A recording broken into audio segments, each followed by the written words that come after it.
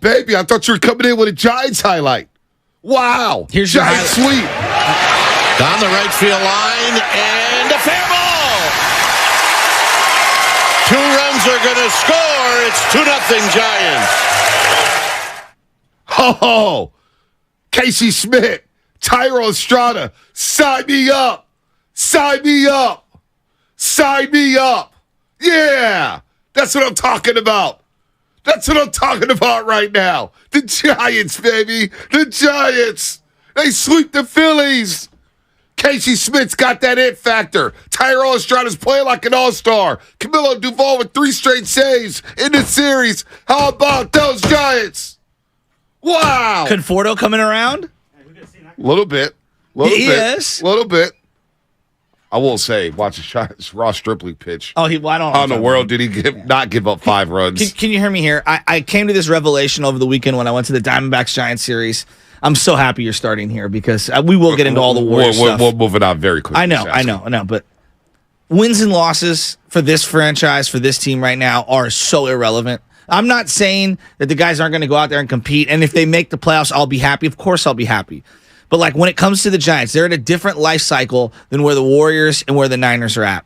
For me, my bare minimum, and I've been waiting since 2017, can you show me one young guy under 25 years old that you drafted who can come up and look like an everyday player? And not only does Casey Schmidt look like an everyday player, to me, I would view him, and I don't know if he's an all-star. Like that's a whole nother conversation. But in terms of someone that you can look forward to every single day when a ground ball's hit to him, every single day, his at-bat's coming up this inning, can't go anywhere. I'm so excited for this kid. He's got a quality about his glove and his arm. His arm is a rocket arm. And then when he steps to the plate, I don't know what type of hitter he's going to evolve into because the league's got to adjust to him. Like, we're 2.5 weeks in. I mean, 2.5. But he already has more hits this year than Crawford, who played almost a month more than him. He's got, I think he's 3rd on the team in hits already after like 9 games. But Bonte, inside-out swing, going to right field on the away pitches, driving the ball down the line on pitches on the inside, laying off some of the stuff in the dirt, the ability to drive the ball back up the middle, into the gaps, into power gaps. Casey Schmidt is legit. He is a legit ball player. Yeah, no doubt. He looks good. Tyro Estrada looks good. It was fun at the Yard yesterday. Got some free tickets. It was pretty fun. Pretty fun at the Yard yesterday. I needed to get out the house. I was in the house for 4 straight days. Okay. Anna was away. Baby Chaz with the grandparents. I said, I'm going to go get some fresh air. Good for you. So it was kind of a game time decision. I think after the show, I was like, Lovin, I'm going to just go to the Giants game. So me and the Philly Zoo went. He had his Phillies hat on. His Phillies were struggling. He was sad. But worst defensive team in baseball? They're terrible. How could a team with Trey Turner be that bad defensively? Well, I don't know. But I'm going to move on from the Phillies because we got more pressing matters here. All right, the NBA playoffs are in full swing. We got Lakers and Nuggets tonight, game number 2. Nuggets up 1-0. Jimmy Butler and the Heat going to Boston Steel, game 1. Jimmy Butler, just a phenomenal basketball game. I mean, he did a little bit of everything. He guarded. He dished out passes. He hit threes. He went to the rack. He set the tone. I mean, what a grown man-like performance. Shot clock at 3. Butler with Brogdon on him. It's a long 3. And good! Oh, Jimmy freaking Butler puts it in! Jimmy freaking Butler. Kevin Harlan on the call for TNT. It's 650. I didn't spend a dime on those tickets. I didn't. Shout out to the plug. Well, did not spend 1 cent. As you talk about Jimmy Butler, Spadoni and I were kicking this around, and you can tell me what you think. There are certain players that in the regular season are really good, and then come playoff time, they're nowhere close. 16-game players. Right? 16-game players, what we call them. Well, no, I was going to say the reverse, like Kirk Cousins. He's really good during the regular season, but does anyone trust him in the playoffs? He's not a playoff performer. Exactly. You like that? To me, the closest comp to Jimmy Butler in the playoffs is Madison Bumgarner, where, like, he's a really good player in the regular season. I wouldn't say, generational talent by any means. He's not. Like, he's a great player. Like, he'll probably end up in the Hall of Fame because the NBA Hall of Fame lets everybody in there. But come playoff time, he becomes something totally different than what he is in the regular season. Like, he elevates it to a level where you're like, oh, maybe he is one of those generational players just based off the playoffs. No, he's legit. I love Jimmy Butler. Love Jimmy Buckets and what he's about. And I know Philadelphia Sixers fans are kicking themselves. They are so irate that they left, that Jimmy Butler walked, and they re-signed Tobias Harris, and they stuck with Ben Simmons. Now look at you. But the biggest news around here as we start the Warriors offseason. The Celtics going big? The Warriors offseason, Shasky, not the Celtics going big. The Warriors offseason. And it's in full swing. And we've gone over what's happened. Draymond Green, Steve Kerr admitting that, yeah, the incident in the preseason affected the season. Well, has it affected Bob Myers? That's been lingering on top of everything else. And we know Bob Myers' contract runs out at the end of June 30th. And he hasn't been at the GM meetings, which is not abnormal. It's not.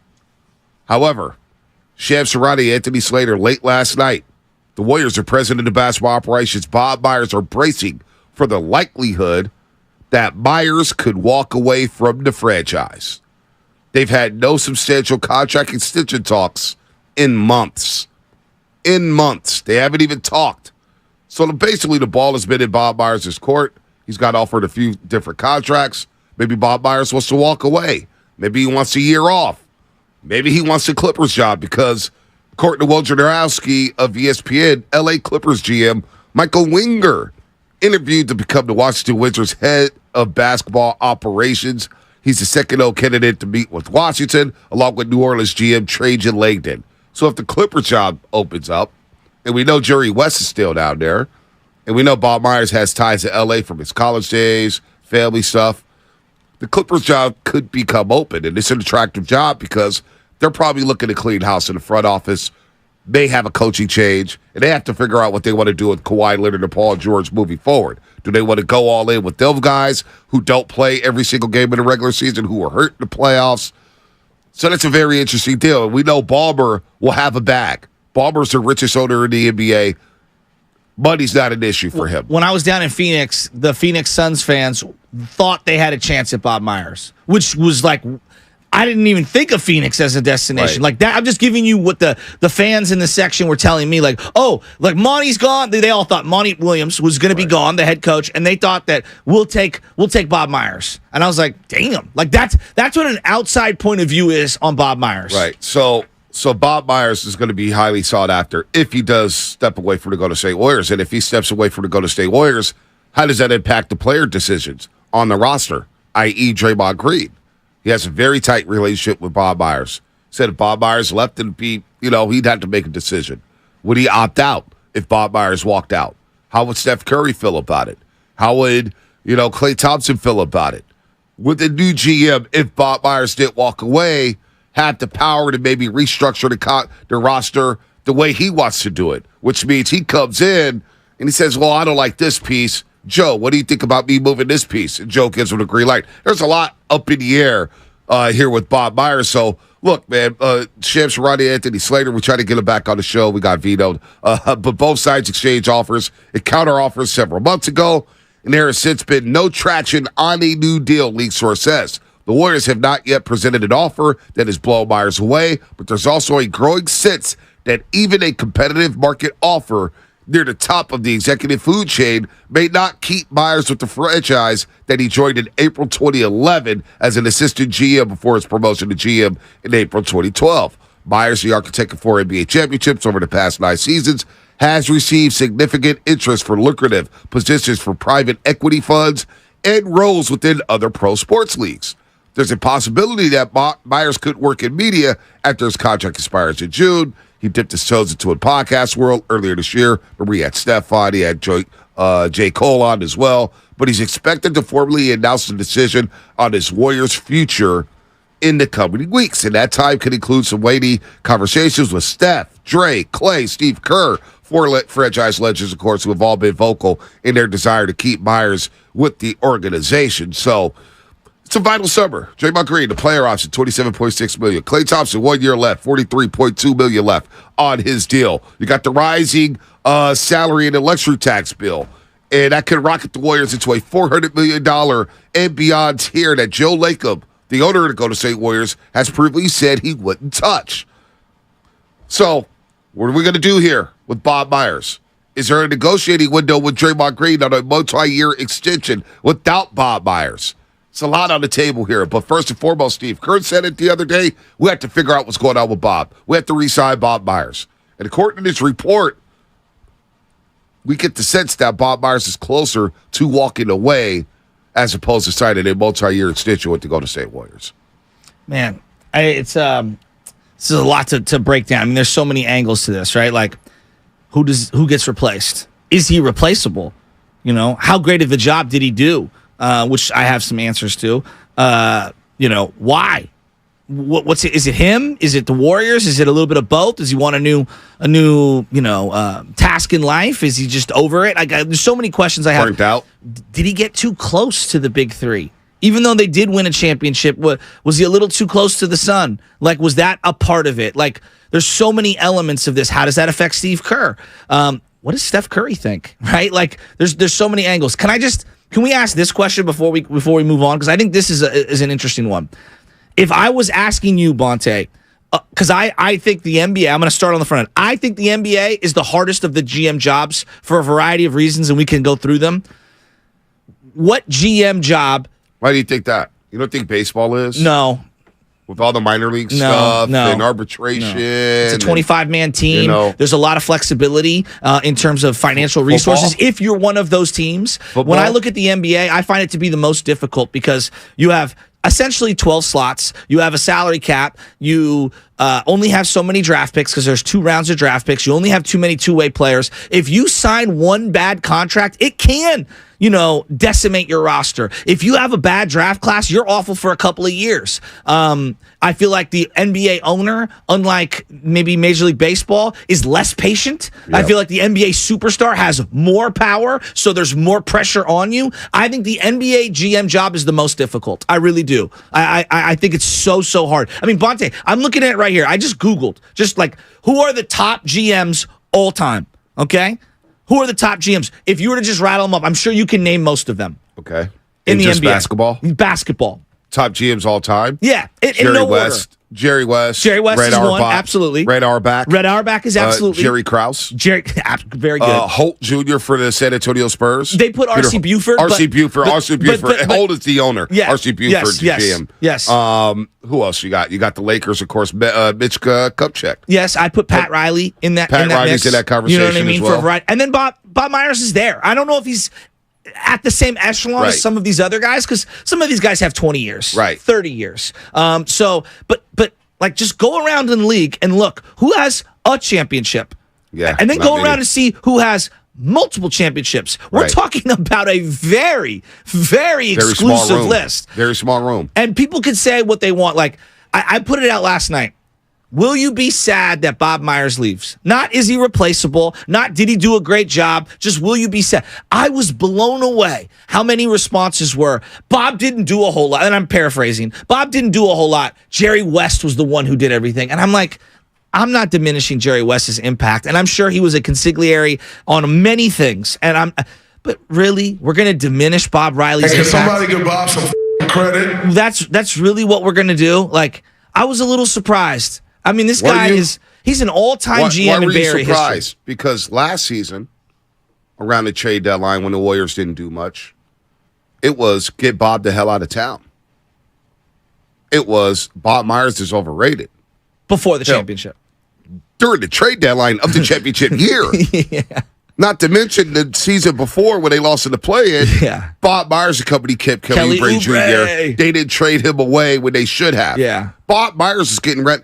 But, so I wouldn't focus on Twitter. No, because, again, that's like 5% of everything. I think a real fan knows the relationship that Bob Myers helped cultivate with the big three, right? With the stars. Bringing in a Kevin Durant. Yeah, Jerry West had something to do with it. Yeah, Steph Curry had something to do with it. Not diminishing Bob Myers did, too. Yeah. Bob Myers' relationship still has a relationship with Kevin Durant. They still have a relationship. Mm-hmm. That's how tight Bob Myers is. And he kind of ushered that new era of agent turning into a GM. Mm-hmm. Rob Pelinka, think about him. He was an agent. Kobe's agent. Iguodala's agent. Turned GM, and now he's doing a great job. Bob was one of the first to do that, right? One of the first to turn into a GM after becoming a player agent. Hell, he was Darrell Wright's agent. He was Darrell Wright's agent. He gave Darrell Wright the assist to say, hey, why don't you try TV? I think you'd be good at it. Darrell's got better and better. So Bob Myers, when people say, well, he hasn't done much, Well, Klay Thompson's got better under his watch, as well as Steve Kerr. You get Kevin Durant here.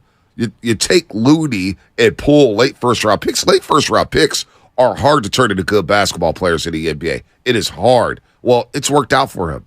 Those 2 picks worked out for him. You can also argue Patrick McCaw buying a second-round pick. I mean, he had a good rookie season. He was starting in the finals. He wasn't starting. No, as a third-year player, but as a rookie, he saw minutes. As a rookie, he saw important minutes in Game 5 in the clinching game in Oakland, California. Now, once he started starting, it was kind of trouble. He was a shell of himself, but he got the most out of Patrick McCaw. I think he got the most out of Jordan Bell, and we all liked Jordan Bell when they bought that second-round pick. Finding two-way guys, finding guys like Gary Payton II, signing vet mids, and getting David West here and Zaza Pachulia here. And hell, what do you know? JaVale McGee, training camp invite. Now, all of a sudden, JaVale McGee is a 3-time champ with an Olympic gold medal. So when people say, well, Bob Myers didn't do much, they're just talking. They don't know what they're really talking about. I mean, Andre Iguodala trade, which you're alluding to, the Sean Livingston acquisition, like all your favorite players, outside of Steph and Clay and to a lesser degree Draymond, like he found them all. Mo Spates. How many people love Mo Leandro Barbosa? I mean, Zaza Pachulia. Like, just go on. Like, I just think we've kind of. And this is where I'm going at with like the NBA GMing is so hard. It's like you make one bad move and a bad apple in that locker room can really expose some of the warts of a roster. I think that with football GMing too, not to diminish basketball GMing. Oh, football stuff. Football. But Bonte, brutal. you could flip your roster 40 to 50% every single year. Yeah, but you could gut your roster and be fired in 2 years, 3 years. Look at Mike Mayock. Of course. We thought Mike Mayock was doing all the right things, scouting. They had a good thing going on, drafting all the Clemson guys, and Mike Mayock is now gone and never getting the job again. Well, and it's also in part because of the John Gruden thing, but that's right. You get where I'm going. You marry yourself to the wrong head coach, it could be any GM can get fired. I'm just saying that I find basketball to be extremely difficult because of the salary cap restrictions, which really prohibit a lot of movement.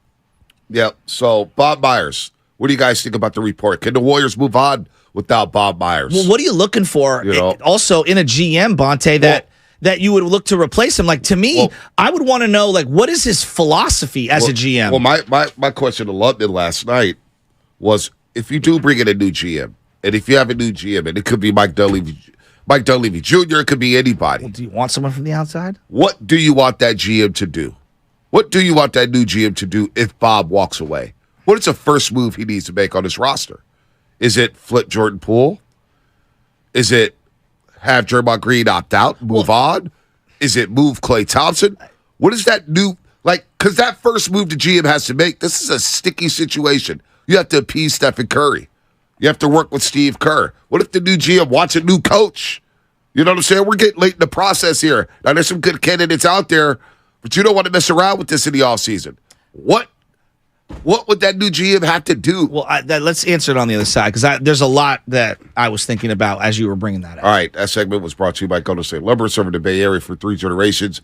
When you succeed, we succeed. Visit GoldenStateLumber.com. What's coming up on the game? Sponsored by Fremont Bank, full-service banking, no compromises. Bobby Marks at 8 o'clock to talk about the CBA, the salary cap, and what the Warriors could do, what type of wiggle room would they have with their finances. We'll talk to Bobby Marks of ESPN at 8 o'clock, and that's what's coming up. Sponsored by Fremont Bank, full-service banking, no compromises. And can somebody give Bob some credit?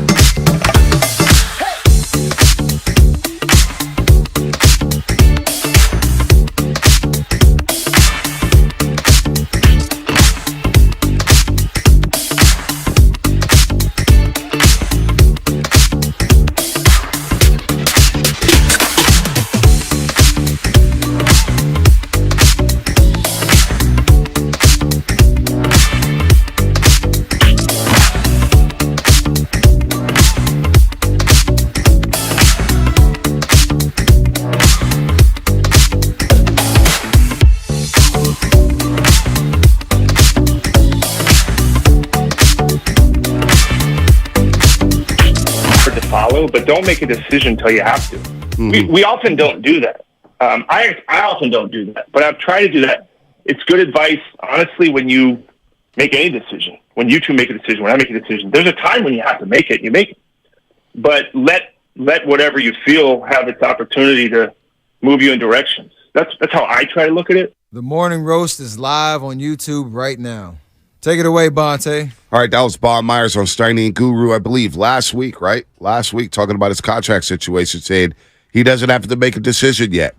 But it sounds like a decision could come in the next 2 weeks on what he may do in the future. Will he resign with the Golden State Warriors to retinker this roster, or will he move on? Now, also, a lot of people are trying to connect the dots to Clippers GM job could be becoming available.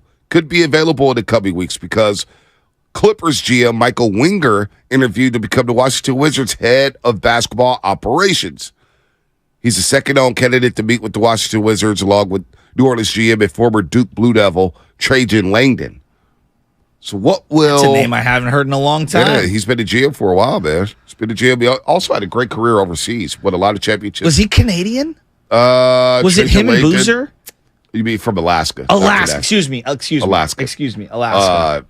But Langdon played for, I want to say, CSK or CK, or some famous Russian team. He won a lot of championships over there. From overseas. Palo Alto. Trajan Langdon? Yeah. Really? Where was he born in Palo Alto? Yeah. What it says. Wow, where did he go to high school? Wow. Didn't know that. This is a sick Duke Blue Devil. He was. It's part of the resurgence. So Bob Myers, how do we feel about that? Okay, so 888-957-9570. Trajan Langdon, let's just close this time loop. Born in Palo Alto, moved to Anchorage, Alaska soon after. During his high school career, he attended Stellar Secondary School and then played with East Anchorage High School. So there you go, Monte. Where did he play professionally? Professionally, all over the place. I mean, Cleveland Cavaliers, Benetton, Treviso, I don't even know what that means. Long Beach Jam, all over. Moscow. Moscow is what I was talking about. The Dynamo. He won a lot of championships in Moscow. He's a two-time EuroLeague champion, to your point. A Final Four EuroLeague MVP. Wow. The Trajan Langdon time warp. He was legit. See, that's where we needed the old Ben Kenobi. That's a name I haven't heard in a long time. Yeah, no, but if you watch I like that. you see him always sitting next to David Griffin, the head of basketball ops with the Pelicans. He's been there for a while in New Orleans. So interesting. The Clippers jobs could become opening. A lot of people try to connect the dots to say Bob Myers is linked to that job. We shall see. But by the way, this Monday, we will be bringing you our own Warrior Summit. Maybe it breaks during the Warrior Summit. All the hosts, me, you, Steiny, Goo, Willard, Dibbs, and also John Dickinson live from 4 to 6 p.m.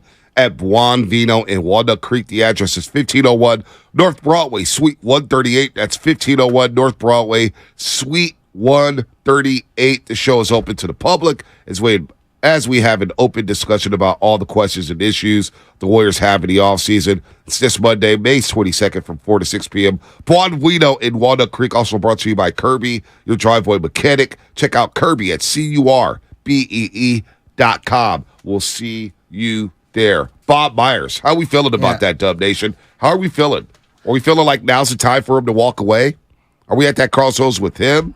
Who replaces him? What does that replacement do? I got so many questions about who could possibly run this roster if Bob Myers decides to step away. I have those same questions. I think we look at all of these GMs and we think that the job's easy. I don't know. I feel like the job is easier, and we always look at all the. I don't feel like that. All the negatives. I don't think. Because we've been very lucky here in the Bay Area. We have had a pretty good run on GMs. Like John Lynch. I don't think John Lynch is the greatest scout who ever lived, but I do think he understands, like, hey, Parag's really good at money. I'm going to empower him. Like, that's part of being in a front office. Hey, Kyle Shanahan's really good, at finding gems on offense. I'm going to lean on what he's looking for, and we're going to work together. Hey, Adam Peters really knows how to draft defensive guys, and he's really good with his defensive coordinators. I'm going to lean on those guys. But he also understands how to treat people. And I think that's really important in his position. I think that's why he's been successful year over year over year. And he's had some mistakes, lots of mistakes, whether it's blown draft picks, bad trades, like lots of mistakes. I think one of my big issues with the Giants, it feels like they're good on the analytics side. They're really bad on the human element side. I think when I look at Bob Myers, there is, if we're looking for some flaws, I do think I will listen. I'm not saying I'm fully entertaining it, but I will listen to, maybe he did get a little too close to the core. And can you blame him?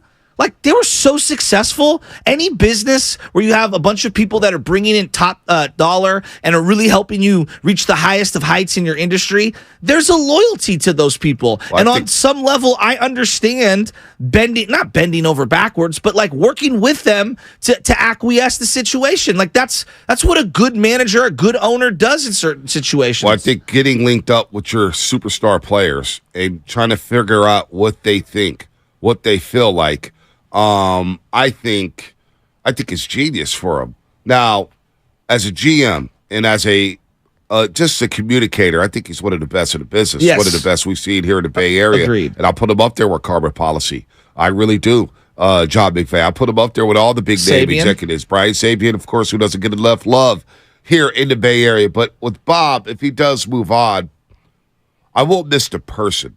You don't meet executives who is that open, who admits to say, yeah, I listen to you guys. I may disagree with what you guys are saying, but I listen. You guys are entertaining. He listens. He asks you questions. Personally, like, I don't think I've shared this story before, but this is the type of person Bob is. Whether you think so or not, you're a host or whatever, Bob Myers will reach out to you randomly. Mm-hmm. My first year doing television, out of nowhere, I get a call. I'm like, who the hell is this? Actually, it was during the pandemic. During the pandemic. Get a random call, and I see this letter. I'm like, who the hell is this? I call him back as Bob. And we start discussing real life issues because it was right after the George Floyd incident. And Bob was picking my brain, like, he went to Monte Vista High School, went to Danville, and he was explaining how, it's different for me out there, right? White kid, I'm Danville, going to Monte Vista High School. I don't get pulled over from cops. And he told me a story about when he got pulled over and he was riding with Cameron Dollar and Ed O'Bannon and something that UCLA national championship team. And they got pulled over one day and he was like, what's going on here? It was different. And then that's when he figured out, I was like, whoa, it is different for guys who look like me, guys who look like them or whatnot. So we had an hour-long conversation just out of the blue about nothing. That's who Bob is. That's who Bob is. He cares about you, the person, first. There's a real-life human element to it where you see a lot of these GMs are kind of like robotic, right? It's all numbers. Yeah, it's just, we're sticking to the script. It's all about the game. And then, like, Bob will seek you out to just pick your brain about stuff that has nothing to do with sports. And so getting to know Bob over the years, obviously we both have, and we've both interviewed him. Steiny, we've interviewed him a lot. We've all fought over his seats at Chase Center. The person, you're not going to find better people like that. It's going to be hard. Those are big shoes to fill if he does walk away there. So the person, I think a lot of fans don't realize how good of a person he is. And when you got the person who comes from a good upbringing, has good core values, that's tough, man. That's tough to replace on top of having the acumen of building a championship roster. Just to take people behind the scenes a little, like when it comes to, what we're doing, like this isn't the height of journalism. We're not reporting on, real world politics. Like there's real world things that are happening. Like this is a sports program.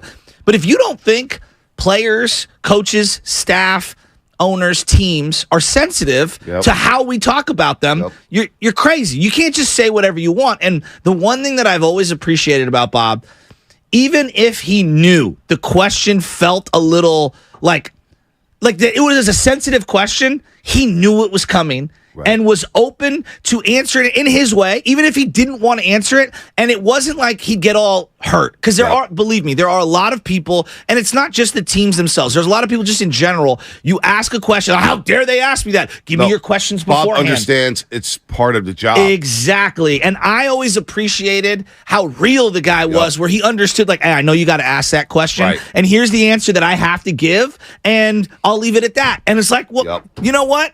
We're good. And then I didn't have to worry about, we get off the air. Are we going to get a phone call or a text message from our boss saying, we don't want to rub the guy. He never was like that. And I don't want to give away too much of the stuff, but it's the truth. You're dealing with people. People get sensitive. And I appreciated that he never was sensitive because we have a job to do. Not that it's important. And he kind of understood how to play the game. He would ask just randomly.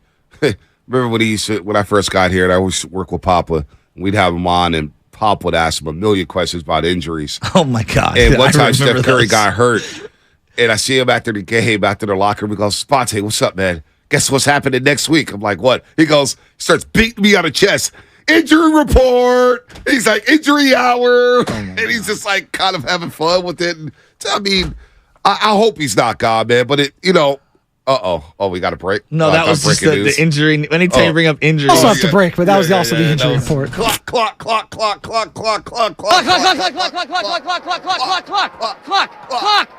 I don't want to see him go, man. That's going to be tough. It's going to be tough. We got more. Bob Myers, man. Let's get into it. How does the Dub Nation feel about this? 888-957-9570. He's not gone yet, but the Warriors and Bob Myers have not had a lot of dialogue in the recent months about a contract extension. And the Warriors are bracing themselves, as well as Bob Myers, at the likelihood that he could walk away from the franchise in the coming weeks. So we're discussing that. We'll get into the Golden State Warriors. We got some sound about that. Mike Dunleavy Jr., could be the GM in waiting. He's been at the GM meetings. He's done a lot of the day-to-day meetings. Mike Dunleavy Jr. could be replacing Bob Myers. We'll see about that. It's all up in the air. Nothing is substantial yet, but that's what's coming up on the game. Sponsored by Fremont Bank, full-service banking, no compromises. Now I gotta go. Comcast Business Complete Connect.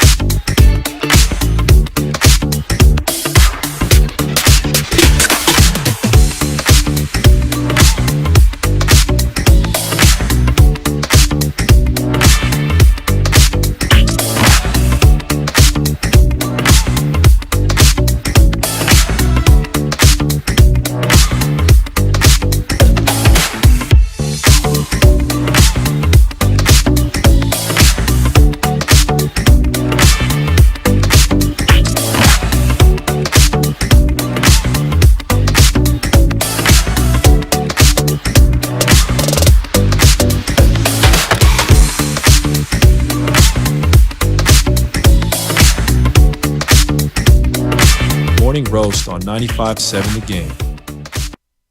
Well, there's something that's going to jazz Warrior fans up. And seeing LeBron lose? No, I'm going to try to play this into the microphone right now. I'm going to play this right now. This happened yesterday. The Greek Freak. Hold on. Turn that decibel on. I'm going to play it straight off the phone into the mic. Bro, please come to the Warriors. Somebody say please come to the Warriors. Hey. Hey, man. So Giannis was doing a TikTok, and somebody asked a question. Giannis, say this when it has to join the Warriors. And he's like, joining the Warriors? Joining the Warriors. And he goes, hey, man. Look, I don't know if that's going to happen. I know it was a big deal 3 years ago. I thought it was an absolute pipe dream. I no longer think that. Why is that? I no longer think that. Now, do I think the Warriors are getting Giannis? No. But I don't think it's a pipe dream. I don't think it's that far-fetched. So, I mean, there's a lot of exits in between pipe dream. No, pipe dream is like gonna happen. Pipe dream is like, oh man, yeah, Giannis is going to go to the Golden State Warriors. All right, so but is there a window of possibility? Okay, absolutely. Okay, absolutely. Do the Warriors have the assets? A window of possibility. A window, yeah, absolutely. And so this we is got why some I think Night it's possible. Stalker stuff. Don't leave those windows unlocked. Well, they are unlocked. They're wide open, and they're wide open because Coach Bud is no longer the coach of the Milwaukee Bucks. They don't have a coach right now. Okay. They have new ownership, Jimmy Haslam. You know, Jimmy Haslam doesn't have the best reputation in the NFL running the Cleveland Browns. That is an understatement, but right. Continue. Their core huge is a lot Tennessee older. Volunteer donor. So, not only that, Chris Middleton looked like a shell of himself last year. The knee doesn't look right. Drew Holiday getting a little older. He can't be your number two. Says he's going to retire when his contract is over. Brooke Lopez up there in the age. I do like Brooke, but I like keep going. Brooke, but he's up there in age. I'm with you. Joe Ingles. They're very old. I like Bobby Portis. Pat Connaughton. Feels like their championship window may be sealed shut in Milwaukee. Are they really better than Boston? I hear you. Are they really? They could beat Miami. Well, and I think Giannis is at the point in his career where he's won one for Milwaukee. But so his loyalty submitted. Well, it's not even like loyalty, but isn't it now about legacy building? Like, so like once you win the one, you've kind of shut up some of the like, you can't win one by yourself, like the BS narrative that we all like scoff at with Steph Curry. Would anyone fault him like Kevin Garnett, even though Kevin Garnett never got as far as Giannis, for leaving his situation and trying to win more? No, nobody would. Nobody would. I mean, I feel like Giannis is the poster boy for I tried everything I possibly could do in this small market to make it work for as long as I could. And, we just weren't good enough around me. No. And his contract, he's already signed long-term with the Bucks, so money's not an issue for him. If you look at his contract, he's got a 5-year, $228 million deal. To steal. So next year, Giannis will make $45.6 million. The year after, he'll make $48 million. And in 2025-26, when he's 31 years old, he'll have a player option for $51.9 million. 52. That's so much money. So so much money. If we're going to have a realistic conversation about like Steph Curry and winning and all this, if there's one area that I wish Steph Curry could take a page out of LeBron James's book, it would be this. When LeBron went to the Lakers and they traded all those young players to get Anthony Davis, say what you will, and it was a weird path to get to where they are today, and I know they have the bubble ring and they won everything, so there's a validation on some level. Part of why he got Anthony Davis was so that as he started to age, you could slowly hand the baton to someone else, and that guy could not only help you win in the interim, but down the line would be your fountain of youth. If they didn't have Anthony Davis, is LeBron and the Lakers, are they where they are right now? I don't think so. No, I don't either. I don't think they're even close to where they are. Right? And maybe. Brandon Ingram was a nice piece. They had some nice pieces, but I don't know. I don't know if Brandon Ingram develops into what Brandon Ingram is now. Maybe a different player. But I guess where I'm going at is this is like, I would love to have, and this is why KD and Steph were awesome together. I would love to have another guy 5 or so years younger than Steph Curry, who's in their physical prime, to be able to pair him up with. And that's where I go back to, if you're asking me, Joe, what do you do this offseason? I'm trying to move heaven and earth so where I've got Steph Curry and some legit, clear Apex 1B to go next to him. Boy, Giannis who would be eventually you can hand the baton to and say, here you go. And if that means I got to move off of whoever on the roster outside of Steph Curry, so be it. Here's why I think there's a possibility. If I put a percentage on it, I'd probably put it at 20-25%, and that may be too high. I do not believe if the Warriors ended up with Giannis, I'd be shocked. I'll just say that on the front end. But to say that it's not possible, I would push back on that. I would push back all the situation I cited in Milwaukee, the change, the core getting older, what are they going to do in the future? Can you attract free agents to Milwaukee? I don't think you can. Milwaukee, Wisconsin, people don't want to play there. Like that's one thing in the NBA. Players want to play in very livable situations. I underrated that part. You did. You kind of been all over that, and I've really kind of like, no, I think you're right. Players want to play in big cities. Yeah, look where they go. Right. Just look where they go in trades, and look where they go in free agency. Exactly. So you got that situation. You have the Warriors, and their assets and the assets that they have. Do they have enough assets to go get Giannis? Giannis is a generational player. But if Milwaukee's looking to reload and they get some young players, some guys they can grow with, and picks, well, guess what? The Warriors now have that. And if you have to go through Anthony Davis and LeBron or Jokic and the Nuggets, again, I know there'll be another team that'll creep up, and I would throw the Kings in that mix too because they're going to be an ascending team.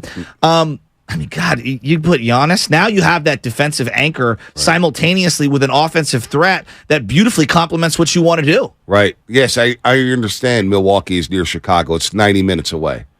But you're also in the cold. Do you know who just left Wisconsin? Right. His name's Aaron Rodgers. Right. It was in Chicago. It's cold as hell. And wouldn't you think that the Packers are a more glorious franchise, even though the town is smaller? So isn't the Packers a more glorious, at least in the last 40 years, a more glorious franchise than the Bucks? No doubt. So and Aaron Rodgers couldn't wait to leave. But here's the other thing. Here's the other thing we're underrating about Joe Lacob. What's that? Joe Lacob wants stars. He's enamored with big name players. Aren't we all? Again.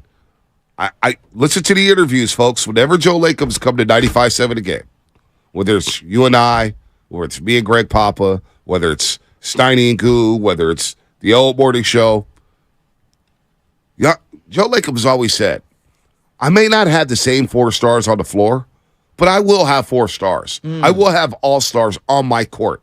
We're an entertainment business now. We're not just a basketball organization. We're an entertainment business. We're an entertainment and we're a business. And so Joe Lacob will always be seeking a big name. What did Eddie D do? Look for big names. Always. Jerry Buss, always looking for the next big star. I'll give Sabian that too. Ryan Sabian, looking for stars. Didn't always work out. No, but Joe Lacob loves stars. Peter Goober, he's in the movie industry. He loves big stars. So I'm saying all that when the Giannis video got sent to me and he's laughing and stuff like that, tampering. There's always been this fascination with Giannis and Stephen Curry. Even Allen Iverson one time on All the Smoke said, they were like, hey, we're asking him about Giannis, Matt Barnes, and Stephen Jackson. And Iverson out of nowhere goes, You know I love Stephen Curry. I want to see Giannis go play with him. Oh, God. I want to see Giannis go play with him. So it's always been again, I'm not saying Giannis is coming to the Warriors, but I'm saying I wouldn't shut the door on it. I'm just saying there is an avenue to make a play for Giannis Antetokounmpo. So let's walk down this line a little. Had I asked that same question last summer, after they won the championship, most people would say, no way in hell am I moving any of the big 3. It would be Wiggins is the one that's got to go. And because of his salary, the extension and stuff, he couldn't be moved. And anyway, point that I'm going at, the fact that they lost, do you think the cupboard is now open to say anything but Steph? Absolutely. You lost for the first time in the second round. The season was clunky. One of your main stars just admitted that an incident in the preseason basically hovered over the team throughout the regular season, and this is why they built bad habits. It's because he couldn't be who he was because of what happened in the preseason. It all comes back to that. So if there's a time to make these hard decisions, there's a time to say, I want to retool here. Because if you hear the head coach say, we maxed out with this roster, what do your main players say? We maxed out with this roster. So if I'm maxed out with the roster and I'm an owner, I'm saying, where did I max out at? And then I got to start making hard decisions. Okay, I love that we're doing this, and this is the way I'm wired. the fact that we got Kevin Durant, it still feels surreal. Are we turning into Laker fans in a sense where it's like any big name we want to link to us? I don't like to do this. But isn't that what the Yankees do? Isn't that what the Cowboys do? They do? say they're going to get them. I'm saying the Warriors should now put themselves in a conversation. No, if Kevin Durant doesn't happen, I'm not talking about this. But since Kevin Durant happened, they fetched the biggest fish out there on the market. But you could see where, like, let's say I'm just hypothetically, I'm a Suns fan, and I'm like, yeah, we want to get Giannis. Well, it's you're delusional. You're not one of those teams. Aren't they kind of one of those teams now? The Warriors are one of those teams. Like, look at who the winningest teams are in the last 25 years. The Warriors are one of those sports. Teams. The Warriors are one of those teams. Yeah, they are, which is crazy. And they still have Steph Curry. And I think that's the number one thing is that Steph's still Steph. And if you're Steph Curry here, obviously there's loyalty to the guys that you've been around. But don't you also, like, if you really want to, like, if LeBron gets the 5th one this year, don't you think that, like, there's even more cranked up pressure? Yes. There's an urgency. You can't finish your career with 4. That's an urgency. So, look, man, we're not even talking. I'm not even throwing names in a trade. I didn't even throw names. I said the cupboard is open. That's the way I'm phrasing it. But to say that you don't have assets to make a play, and it doesn't even have to be Giannis. But the Warriors have assets to make some moves here. Did you read the Ramona Shelburne part about Klay Thompson? I know everyone wants to keep Klay, and I still want to keep Klay. But if the right deal presents itself, and you're a team like Milwaukee that's in transition, that's super old, and if you did do what the Brooklyn Nets did, which is called the reset button, someone like Klay Thompson isn't the worst piece in the world to receive back if you're looking for an expiring contract to open up slots. Jordan Poole. I mean, Kaminga, Moody. There are players, and again, you'd have to keep something, but there are things that are desirable. Andrew Wiggins, under a very team-friendly deal for a long time, has played in a small market, can be a very, very good piece. You could then also flip him or keep him or whatever. You have future first-round picks to flip. How many first-round picks do they have? So you got this year's pick. You have to stagger them, right? Next year, you got the Warriors, let me see here. I believe that first-round pick next year goes to the Grizzlies. However, it's protected top 4. That's a little complicated. 2025, you have your first-round pick. 2026, you have a first-round pick. 2027, you have your first-round pick. 2028, you have a first-round pick. And we see teams now, the new CBA is not going to allow you to trade all these future picks, but you have some assets that can work. So that's it. That's all. I'm not saying I want Giannis.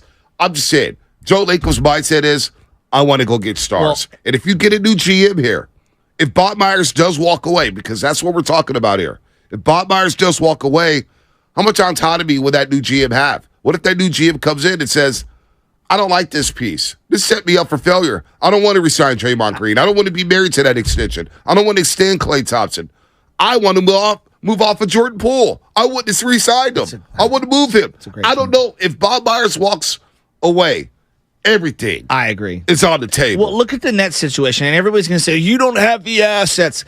Look at the trades in the NBA over the last 4 or 5 years.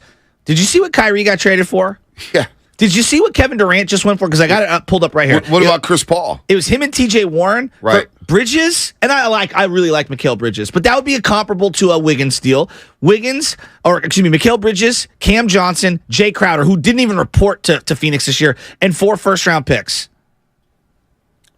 And that's for KD. Pull up Chris Paul.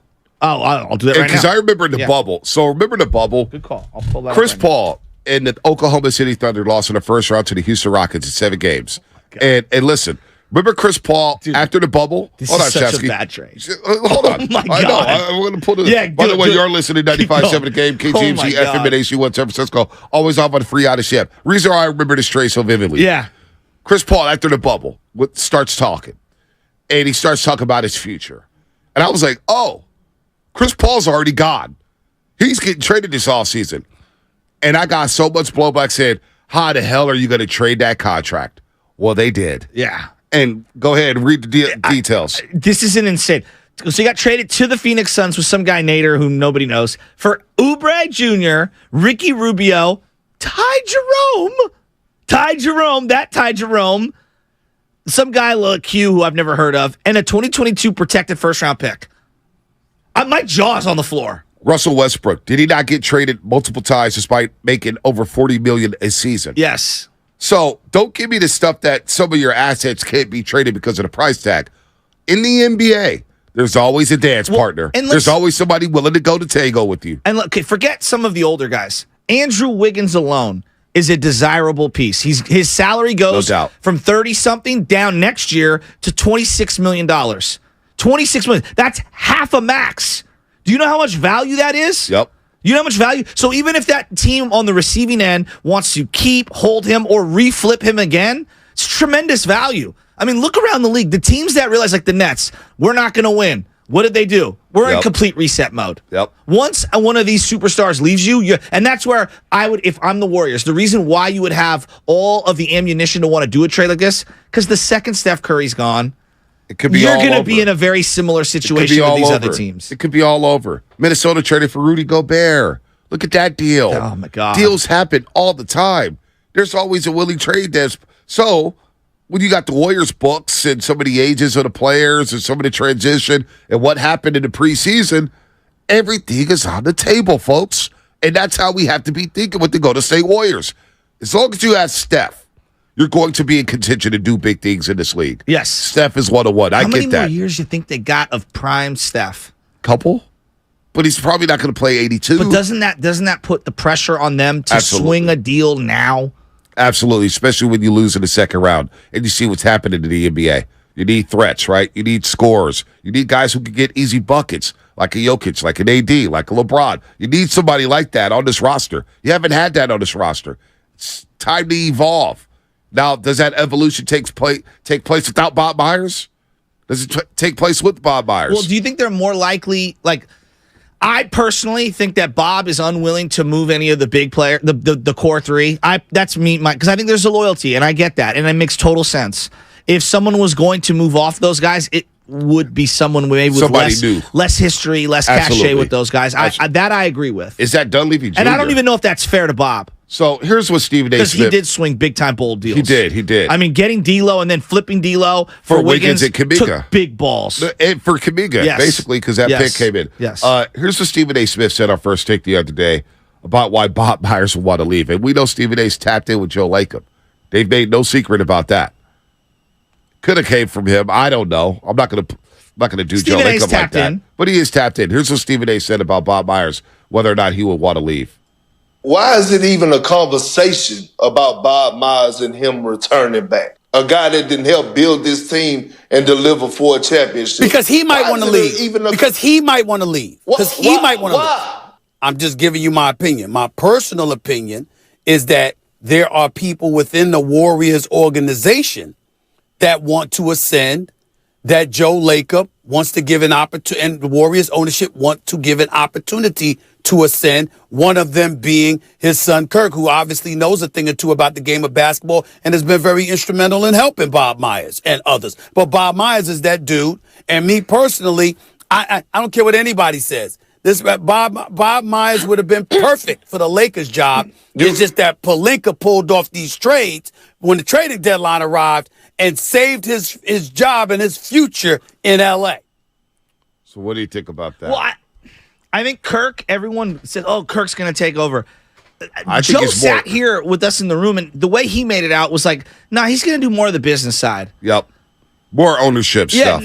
And when you're on that side of it, you're still having influence on what the GM is doing. Right, no doubt. You still have, I don't know about veto power, but you have influence is the way I would put it, right? Mm-hmm. Like you're a part of these decisions. It's not like you're not part of these decisions. So I don't think it's him. But like in terms of promoting people from within, the Giants did that. I'm talking about just an example. The San Francisco Giants did that with Bobby Evans, who was underneath Brian Sabian for all those years. And Brian Sabian was still kind of in the mix. Right. Kind of still in the mix. Not that he was the main dude doing everything day to day, but he was in the mix.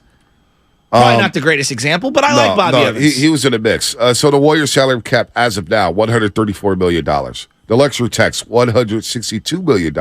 Now you got the new second apron luxury tax threshold. I'll explain that a little bit later, but that's $179.5 million. So then you're not counting the player options for Draymond Green or Dante DiVincenzo, not counting those. The Warriors owe about 181 to 10-plus players, plus the 19th pick in the 2023 draft. So now they're over that new second tax stage even before committing any money to retain Draymond Green, re-sign any other free agents, or bring in new talent via minimum contracts. That also does not include the tax bill itself, which would roughly be $65 million before Draymond Green. The numbers get high if you add another $20+ million, and you're paying at least $4.75 in tax for every dollar they spend beyond this point. That escalates that deeper into the tax they go. To summarize, they will have a tax bill larger than almost every single team's payroll. Yep, no doubt. So that's what yeah. So and it limits the amount of moves they can make. So $25 million in additional money would cost them $143.5 million in tax alone. So that's slightly over $400 million. And that's before adding 4 or 5 players to fill out the roster. And does Joe Lacob want to pay that? Bonte, $24 million costs you $143. That's like New York mob style money, money laundering. Yeah, hey, I'll give you $25 million, but I need $143 back. You got to pay the tax, boss. Wow, that's what we're dealing with here. Wow, so I don't think people they have to really absorb that fine, and that's where the part where I hear about people saying "Oh, Joe Lacob, this and that." He didn't put They were looking to try to get the youngsters to have impact, because if you're gonna pay $3 million for a youngster, you pray to God you get some value on it, and that person ends up being an ascending player. Because a JaMychal Green costs you comparable, and you're at the end of the road with someone like that, right? They can only do so many things, and I'm just using him as an example. We'll continue to talk about this. We'll continue to have this dialogue. Tim in Raleigh, North Carolina. We'll get to you on the other side. 888-957-9570. Bobby Marks coming up at 8 o'clock to talk about the Warriors salary cap. We're rolling out Bob Myers. The report came out yesterday that the Warriors and Bob Myers, they are bracing for each other to walk away. They are bracing for Bob Myers to walk away. Bracing for it. They haven't had talks in months about a new contract extension. And Bob Myers could be making a decision in the coming weeks. He has a June 30th deadline. That's when his contract expires. What will Bob Myers do? 888-957-9570. Is that the end-all, be-all to the Warriors dynasty? Is Bob Myers the first possible domino to affect this dynasty and possibly watch it crumble? Or can they replace Bob Myers and recover and reload going into next season? We'll continue to talk about that here on the Morning Roast. 888-957-9570. That's what's coming up. Sponsored by Fremont Bank. Full service banking. No compromises. My French toast sticks are back in 3.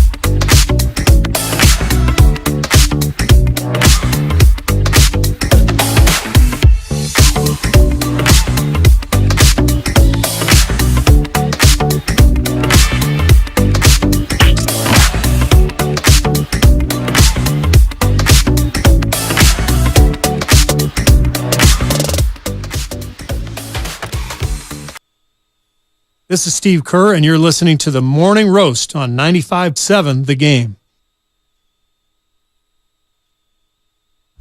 We are at a crossroads, folks, and we'll talk about it Monday at Buon Vino and Walnut Creek. All the hosts, Willard and Dibbs, Steiny and Goo, Shasky and myself, John Dickinson, 4 to 6 p.m., Buon Vino and Walnut Creek. The address is 1501 North Broadway, Suite 138. That's 1501 North Broadway, Suite 138. The show is open to the public as we have an open discussion about all the questions and issues the Warriors have in the all-season. That's this Monday, May 22nd, from 4 to 6 p.m. at Buon Vino in Walnut Creek, brought to you by Kirby, your driveway mechanic. Check out Kirby at CURBEE.com. We'll see you there in the creek, open to the public. I want to see all the P1s. I want to see all the roasters there. Ernie, you better get your ass out there in the creek. Rockin' New Era, I better see you. Did you know that this song, The Crossroads, was not the original version on the original album? Was it? This was the remix. Was it? Yeah. The original album, East 1999, had a different Crossroads song that had like the Raiden kind of sounds to it, with like the, I don't know if it was thunderstorms or whatever. This is the one with Uncle Charles in the video when everybody disappeared. They ended up switching it up. And then, I don't know, a couple months later, they re-released the album and changed the original song and put this one on there. Interesting. And this might be their most popular song. What do you think? You think this is it or first of the month? I love the Crossroads. Meet me at the first of the month. It's a classic. Wake up. What about them and Biggie? First of the month. Well, both the Biggie. I think that's the greatest Biggie verse of all time. Verse all time. Straight up, we know Angel Dust. Labels us notorious. Yeah, it's incredible. It was unbelievable. Let's go to Tim real quick in Raleigh, North Carolina. Tim, what's happening, man? You're on the roast. Hey, Tim. What's up, fellas? Hey, I heard y'all earlier this week, man. I just wasn't able to call in. So I wanted to kind of chime in on like three things real quick, man, if you give me a minute. The first thing I want to say, guys, is we got to be careful on Kaminga. You know, we just really have to be careful, man. I mean, one thing Joe Lacob does want to do for a long time, especially with that new building, is he want to sell tickets and put butts in the seats. And when is the last time you remember a guy that not getting no playing time, getting a standing ovation for getting some 2 or 3 minutes in the playoffs for getting out there on the court? I mean, this guy's going to sell tickets. There's very few people out here in this league that sell tickets. Kaminga's going to sell tickets for that team for a long time to come. And that takes me to the next point. I heard y'all talking about maturity and things earlier this week. And Shasky, I love the points you were bringing up, Devontae, because when we talk about that C.J. Holmes thing, we almost talk like this kid was sitting in a secret room somewhere calling C.J. saying, hey, look at all the things they're doing. You guys leave out the point, and Bonte, I can't believe you do this, bro. You leave out the point. CJ said this kid was sitting there with a smile on his face, simply answering some questions. And that's where what Shasky was saying comes into play. Maybe he just didn't know answering these questions would be out there like that. No, think about it. What let me hold on, Tim. As a journalist, you sit down with a player. You say, hey, I'm writing a story. And I may write a story about you, about your playing time. Can I talk to you about your playing time? I may publish this. This is on the record. You always clarify that before you talk to a player. This is on the record. So that's unfair to C.J. Holmes to say that he went there to talk to him, and all of a sudden Jonathan Kaminga picks up a paper and says, oh, my God, I didn't know that was published. C.J. Holmes could lose his job for doing that, and he didn't do that. It was on the record. Kaminga knew it was on the record. But that's the thing that and smiling while he's... All right, he's breaking up. Tell Tim to call back. I want to finish that conversation. His phone was breaking. That's fine if he's smiling during the interview. That's all fine and dandy. But it's still about the words that are coming out of your mouth and the timing of what's coming out of your mouth. Now, at the end of the day, I don't care if he was out of Steve Kerr's rotation. But you know that sealed his fate. That sealed his fate for the playoffs. No matter what Kerr said about GP2, Wiggins, I believe that sealed his fate because I know from walking around that arena, some people just weren't happy about it. It's like, really? Want to go to the press for this? It's almost like with Jet York. Remember when the Niners had all those leaks? Mm-hmm. And John Lynch got the job, and he wanted to see if Jet York could keep his mouth shut for 2 weeks. They were under wraps. He's like, all right, there's been a lot of leaks there. Feels like a lifetime ago. Really? Let's keep everything in-house. So all of a sudden, you got these leaks to the press and stuff like that. I was like, wait, I thought this was internal.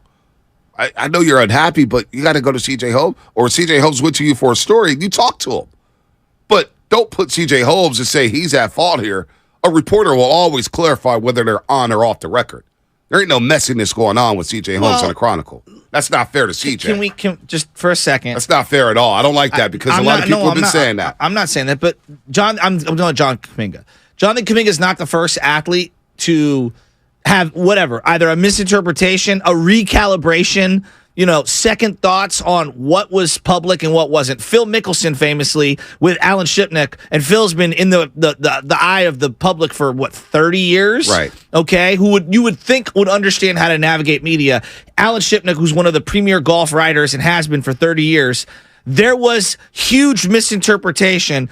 Alan said everything was on the record. Phil said nothing was on the record, and it was a casual conversation between the two of them. And these are two guys that you would think would know better. And I don't know if that's Phil covering his butt, because that's what most people assume. That's what they do. That's what a lot of athletes do that. But what I'm saying is that Kaminga, it's not exclusive to Kaminga. We've seen it in other sports. It's not. I'm just looking at Kaminga. Where guys don't know. I'm not. Or they want a revisionist history. That's all I'm saying. That's not fair to the reporter. No, I agree with you. That's not fair because, some athletes do. They say things. I'm like, oh, well, I was misquoted. Well, it's hard to misquote somebody. I've done millions of interviews. Tape recorded right here. I'm answering a question. Your answer's on tape.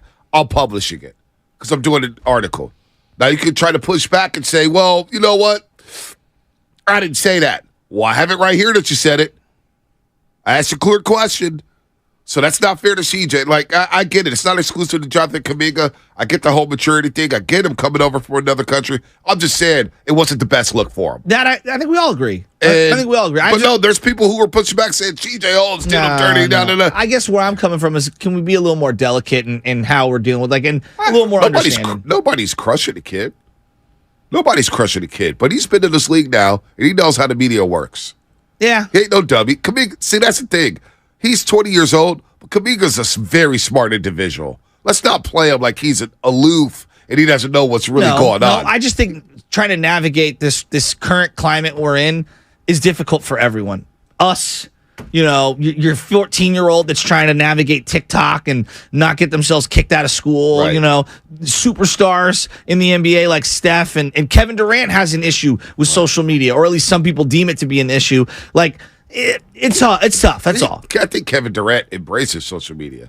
When people are like, oh, why do you worry about it? He just tries to converse with people. I mean, there were a lot of DMs that people were screenshotting and stuff. There's just been a lot. That's all. I just think that we're in a hyperly critical era, and I'm asking everyone, take a deep breath. Yeah. And this is coming from a guy who can't take a deep breath.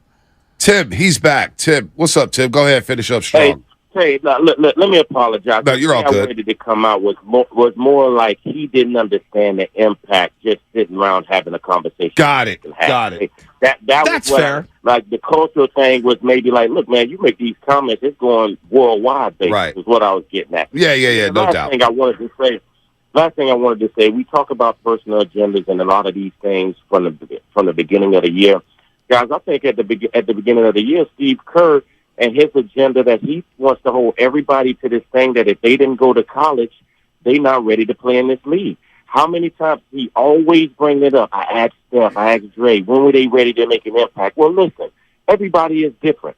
Everybody may need to be treated a little bit differently. Mm-hmm. We all can look at that court. We all know the game of basketball, and we can see this 20-year-old phenom can go out there and do some damn things. Give him an opportunity. Empower him. And sometimes, Vontae, tough love is when Kaminga missed that rebound in Sacramento, right? We all saw it. He didn't crash the glass. It's bringing him over to you and say, hey, listen, man, get out there. Go get the rebound. Show what you can do. Let me see it. We all know what you can do. And you get his butt back out there and see if he can make a change. You don't banish him. And I think what happened is he was too quick to banish the kid. Yep. So at the end of the day, I think his agenda of holding college on these players and not treating them to the talents that they have a lot to do with it, man. So that was it. I just think we got to be careful on Kaminga. I mean, guys, we all talk about it. We're not idiots. We see something in this guy. This guy was not James Marsden. We see that through all of the fire, through all of the battles, this kid still kept his confidence. Imagine what happens when his confidence is empowered. Yep. Look at Austin Reeves, guys. Same draft class, undrafted. Why is he what he is now? Empowered by the team, by the Lakers, and now he's become something. Imagine what Kaminga feels like sitting on that bench, seeing Keegan Murray, seeing Austin Reeves, seeing these guys being empowered. Austin Reeves wasn't even drafted in his same class, guys. We don't know what that feels like, man. No, and it's the kid tough. Still brings it. He still comes. So that's all, guys. I appreciate y'all letting me get back on. Good call, Tim. Really good call there. Tuesday, March 28th. And he talked about not banishing Jonathan Kaminga. This is one game I thought Steve Kerr and Kaminga turned the corner. So Jonathan Kaminga starts this game. He starts this game. Steve Kerr decides, you know what, I'm going to start. Valanciunas gives us problems. I'm going to start Draymond at the 5. I'm going to go Kaminga, Curry, Clay, DiVincenzo. And Poole's going to cut off the bench. And Poole came off the bench and scored 21 that game. But early in that game, Kaminga picked up 2 quick fouls. And Steve Kerr benched him. And usually, that's a point where what Tim was talking about, Kaminga gets banished. He doesn't play much more. But Steve Kerr in that game gave Kaminga another shot. And Kaminga ended up playing 31 minutes. He had a fantastic fourth quarter. He ended up 5 of 5, 13 points, 4 rebounds, 1 assist, cut hard to the basket. It really D'd up Brandon Ingram in that second half. Really made life difficult for Brandon Ingram. He ended up shooting 9 of 22 that night. And that was when I thought, okay, Kerr has finally turned the corner on Kaminga, and he gave him a longer leash. What Tim was talking about, you go in there, miss a rebound, boom, you're out of the game. And we saw that in the Sacramento series. He didn't play. He didn't play in the Lakers series. But in that game, that was late in the season. And I thought, boy, Kerr's finally trusted Kaminga. That's a great sign for the playoffs. He gave him 31 minutes. And then we didn't see that again. And that's the unfortunate part about the Steve Kerr and Kaminga dynamic, where it's like, you knew he was going to make mistakes, but Kaminga's a kid who's only 20 years old who gets better as the game goes along because he catches up to the speed. He starts recognizing coverages. He starts oh, this is where I need to be offensively. Oh, this is what this guy is doing. Oh, I can now pick up this guy full court. Oh, I know what his tendencies are offensively. All that stuff came into play the longer he played. A young kid like that, you give him 3 minutes, he makes a couple mistakes, you don't play him no more. I didn't agree with that philosophy. But in that game, and that was late in the season, March 28th, Kerr, I thought, turned the corner with Kaminga, said, okay, I'm going to give him a second shot. And he played well. Had a great fourth quarter. Okay, this is a loaded question. Let's say they don't make any moves, and the entire roster essentially gets rolled back next year. What's Kaminga's role? Don't know. Like, if Draymond's on this team, if Wiggins is on this team, where does he fit in? If GP2 is on this team? Don't know. Doesn't seem like he fits. It does not seem like he fits. What would you envision his role to be if that were the case? If those guys come back, I see his role being the same.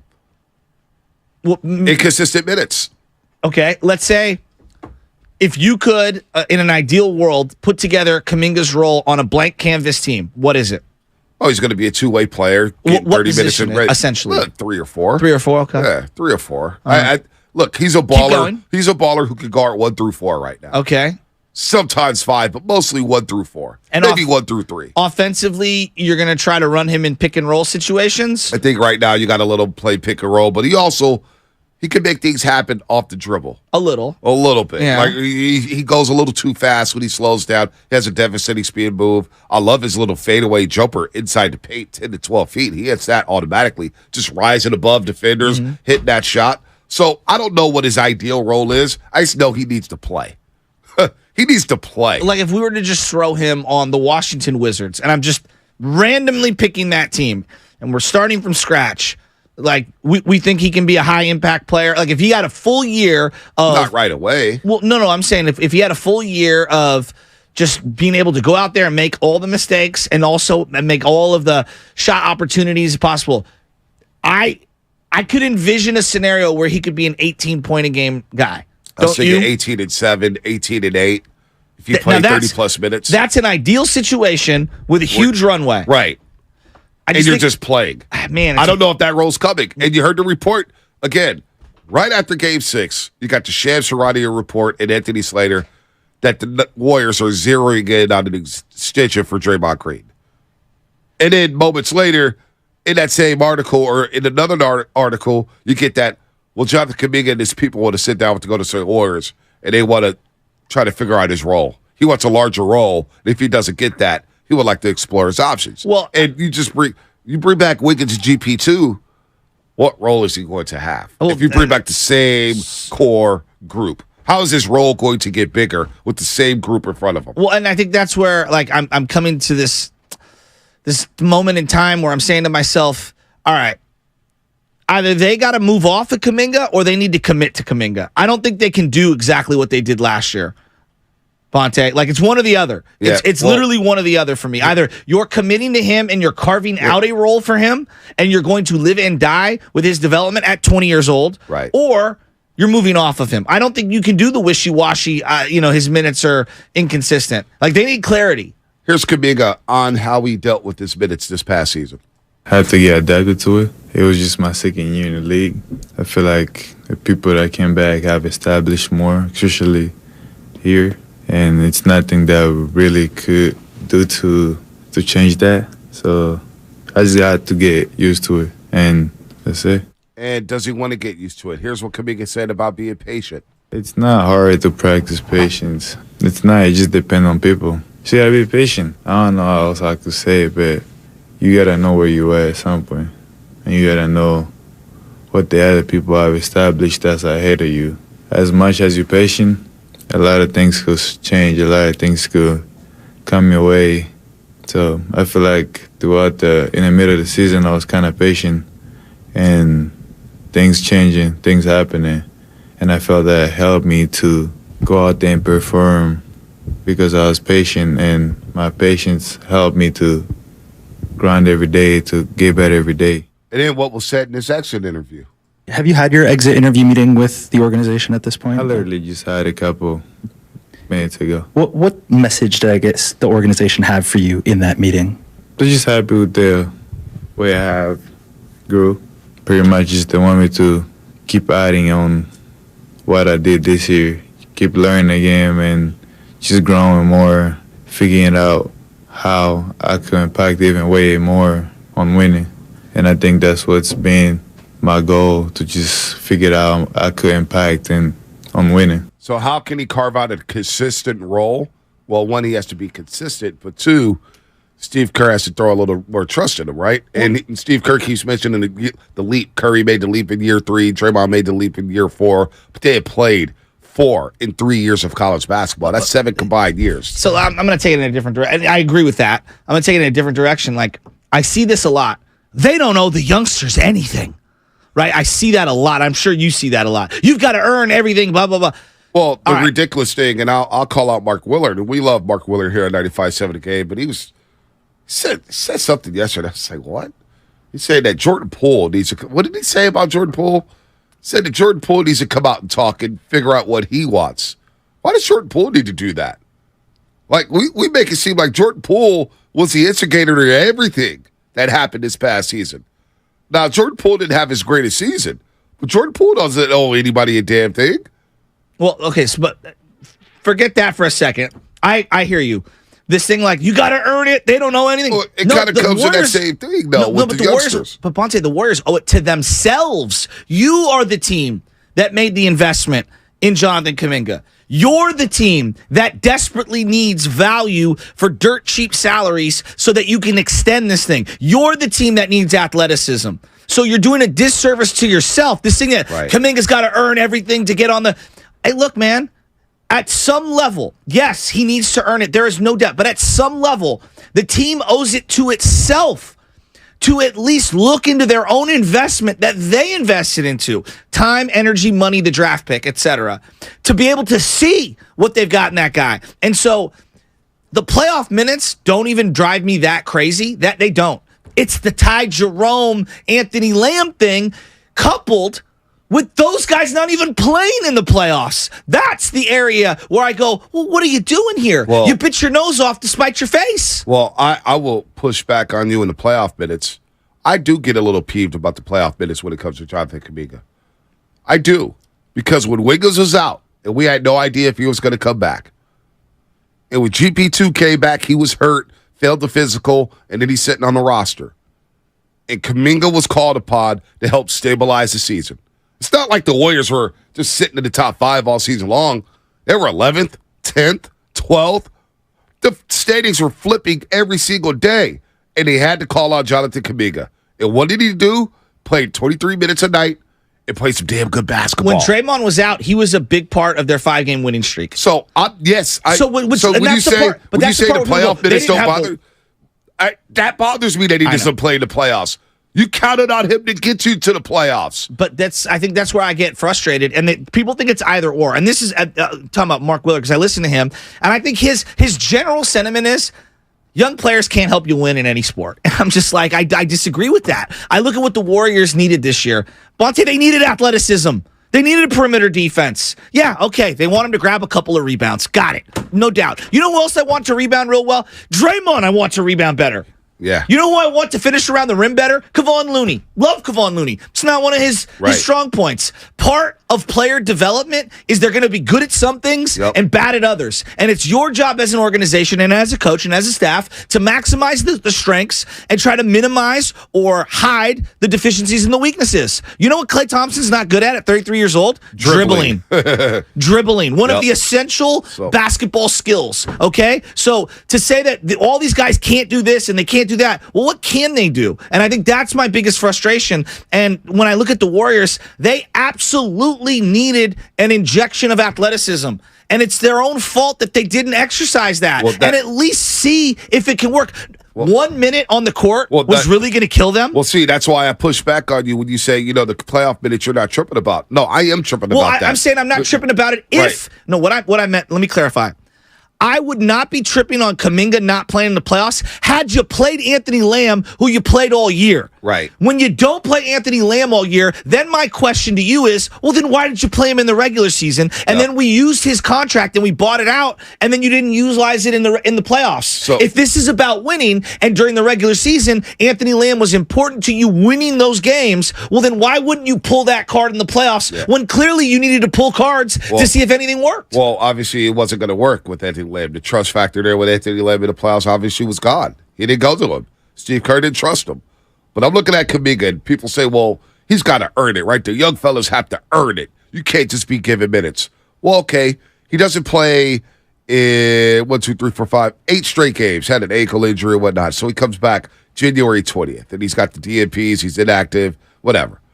Comes back January 20th, and he scores 10 points and grabs 3 rebounds and 5 assists against the Cleveland Cavaliers, and they win at Cleveland. Remember, he came back in that Cleveland game. It was JaMychal Green, Jordan Poole, the starters didn't play that game. It was one of the more fun games. Probably the most fun to win all season, possibly all season. Felt very refreshing. And Kaminga played well. Then he comes back against Brooklyn, where they blew that game on a Sunday night. But Kaminga, 20 points, 9 of 15 from the floor, 3 rebounds. This guy, from that point, he played 34 games. He averaged 23 minutes a game. All right, this is the 34 games, 12 starts, 23 minutes a game. Shot 56% from the floor and 45 from 3. All right, he got to 12 points a game, 3.5 rebounds. Sure, you want to see him improve on the glass. But you got to also take into account he's guarding a lot of perimeter players. All right? He earned minutes in the playoffs. Like, I don't want to hear this thing that youngsters, they got to earn minutes. We watched Kaminga down the stretch help this team get to the playoffs. That's a big part of that. So you're telling me he didn't earn minutes? I'd push back on that about the playoffs. Okay, he made some mistakes early in Sacramento, and I get it. You blow 3 minutes in a playoff game, you could lose it. We almost saw that with Damian Lee last year in Game 2 of the Western Conference Finals. Damian Lee had an atrocious second quarter. Almost cost you the game. Warriors rally, win out when they win the series in 5. But I'm sorry. I push back on that. Kaminga didn't earn minutes for the playoffs. I'll push back on that. He did earn minutes, and he should have played a lot more than he did in the playoffs. Well, let me ask this question, because, everyone knows that this organization has done some great things, but there's times we just disagree philosophically. Like, they made the trade for D'Angelo Russell. I kind of thought it was going to work. I thought he'd be a nice little 6-man. This is before Poole's emergence. I thought the only way it could have worked is if he embraced the 6-man role and became Manu Ginobili. And I was wrong. And so was the organization. I was, too. Hence why they pivoted off of it, right? You know what I'm saying? So they've made bad investments. So it's not the first time. The Wiseman thing, I thought it was going to work. It didn't. Hence why they've moved off them. So organizations miss all the time. This thing that they can't miss, it happens. But Bonte, did JMG, through his playing time, did he truly earn minutes? He did, but you could also say he never really was given a fair shot. I agree with that.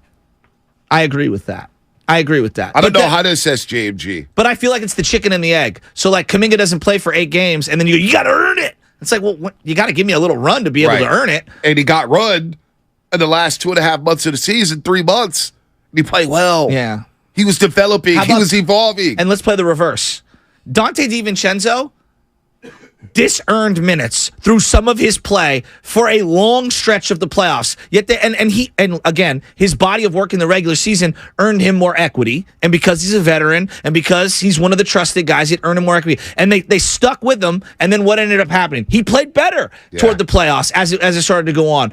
And I get it. Some guys are going to get more of a, favoritism, whatever the word is, veteran, coddling. It's going to be trusted more. Trusted more. Great. That's actually probably the best way to put it. I just wish you would have at least pulled the card over on Kaminga and seen it. Can I just see a minute? Yeah, no doubt. TV Bonte. TV Bonte and Radio Bonte wanted to see Kaminga. Seems like we brought him up every damn show, even though he didn't play. So that's where I'm at with Kaminga. That's where I'm at. I don't know what his role is going to be next year. And you better believe he wants a bigger role. He wants one. What if he goes through the first month of the season, gets a lot of minutes, and then he goes through the other thing? He will go back to the paper, or he will tell somebody, I want to be traded. But that's why I think, if Draymond comes back, I think Kaminga's gone. Yeah. Because of the positional stopgap in front of him, because of the finances, because of what their other needs are, it feels like a Draymond versus Kaminga thing, and I don't think it's exactly 1 for 1. No, but it's not. The domino effect of keeping Draymond Green. And if you're Kaminga, you're saying I can't play if they're still here. Nothing against them. Yes, but I want to play. Yeah, and so he's going to want to go to a spot to play. Let's go to Anita in Santa Clara. Anita, what's happening? Good morning. How are you doing today? Hey, I'm doing fantastic. I've just wondered what's happened to strength in numbers, and tag along from yesterday's conversations that you were having about the punch. I think it's a bit about the whole culture of which strength in numbers is part of, finding the joy in playing. But I think they went down a slippery hole with comp packages. Just, if I'm Clay, Dre, Steph, they played for cheap those first few years, and then to all of a sudden give Poole, I don't know. I think there's a lot going on there to unpack. You mean like got to get back to the culture? You mean like the finances? Like they believe Poole got paid prematurely? Is that what you're insinuating? Yeah. Gotcha. I have no insight. Yeah, no, that's this is my guess. It's a theory. Like any other company. Yeah. Interesting. Good call, Anita. Very interesting. Very interesting. I think there's some truth to that. Now, but I also think that what makes it unique in the NBA, the numbers are so public, as opposed to like in most work settings, Bonte, when you talk about pay and pay structure, it's very taboo. You don't want anyone's feelings to be hurt. You're not supposed to talk about it, right? Like most. Now, I know there are unions. Everything's public in unions, and the journeymen make exactly X. And is our contracts public? No, it's not, right? No, thank God. Yeah. Be embarrassed. But anyway. I just don't want them to be. I don't want people to be all up in my pockets. But like in most work settings, it's a taboo thing to talk about the money. In the NBA, it's a badge of honor, right? And there's jealousy, tremendous amounts of jealousy. No doubt. If you don't think there's jealousy in work settings, that's why it's a taboo thing when you talk about how much someone's getting paid in a normal business element. And because of the domino effect of you got paid, hence they only have this much cap room to be able to give me money. And then there's like, I only know I can only make money for a certain amount of time because the NBA window isn't very big. I don't know. I think these things are all cranked up to a whole nother level of scrutiny within the workforce. No, it is. It is. 888-957-9570. The big story of the day from Shams and Anthony Slater. Shams Sharadi of The Athletic and Anthony Slater. Warriors and president of basketball operations Bob Myers have had no substantial contract extension talks in months, and both sides are bracing for the likelihood that Myers could walk away from the franchise. So what does that mean? What does that mean for the Golden State Warriors if Bob Myers moves on? Is it a power structure? Is it reorganizing the power structure? Does Joe Lacob have a louder voice? Does Mike Dunleavy Jr. get elevated? What happens to this organization if Bob Myers does walk away? Of course, you got here in 2011, as the assistant GM, got promoted to GM the next season. His first draft, Draymond Green, Festus Ezeli, Harrison Barnes. I mean, what happens if Bob Myers says, I'm done with this? Let's start with the top domino. What happens with Draymond Green's opt-in, opt-out if Bob Myers is out? Does it have any effect whatsoever? Maybe. Draymond Green said it may. It may. What if that new GM comes and said, yeah, I want Draymond Green to opt out? I don't know.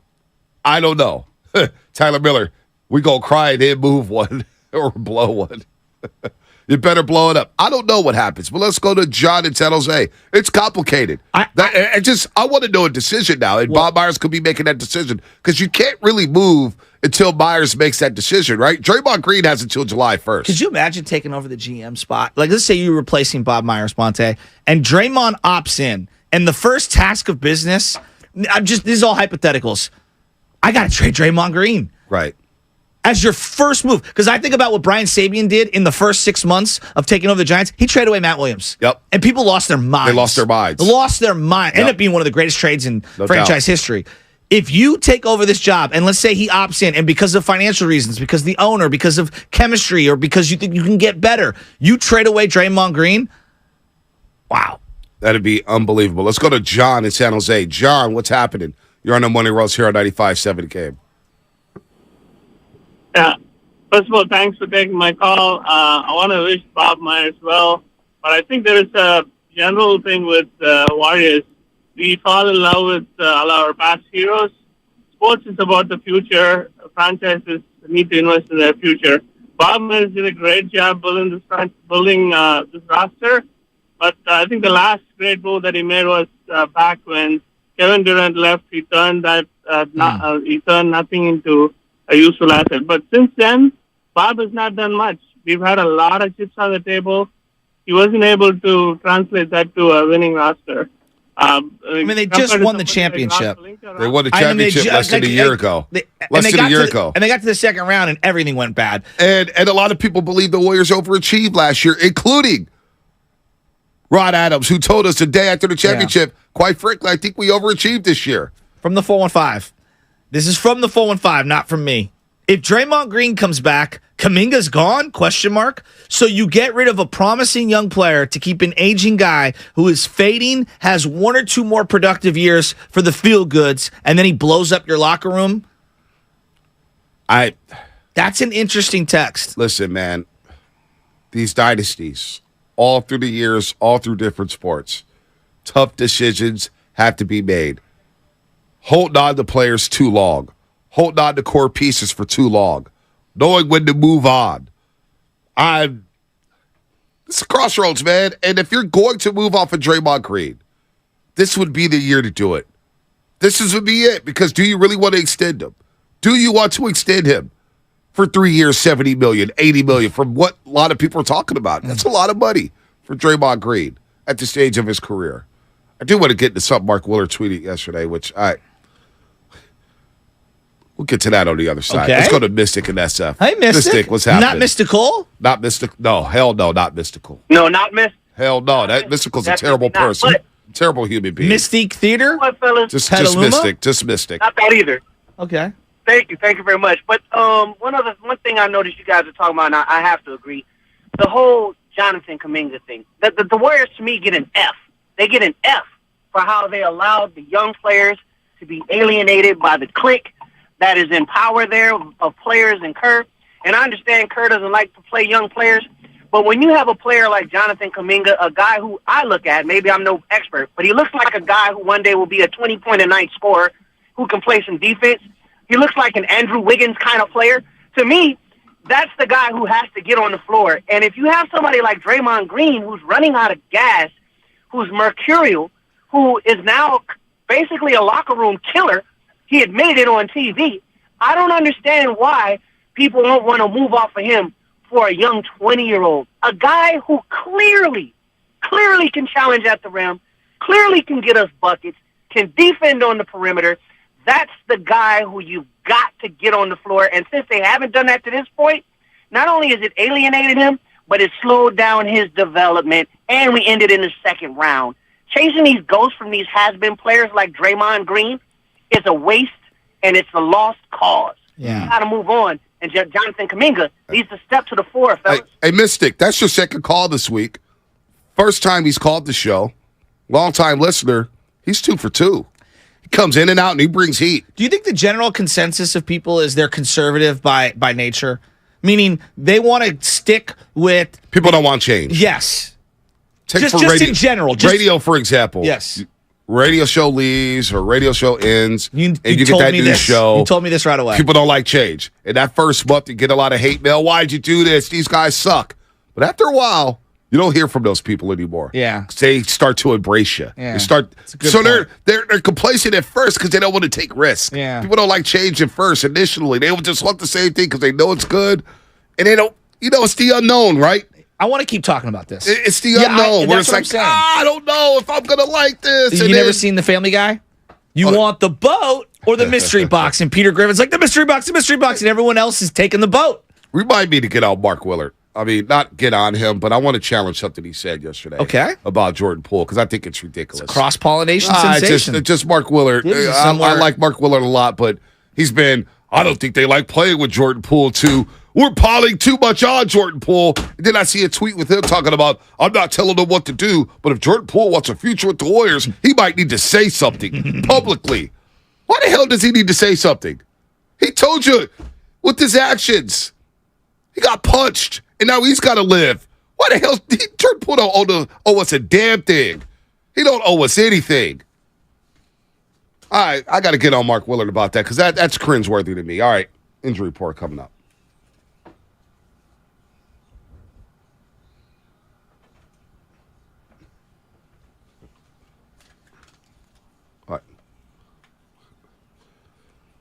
Mm-hmm.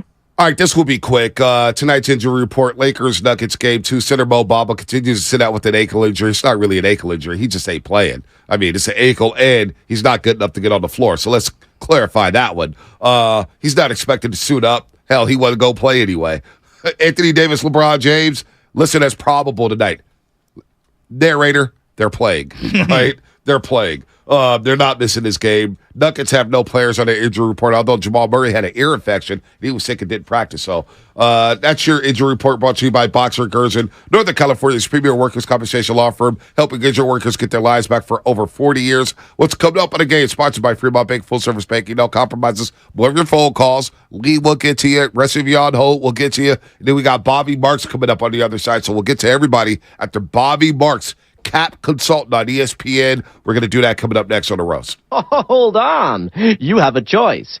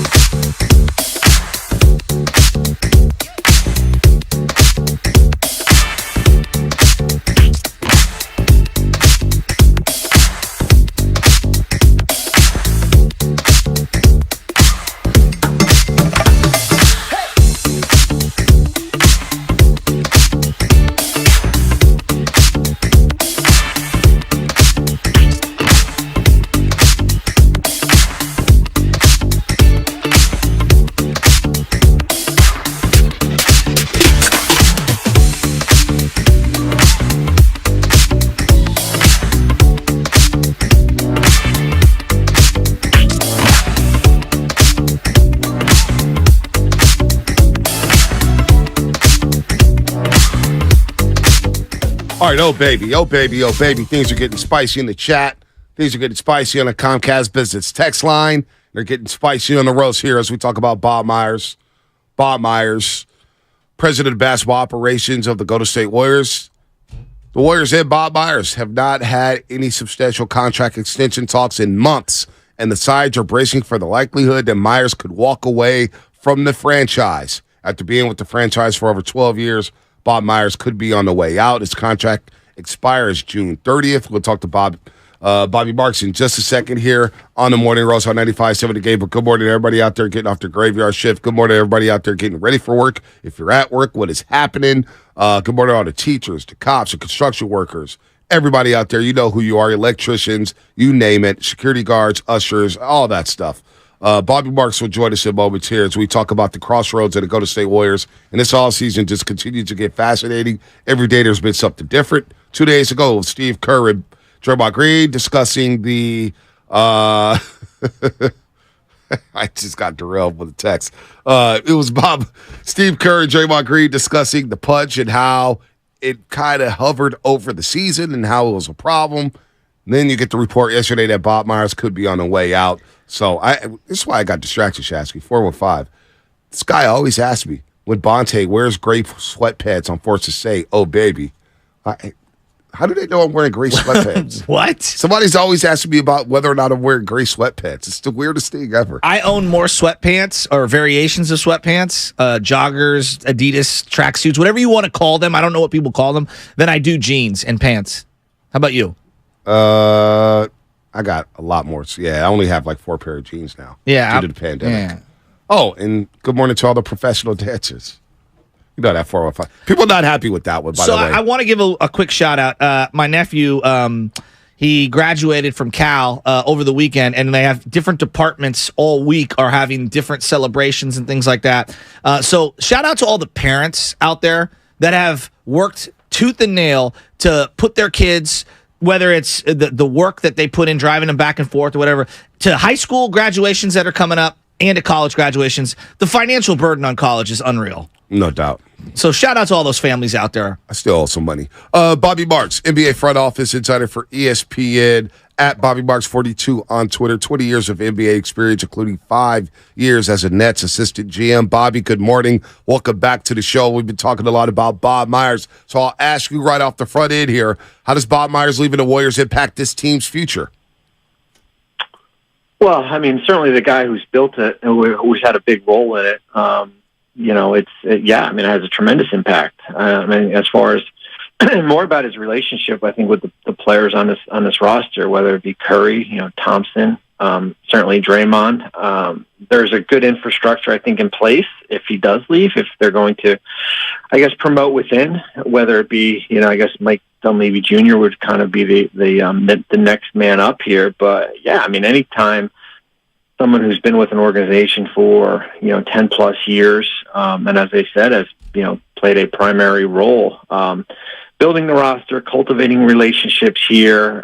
His relationship with certainly with Steve Kerr, I think it probably changes the dynamics a little bit here as far as maybe how things are built going forward here. The fortunate thing is you've got Curry under contract for the next 3 seasons here, and I think that's why there is still a priority to, I guess, retool this roster, not tear it down.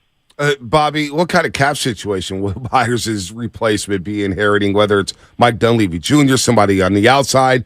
How can they navigate this cap situation coming into this gig? Well, you're not going to be able to really sign players outside of, retaining your own, and you're not even going to be able to really probably retain Dante DiVincenzo, who's got a player option, just because you're limited as far as what you can pay him as far as for his next contract if he decides to opt out. You got the veteran minimum exception, you got your first-round pick. I mean, that's kind of the reality of it as far as what you're looking at as far as, the openings, as far as, I guess, from a bench standpoint. The fortunate thing is that you can bring back Draymond, of course, and exceed the cap if you want to do a long-term contract. You'll have to figure out what to do with Thompson, who's on an expiring contract. As I mentioned with Curry, Wiggins, signed that extension last year. I think certainly you guys have probably talked about it at length. I guess if you're going to, break up a contract, it would probably be the Jordan Poole contract, just because he's trade eligible starting in July, and he's at a $28 million number, and that would probably be the direction if you don't have faith in what your bench is, whether it be Peyton or Kaminga or Moody or players like that, it would be Poole. But yeah, I mean, hey, the Warriors were going to be faced with the decision if they won a championship or they lost in the second round here. I mean, we've talked at length that the payroll is going to be north of $400 million, no matter how you split it up, with the luxury tax and the and the salary cap here. The fortunate thing is that the pain, is not going to be felt until next offseason or next year, because even with these new CBA rules coming in, the league is basically kind of giving everyone kind of a 1-year pass where you get your finances in order. And if Golden State elects to kind of go down this path, they'll feel a lot of pain next year. I mean, that's the reality of it here, is from a financial cost, from a draft pick cost, from a roster building cost here. So there is a little bit of leeway right now, but not much. Yeah, I think this is why we're bringing you on. You obviously worked in an NBA front office for so long. You have such a great feel for the finances, and it feels like we're talking so much about roster and getting the roster. How much are the finances going to dictate everything? Like, for example, the Draymond Green opt-in. I know no one wants to lose anyone for nothing, especially when you're this far over the cap. But is there a financial argument for maybe just allowing him to opt out and not working some sort of a sign-and-trade? Does that even benefit them? Well, the sign-and trade becomes a challenge because you can't, as far as what you can take back and salary. I mean, here's the big picture. You got Steph Curry under contract for 3 years. You got to maximize trying to win a championship here. And if you're not going to do that, you might as well just trade him, right? I mean, that's the reality of it here. I mean, like if you don't think the roster should be brought back, whether it be Draymond or Klay Thompson, like I don't know who else out there is you're going to bring in here. And yeah, from a sign and trade standpoint, it's certainly challenging as far as moving his number and then taking back contracts. It's just different faces. It's different players that kind of maybe don't fit your culture as far as what you've been able to do here. I think from a financial angle, if you're going to be bringing back Draymond and you're going to bring back Thompson, what you want to do is align it with Curry's contract. So whether it be a 3-year deal with Green or a 2-year extension with Thompson, I know Poole and Wiggins signed 4-year extensions last offseason that start this upcoming year here. That's kind of how, I think you take it in a 3-year window. So let me ask you this one. Unemotionally, because there's such an emotion attached to the big three that everyone is. How would you view this if you were the GM? Like, what would be the moves that you would make right now if you wanted to get this team back into contention yesterday, removing emotion? Yeah, I would probably look at Jordan Poole. You start there. I mean, I think, that's where I'm starting.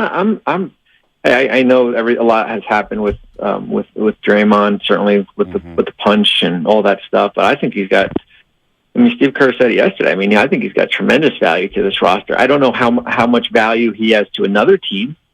I mean, I think that's going to be the interesting thing as far as if he went out and became a free agent. I don't know if he's getting $25 to $30 million from Detroit or San Antonio or Orlando or some of those other teams here. But yeah, I think I'm keeping the 3 players. I'm keeping Wiggins, I'm keeping Looney, and I'm seeing what I can get for Jordan Poole out there. I think the interesting thing is, as you guys know, like Kaminga was supposed to be the guy, like the next guy in line, right? Right. Like that was the goal all along when they basically had 2 sets of rosters with the veterans, and then you had Wiseman, Kaminga, Moody, Poole, right? Like that was the next layer of players when Draymond gets a little bit older and Thompson gets a little bit older here. And that plan has kind of gone out the window a little bit here because Wiseman's in Detroit. Moody, nice player. We've seen some good things. Kaminga couldn't get off the bench during the playoffs here. Which befuddled us all, Bobby. It befuddled us all because from midway through January, he was playing 23 minutes a night through the end of the regular season and was improving. Didn't even get a sniff in the playoffs. So we're all confused saying, man, looked like he could have used Kaminga at some point during the Lakers series. Well, and that was the beauty of Darvin Ham.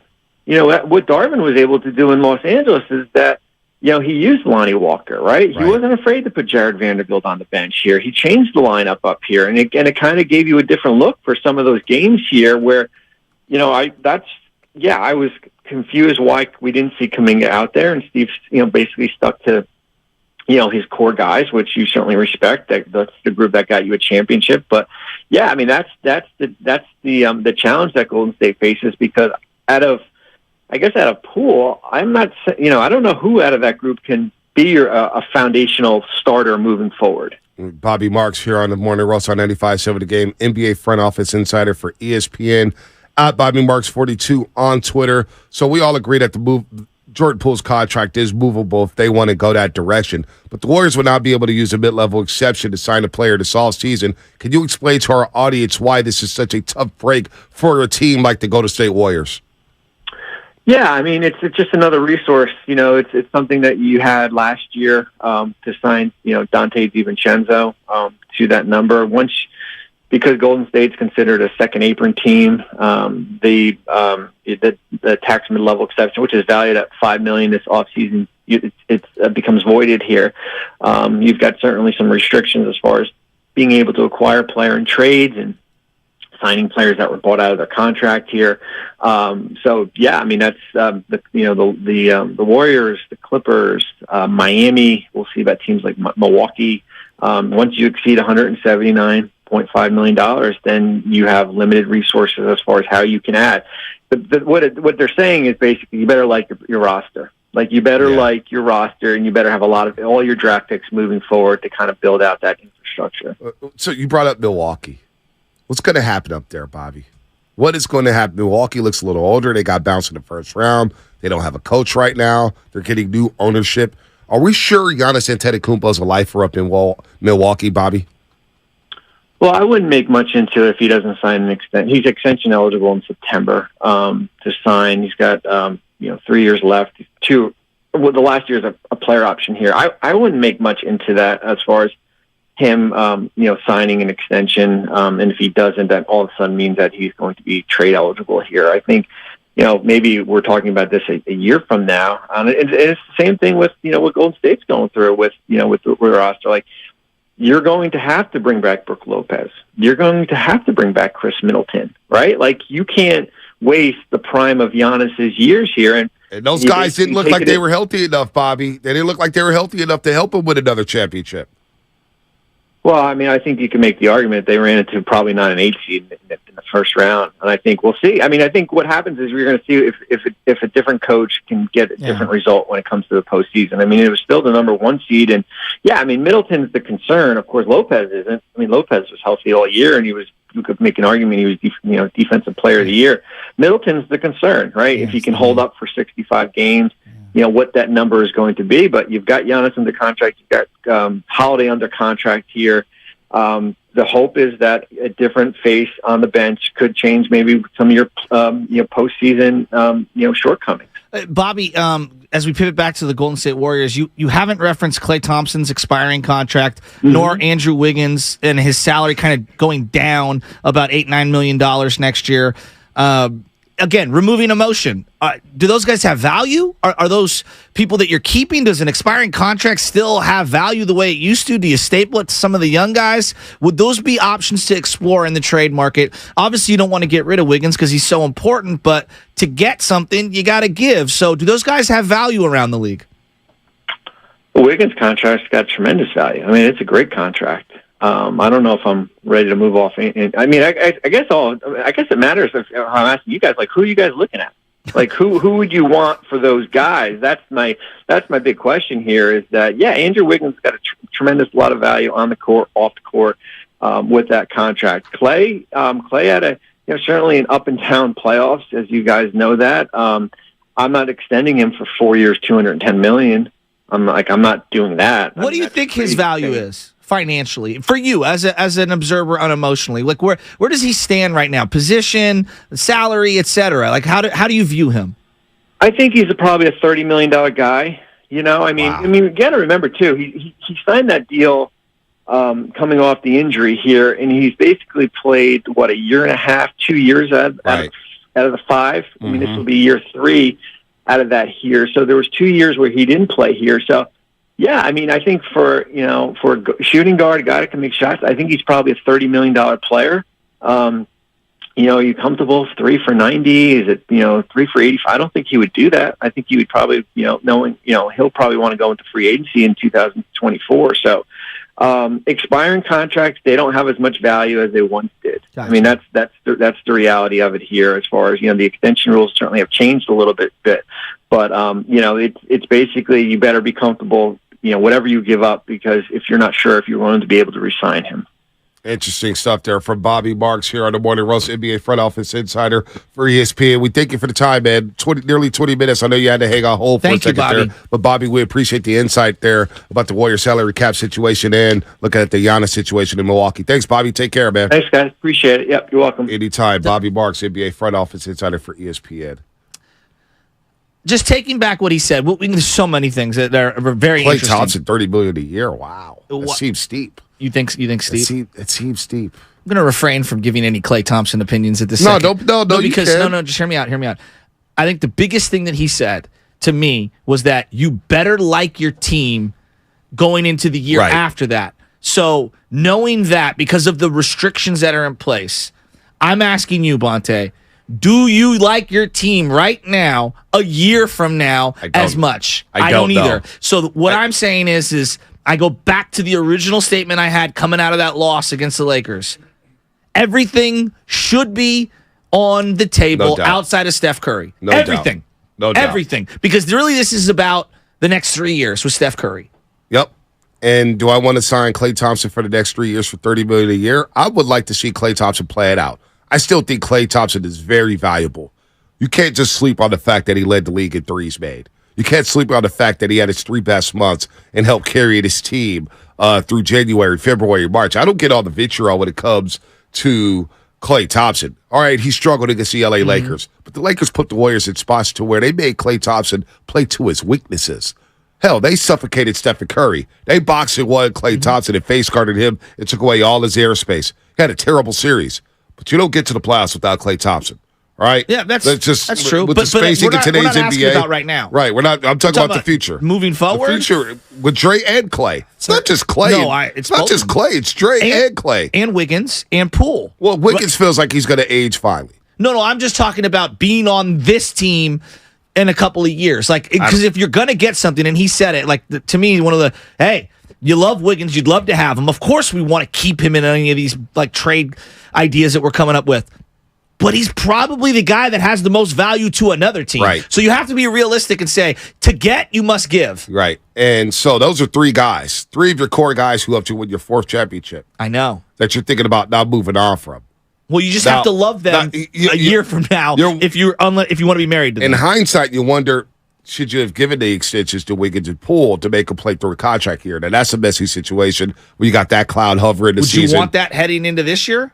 Probably not. You probably don't want them as a free agent going into this year. We've got enough stuff up in the air. That's what I'm saying. At least they're locked in, and I feel like they have tradable contracts. Exactly. They have tradable contracts. No doubt about that. You've got wiggle room. Real quick, I didn't listen to Mark Willard. I know you guys texted. I saw his tweet about Jordan Poole. I just want to say this, because Mark Willard tweeted out. I don't know what he said about it on the show. I don't. I just saw his tweet, and I kind of looked at his tweet and was like, huh? Well, he said basically, I'm not telling him what to do, but if Jordan Poole wants a future with the Warriors, he might need to say something publicly. Why the hell would he need to say something publicly? The only thing he needs to say anything to is the front office brass and Steve Kerr with the Golden State Warriors, and they can keep that between themselves. Jordan Poole doesn't have to say a damn thing publicly. Hell, I want him out of the public eye, considering what has gone down with Jordan Poole this entire season. Publicly, if he goes and talks, there's going to be more memes. There's going to be more cartoons. There's going to be more ridicule. Why does he need to publicly tell anybody outside of the Golden State Warriors what he needs to do? I'll play devil's advocate because I listened to part of what Mark was getting at, and I think his point was to dispel any other rumors and to like explain what the truth is. And on some level, I understand where he's coming from. On another level, now you're just putting more oxygen back into that fire. Yeah, I don't think Poole needs to say anything. I think less is more. Yes, exactly. I don't think he for needs all parties. Draymond. What does he accomplish saying anything publicly? Who does he satisfy? Yeah, Himself? Who does he satisfy? That's a really good question. Himself? Himself. He's probably satisfied with saying things behind the scenes. And does he owe Draymond to clarify anything? Like, I think to me that's opening up the can of worms again. But I do understand the point of view of saying, like, hey, I need you to do this for me so it looks good so that we can tamper down all these rumors. Like, I do understand that point. Who's going to believe that when he says, oh, yeah, me and Dre are fine? No one's believing that. No one's going to believe a thing. And if he does say, you know what, it is a problem and we haven't mended our relationship, then it escalates it even more. Yeah, like exactly. It's a damned if you do, damned if you don't. Like, just stay out of the public eye kind of thing. Yeah, I think he needs a nice trip to Cabo and just get away. When Draymond and Durant sat down and squabbled the beef or whatever, squashed the beef, did that appease anyone other than to run over They weren't Bob even Myers? teammates anymore, so it didn't matter. Well, we got that clip, by the way. We could play that 2 minute and 40 second I would clip. like to. All right, we could play that because that publicly did not go well. For anyone. For anybody. Draymond, it made the situation worse. Because we saw Bob Myers and Zaza. Zaza came by Chase Center when we were doing a show at Chase Center a couple years ago. And Zaza laughed and said, yeah, I don't think everybody was a fan of that clip. I don't think everybody was happy with what was said. And then Bob Myers came by at the last 10 minutes. Hey, guys, check in. And we made him get on air. He wasn't even supposed to come on air. Came on air with us. It's like, yeah, I'm not going to touch that one. He was visibly not happy about it. Yeah. So everything is said publicly. Bob. So that's all. I love Mark Willard. I just disagree with that. Jordan Poole don't have to say a damn thing publicly. And I don't want him to say a damn thing publicly. He's already gone through enough. Now, we can talk about his on-court play, and his on-court play was erratic this season. At best. But I talking about what he went through, because we don't live in his shoes.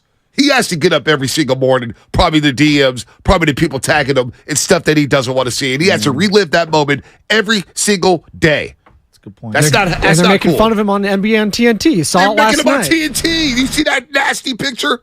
On TNT, inside the NBA. And Draymond I love that works show. for that show, too. That's another thing. It's like, wow, really? Yeah, so I don't. You know what? He ain't got to say nothing publicly. I disagree with Mark Willard when it comes to that. All right. What's coming up on the game? Sponsored by CalHope.org and the Department of Health Care Services. All your phone calls. I see y'all liked up there. Peter Beal, Jasmine, Brian, Rob, Lee. We're getting to you all. Plus, we got some special sound bites or some fun sound bites for you with Draymond Green and, of course, Bob Myers and the Warriors. They've had no substantial contract extension talks in months, and the sides are bracing for the likelihood that Myers could walk away from the franchise. Mike.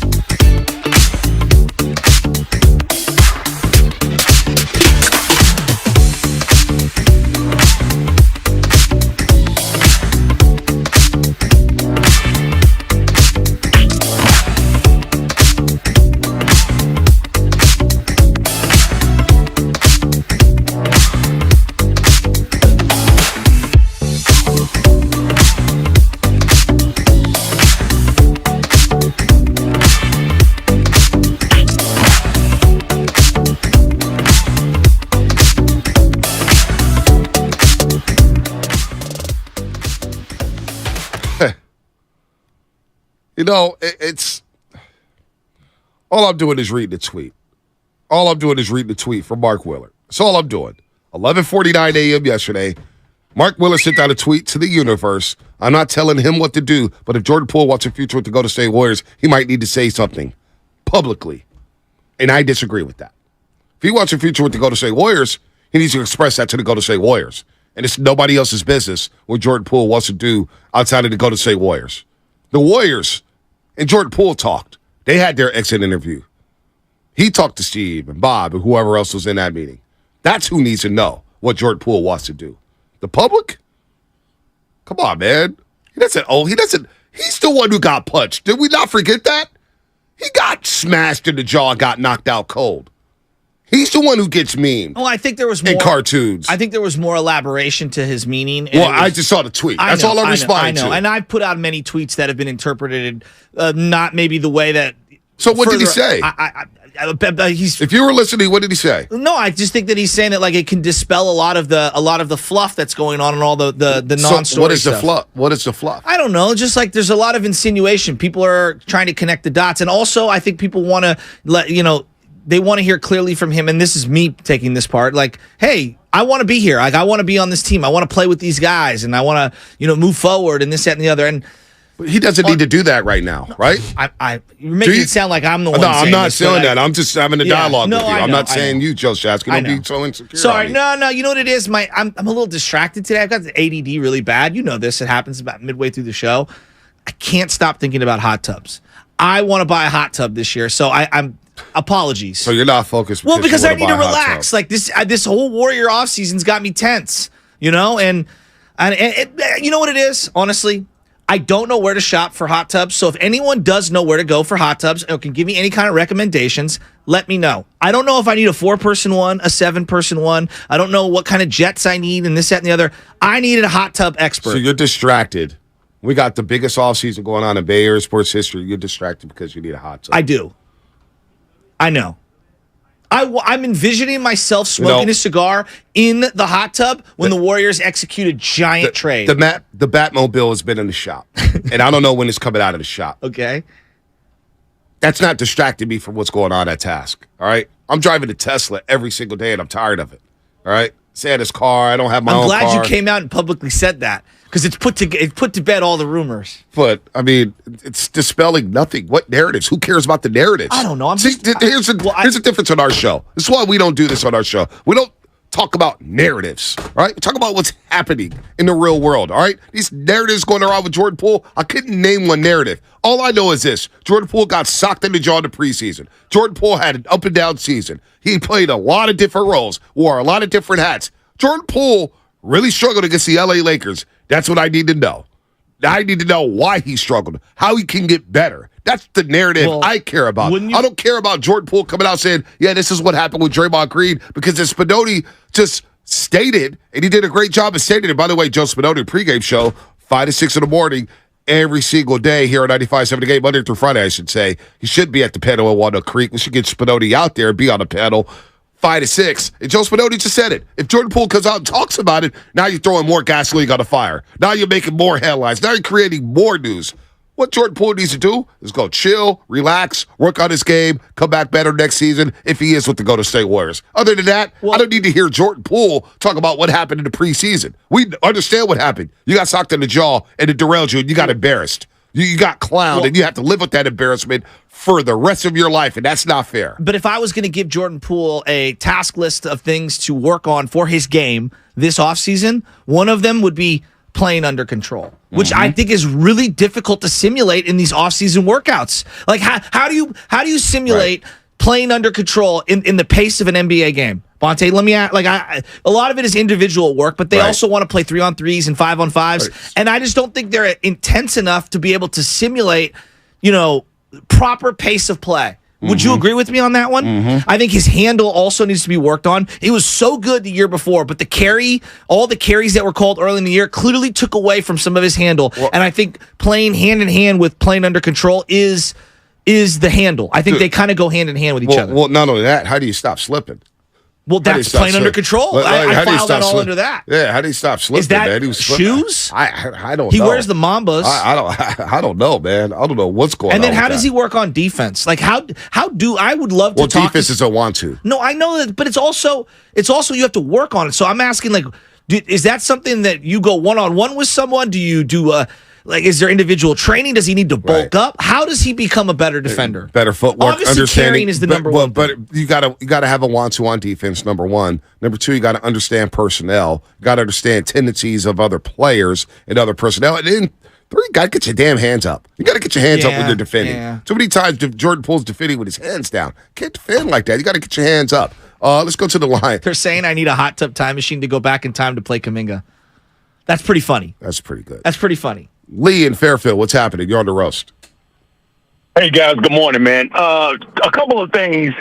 If you guys remember when David Lee was starting, when Draymond was around, and we saw David Lee, you saw Draymond ready to take over for David Lee. So David Lee came back one more year, and that next year, Draymond took his spot. The following year, David Lee was gone. As it relates to Jonathan Kaminga, we don't see it yet. I watch a lot of games, man. Bonte, I done seen you on the network 100 times.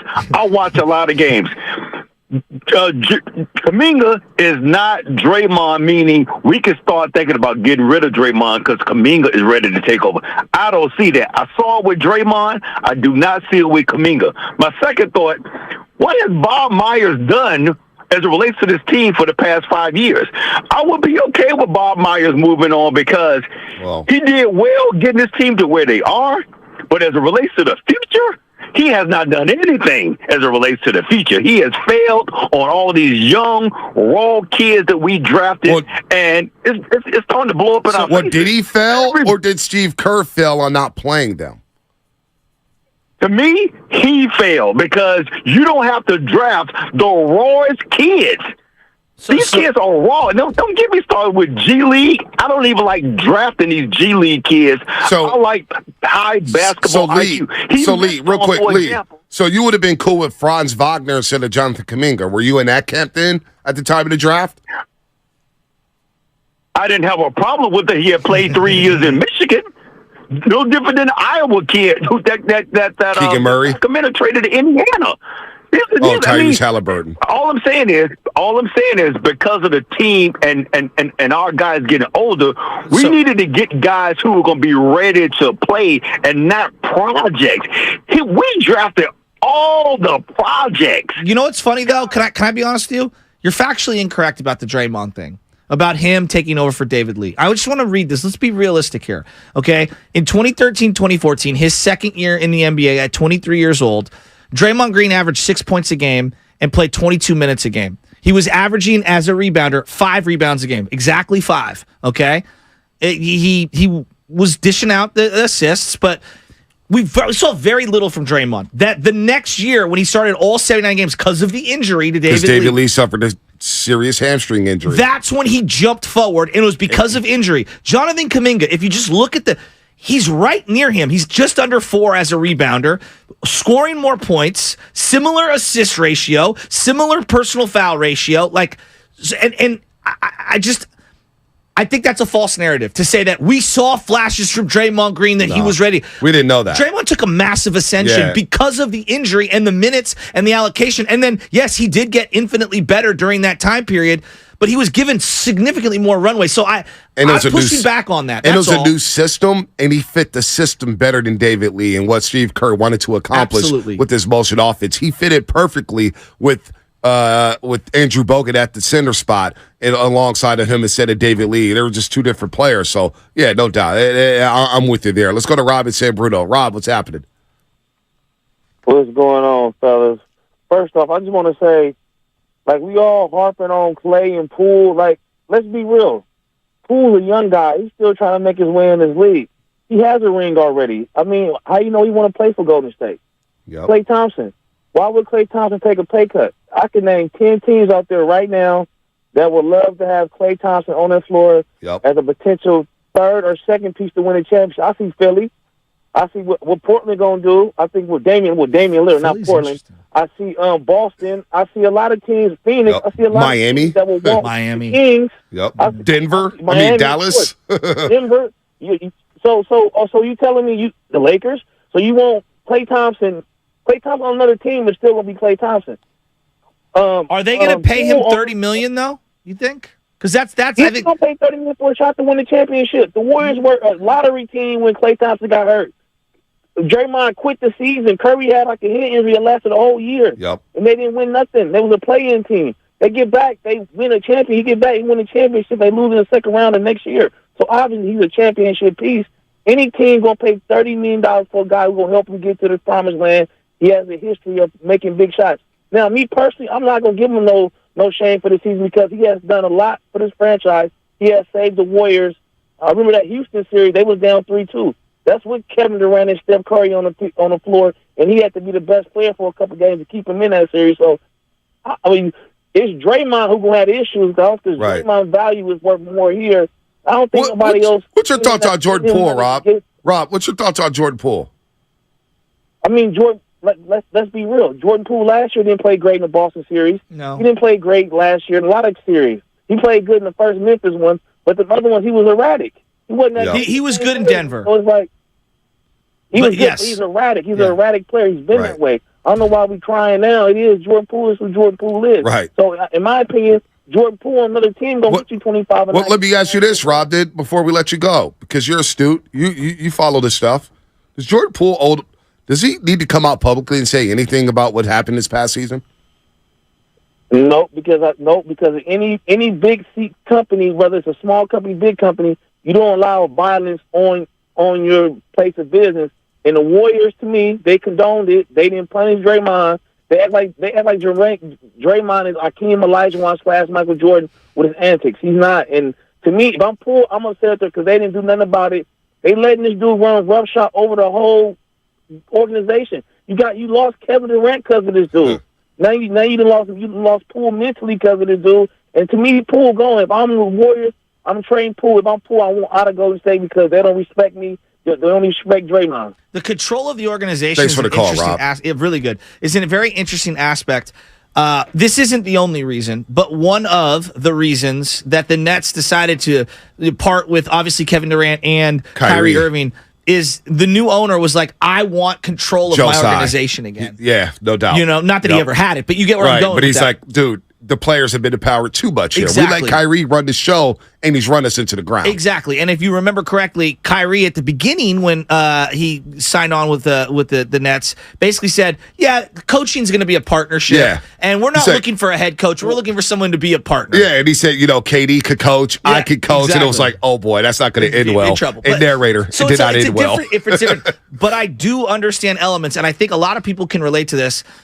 When in any kind of workplace, someone who's felt empowered and is in a position of power and has too much influence, and you don't think it's worth the squeeze. Now, I don't know if we're at that point right now, and I don't know what the hell's going on inside the doors, but I do understand that point, and it's a relevant one that we won't know the answer to. If Lakeup or the people in that front office feel like, we've given enough, and now we're ready to go in a different direction. No doubt. Let's go to Jasmine real quick, and then we got a special call on the hotline. Special call on the hotline. The bastion has been put out. Jasmine, real quick, in Birmingham, Alabama. What's up, Jasmine? Hi, how you doing? Good. I agree with the young man who previously called. I don't think you should trade Jordan Poole. I really think it's time to get rid of Klay and Draymond. I'm sorry. I really think that they can win another championship without Draymond and Klay. If you think you can't win a championship without Draymond, why you need Steph? Well, I think we all agree that Steph will work with a lot of combinations. Yes. Guys like Harden. We all don't like Harden, but he's worked with a lot of combinations. Well, and he's thrown a lot of those combinations under the bus. Facts. But Bonte, he's won a lot of games in the last decade. You know what? Screw James Harden. No, you know what? Screw I hear your point. But screw James Harden. On a whole nother level. Yeah, he is on a whole other level. But you know what? Screw James Harden because he sits there every single year. I just want a chance to compete, and all he does is flame out in the game 7 and then throw the coach on the bus and all that stuff. LeBron has worked with Kyrie. LeBron has worked with Dwayne Wade. LeBron has worked with Anthony Davis. Like, LeBron's not the perfect vehicle for the message, but the message still retains. The great players will adjust to whatever their environment is. Or they will leave that environment. This narrative that Steph won't be able to exist without Draymond Green, I could point to his offensive numbers, especially in this particular playoffs when Draymond got suspended, where he had 36, 9, and 7, and he looked amazing, and the rest of the team looked good. Will it be difficult? Of course it will. Would you have to replace Draymond? Absolutely, you would have to find a replacement. But to say that Curry can't exist and operate without Draymond is just so factually incorrect. Are we just too emotionally attached to Draymond Green?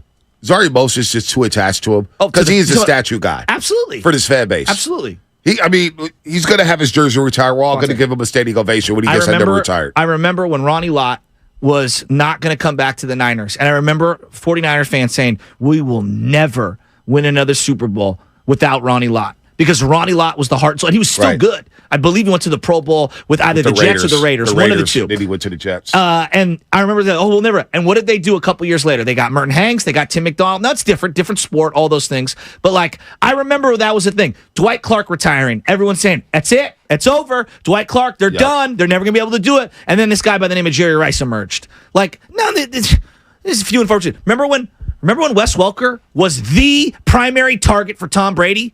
Then a guy by the name of Julian Edelman came along. Kind of made us forget about Wes Welker. Did it not? No doubt. Patrick Mahomes, he can't win without Tyreek Hill. How's that working out? Well, yeah.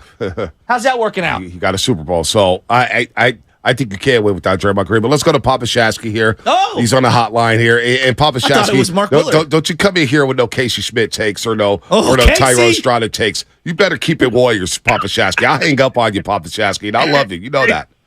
Good morning, fellas. How you guys doing? Hey, so listen, I just wanted to chime in on you guys were talking about Bob Myers earlier, and I personally think that Bob's a little too attached to the players, and I think after the last year's win, I think it was an emotional hangover for him. I mean, for what he went through last year, and I don't think he went out and got the players that the team really needed to have. Like a woman called in her about the strength in numbers.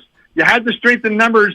During the season when you didn't have you had Kaminga filling in, then he didn't use them in the end. So where was your strength in numbers? He didn't use half those guys on the bench, and maybe that's a little bit of Bob's fault because he didn't get some other players in there. So I just wonder if there was a little emotional hangover, a little bit too emotionally attached to the players that are on the team. I like that. What would you do? Do you think they got to keep Draymond right now? Where are you at on Draymond? You know, it's a 50-50 with Draymond, right? You want him to be a Warrior for life, right? Because of all the stuff that he's done in the past. But the shenanigans that he's pulled, it's just wear and tear on everybody on the team, the front office, the fan base. You know, everybody that watches the game is emotionally attached one way or another to Draymond, right? You love him, you hate him. I mean, it's one of those things. Just like Barry Bonds, a lot of people love Barry Bonds and they hated Barry Bonds. Right. You know, but he's our guy, right? Yep. So you're going to stick with him because he's our guy. So you're sticking with him? Well, I think for now, I mean, I know you're not going to get anything if you trade Jordan Poole, right? And why would you want to give away a future to somebody who's probably on the better half, the downside of his career? Yeah. Right?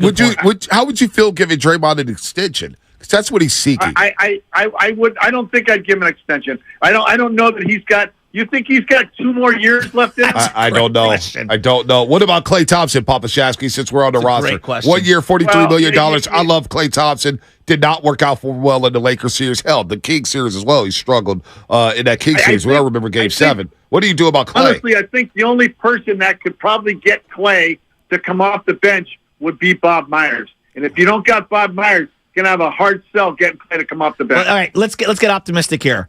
How fun is Casey Schmidt for the Giants? Oh my! He's the only guy. I turn on the TV. I'm reading my book. I turn my book off and I start watching only when he's at bat. and I love watching him play the field. What a cannon that guy's got! It was a double play. I swear to God, I saw that ball leave his hand. It was in Wade's glove. Oh my God, it's so fast. Hey, let me tell you. I was at the game yesterday. Yes, I went to a Giants game. I didn't pay for it. Shout out to NBC Sports Bay Area. So I got there, and, I wanted to get out the house. I had been locked in the house for 4 days, so I wanted to get some fresh air. It's like, you know what? I'm going to go check in a baseball game. Beautiful Why not? day. No basketball until later on. And you know what? I was impressed with Casey Schmidt. He got the loudest ovation. But that's about it. Let me tell you, there was a lot of empty seats at that yard yesterday. A lot of empty seats. Giants better get the youth movement cracking early, Pop. There's nobody going to these games.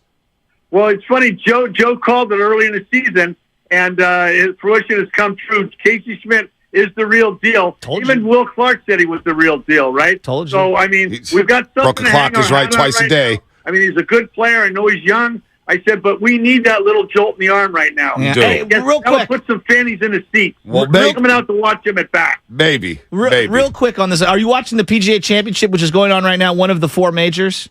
Well, it was a frost delay, so it was going to be delayed for an hour or two. Yeah. And you said you turned your book off. Is that because you're reading on the Kindle? Yes. Yeah. What are you reading right now? Oh, I'm reading. I live my life vicariously through these Black Ops assassins. So John Wick Part 10.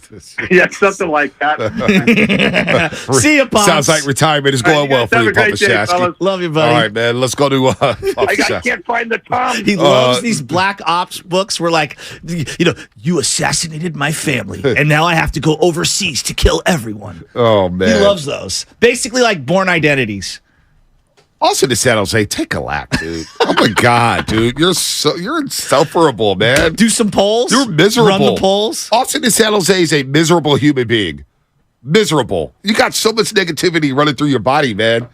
Get a girlfriend. Do something, man. Dude, just needed to relax. They've got marijuana for that. You could do other things to relax and take a nap.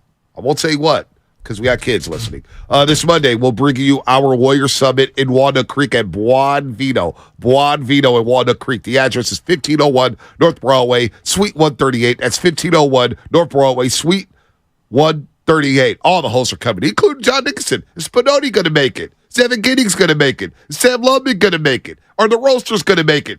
It's Operation Takeover. I need the Roasters in there.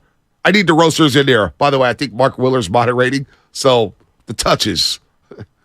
You may get 5 shots. I may get 3 shots. I may get Jonathan Kaminga. I'm pulling a Klay Thompson when Durant showed up. Oh, I best believe I'm getting my shots. Yeah, ain't nobody taking any cuts. I may get played like Moses Moody, just get a bunch of DNPs. Which, hey, I don't. Bonzi, why are you kidding yourself? You're going to get 1 touch. You're going to be Andrew Bynum taking a 3 and then get benched the rest of the day. Right, yeah. You know Monday. When the king shows up, it's going to be like a coronation. He's going to come in. I should come in with the crowd. Yes. I should come in wearing the crowd. And you know what? Shout out to Steve. Steve, I got your text yesterday. Who's Steve? Steve for Premier Limos, baby. Okay. He said right away, hey, Bonte, you need a car? We got you. But I got to stop by the golf spot on Monday. I'm going there, too. Are you going there, too? I'm bringing my clubs. I got to go there Monday. I actually want a new set of clubs. Oh, well. Really that's bad. Cool. Well, I'm going there because, they're endorsing your boy. They're going to teach me how to play golf. Christian, shout out to Christian and the rest of the crew up there. They must be the most patient people on the planet. It's all good. Sydney, one of our sales reps, she'll be there. So I may get the car. We may stop by the golf spot. And then we may go straight to Walnut Creek. So if you want to ride with your boy, if you want to ride with the king. I'm in. So you just have to roll out the red carpet for me. I'm in on that. All right. I'm in on that. Bonte will be like Katie. I will be like Katie. You know who I am. Bonte Hill. I'm Kevin Durant. You know who I am. I don't care the boss sent me the Warrior rundown. Summit night? The boss sent me the rundown. I'm like, boss, man, you only need like 3 questions up here. You got 7 hosts up here. If we need a script, I get some people may need a script. Now we're here. Like Guru says, I get up there. I don't need a script. I feel like this show's like that. We don't need a script. We need odds for this. Look whole at our summit. rundown. Who's going to have the longest answer there? Over under 2.5 minutes. Oh, it's Mark Willard. Mark Willard's That's not fair. No, it is fair. Mark Willard will ask the longest question. He'll give the longest answer. He's going to do it. And then he'll cut you off. Then he'll cut you off and finish your answer for you. So it's Mark Willard, Mark Willard, Mark Willard. Don't put words in his mouth. Yeah, well, we will do that on Monday. Look at our rundown. Our rundown hasn't even been open. That's how we roll on there. We freestyle. That's what I like to hear. I don't even look at it. Well, you need to do your job. By the way, Sam, come on. By the way, how do you do my job is he holds up the 9-page rundown that I typed up for the week that he hasn't even opened. Don't need to. All right, here's my favorite. Hold on. I'm going to start reading his rundown. Hold on. Can I finish my read? Yeah. This Monday, May 22nd, 4 to 6 p.m., Buon Vino at Walnut Creek. Brought to you by Kirby, your driveway mechanic. Check out Kirby at CURBEE.com. See you there. There you go. So which one of these topics, Sam, that you printed on this 12-page rundown, will the new GM / Dunleavy have the green light to make any move? Bonte, what do you think of that? What was that? Oh, will new GM have the green light to make any move? Yeah, I fell asleep on that one. Even though that was your question that you brought up last night. Yeah, seriously. I know. So I didn't need it on a piece of paper. I love how you just threw him back under the bus. There's so much unity on this show. It's great. There is. So much unity at this station. They say we're the perfect teammates. Okay. No. Can we say something real quick about teammates? What's that? In radio. What's that? Everybody only cares about their show. Everybody only cares about their guest. Yeah, of course. Yeah, I know. We're teammates. Don't talk about your teammates. That's all a big misnomer in radio. Well, we're all Everybody only cares about their show. It's like we're the all offense like and the Thompson. defense. We're going to get our shots up right. no matter what. We're going to get our shots up. We want the guests. We want the big guests. Anybody congratulate? Hey, you think it's time to go? We'd be like, hey, you know what? Let's be good teammates. Hey, Willard and Tibbs, you guys can talk to Bob Myers this week. You guys can talk to this guy. That doesn't work like that. I told Guru I'm jealous. Yeah. Pisses me off we don't get to talk to Bob Myers. Exactly. I want all the good guests. All of them. You guys can have Peter King, but I want Bob Myers. Lay off. I don't care about Peter King. Jimmy Garoppolo could be traded for 2 first-round picks. Let me give you a 7-minute long-winded answer. The boss is going to tell me right after that, we pay him a lot to come on. Stop talking about him. Bad. Oh, boy. Oh, boy. Stay off of my timeline. The new GM, would he have the green light to make moves? That's a great question. Speaking of which, Mike Dunleavy Jr. rumored to have the job if Bob Myers does walk away. Here's what he had to say about the Warriors vibe after the Draymond JP incident. Yeah, it's probably different than most workplaces, but in some ways it's similar. You go, you do your job, and sometimes you hang out with some people, sometimes you don't.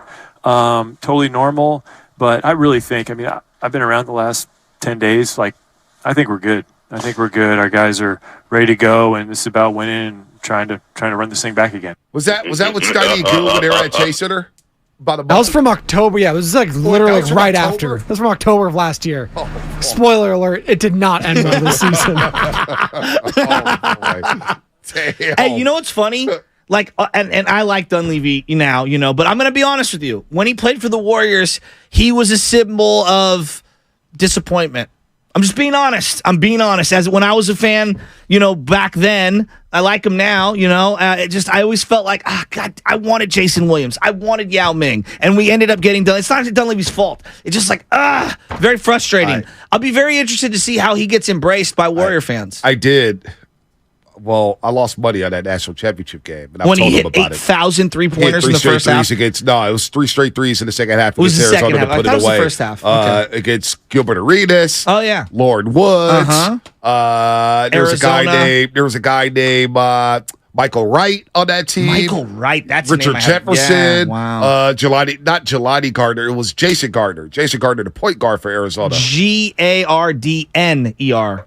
There you go. Yeah, 22, I think was his And then number. you had Jason Williams. You had Mike Dunleavy Jr. You had Shea Battier. That was back before Arizona got caught cheating. Yeah, I'm not going to say they weren't cheating back then. Shout out to Lute Olson. Rest in peace, Lute Olson. Is it at Lute and Mary Olson Court? Yep. Lute and Bobby Court. Lute and Bobby. Yep. But Mike Dunleavy Jr., I was like, man, this guy looks like Larry Bird. I was like, damn, I'm not mad at the pick. And didn't work out, but he's a good dude, man. He is a good dude. He's a good dude. But I wonder if he would have that green light. By the way, you're listening to 95.7 The Game, KGMZ, FM at AC1 San Francisco, always live on the Free Odyssey app. Let's start to sell her off with Brian and Palo Alto. Oh, BPA. BPA. What's happening? Not much, guys. I think all the Poole, Draymond, Clay stuff is now, in my opinion, it really doesn't really matter. The bottom line is you're going to go from Bob Myers, who's, you could say maybe he's replaceable, but he's certainly not replaceable by Mike Dunleavy and the brothers Lakeup, right? And, so like there are people out there, idiots like, Jim Park and Dr. Andre on Twitter, who are just some of the biggest moronic Warrior Twitter analysts I've ever seen. But like, bottom line, they're not going to go outside the organization to replace Myers. I mean, if they were going to go get an elite, accomplished GM to replace him, then I would say he's replaceable. But if you think he's replaceable with, it's the equivalent of like Tom Sula for Harbaugh. Like Mike Dunleavy Jr. is not qualified to be a general manager and would not be hired by a single other organization to be a general manager. Not one. And certainly the Lakeup brothers are completely unqualified to be GM. So, hey, that's it. It's pretty binary. They're either going to go outside the organization or replace Bob with somebody who's a legitimate, sort of general manager with credibility. Well, can I? Or they're going to do it internal. But Brian, it's an interesting point. But can I take a step back? Okay, what does everyone do in the NFL? They hire someone on the winning teams, the Patriots, right? The Kansas City Chiefs, right? If you were in the NBA and you were looking to hire someone, you would try to hire someone from the Golden State Warriors. They've been one of the most successful teams. Would you? I guess the question I had: would you say the last 3 years, which is sort of when Dunleavy has come to prominence within the organization, would you say those are like the three of the better years of the front office? No, I would stand down on that. I think that's a valid counterpoint. Nobody wants Mike Dunleavy to be the general manager of the Warriors. Nobody. Nobody thinks he's qualified. We don't even like him. He was not a well-liked Warrior as a player. So it's like, it's again, I got the Tom Sula vibes are strong. That's the vibe you got. Let's see if Dunleavy gets the job first before we go that strong. I think Dunleavy's done some really good things behind the scenes, scouting. He's really into it. His dad was an NBA lifer.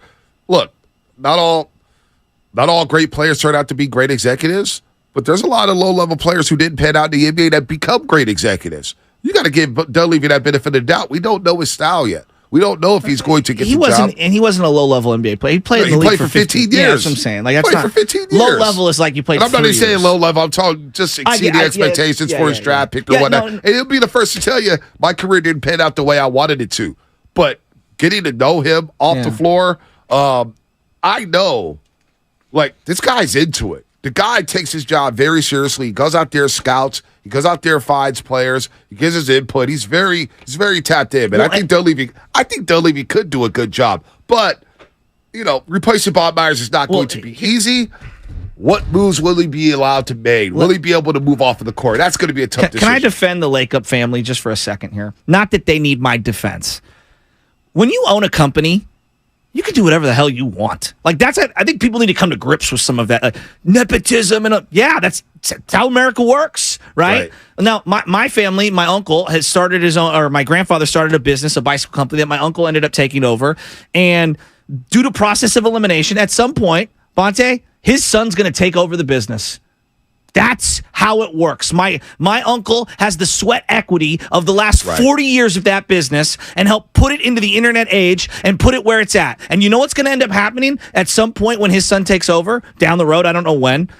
His son will have to learn at the bottom in the warehouse the way he has over the last couple of summers, every single job, the way the Lakeups did. And he'll be afforded liberties and get elevation that maybe other people don't get. That's the perk of owning your own business. That is not exclusive to just what's happening with the Lakeups. It's all across sports. Well, Who's running the Lakers right now? Right, the Buss family. Exactly. Ginny Buss. Exactly. Okay. But she learned the business from day one. Exactly. From the bottom up. She learned from it.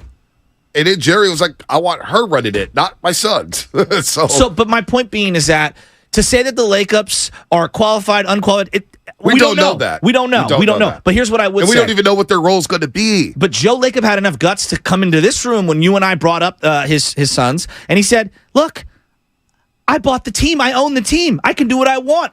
But I also understand that they're going to have to earn their positions because they're going to have to face these other people in the organization every single day. And so, I don't know. I think we make too much of that part of it. That's how businesses work. Jed York runs the Niners because his parents bought the Niners. And a lot of people didn't like Jed York running the Niners. But a lot of people bashed him for over 10 years.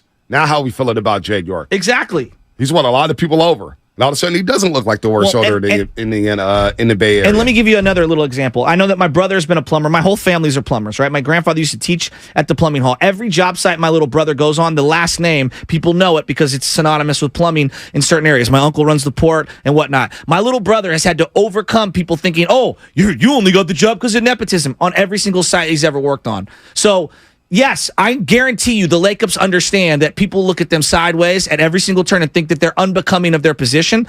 And I think we underestimate how hard those individuals have to work to prove to everyone, nah, I got this on my own. I know we want to believe that everybody's unqualified for every position. I just don't think that to be the case. Let's give them an opportunity to win us over. Well, this is when I come just Joe Lacob, forget all that stuff, because I do agree with you, Shasky. But when it just comes to Joe Lacob himself, and I see a lot of slander towards Joe Lacob, it was Joe Lacob's decision. It was Joe Lacob did. Joe Lacob sat in the studio and told us all, yes, I'm in on the decision making, but I'm part of the group that makes the decisions. I'm part of it. Now, is it the end all be all? Look, whenever you get an owner who is not frugal and is willing to spend as much money as he spent to try to win championships, I got no problem with that. Because there's a lot of owners who don't even care about their team. And we're looking at one that can't even draw 2,000 fans to their stadium in the Oakland A's. Would you rather have that owner, or would you rather have a Joe Lacob type? Give me the Joe Lacob type all day long and twice on Sunday. Let's go back to the lines here. Let's go to Corey in North Carolina. Corey, what's happening? What's going on, gentlemen? Good morning. What's up? First of all, I want to say, Giannis, come on.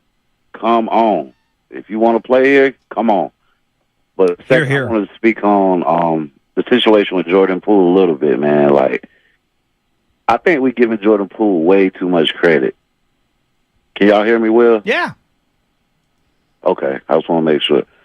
I think we're giving him too much credit, man, because I really believe people are acting like you can't go out and replace him. Like, if you could put Tyrese Maxey in his place, and you would actually get more production because he plays defense. I mean, there's a bunch of guys around the league you could grab for Jordan Poole.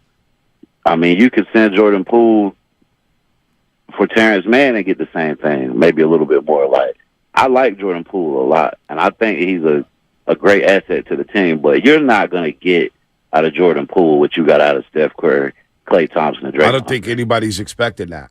I just think Jordan Poole's a nice ascending player, but I don't think we've given him a lot of credit.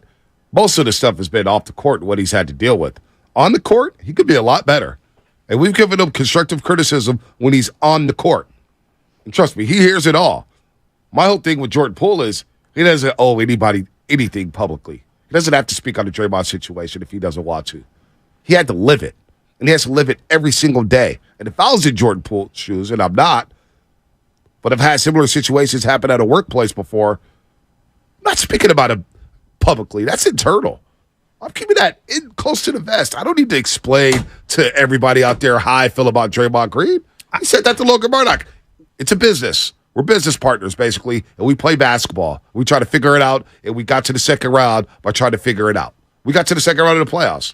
It sucks. It just feels like anything he says is going to be magnified and misinterpreted. They're going to rain down his parade even more. Yeah. Think about how many people are already Team Draymond in this situation. Yeah. And Jordan Poole's the one who got clocked. Yeah. And people are making up things on why Jordan Poole got hit. They have no clue on what happened in that situation. No clue. Draymond, in the latest pod, he addressed the Jordan Poole thing very briefly. And he goes back to, if the video didn't get leaked. It's like, oh, Dre. If I didn't get caught. Let's break real quick. Okay, we'll get to Quentin in Memphis, Joe, Peter, Bill, Anthony. We'll get to y'all. We're going to take all your phone calls, man. This show is flying by. This all-season talk, man. I told you, we wouldn't talk all-season during the season. We're here now, and we're talking all about it. The latest is the Warriors and President of Basketball Operations, Bob Myers, have had no substantial contract extension talks in months, and the sides are bracing for the likelihood that Myers could walk away from the franchise. What are your thoughts on that? We're going to take all your calls, 888-957-9570, and that's all coming up.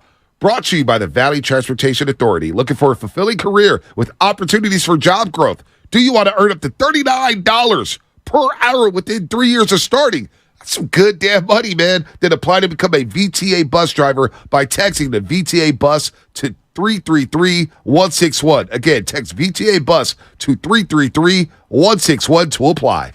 And can somebody give Bob some credit? It's Jeep 4x4.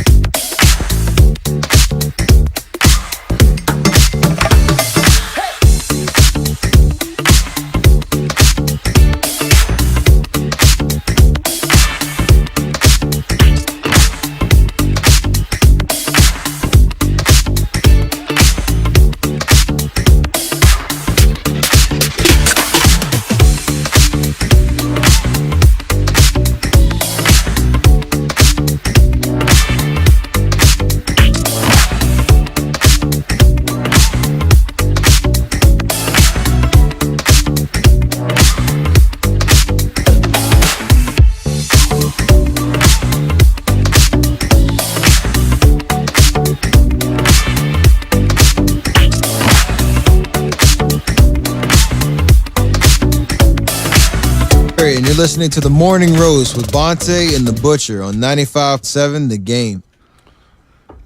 Old Ben Kenobi. Do me a favor, Loveman. Call Mark Willard. Let's just get him on and explain it. Because I don't want to put words in his mouth. I'm just reading the tweet he put out there. So now if we misconstrued the tweet, again, the tweet is, and we're going to spend time on it, just get him on the damn show. Just get him on the hotline right now. Let's get it over with. I'm not telling him what to do. This is what Mark Willard tweeted. And this is what I'm basing off of. I'm not telling him what to do. But if Jordan Poole wants a future with the Warriors, he might need to say something publicly. You ever had your like a parent or a loved one, uncle, aunt, wife? I'm not telling you what to do, but you should take that garbage out now. Right. My wife pulls that one in front of others. She'll give me the look in front of others. Hey, can you get me, a couple of wine glasses or something? We're downstairs partying, and I'm like, in a second. Can you do that now? Does anyone really have a choice? And then I'm like, oh boy, I'm in trouble. If he wants to explain it, because now we're sending out tweets. I don't know what you meant. I didn't listen to the show yesterday. I was busy. I was at the Giants game. I was having a good time.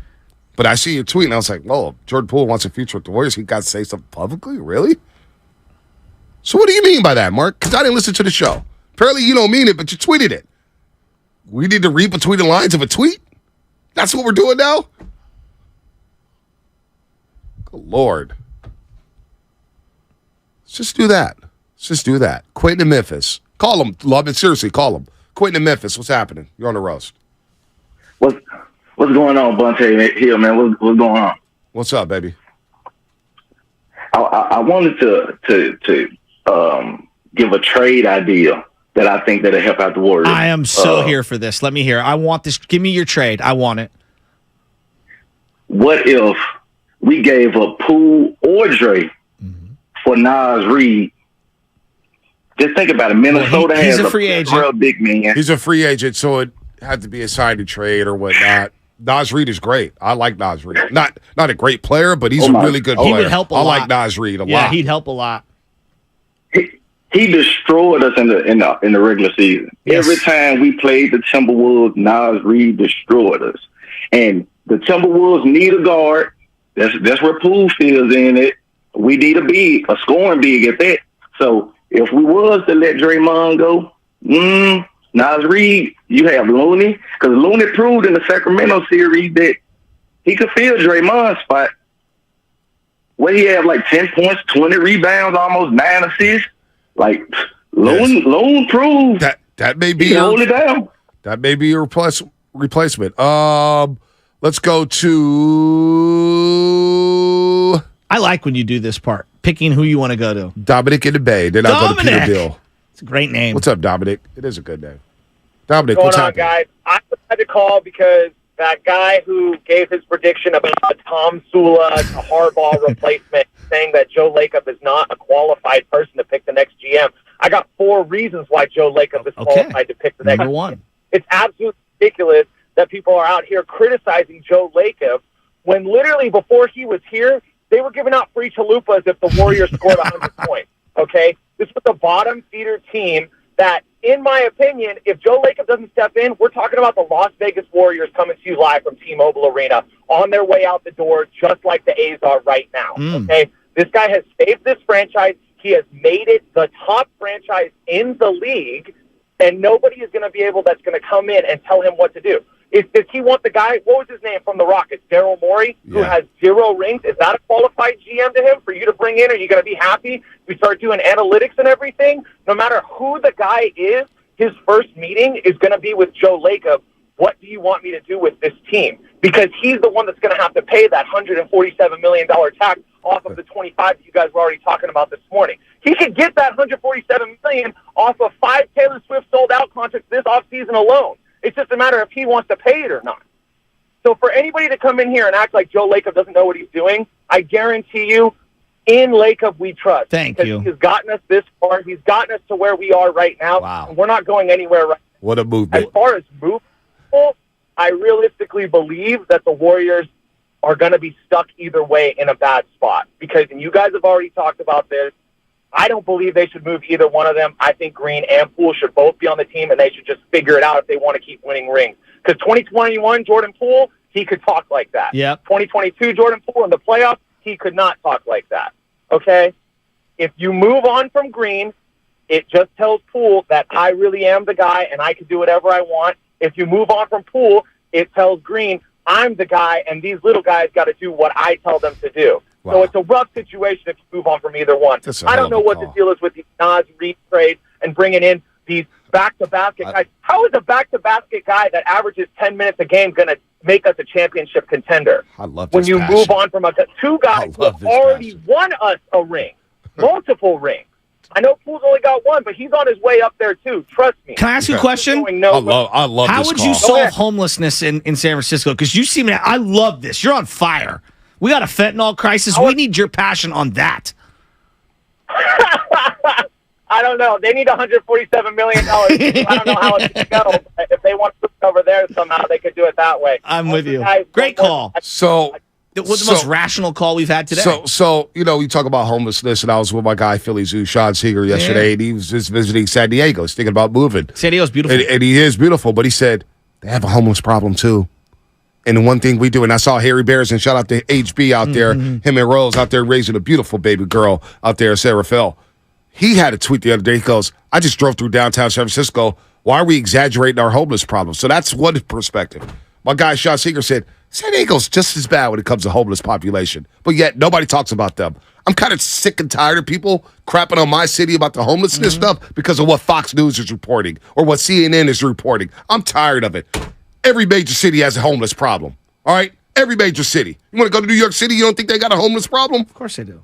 But I'm just I can't attest for New York. I just know that we do have a fentanyl issue. But it's just it's a big problem in San Diego, too. It's a nationwide problem. I'm tired of people just talking about homelessness and this and now. We got all, like, it's not just San Francisco. But San Francisco gets blamed for it. We become the poster child of homeless population. All right. Stop it. We had a great rational call. Now here comes a horrific text. Bonte, I'm going to read it just to laugh. Trade Steph for P.J. Washington, 2023 second overall pick, and a 2024 pick.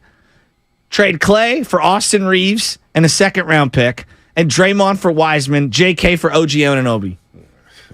Executive of the year right there. I mean, this show's off the rails. I've read some dumb things on this text line. No, I'll have my day 4 recap. Day 2 recap was trade Steph for 4 picks, trade Kaminga and Poole for James Wiseman. Can you please make sure you articulate it? That's not you and me talking about that. Yes. Well, I don't think people thought that was us talking about it. I mean, I say some dumb things. At least attribute the appropriate dumb things that I say, not the don't make dumb stuff things up. that other people are saying but you know what? on our show. That's what, some people get offended by putting words in your mouth. I don't. You can put words in my mouth all day long. I go out there and defend myself, but don't put words in my... I don't care if you put words in my mouth anymore. People do it every single day. Oh, your Bonte's a Steph hater. Since when? Like, he's Shaq's every day. Shasky called Klay Thompson, Kyle Korver. Right. Bonte hates Draymond Green. Yeah, whatever. I don't care. Some people care more than others. I don't. Peter Bill in Oakland. What's happening? Peter Bill, you there? Top of the morning. Top of the morning, Peter. I'm here, man. Top of the morning, man. It's Peter Bill. We got you, Peter Bill. Okay. I got you. I just want to start off saying, man, that Steve Kerr and we can't win without Draymond. I'm calling cap.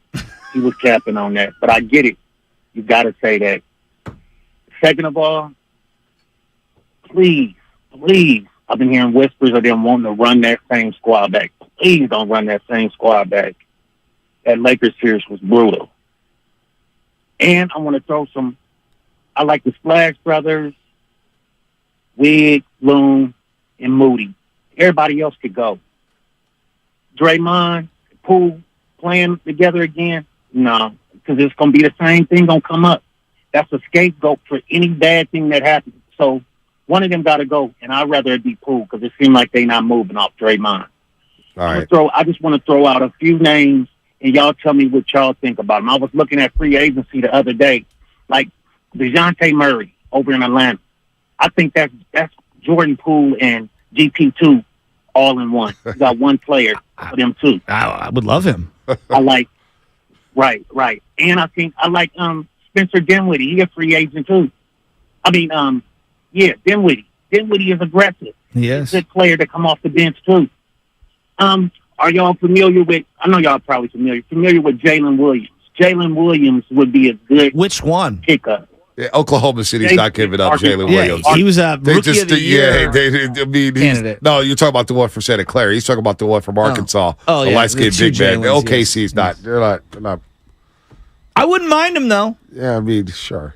Let's go to Joe at San Jose. Joe, what's happening? Get Mark Willer on the phone, please. I want Mark Willer before we sign off. Before he goes on his show, starts throwing this chopper. Go ahead, Joe. What's happening? Yeah, sorry. The thing that pisses me off about this whole Jordan Poole and Draymond Green situation is that, and then they come out and say that, we'll still be in the playoff if that had not happened. But why you guys, you brain surgeons at this radio station, didn't ask the question, how could the problem be fixed?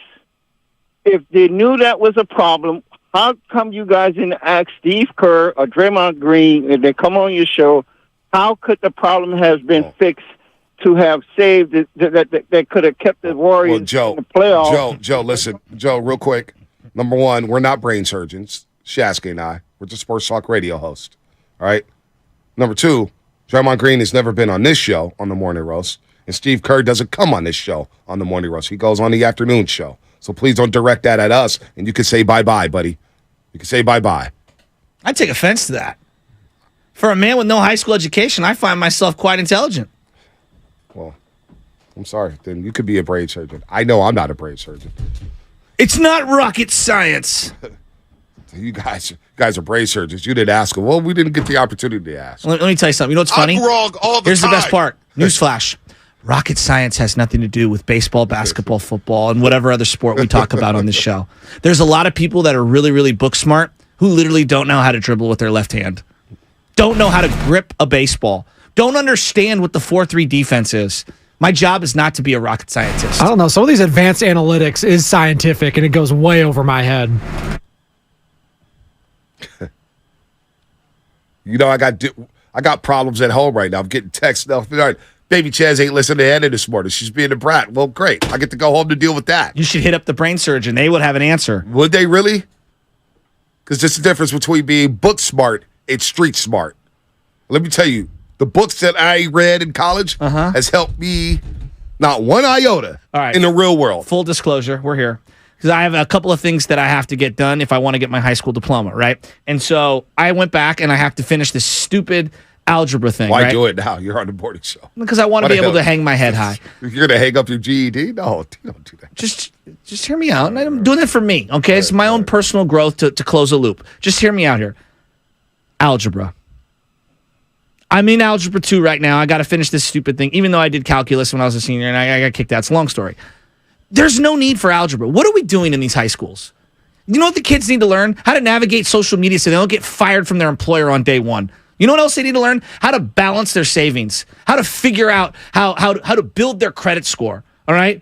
Navigating the interest rate market when they're buying a vehicle or buying a home. All right? Understanding those things. We don't algebra. I'm looking at these algebra. I'm sitting here, I'm going, I have had a very successful life given some of the things that I've done to myself in terms of shooting myself in the foot and making myself having to overwork myself to try to catch up to where everyone else is at. Algebra. We are wasting these kids' time with stupid algebra that they will never, ever utilize in the real world. All I'm saying is, if we're going to teach these kids to be prepared for the real world, learn how to file your taxes. There's a mathematician, there's a scientist there saying we need algebra. Yeah, it's called addition, subtraction, division, and multiplication. You don't need the X factors. It all goes back to rocket scientists. They do need to know algebra. They need to know algebra. Overrated. They need it. It was overrated for my career. Overrated. It was overrated for my career, but not overrated for everybody. So I'm not going to speak on that. I was going to get a math teacher who's listening to the radio right now. Straight off the station saying this idiot doesn't know what he's talking about. Now, personally, I didn't need algebra. I didn't care for algebra. I only wanted to count my money. Basic algebra, I get. I get the basic algebra. When we get into the advanced stuff, bruh, it's useless. Trust me on this one. Well, if you want to get into certain professions and you need that, like for example, engineers. Like my nephew just wanted to be an engineer. All right, yeah, totally get it. Totally get it. Don't need it for the majority of things in your life. Yeah, well, Well, those, as you just said, certain professions, which make up a lot of Look at it. Eminem society. said, you think coders don't need to know math formula? Okay. All right. I'm just saying there's people who need that stuff. Subtraction, multiplication, and division. Those are the basics. Geometry? When was the last time you did geometry? Well, the construction workers got to know angles and everything like that, right? A very specific profession, so, which makes total sense. But you need people. You can't say it's useless. You can't say it's useless. It's useless it's useful to a lot of people out there. It's not useless. Say what you want about it. Dante uses the Pythagorean theorem daily. I mean, seriously. I don't use it. I went to broadcast journalism because I know my strengths and weaknesses. My weakness was math and algebra. I struggled in those classes. Psych 5, I needed that requirement to transfer. It was a hard class, but thankfully, Professor Rose, her math test, and dude, I've never had a math class like this. Her math test back in college, at City College, San Francisco, it was all multiple Scantron? multiple choice. What? Scantron. Oh my God. You did have to show your work. God bless her. A, B, C, or D. You have to show your work. All I'm saying is this: look, in a sale, I've been in sales for many, many years. In sales, you either have it or you don't. You're either individually driven and you want to work hard and you learn about relationships and how to treat people and all those things, or you don't. You know what? Look, are there specific education? Absolutely. I love our roasters. But my Strippers God. need physics for that poll. I'm not even going to go there. So if you just type in Google, I like to do this, why algebra is important, right? So the first thing will come up. Algebra gives us the basis we need to comprehend certain problems that require more thinking. Here's the so problem. it expands the brain, Shasky. Okay. You might be in a certain situation where you come back, you know what? I learned this thought process through algebra. There's a lot of people coming in here. It's like a Mr. Miyagi type thing. 510. Algebra is used every day in sales. Figure out margins, solve for X, probability, stats, and forecasting. So a lot of people think it's important. Got to be able to see the forest through the trees. Oh, boy. That's a bar. Free your mind, Butch. Free your mind. I'm talking about the advanced stuff where you have multiple parentheses in one equation. It is absolutely over the top. No, a lot of people are mad at me for not shouting out the strippers anymore. A lot of people are reaching out saying they get real jobs. They're real people. They go out there and get college educations. Some girls strip to get through college and pay for college. I knew a couple. It's true. So I shout them out. You know what we need a class on? How to treat people properly. Well, that's what we need a class on. There's a lot of people who don't meet those qualifications. But that's my point. Anywhere about Mark Willard? We got about 20 minutes left in the show. Mark Willard, if you're out there, give us a call, please. Joe in San Jose, what's happening? What's going on? This is the real Joe San Jose. The other guy, I don't know what he's thinking or he's talking about. You guys aren't rocket science. You guys are the best radio station by far in this area. Now listen to this. We got the owners of the Warriors. What did he do? Joe Lacob, when he bought the team, walked out there and told him, I bought this team to win. And boom, he got the winning formula right there. Boom. Now, as far as Bob Myers, I think that's the key. I think Bob Myers is more important than any player on this team because he is the catalyst to tell Lacob who to get, him and Kerr, and I just hope that he stays. And as far as players, you got to get rid of Poole, man. You got to keep Draymond. There's nobody that gets fire underneath the team like Draymond. There's no one. I mean, it's just the bottom line. Shasky, you go back. You know there's certain 49ers, there's certain baseball players, Will Clarks and 49ers that you should light the fire, and that's the guy that you need to get another ring. You guys have a good week. I was more confused on that call than I was on Algebra 2. There's some mental gymnastics going on in my brain there. I didn't know where it was going either. But you say basically what I got out of it was he wants to keep Draymond Green and move off from Jordan Poole. By the way, Rocco's texting us said, take it easy on math. I needed it immensely for electrical. Well, again, there are specific professions where I understand but you said it was useless in the world. You got to watch your words, man. If Steiny was here, Steiny would say, watch your words. Don't put words in my mouth. Willard's teaching a class right now. We're guessing that it's Geometry 2. Tim and Joe Fortenbaugh doing calculus on money lines. Here's what I do Speaking know the of math education. of. Here's what I do know Speaking the of math education. of. When my mortgage is due. That's what I know. Oh, man. We shouldn't say math is useless. It's not. That's literally not what I said. You said it was useless. No, Algebra I said was useless. certain courses go way too deep that are mandatory for algebra was education useless. at high school level. And what my point of it is that there should be a diverse offering of actual real life skills that you do need. For example, understanding a credit score and how important that is, how to manage debt. Okay, understanding those aspects. People, if you asked 100 18-year-olds, how do you buy a home in America? So of course, 18-year-olds don't know that. I didn't know that. You didn't even know how to apply If to I college. pulled 100 30-year-olds, they might have that's But my you point. can't say useless stuff. I didn't. You said You're useless. hung up on the word. No, It was but you said the word. All right, whatever. Keep it moving. You said the word. That's Keep all it we moving. got on radio. We got words. We use words to describe things. Words. Makes the world go round. Drugs are calculated with how much you scale out. I also use an algorithm I learned in Algebra 2 to rig my fantasy b-ball draft. A lot of people use it. The class about how to treat people Jolt and Jill is called parenting. That's a good. Hey, he's right on that. He's right on that. Oh my God. He's right on that. Oh man, let's go to Anthony at 80 West. Anthony, what's happening? What a show. What's up, fellas? What's up? Good morning. So the last 20 minutes have been off the hook, but the 9 o'clock hour is my best hour. I'm a clutch player. You know, in the fourth quarter, that's when I show up. No, that's when you I'm get like goofy. Jason Tatum. That's when you get goofy. I was bad and lose all game, focus. and boom. Well, then I'm Jimmy Butler. I'm gonna come in. So check this out. So when it comes to the Joe Lacob thing, I wish him the best and whatever he does because he's been great for the Warriors. Now, when it comes to this Jordan Poole and Draymond Green thing, I heard what Mark Willard said. I listened to it this morning because I get up early like you guys. Right. And I completely disagree, man. I just don't see how the victim in the situation needs to, rectify the situation. It's not something that he did. He was professional all season. So, Anthony, real quick, before we dive deeper, because I read the tweet and I didn't hear much of his show. I didn't hear his show at all yesterday, actually. I listened all day long, but yesterday I was at the Giants game. I'm basing it off of his tweet. He said, I'm not telling him what to do, but if Jordan Poole wants a future with the Warriors, he might need to say something publicly. Now, I completely disagree with that tweet, but I don't understand what he said. Apparently, we're misinterpreting what he said through the tweet. So explain to us what he said, because I'm trying to get in touch with Mark Willard right now.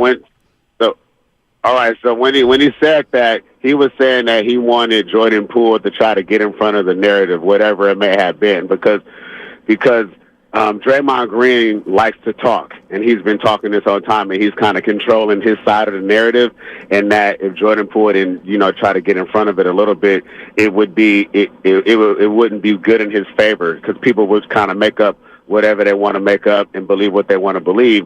And as you see with some of the calls, that's what's happening. But I just think that us folks that kind of think with a clear head know that Draymond was wrong, and it's his responsibility to try to fix the situation. But if it can't be fixed, if Jordan Poole doesn't want to forgive him, then that's what it is. And we got to move on amicably, right? I've always said that I don't think him and Jordan Poole can exist together anymore, and I stand by that.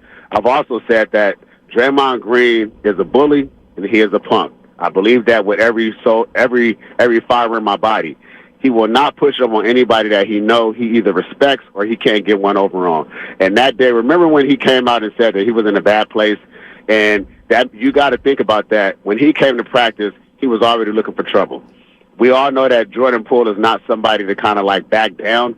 And you look at the video, he didn't push up on nobody else, and nobody else was talking to Draymond Green. Everybody want to say that, we don't know what Jordan Poole said. Well, if you really look at the video, Jordan Poole was honestly just talking to Draymond Green because Draymond Green was talking to Jordan Poole. And when Draymond Green ran up on Jordan Poole, all he wanted was some space.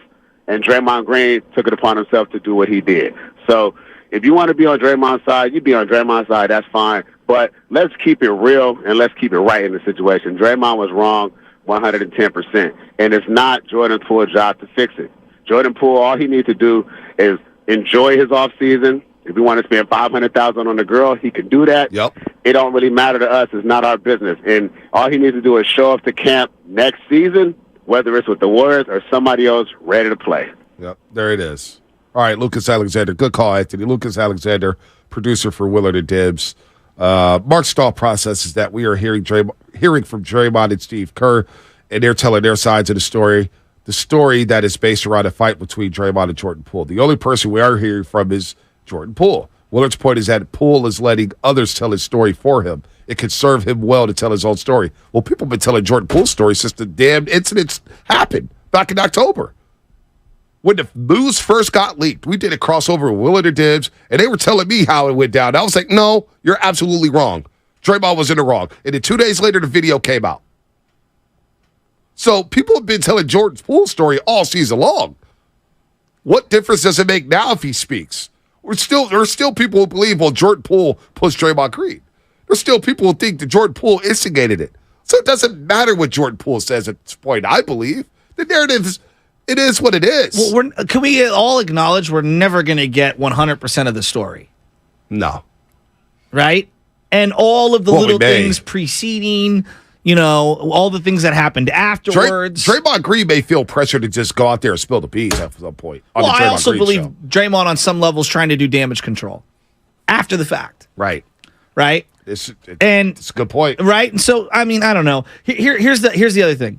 When you're the person that had this happen to you, and this is where I think I'm not saying we're going down this road, but there is an element of, if you're asking for Jordan Poole to talk, it does hint at victim blaming to a degree. I'm not saying that's what we're doing here, but what I'm saying is that anybody who has had things happen, sometimes you don't want to talk because you know that your words are going to be misinterpreted, your body language will be misinterpreted, and you don't want to have to go through reliving it over and over and over again. There are certain things in my life people ask me about, and I don't want to go over it again because it's traumatic, or for whatever reason, I don't feel like talking about it, and I just want to move on.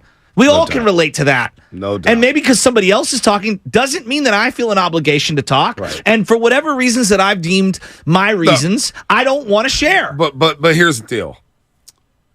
If Jordan Poole wants a future with the Warriors, he might need to say something publicly. Now, do the Warriors want Jordan Poole to speak about the situation? And if he doesn't speak out, is that going to be the end-all, be-all to him being a Golden State Warrior? I don't know. I don't know about that. I just don't know about that. All right, Kurt in Dublin. Kurt, what's happening? You're on the roast. Hey, thanks for taking my call. I'm a huge fan. Hey, with regards to Bob Myers, if this is the end of his tenure, as a Warrior fan, I got nothing but gratitude. He handled the job with class, and he was by far the most successful general manager in the history of the Golden State Warriors. If I were to see him at a restaurant or a bar, I would definitely send him a cold one. And then on to Jordan Poole. I think the determination has to be made if he cannot play with Draymond Green, that really means that he cannot play with Steph Curry, because we know the relationship that Steph Curry has with Draymond Green, and so we'd have to look to move him. And there's one player out there I think that fits us pretty well, and that's Kristaps Porzingis over in Washington. He's got a player-only year right now, so he could really put pressure on Washington to do a sign and trade with the Warriors if he liked it. Poole's scheduled to make $128 million over the next 4 years. That's a number I think Porzingis' camp would be extremely happy with, and it also gives the Warriors GMs the opportunity to rework the numbers to help with the luxury tax penalties that we're going to be paying, so we could financially benefit. And then you're looking at a lineup of Curry, Thompson, Wiggins, Porzingis, and Green, with Porzingis adding height, shooting ability, just adding another dimension that you can see we didn't have this year. Kurt, it's a well thought out idea. I don't, I'm Why just are not you the so biggest hesitant fan. on Porzingis? Just injuries, leg injuries. Can you count on him to play? Defensively, does he really fit? Do I want to lock in long term with a Kristaps Porzingis? He's been on how many teams? Well, he's been on 3 teams now, but he's had multiple leg injuries. Like, they did a study a couple years ago. Somebody had a tweet of all the leg injuries he suffered. It was like in the 20s. Foot, knees, ankles, calves. I didn't know it was that many. I mean, he's gone through a lot, man. I don't know. I'd be hesitant on that right off the surface. But I like the idea. I like where his head was at, though. I'm not going to say I wholeheartedly disagree with Kurt on that call. I'm lukewarm on Kristaps Porzingis. A little lukewarm. The comments are just out of control this hour. It's just all over the place. Well, you're all over the place. Marcus Sunnyvale, what's happening? I can't get you to focus from 9 Hey, to 10. what's man. up, guys? We got to figure this out. How you doing? We gotta Well, figure no, it I out. was thinking about Yeah, Jordan Poole. One second. I was thinking about Jordan Poole and like, what does he owe? And to me, like saying that someone owes something publicly is strictly so that you could CYA Draymond. It's to cover Draymond. Like, and I can understand from his perspective, Jordan Poole, like, yeah, I don't really feel like doing that. On principle. Now you can say, well, then you don't want to be on the team. No, I think that's crossing a line that I'm not comfortable with. Like, we're in the era of everyone's got to feel comfortable about everything. Well, what about this guy's feelings? We're doing it just so that Draymond feels good? That's the biggest thing about this whole season is have we cared about Jordan Poole's feelings? Because he got knocked out, and everybody's making a mean of him. He's got to wake up every day in the social media era as a 23-year-old. And you don't think if he goes on a date, some girl he's dating is going to be like, man, so how did you react from that? You don't think it gets brought up in his inner circle? I didn't even think of that. So that's actually. You know what I'm saying? Like in his everyday life. Hey, man, I admire you. You had to overcome something. It's there.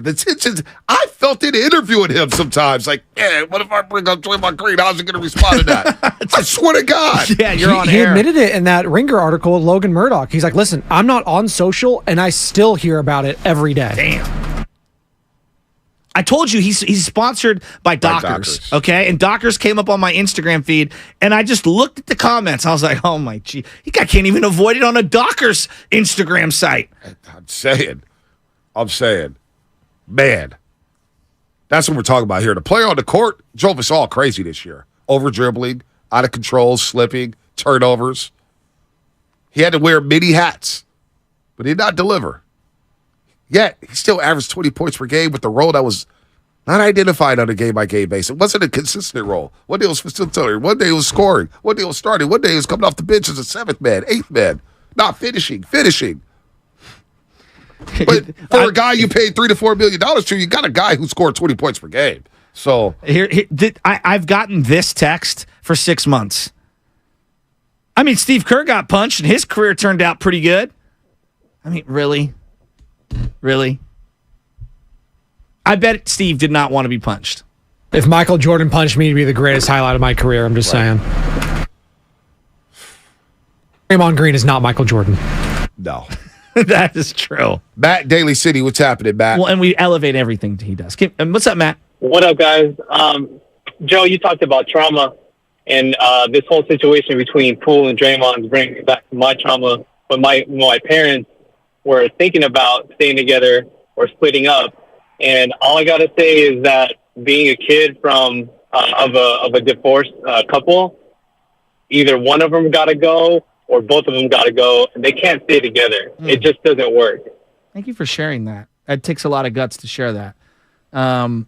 Man, I'm not a part of a divorced family, so I don't know, how to respond to him in that particular aspect. I'm sure that every dynamic in those relationships is different, just like every family dynamic is different, even if the parents stay together. But I do feel that element where, to me, on the outset looking in, from a business standpoint, I don't know about family, but business, and I know there are family elements to the business, but business standpoint, it does feel like either or both got to go. Either one of them or both of them. It feels like that. Well, let's not forget the theme of the show. We'll get to Alex real quick before we wrap it up. The theme of the show today was reacting to the Bob Myers news. And that's because the Warriors and president of basketball operations, Bob Myers, have had no substantial contract extension talks in months. And the sides are bracing for the likelihood that Myers could walk away from the franchise.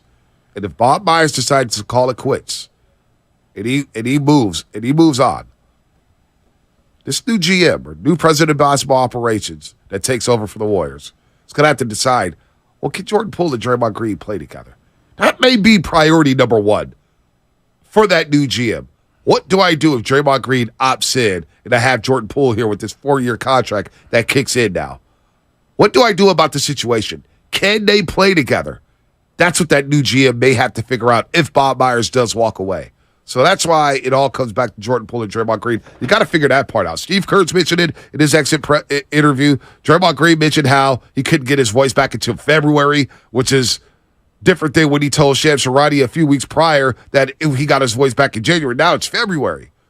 And now you had all these built-in habits that weren't good, which got you off to the slow start that caused you to win only 11 road games. That new GM, if Bob Myers walks away, is going to have to figure out, what do I do with Jordan Poole and Draymond Green? And that's going to be the $1 million question, and everything's going to play off of that. Yeah. So that's where we're at right now. That's where we're at. It's a crazy algebra equation that someone's got to solve. Yeah, and it's not going to be me because BA plus CD or plus DA and all that stuff, Eagles, I can't do that. A squared plus B squared equals C squared. There you go. And that equals final thoughts. Joey, I mean.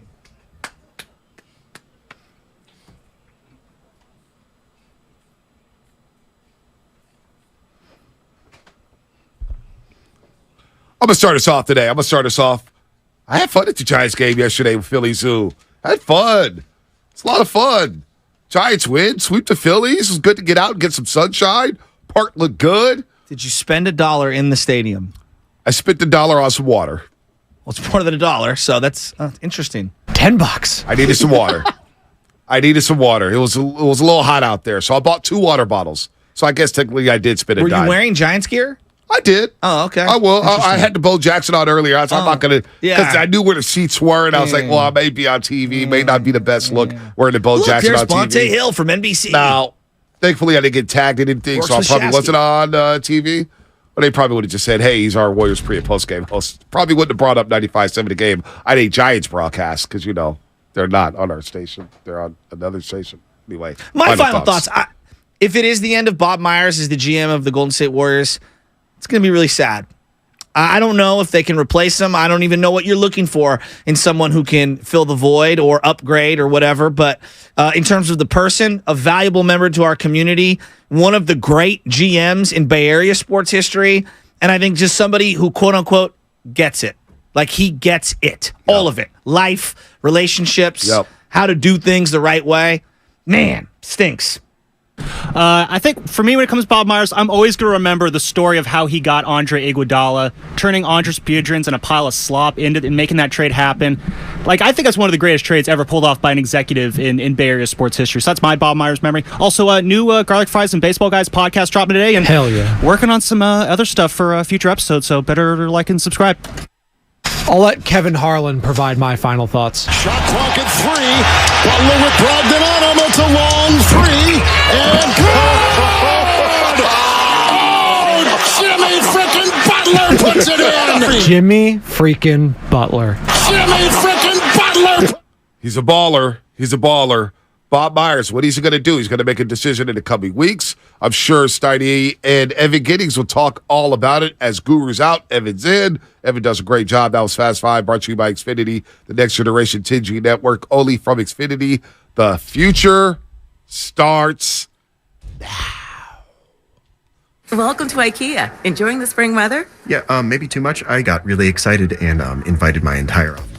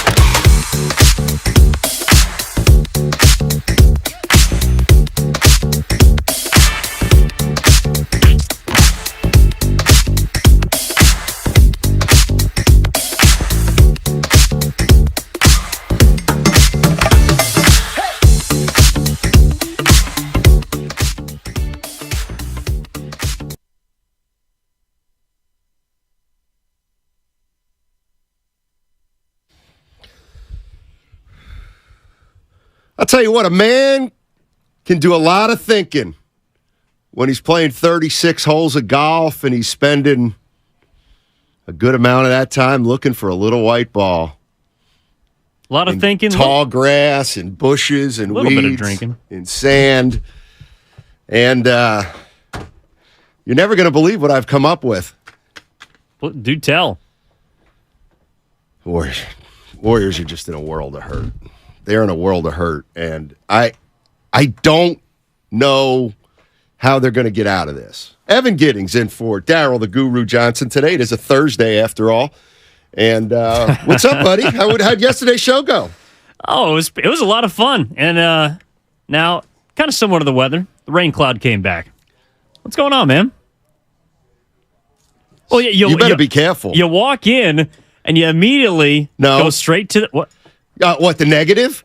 Is that what you're going to say? No, I was going to say towards everything's fallen.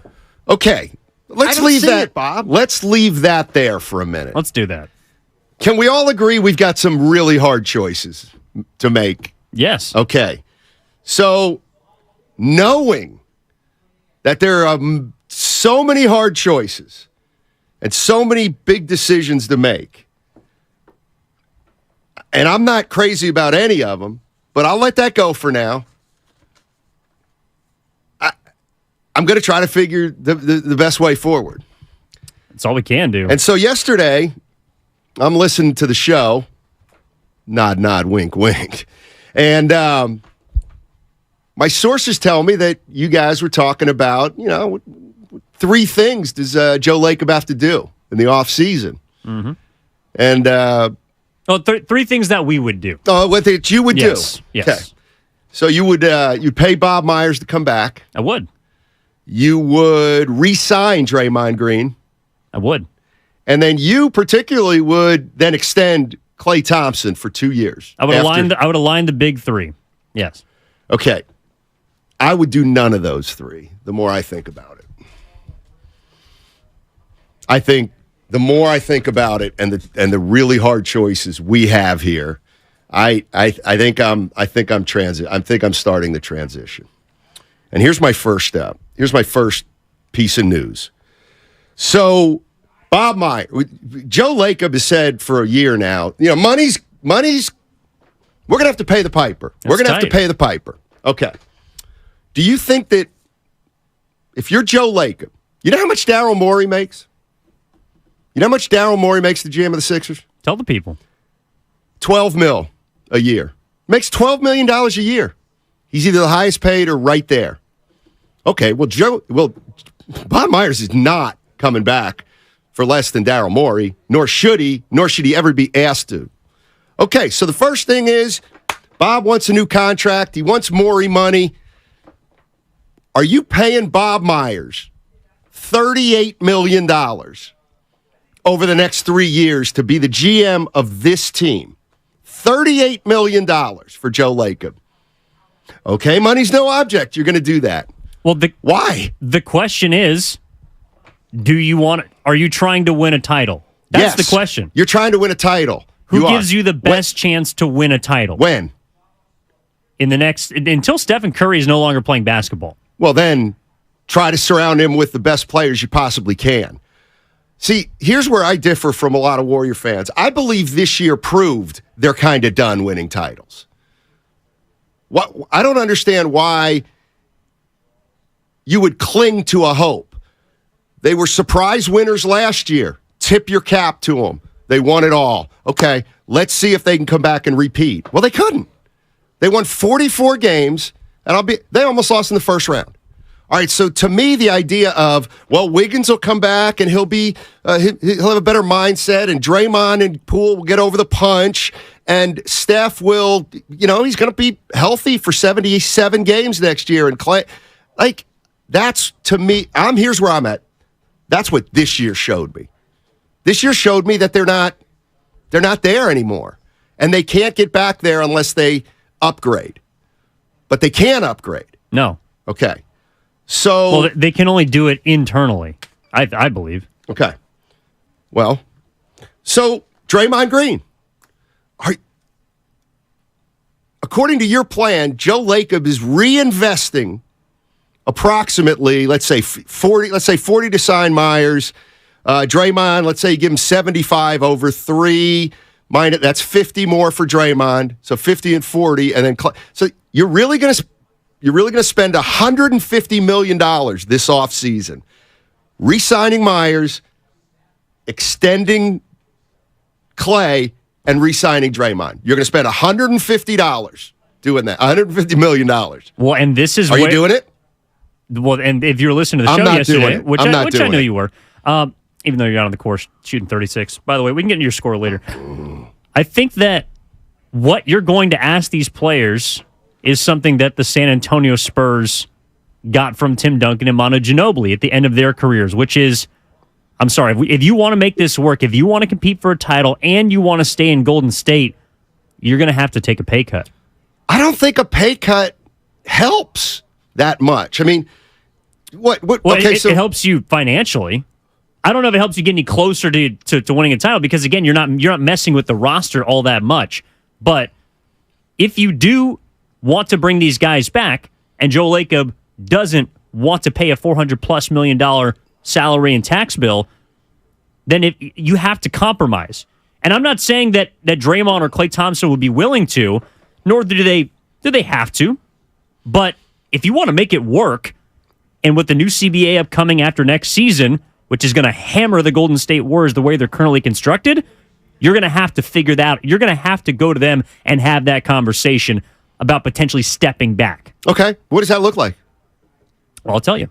According to Danny LaRoe, cap expert, CBA expert with The Athletic, what it looks like is next season, $68 million between the threesome of Jordan Poole, Draymond Green, and Klay Thompson.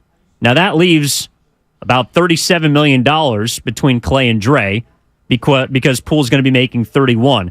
And that's where I'm not sure I see it because there's a difference between stepping back for Draymond Green from 27 to 25, from 27 to 20 perhaps. You know when hell Klay Thompson's going to want to step from 42 all the way down into the teens, especially if he thinks he can still play, which I'm sure he does. But that's the kind of financial ask that you would need if you want to continue to pay and keep this team together. Well, I just heard Bobby Marks on with the Morning Roast. Works for ESPN. He's the capologist. And I don't disagree with him. You know, Klay comes back next year and kind of like this year, maybe a little worse. He's still a $30 million player. He's a $30 million player. And I'm sure he feels at least like one. Plus, when you do that,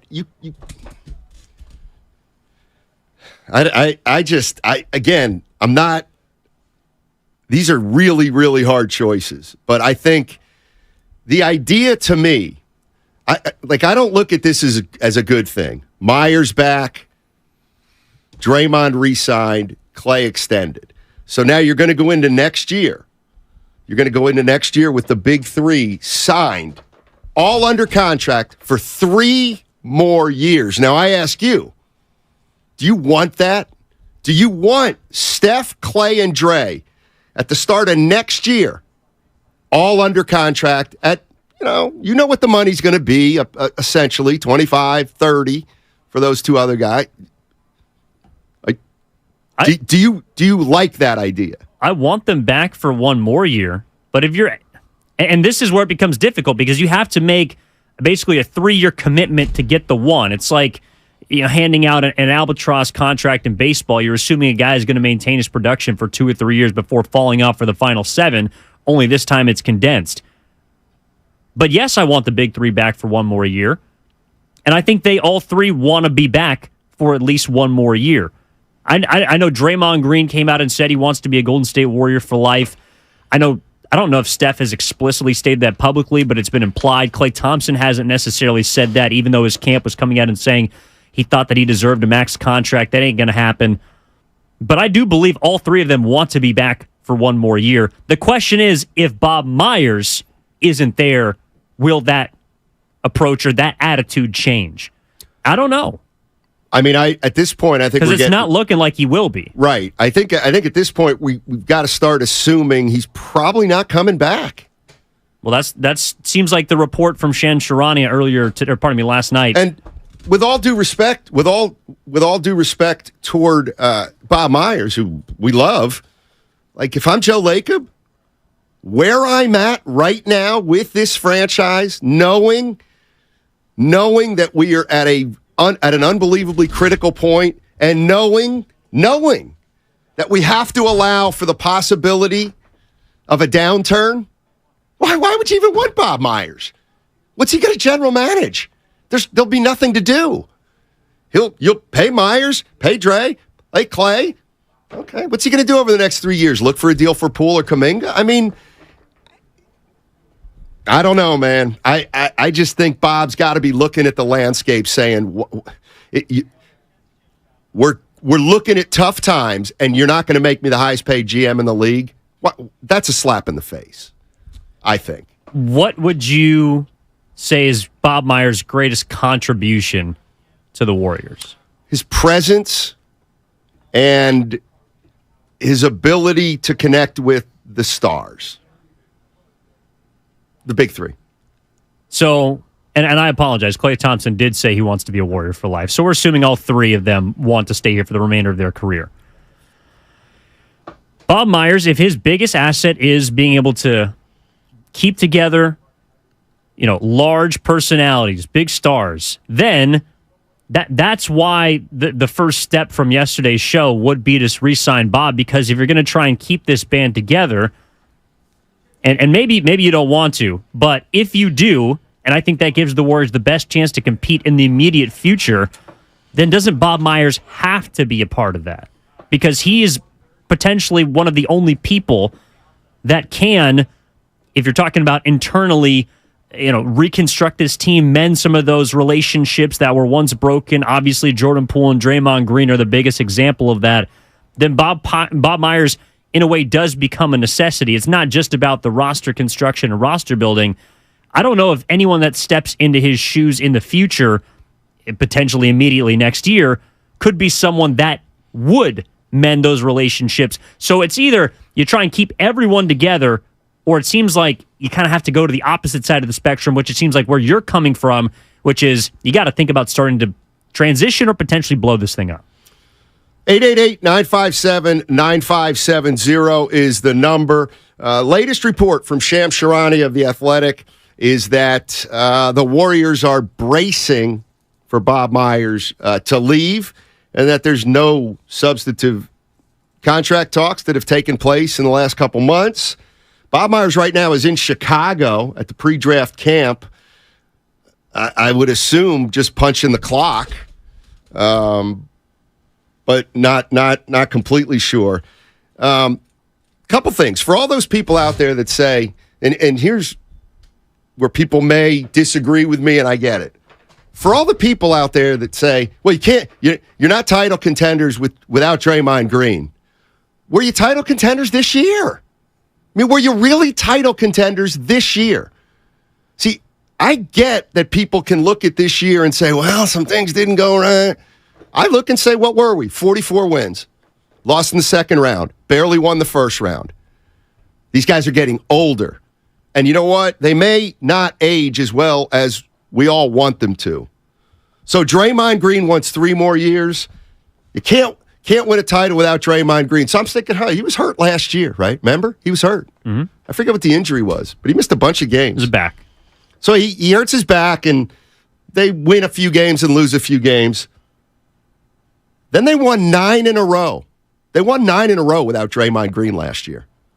9 in a row. Okay? Then they won a couple, lost a couple. Then he came back. You know what happened when he came back? They lost 5 of the first 6 games that he played in. Draymond Green. I get it. It's regular season, but let's not act as though they're non-functioning without Draymond Green. And if you look at that team that was successful last year without Draymond Green, you know who it was? It was Curry, it was Clay, it was Looney, it was Wiggins, And it was Otto Porter. That team won games.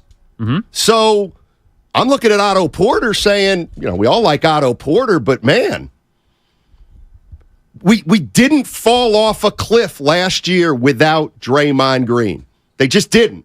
Now, can they reach a peak without him? No, I get it. I get that they're not going to be as good maybe immediately. But here's the other thing. You re-sign Draymond Green. You re-sign Draymond Green for 3 more years. You got to trade Kaminga. You have to. What are you going to sign Draymond Green for 3 years and then say, all right, Jonathan, we're going to slow play it again? Like, I don't think you'll have Looney under contract. You'll have Wiggins under contract. You'll have Draymond under contract for at least 2 to 3 more years. You got to trade Kaminga at that point. Okay, maybe you want to. I'm not ready to do that yet. So, well, but we also weren't ready to trade Wiseman when they did, and they did. So, I mean, essentially, you have to choose. Like, this is a major inflection point. Do you want to try and go all in for the next year, maybe 2, maybe not win a championship? Right now, it's looking like the odds are lesser than greater. Or do you want to make the hard decision right now with the CBA upcoming after next season and say, you know what, we're just going to try and rebuild this thing, and it's going to include not having Draymond Green around. Maybe it's going to include trading Jordan Poole. I don't know. But then you're also telling Klay Thompson, this is your last year. Steve Kerr, potentially, this is your last. I don't know if Steve Kerr's going to want to stick around after this season if he doesn't see any sort of direction. And then Stephen Curry has got 3 years left on his deal. Why would he want to stick around? Who's that? Stephen Curry. I mean, and I know we treat Steph differently here, but with all due respect, Steph Curry's making $50+ million. Like, he is. And he's also not stupid. Like I don't believe Steph Curry would sacrifice himself or the team's future just to get Klay and Draymond paid if he doesn't believe that that's the best way to go. Or see, here's all I'm saying. I don't want to make it sound like it's wrong if the Warriors do this thing or it's wrong if they do that thing. Nobody's going to know right away. But what I'm saying is Joe Lacob for the last year and a half has talked about money and that they cannot continue to spend this kind of money. They just can't. Push has got to come to shove. And so that's where what's hitting me now is, well, maybe this is it. Because Joe Lacob's been talking about money for a while and the luxury tax. So why would he invest $150 million more dollars, which is going to be even worse as a penalty, to just for 2 more years? Like, that might not be a smart business move. It probably isn't. This luxury tax is very real, very real. And I think that we sometimes have a tendency to just, well, if it can be done, Joe will do it, Joe Lacob. We'll see. We'll see.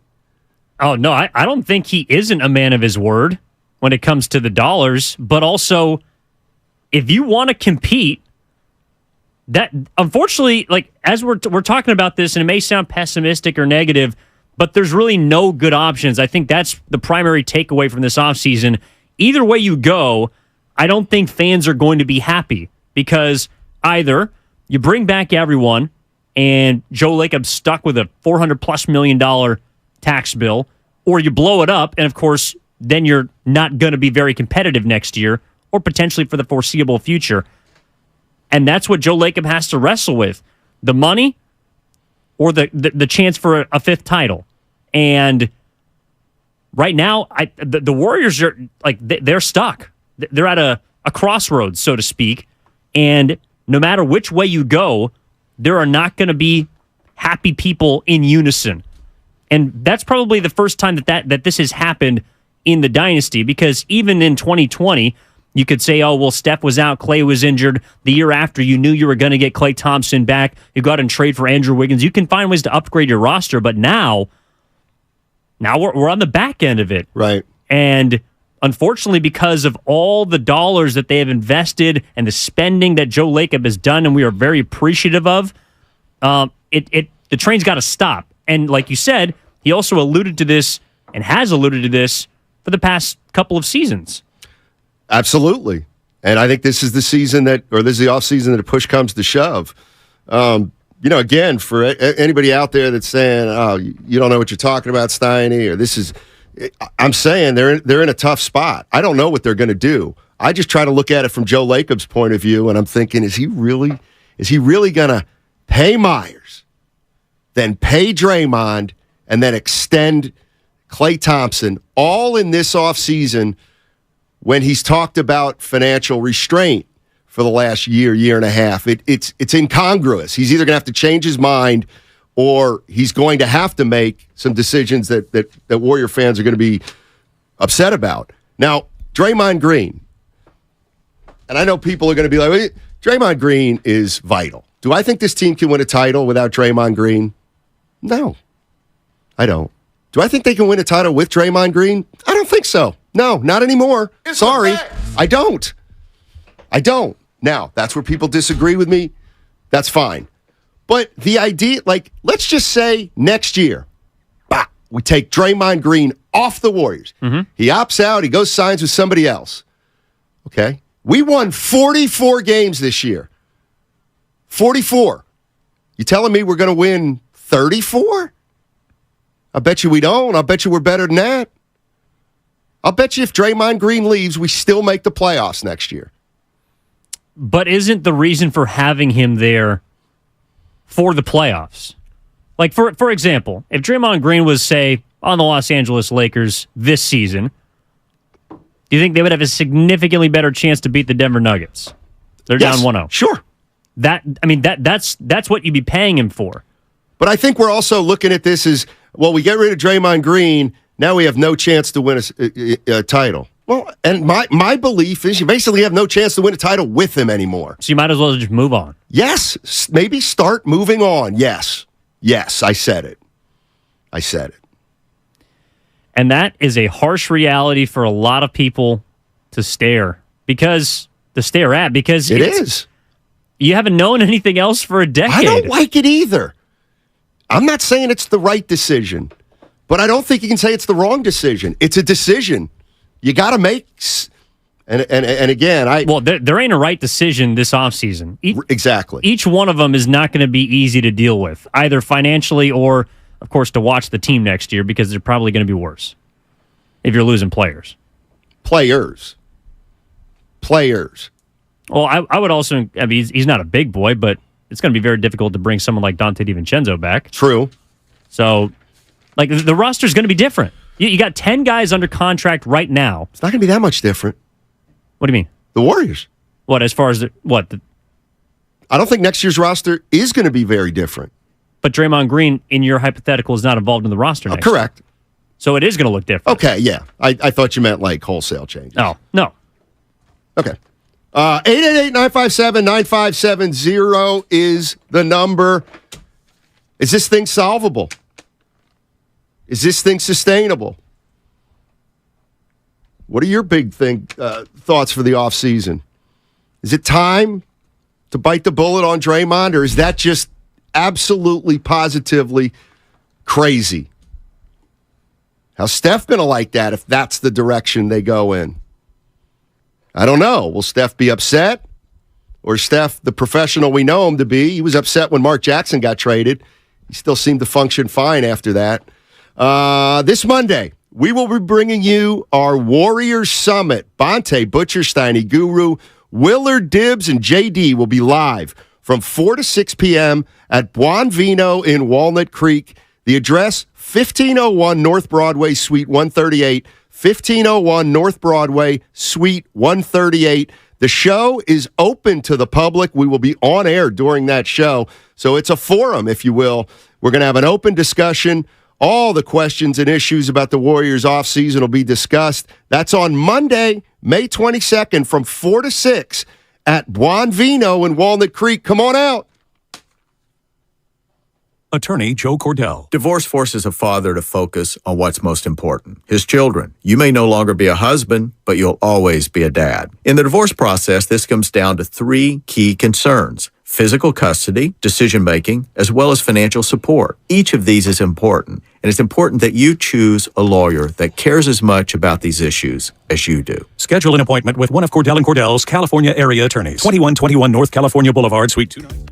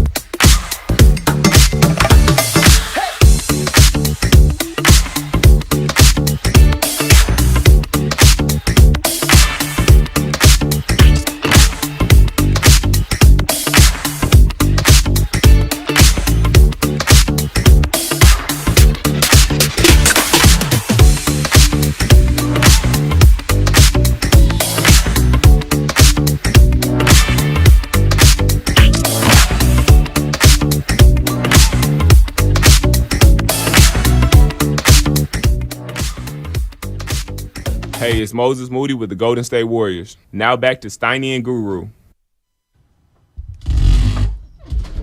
Matt Simons and Evan Giddings with you. Guru, he'll be back Monday, taking a few days off. On vacation. Well-deserved. 510. This is a stupid conversation. This team did not win this year, not because of the big three. It was because of the horrible bench and depth due to poor roster construction. The big three proved less than a year ago can win the title with the right supporting cast. Oh, my God. Are we going to use, are we going to say, well, they won it 2 years ago? Like, when do we stop? Like, they're not going to win it this year. Well, and we saw how long a time a year is really. Oh, they just won it last year. Yeah, and look at them this year. They were a completely different team.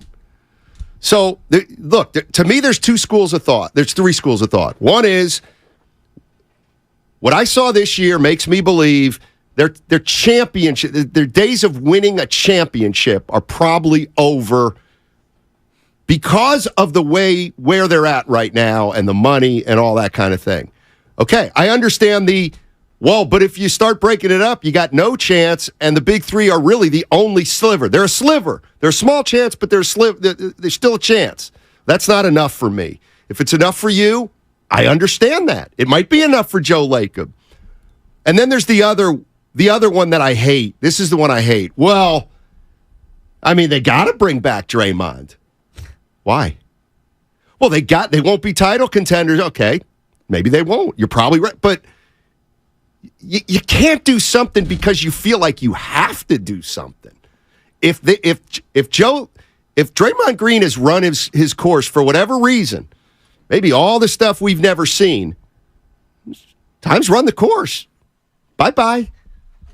Now, again, I don't know if they're going to do that or not, but all I'm saying is I don't like any of it for what they have ahead of them. Well, and that's why Joe Lacob doesn't have to do anything.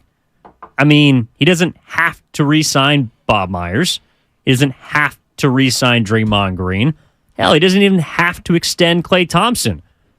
But if he doesn't do any of those things, then the Warriors are looking at an immediately dark future. And maybe you could say that they're looking at one anyways. I just think that we do get caught up a little bit in, because of how dominant the Warriors used to be, that there's this concept, and it's more broadly in sports, but specifically in basketball, that if you're not at the top, if you're not a clear-cut championship team, like if you're not far superior to the rest of the pack, then you can't win it, or you're not in contention. And maybe that's an optimistic view, but I do feel like the Warriors, and specifically Stephen Curry, because he's at the forefront of the roster, like that when he was talking to you guys at Chase Center, and you said, hey, there's a lot of things going on, the agendas, there's this, I'm not sure you guys can get it done. His response was, well, no one thought we could get it done the year before. Exactly. And that, I think, for a lot of fans still applies, because at least until Draymond decides whether he's here or not, or the Warriors decide whether they want him to be here or not, that attitude is still around because you still have the big three. And that's a glass half full mentality. But I think there are a lot of people that believe that even if you give these guys a chance, or maybe I should say, if you strip these guys of the chance to possibly win another chip, then that might be perceived as a little disrespectful to. They didn't win it this year. That was their shot this year. Dude, but we'll give you a shot to repeat. That wasn't the sentiment coming from the group. Like everyone refuted the Last Dance idea, whether that was short-sighted or not. No one ever said in unison, "This is going to be our last crack at a title." No, and it doesn't. In fact, I don't think Joe Lacob even said this would be the last dance.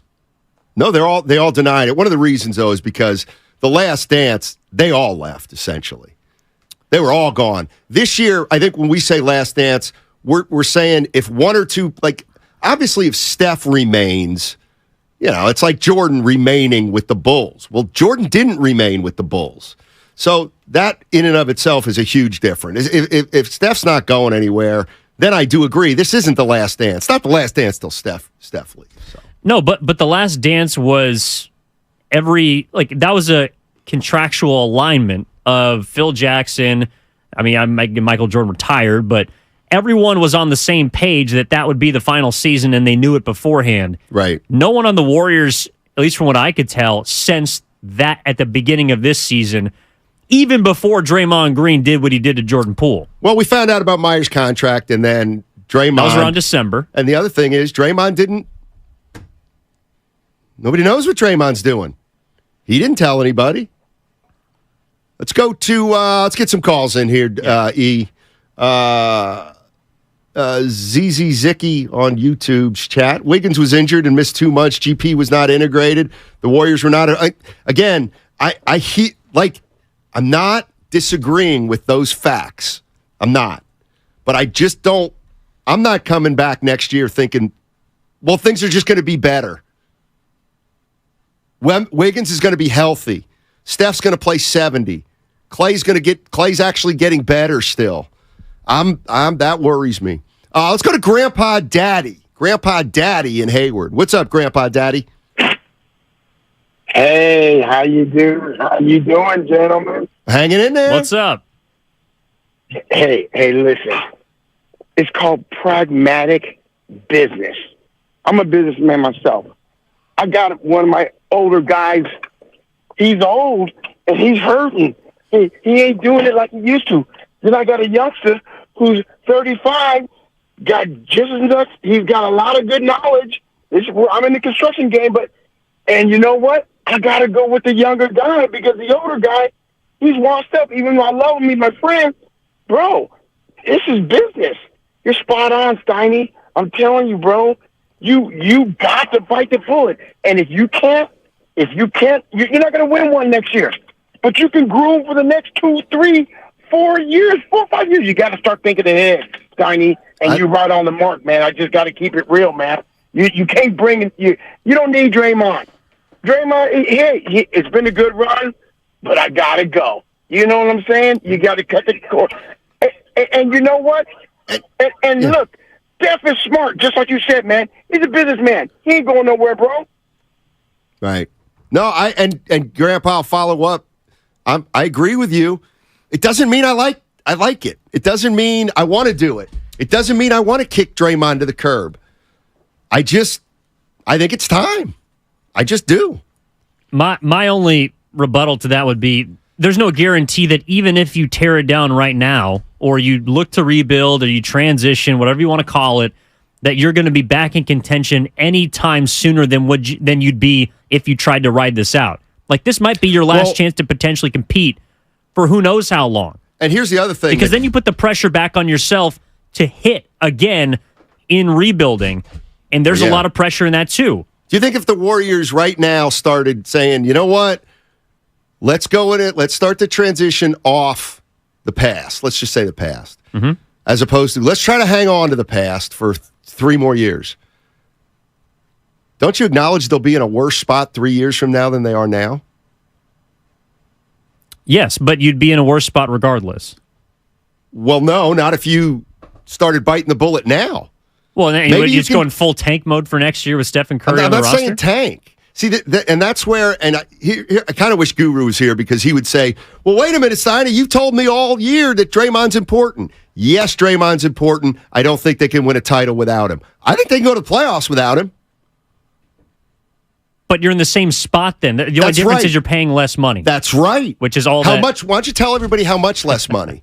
Tell everybody how much less money Joe Lacob would pay if Draymond doesn't come back. This is staggering. So if the Golden State Warriors run this back, like I was saying in the first segment, you got 10 guys currently under contract. Draymond's not one of them. DiVincenzo's got an option. But the tax bill right now, or the current roster, 10 players, $181 million. The second apron luxury tax threshold is $179.5. Yep. That means anything over that, you pay $4.50 per dollar spent, which means if Draymond opts in, not assuming he re-signs or extends or whatever, $27.5 million is what he'd make. You multiply that by nearly 5. You add in the money. It's over $150 million is what you'd be paying for one season in tax money for Draymond Green. Exactly. It's 4.75 times 1, essentially. Do you really think Curry won't request a trade that's let the jet fly? Yeah, I think we're a little early for that. I had to read that. That's from the YouTube. I pay money for a text line. Appreciate you. So, that's what I'm saying. This is where. Think about that for a minute. If Draymond Green comes back, it costs the Warriors $150 million in real money. And then you also got 3 or 4. Number. Then you got 3 or 4 more roster spots you got to fill out too. Exactly. $150 million for Draymond Green, because that's really the way. That's the way Joe Lacob's got to look at it. So if that's what I'm trying to imagine, Evan. Not only does Draymond want 27 this year or whatever, he wants more after that. So it's just $150 million this year. Well, but then he's added him to the payroll on the back end. Yes, and that's crazy money. But that's why the only way I see this working financially, as well as keeping Draymond, and Klay's also involved in this too. Again, those guys are going to have to, if they want to stay in Golden State, take a financial step back. And I don't know if Draymond Green wants to do that. So the only step back for Draymond is to drop down to $15 million. Yeah, I mean, he's making 27. That's you want to say 20? Well, 20's okay. That's the needle you're going to have to try to thread with him. And he might say, F you, I'm out. But if he really wants to be a Golden State Warrior for life, I'm sure that's the conversation that ownership or whoever's going to be in the front office potentially after Bob Myers is trying to have with him. Like, hey, if you really do want to stick around, this is what you're going to have to be okay with making. And if not, we literally just can't bring you back. Because we're not paying $150 for 1 year in which we might not win the championship for one guy. Austin's in San Jose. Steiny, so what? It's not the fans' problem. Yes, it is. It's the fans' problem. It's Joe Lacob's problem. I'll tell you what. I'm ready to take a bet right now. I'm ready to take a bet. Here's what I'll bet does not happen this offseason. I do not believe Bob Myers will get a 3-year contract extension. I do not believe Draymond Green will re-sign for 3 years. And I don't believe Klay Thompson will get extended for 2 years. One of those may happen. I'll be shocked if all 3 happen. I'd be shocked. Are there people out there that think I'm crazy for thinking that won't happen? I don't think you're crazy, but I just those are the steps that I laid out with Guru yesterday. If they want to keep this thing together until the wheels fall off and potentially compete, in my opinion, give themselves the best chance to win a title. That's a lot of money, but that's unfortunately the only way I see this thing working out in the favor of the Warriors, or I should say the players, not obviously Joe Lacob. But somebody's going to have to bite the bullet. But they're not going to bite the bullet. To me, if Klay gets offered, we'll give you 30. Okay, he's making 42 next year, and then we'll say we'll tack 30 and 30 on. To me, that's not biting the bullet for Klay. That's a good, solid salary for where he's at. Biting the bullet is, Klay, any chance you come back for 20? Well, that's what I'm saying. Either Lacob has to bite the bullet or his players have to bite the bullet. Gotcha. Because one of them is going to be either okay with paying an exorbitant amount of money, or the other is going to have to take a huge financial pay cut, similar to one that Tim Duncan did at the tail end of his career. Now, Tim Duncan, from 2003 to 2011, made about $17.5 million per year. At the time, that's a lot of change. From age 35 on, his salary was slashed 50% over the next couple of seasons until he retired. Same with Manu Ginobili. Now, those are significantly less figures than the guys that are making dollars this year in this era. But that's the kind of sacrifice that I would present to them. And if they tell me to kick rocks, so be it. I think the one big difference is, and I need to double check, but I got to believe that Duncan taking less money had real consequences in terms of opening up cap space an opportunity to go get other players. The problem with the Warriors is they're so far over the cap that even if Draymond and Clay said, we'll take 20 each, they're still not, money's not freed up at that point. No, it's not like you can go out and then get another big boy. You'd be stuck with that roster for the next 3 years, and you'd have to take a pay cut. And so maybe Clay and Dre are looking at this like, so we got to the second round.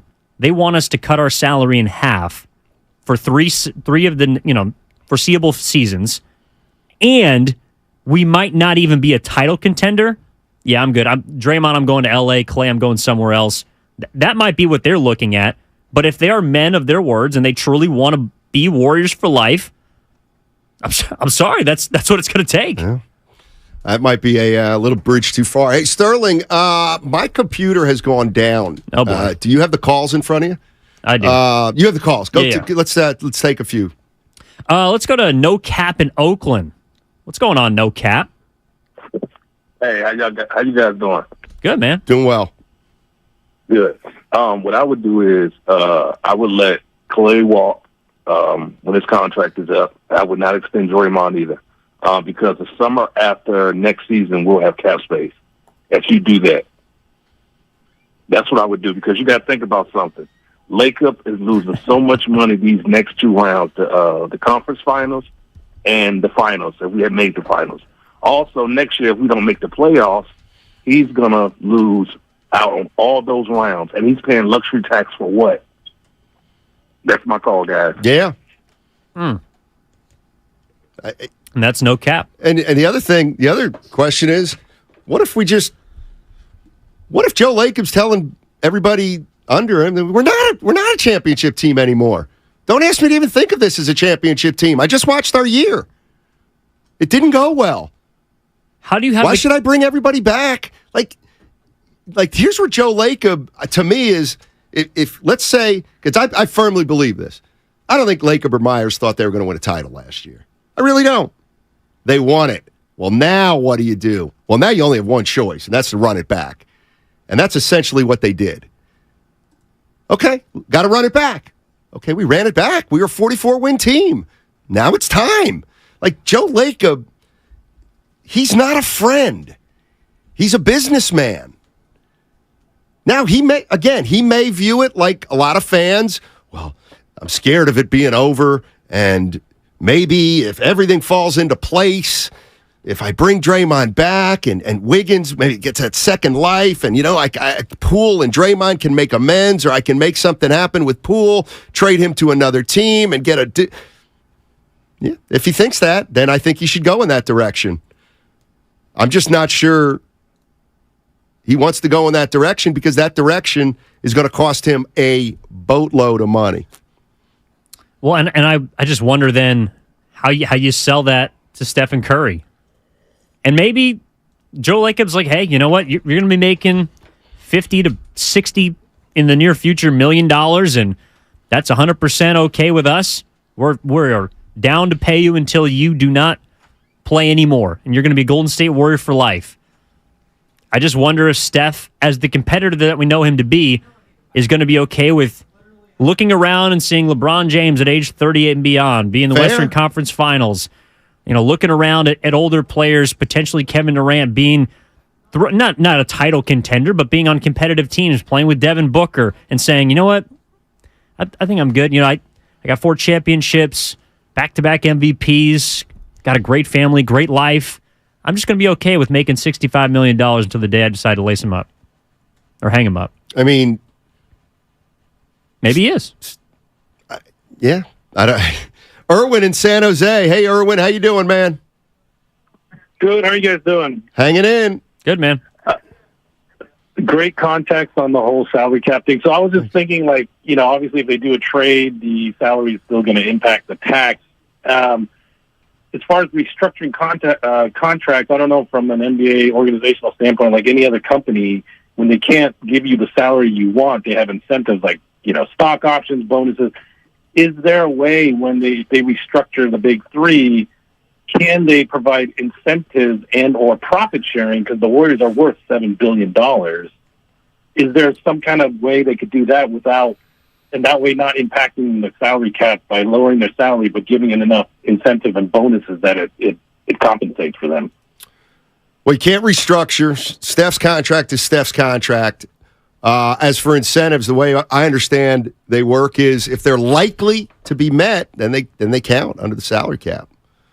Yeah, I mean, it's not like football where you can just reorganize a player's contract and move something to a signing bonus or like whatever the money is. I mean, Jordan Poole signed for, I think the max that he can make over the 3 years the 4 years would be like 140. Poole? Yeah, but he signed for 130-ish. Right. But then the incentives would bump that up closer to 140. So that, I mean, Did I see he has a defensive player of the year incentive? Is that true? Yes. I think I saw it in Hollinger's story in The Athletic. If he's defensive player of the year, he gets an extra like $700,000. Is that a slap in the face? What do you mean? He probably wanted to put it in there. Show everybody. Okay. Let's take one more call. This computer messed up again. Appreciate you. Yeah. Oh, let's go to Nico and Sack. Nico and Sack wants to talk about Joe Lacob. What's going on, Nico? How you doing, man? Hey, man. What's up, Steiny? Hey. Evan, nice talking to you guys. Yo. I got a very unpopular opinion, and it's going to hurt a bunch of people's feelings, but I love to talk about it. I mean, I got to put a rat on the table. Brought to you by Acco Pest Control. Acco Pest Control. Go to AccoPestControl.com for all your pest control needs. Shout out Guru. But I don't think Joe Lacob owes the core anything. I mean, he's given them generational wealth. He's kept them all together, and he's made sure they won 4 championships, all by liquidating his pockets. So if this team is not good enough to win, why is he going to keep investing money into it? It makes no sense to him. So you let Draymond walk. You let Clay know that, you got to step it up or you're on the trade block at the trade deadline. And you let Curry know the same thing. Hey, I understand you want to be here for life and you want to win, but I don't have anything for you right now. And there's nothing we could build here. And if you want to continue to play out your contract here, that's fine. And if you don't, I'll make sure you land somewhere where you want to be. But I'm definitely taking the best deal I can for my company and my team. That's how I feel. I don't understand why everyone thinks that Joe Lacob just has to keep liquidating his money for a losing cause. He won 44 games this year, 11 of them on the road. You think that's going to jump up next year and they're going to win half of those games on the road? I don't see it. No, I'm with you, Nico, and like that's the other thing. If Joe Lacob believes this is kind of run its course, we'll see it. And how will we see it? Bob's not back, and Draymond isn't going to get extended.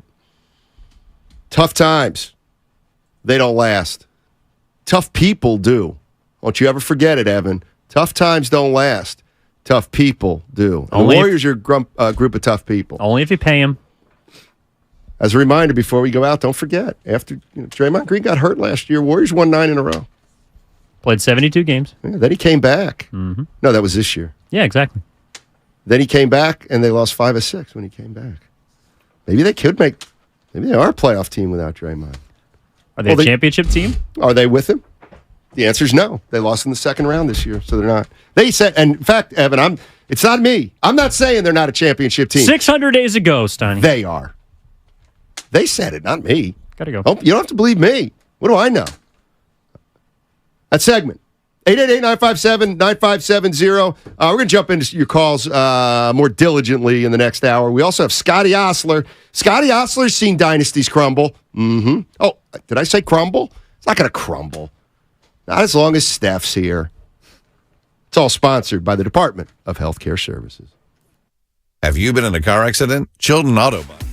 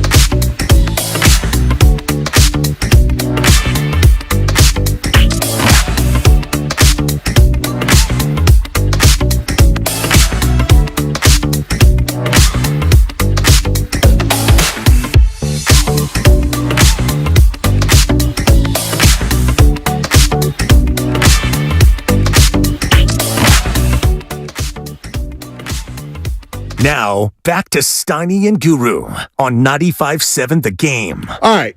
Evan Giddings in for Darryl the Guru Johnson. Matt Steinmetz with you. So if you're a Warrior fan, is this what you want to happen? The following. And I know I'm not speaking for all Warrior fans, but I'm trying to get a sense of a percentage or how many Warrior fans would like the following to happen. Re-sign Myers. Re-sign Draymond Green. And then extend Klay Thompson. So that Curry, Thompson, and Klay will each have 3 years remaining on their contracts. So they will be aligned. And Bob Myers will get a 3-year contract so that he will be here for the next 3 years. That will cost the Warriors an exorbitant amount of money with the luxury tax, but many of you believe that's just the price of doing business. Me?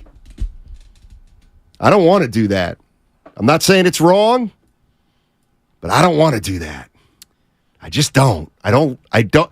3 years is a long time. Now, you know what? Real quick, Evan, and I'll let you jump in. But you know, the one thing we haven't talked about is it's possible that you could do those three things, right? Yes.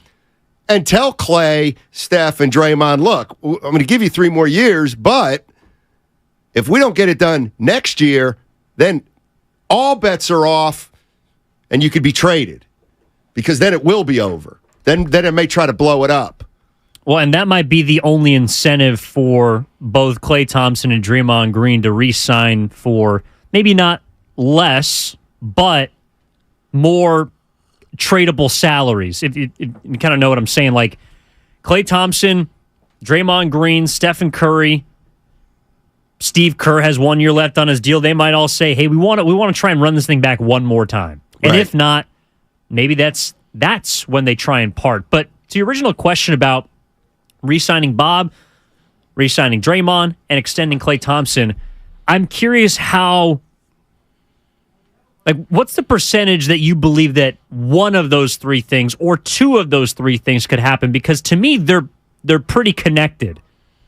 And it obviously starts with Myers, but if Myers isn't here, I find it difficult to believe that Draymond would be willing to take a pay cut, in which I find difficult to believe Laker would be willing to pay that amount of money in the future for multiple years over the tax bill.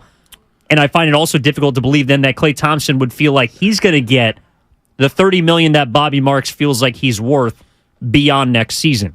I think the more I think about it's like a domino effect. I'm not saying I'm right, but the more I'm starting to feel it. I'm starting to think nothing's going to happen. None of those three, believe it or not. Yeah. And I think we all know that one of the best case scenarios would be Draymond would say, all right, I'll come back for just 1 more year, and then I'll be a free agent. I mean, that's asking a lot, and I don't think he wants to do that, nor do I think he would not have a deal with another team. You know what I mean? Well, do you think his stock would be higher at the end of next season than at the end of this season? I don't agree either. Yeah. And I think he knows that. Like, I'm sorry, but I think in Draymond's mind, this was a contract year. He does not want to come back for 1 more year at $27 million and know, okay, I need to play another 70 games again. I need to be, and you know what? We might not be as good, so you know what I mean? I think he's too smart for that. That's the incentive of the player option is you basically get 2 cracks at a contract year, and then you choose which one you try to maximize. Like, for example, if he was hurt for a lot of this season, if he had a similar regular season to a year ago and they didn't win the championship, and he plays 50 games, 55 games, his value is not as high, and then he might actually want to opt in because he can say, I'll get healthy, I'll play 70 games, and next year, then I'll have my last chance to go out and get a big bag. But he already did that this season, and so I think he's looking at this, and probably the reason why he's talking to Stephen A. about his impact off the court and how that would have changed the dynamic of this year is because he wants to maximize his value this summer. Right. Oh boy! Excuse me. I didn't even know what to do there. I didn't know if I should turn the mic off. I was trying to make eye contact with you to keep talking. Just scoffed at the idea of bringing back Draymond Green. That was too much for you. Let's go to Komodo. Komodo's in San Francisco. We'll listen to that Draymond Green sound in a second. 888-957-9570 if you want to jump into the conversation. What are you doing if you're Joe Lacob? Gesundheit. Is it time to move on? Or is it time to double down and give this core another year or two? Komodo, what's up, buddy? Thank you, Steiny Evans. Yes, no, I agree with you, Steiny. I think we should let Draymond go. And by doing that, we bring in a fourth scorer in the starting position. And I really did like that Wiggins going into the power forward position and get the fourth scorer with Stephen Curry and Klay Thompson. And I think that would bring them into the playoffs, maybe be in the higher seed than the 6. So I like the fourth scoring option when Draymond leaves. Fair enough. Fair enough. I mean, listen, I've been critical of Kaminga because no fault of his own, just because he's 20 years old and he's coming on this team. And I didn't think that was great because he's too young. Shattered Mateo's dreams. But and I know sometimes if you put Kaminga's your starting 4 next year, just plain and simple. He just replaces Draymond Green. How much worse are you? Well, significantly? Are you go from 44 to 30? No. I don't. Well, no there's chance. not a 15 game drop off, but they were the 6th Could they seed. be better? Could they be better? Yes. Could they win 46 games next year? I think it's possible. Well, I mean, you're also assuming that Draymond, if he's around, would play another 75-game season. I think that'd be difficult to imagine. I know, and that's so the other Kaminga, thing. I think you'd have a better chance of obviously him playing all 82 than Draymond, right? And that might help you, but there's going to be some growing pains, and you're going to have to be okay with that if Kaminga's your starting 4. The only thing, and you brought it up in the first hour, Steiny, is if Draymond Green does come back, and all 3 of those things you laid out, the Warriors do, even if it's unlikely for them to pay that much. Doesn't Jonathan Kaminga's role not change then? Exactly. And he wasn't happy with it this year. I know. I mean, maybe you could say, look, he's getting those minutes instead of Anthony Lamb or JaMychal Green or, whatever other forwards were in his way, but Andrew Wiggins is still going to be back. And I do think, Evan, if you are going to, quote-unquote, double down, and let's say bring Myers back, and re-sign Draymond Green for 3 more years, forget about Klay for now. You got to trade Kaminga. Then Kaminga's got to go. So you're giving into his camp. Whose camp? Kaminga's camp. That's what he said. He would like his role adjusted, or he might potentially be open to a trade. Jonathan Kaminga. What's up, RC? I just think that, I mean, if it's not so much what Jonathan Kaminga wants. It's if I'm running the Golden State Warriors, I'm looking at it and saying, well, Wiggins is a 3-4, and we just re-signed Draymond, who's a 4-5, and we got Looney, who's a 5-4. Like, do the math. That means year 3, Kaminga's still not going to have much of a role. Well, do you think that Jonathan Kaminga in year 3, a year that a lot of young players tend to make the leap, is ready to do that? Maybe not. And I think that's what I'm sure if they felt like Jonathan Kaminga was ready to step in as a starting, productive 30 to 35 minute per game starter, they might be okay with Draymond Green walking, and they wouldn't be talking like they want him back. But I have hesitation to think that Steve Kerr feels that way. And unfortunately for fans or for whoever is a fan of Jonathan Kaminga, he's the one who decides who plays. No, I mean, look, again, no perfect solutions, but you could also say, hey, listen, it's Kaminga's time. Sorry. It just is. We've got to find out. Dre's getting up there. Jonathan, you know what? We're going to move Draymond, or we're going to let Draymond go because it's your time. This was Draymond on Stephen A. Smith's Stephen A's World. We're not playing right now because when you speak about the fouling, when you speak about all of the slippage that we had as a team on the road, not being able to come together, none of those things happen if that doesn't happen, because the voice that I am and the departments that I lead this team in, there was a ton of slippage due to me sitting back, me not saying anything, me trying to allow that situation to play itself out and giving it time to heal. Well, while you're giving it all of that time, guess what?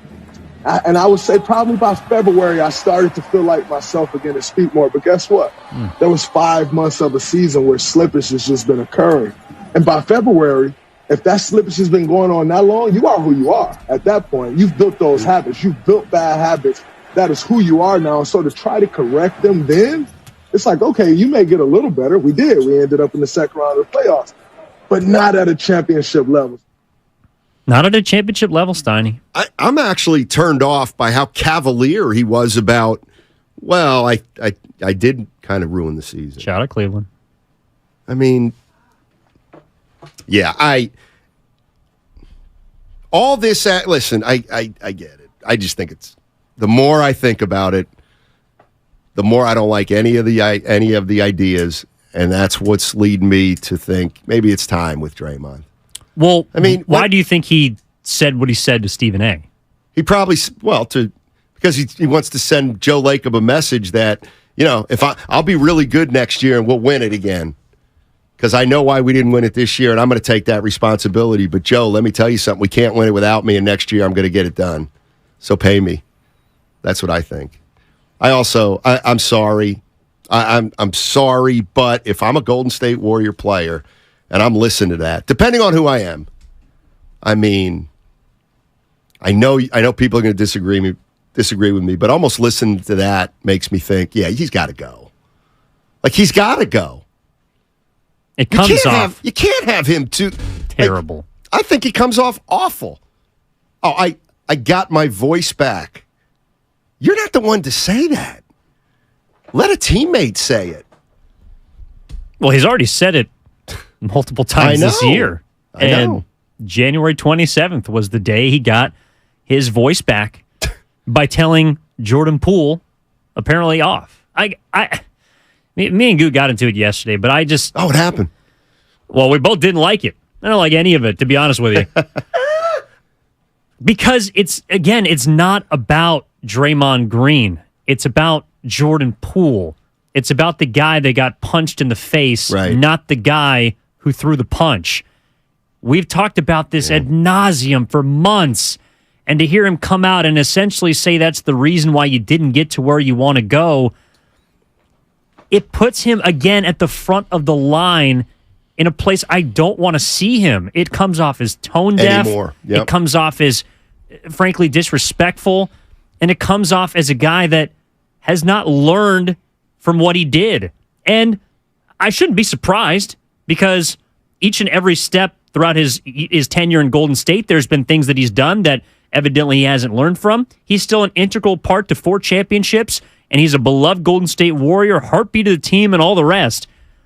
But he's also the guy that will go on ESPN and essentially say, I'm the reason that we didn't get it done, or that's the difference in the season. When you won 11 games regardless, people were having their roles jockeyed around, and you just put yourself in the center of all of it, and it just felt like this ain't the time to do it. Right. I'm with you. And there's really no time to do it. No, there's time for teammates to do it if they think you've learned your lesson or gotten your voice back. Carl's in Oakland. Hey, Carl. How you doing, man? Hey, guys. Thank you for taking my call. Sure. You mentioned a bunch of salient points. I've been listening to you guys for the last hour, almost hour and a half. The Warriors as a team are juggling. They're those guys that are juggling chainsaws, right?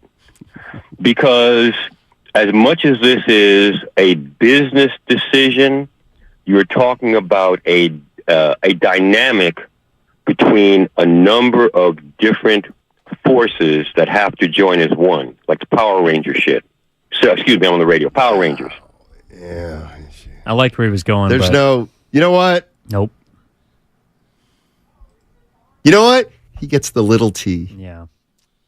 I was kind of interested in where he was going, but we have a rule on this station. Have you ever seen the Power Rangers? Of course not. Is that the one with... oh, boy. Oh, no, I'm thinking of the Smurfs. The Smurfs. Well, they're all the same color. Yeah. Yeah, Power Rangers are not. But essentially, his point is, at least from what I could tell, everyone has to work in unison to create, this mega being, this championship contender. It's something that can go and conquer everything in the land. And without one of those pieces, you can't do it. But they're also those pieces are going to cost you 5 times more than you're expecting to pay. Because, again, you are already over the second luxury threshold. You got repeater taxes coming your way. You have zero flexibility. You lose Draymond Green. You're not going to get much back. And you're going to have to be okay with that. And so it's a matter of, again, like we've stated, saving money or giving yourself a 10% chance at winning a title next year. Steiny, don't simmer. 10%, that was this year. Don't Dead serious. Before or after the punch? Because Draymond, I think it had it at 75 before he punched him. Whether it's really weird. Okay, the punch mattered, but it doesn't matter anymore because it happened. Mm-hmm. And whether it sabotaged their season or not, it doesn't matter. They won 44 games, and it's clearly still a factor. What was the cartoon with the young girls? Powderpuff Kid or Powderpuff, right? Powderpuff Girls. Yeah, Powderpuff Girls. Well, Powerpuff. Anyway, they were they were good. I like that show. See, that's the show I watched because I had 3 daughters. Sugar and spice and everything nice, right? Isn't that their... And plutonium. What are you talking about? Thanks, plutonium. That's their slogan. That's in the... Maybe I didn't watch it as closely as I should have. It's definitely a no for me, dog. Bojo Jojo? Yeah, the Powerpuff Girls. Let's go to Pat in Foster City, then we'll take a listen to Bobby Marks. Hey, Pat. Hey, thanks for taking the call. Sure. Steiny, I love you. I love you on the air. You're my favorite. So you're always very open-minded, fair-minded. You don't judge people's crazy ideas, and I really respect that. So Thank I have you. to get that off. Godless. But it so happens you and I are totally in sync with Draymond, even down to some nuances and stuff. But I do think that the Warriors have a third option. You were talking about, do they keep the team together and pay a whole lot of money, or do they cut salary and break up the team? I think they have a third option, and, Bob Myers is probably the guy to orchestrate it, and that is, go ahead and spend the money, but spend the money on different players. So if they could sign Draymond to some kind of contract that they could then trade and get a guy like, Steven Adams or someone like that that's, big, solid, strong, younger, rebounder, defender inside. And at the same time, maybe you trade Poole to get a guy like Kuzma, a 6'9" guy that can shoot and rebound and pass and whatnot. Now you're looking maybe at a front line of, maybe Steven Adams, Wiggins, and Kaminga, and keep him happy. Right. And then you've got, Kuzma, and you've got, the young guys coming off the bench as guards. Now you're bringing some excitement into the Warriors. I've been a season ticket holder for 25 years to the Warriors, so I put my money where my mouth is. Right.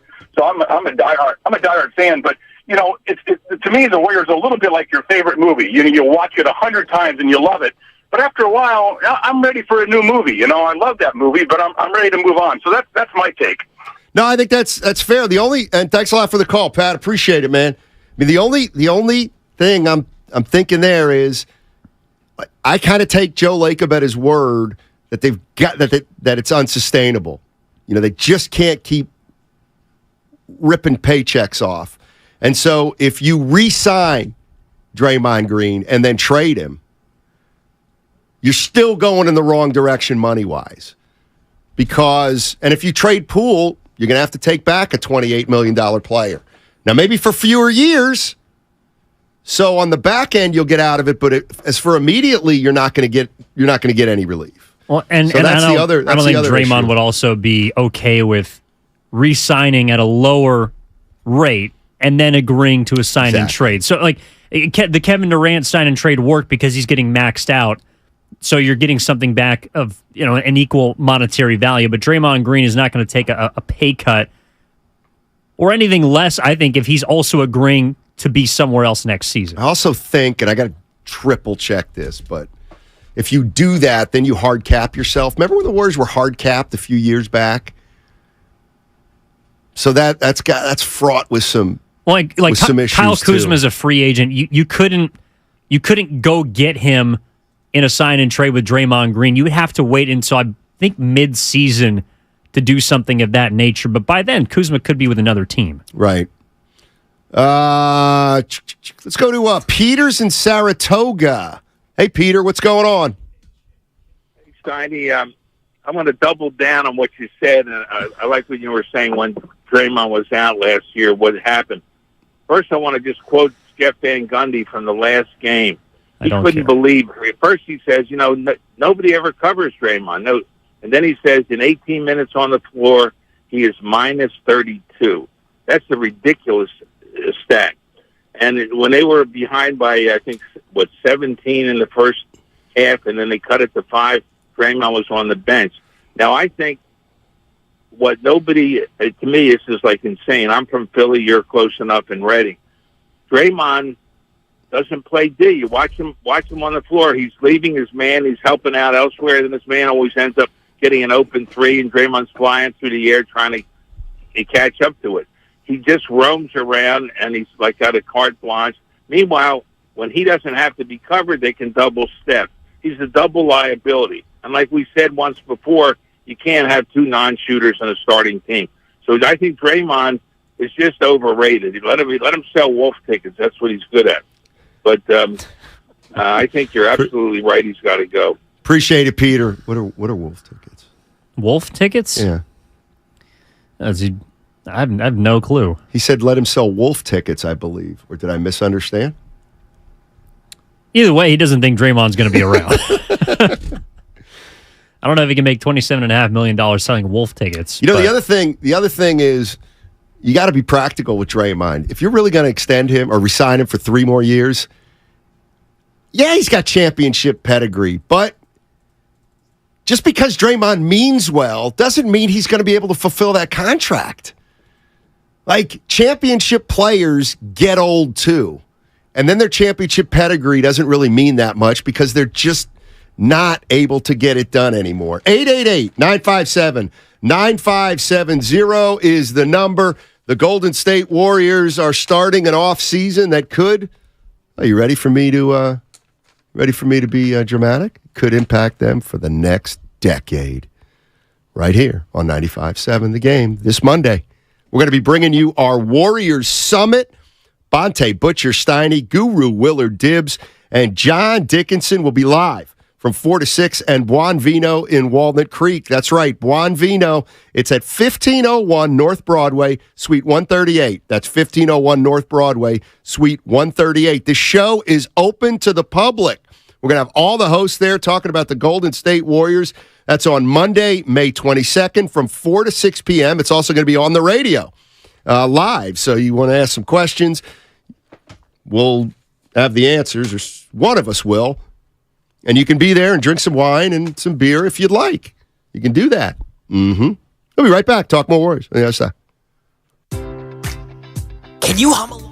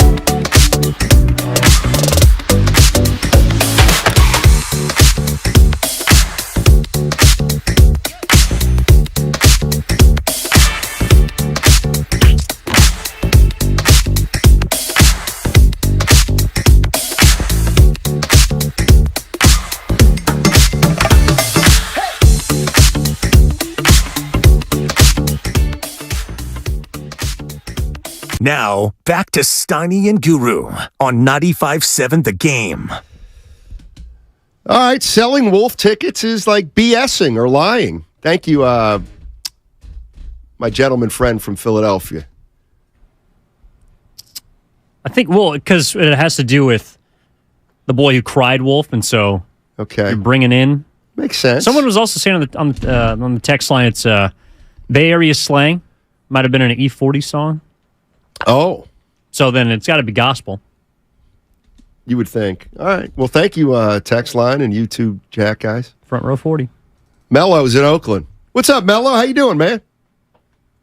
I'm good. How you doing, Steiny? You're the first-time caller. Cool. Welcome. Oh, so I just wanted to make a comment on the Draymond. Okay. Hey, ever since the punch, he's destroyed the chemistry of the team. He needs to go. Point blank. Poole needs a chance to shine. They gave him his money for getting punched, and they need to carry on as such. I'll take your comments off there. You know what, Mello? Sometimes I feel like the answer to something is it's time. It's just time.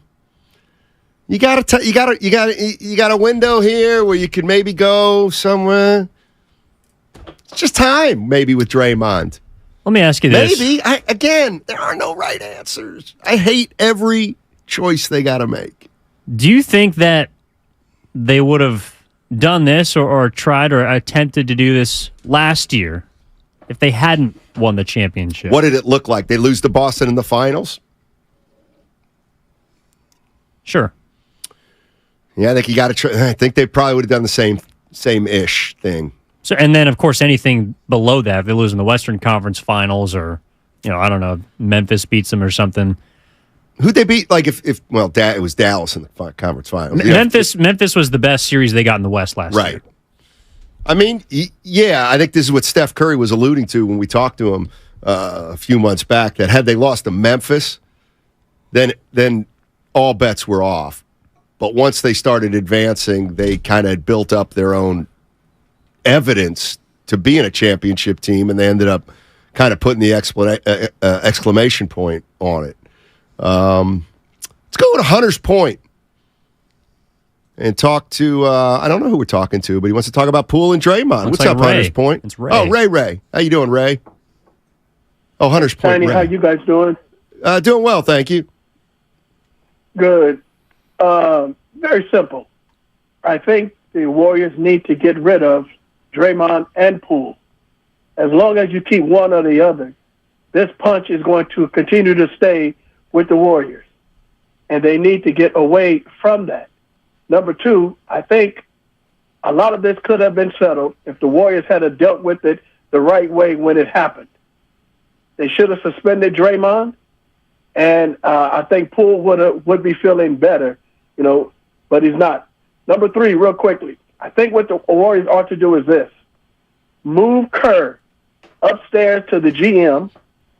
Like I said, bring in a new coach after Draymond and Poole is gone, and start from there. And I think that they would have a good season next year. I think Kerr's voice is getting stale in the locker room. What say ye? I've heard that. Thanks, Ray. So essentially, it's not the craziest thing I've ever heard. Take a Brad Stevens approach. Right. Go from the bench to the front office. Right. The only issue with that is here's the way I look at the Bob Myers thing. To me, if Bob Myers comes back, doesn't it have to be because you're going to run it back for a couple years? Like if you're ready to transition, then get rid of Bob Myers, or see if he walks. Well, and that's why Bob's not going to come back on a 1-year deal. Like he's gonna need 3 or perhaps more. And I also don't think if there's a hazy future for everyone not named Stephen Curry, that he would agree to that. So there is kind of an all-in financial decision to make here because, again, I think the big 3, probably Kerr too, because his contract is up when Clay's is next year. All 5 of those guys are in a way connected, and you kind of need to be in lockstep with all of them, or you got to start the transition of moving off of all of them. 216. Outside of Steph. What do you mean it's not the craziest thing you've ever heard? It's probably the most logical thing that needs to be done. Well, let me throw this at you. You can't rehire, or you can't bring Bob Myers. Can you bring Bob? Maybe I should ask it. Can you bring Bob Myers back to break up the Warriors, to blow it up? To me, you don't do that. All right. So, do you want Steve Kerr to do that? Steve Kerr gets kicked upstairs. Okay. He now becomes the GM. Well, what's he doing? We keeping this thing together or not? See, I don't think it solves any real problem. I mean, I don't think it really solves anything. I don't know that Steve Kerr's equipped to get off this run either. Well, whoever steps into that seat next, whether it's Bob, whether it's Steve, whether it's someone outside the organization, is probably going to end up being the fall guy. And maybe that's unfair because there's a lot of blame potentially to distribute from players to ownership and all around, but like this thing ain't going to get better. Like you're not going to just suddenly go back to being a 60-win perennial win team.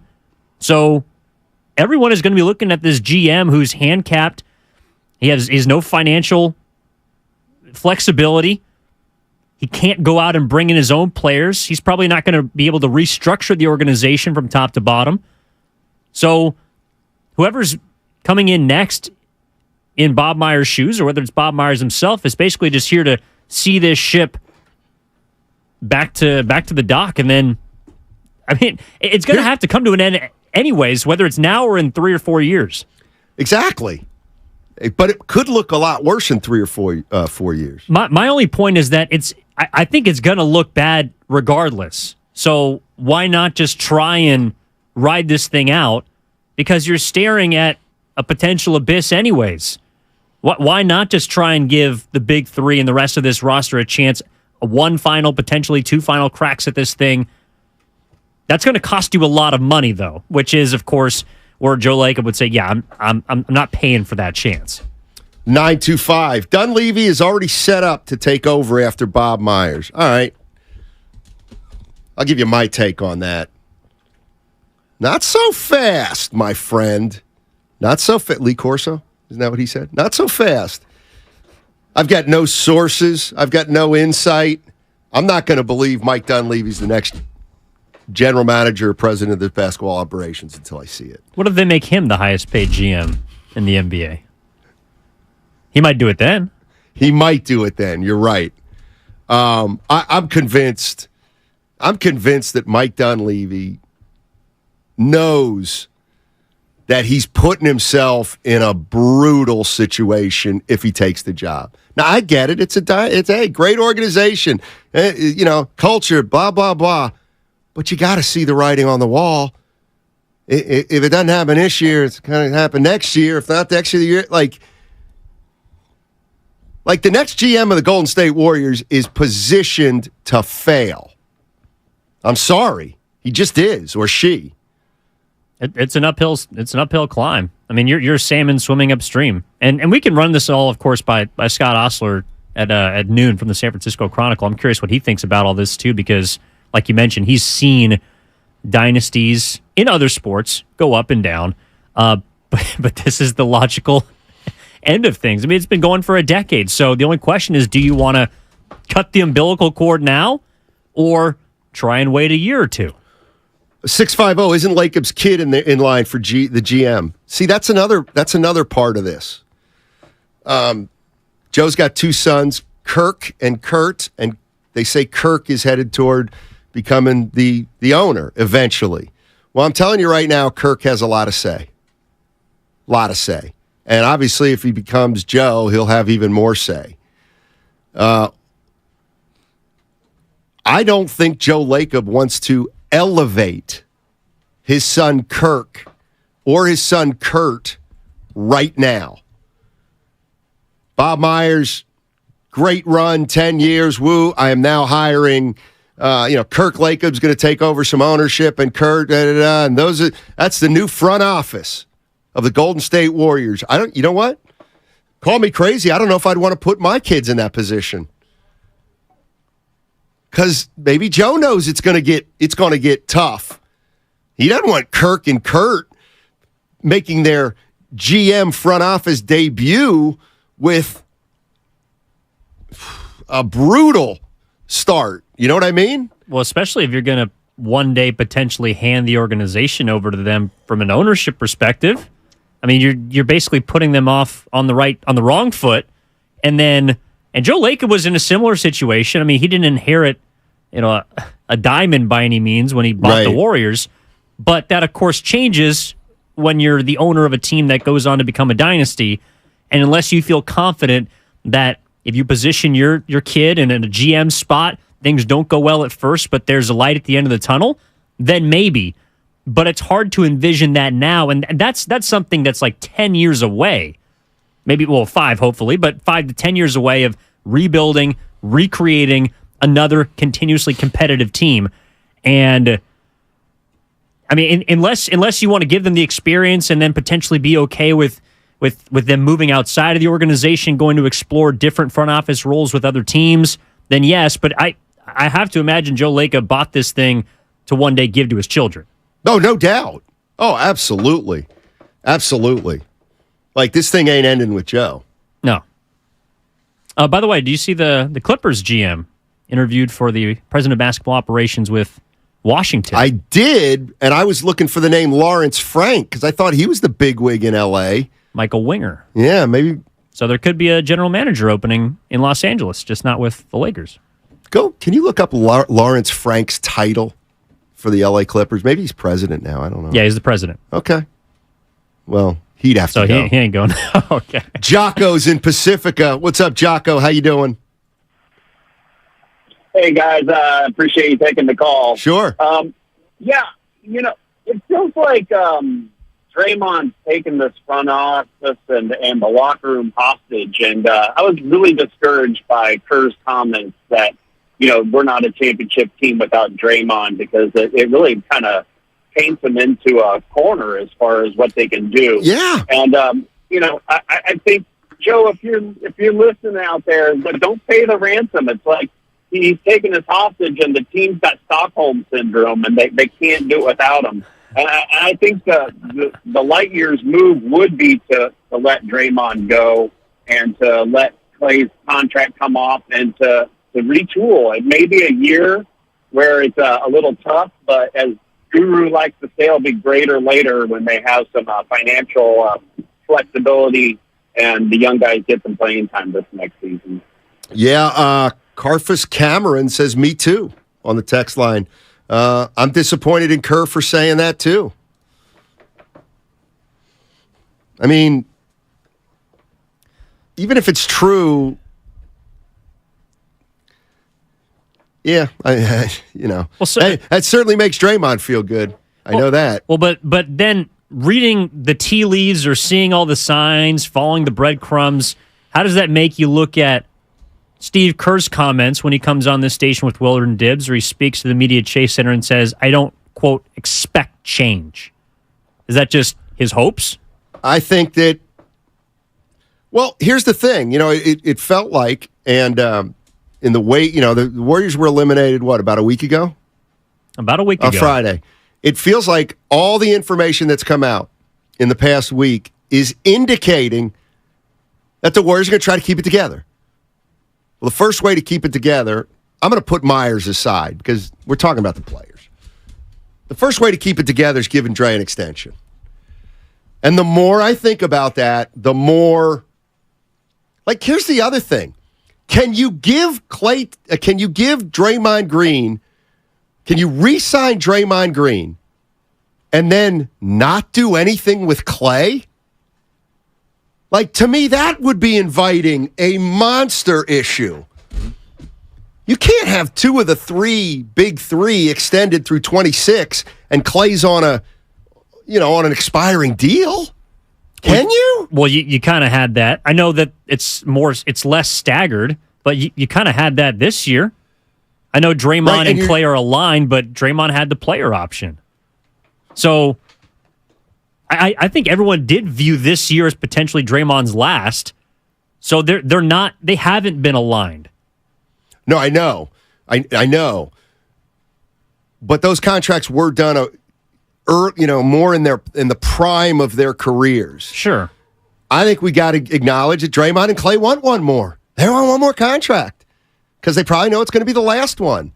So if I'm Klay Thompson and they break off 3 years and $90 million for Draymond, do you think it has to be 90 though? Well, you don't think he'll take anything? 75, 25 a year. I don't know if he's taking any less than that. He's scheduled to make 20. Like, do you really think he'd take? He's got 1 year at 27.5. I don't know if he's taking 25. But I don't. Maybe, hopefully, he will. Well, I think if he wants to be here, that's the reality of his situation in Golden State. And maybe the continuity, maybe the relationships, maybe the fact he wants to be a lifer is enough for that discount to take place. But I mean, you've said like Draymond ain't getting $30 million a year for 3 years, isn't he? You better be sure. Well, not if Joe Lacob doesn't want to pay. Oh, for the Warriors. Yeah, for the Warriors. I'm talking about another team. Oh, I see what you're saying. If he opts out, is anybody giving him 3 years 90? I don't. Some team might. I mean, there's going to be teams with cap space this summer that could use a guy that might be able to get you over the top. Because as we've discussed, regular season, he's not going to add potentially 10 wins to your roster over 82 games. But in the playoffs, if you're trying to get 16 wins, he might be the player that could get you from 12 to 14 or from 14 to 16 wins. Color me as a person who believes that if Draymond Green opts out and you lose him, I think you could still win 44 or more games next year. Now, don't ask me about the playoffs. But you know what? You want to ask me about the playoffs? I'm going to, because I want to support my argument. You want to ask me about the playoffs? Yeah, they almost lost to the Kings in the first round. That's the way I look at this. They have 44 wins and they almost lost in the first round. I could also say they're a Lonnie Walker fourth quarter away from pushing the Lakers to 7. Maybe getting to the Western Conference Finals. And that's where I'll meet you in the middle. They lost in the second round. They did. So. In 6. Yeah. Let's go to Mike in Michigan. What's up, Mike? How you doing, man? Good, gentlemen. Happy Wednesday. Yeah. Or is it Thursday? I can't tell anymore. These days all blend together. Thursday. Thank you. Steiny, I got to say, man, I think it would be a horrendous idea for them to re-sign Dre and Klay to these extensions because they're clearly already a team on the decline. They can't win on the road. They showed that last season. Their record was clearly down from what it was in past years, and they can't stay healthy. So to assign these guys to an extension, regardless of how long they're going to be, even if they take less money, these guys are it's going to be like the Giants at the end with Belt and Crawford and Posey, where you're just like, you're hoping for 1 year of lightning, but pretty much it's going to be mediocre ball. And then you're going to have these young guys that you couldn't groom because you wanted to hold on to the glory days. And now you're looking at 5-6 years worth of doom in a brand new building that you can't sell out, and you're not going to the playoffs. Joe Lacob, he's a smart man. I don't think he's going to deal with that because in the end, you buy a basketball team to win championships, but to also make money. And he's got to make money to pay off that building. He's not going to want to take 5 or 6 years of no playoffs to groom younger guys when he could just cut ties and do that now and cut the sentimentality. All right, guys, have a good one. Appreciate the call. Here's what I'm trying to envision. Let's say you sit tight for the most part. And I get it. They may do some iteration. Maybe they'll re-sign Draymond and they'll trade Poole. Mm-hmm. But let's say they just re-sign Draymond, and let's even say they extend Klay. And you start training camp next year. First day of training camp next year. First day of training camp. Steph, Klay, Draymond, Wiggins, Poole, Looney. There's no way that team's excited. I don't think so. I don't think they're excited coming into that year. 2 years ago, they won a title because they took it pretty seriously. They were motivated by people saying, "You're done. You're absolutely done." They came back. They put a great year together. They won it all. A lot of things went right. They got to training camp last year before the punch, and I think they were like, man, does it take a lot of energy. Let's see if we can cruise. 3-7. It's going to be hard to cruise. The punch, blah, blah, blah. You end up 44 and 38. Like you bring back the same team? Is Steph excited about that? Now, I get it. He's got a far-flung chance at making a run, but I think they know they're not good enough anymore because they said it. But couldn't they trick themselves into believing kind of what you said, which is pre-punch, there's some fat cat syndrome, where they were relying on the young guys to maybe step up and fill some of that void, and they clearly couldn't do it. But they could kind of restructure their mentality towards the year before, which is everyone's done. They're done. I hear you. I don't think they can recreate that. I really don't. I don't think they're going to be able to recreate 2 years ago that desire, that hunger, because they did it. They did it. And I think 2 years is a very, very long time. Well, especially when you're in your mid-30s. But, I mean, the hope is that with the continuity, and I don't know, maybe a Guru wants to move on from Jordan Poole, bring back a potential veteran piece. Is that enough to re-energize the big three? Again, I kind of think you need Jordan Poole or just the majority of those younger guys to get you through the regular season. But yeah, no, I mean, I think you're right. I think you're right.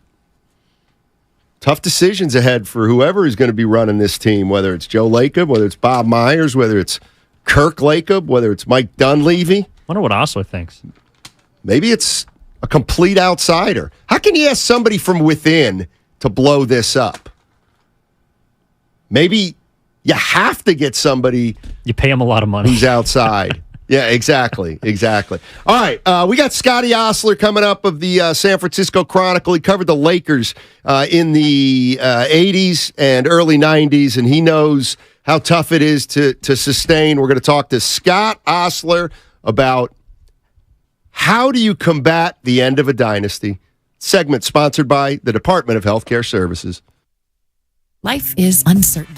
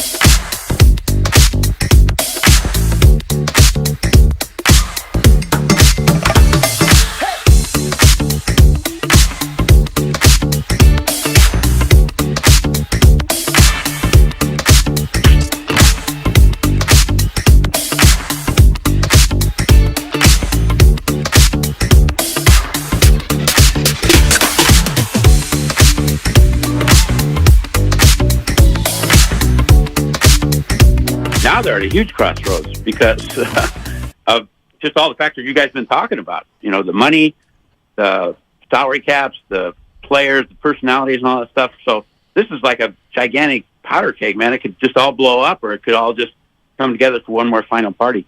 I know this.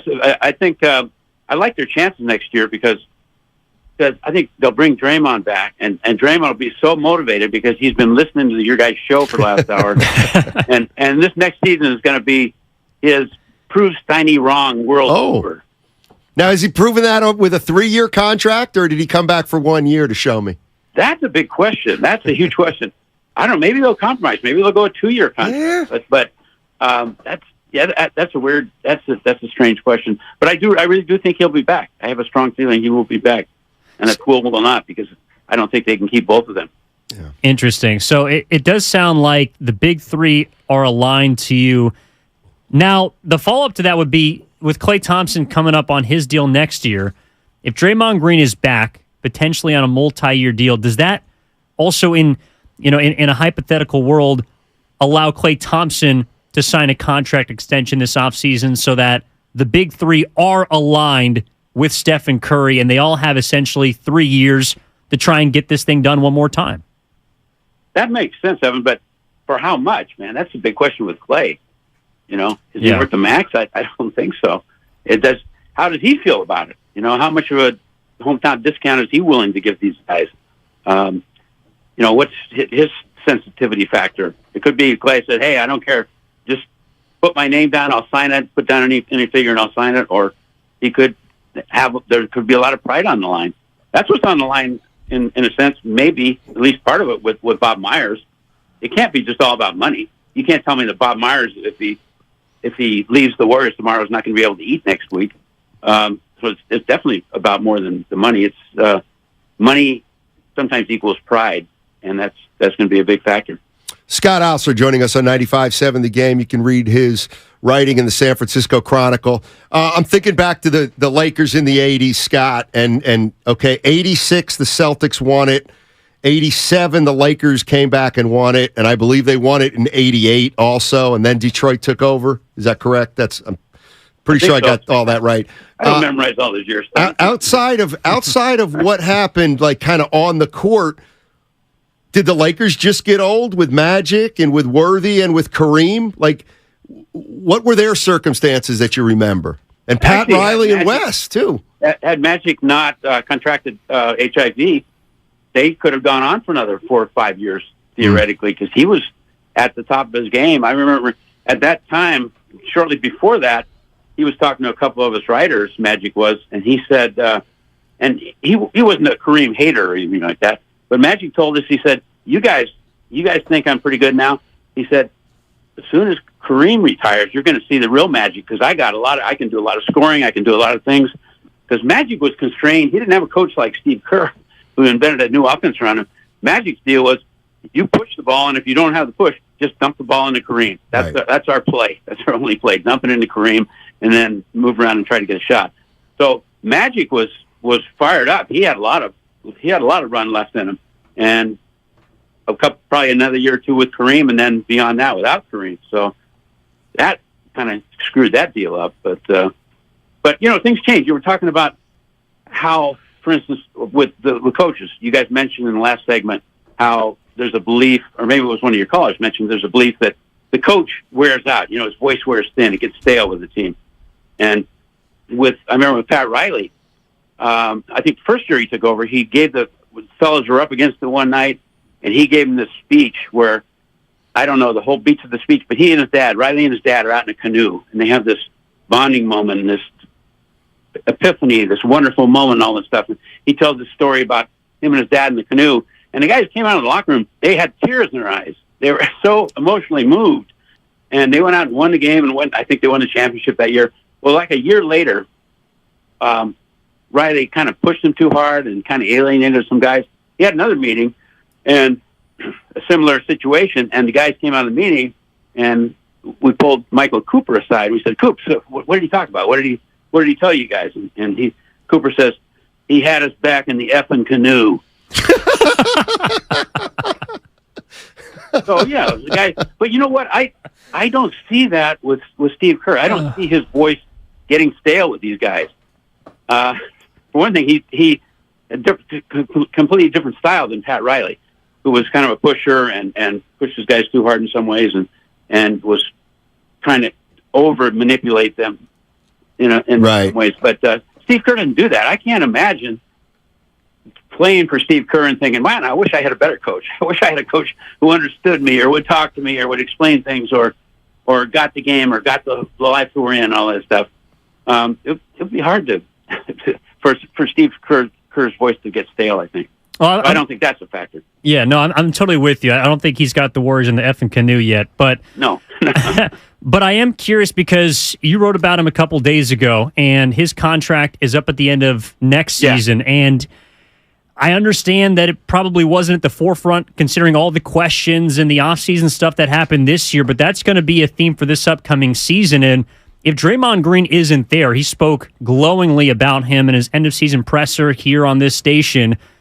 How happy do you think he'll be, and how much do you think that would weigh on him and his decision to potentially be a part of Golden State beyond next season? I think it would definitely be a factor because, to me, that was really one of the things that jumped out of that press conference, which was anybody who hasn't heard that press conference should play it back because Steve Kerr is a very thoughtful guy and gives deep kind of answers, kind of generally avoids the superficial. And that presser, he kind of went deeper than normal, I think. And for him to say, kind of unprompted, that I definitely want Draymond back next year. He's part of this deal, and I definitely want him back. He didn't. He could have easily sidestepped that or tap danced around and said, "Yeah, it'd be good if he comes back." But who knows? It's a business. Right. He didn't do that. He was very, very strong. And if Steve Kerr feels that strongly about Draymond Green, I, as an outside observer, and also I feel the fans should also want Draymond Green back because Steve Kerr knows more about the workings of that team than I do. Scott Osler joining us on 95.7 The Game. Covered the Lakers during Showtime. He works for the San Francisco Chronicle. You know what? I haven't asked you about Showtime. I know Jerry West was upset and no, he wasn't upset. He was devastated. Devastated. Okay, yeah. I mean, wasn't it kind of harmless? I mean, well, I enjoyed it. I really enjoyed it, knowing that it was fiction in a way. But that's sad, Steiny. That you contributed to a great injustice done to a great team. I have this argument with Ann Killian sometimes on our staff, and she said, "I enjoyed it. It was fun. It was meant to be like a soap opera kind of thing, and it wasn't meant to be exactly like reality." And I said, "Well, then why portray it as reality? Why not make up a fictitious team? The L.A. Smoggers or something like that." Right. And what they did is they took, and I was there. I covered the Lakers as a beat guy, Magic Johnson's first 2 seasons. So I was there at the beginning of that stuff. And to me, and I've been around for a while now, and I've been around the Warriors dynasty the whole time. And to me, that was truly a magical time. That was a phenomenal little slice of sports and basketball history, with Magic coming in and remaking the team and them taking over the town like they did, and kind of reinventing basketball and reviving the entire sport, really. Mm-hmm. And not only that, but it was a super positive time. I know there were some underlying things there. That was a time of rampant drugs in sports and society, and there were things like that going on. But to me, the overriding thing of those first couple seasons was just the absolute joy, the absolute fun, and the amazingness, and what a great positive thing it was. And to me, what the TV show did is spin that off into some dark, weird area where everybody hates each other and everybody's mean and everybody's surly and everybody's scheming against each other, and it just it completely twisted the whole thing. It's fun to watch. That's great, but there's a lot of people who see that as, well, I guess that's really the way it was. I guess Lakers really screwed up, and Jerry West really was a jerk and all this stuff, and that's just unfair to the history of the thing. Scott, did you laugh when he threw the trophy out the door window? Come on. I did. I laughed because it was so stupid. For one thing Wes didn't have as I'm sure it's been talked about. Right. Wes did not have a window in his office, and I don't know if he even had the trophy in there, but it's not like it. I don't know, Steiny. You got to know Wes a little bit. Yeah, I love the guy. He's got his peculiarities. He's a unusual dude, but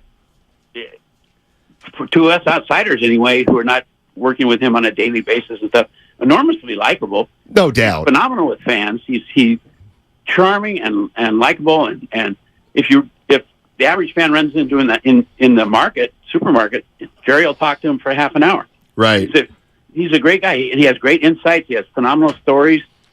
He has great relationships with people in the game. He's generally liked and no doubt, and even beloved. And they just turned him into a monster, and I thought that was unnecessary.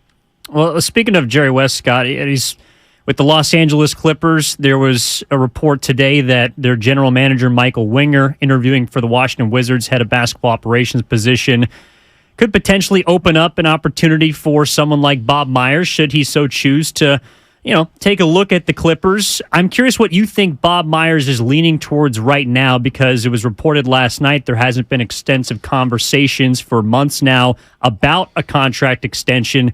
Do you get the feeling that he's not going to be back here next year?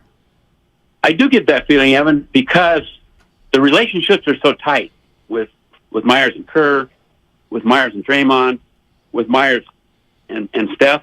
Those things are so deep and so strong that for him to be lingering this long, for him not to have long ago said, man, this is my team, I'm coming back. I don't care what they pay me or whatever, I'm coming back. I love this job. I love this team. For him not to have said that a long time ago speaks volumes, I think. And so I think I just get the sense that he's on the way out, either because he needs a break or because he's burned out in basketball. Maybe he wants to try a different venture, just wants to go to a different team. He feels underappreciated by Joe. I don't know, but I get the impression that he's gone. Yeah, me too. Hey, Scott, thanks so much for joining us. Really appreciate it, and look forward to talking to you soon.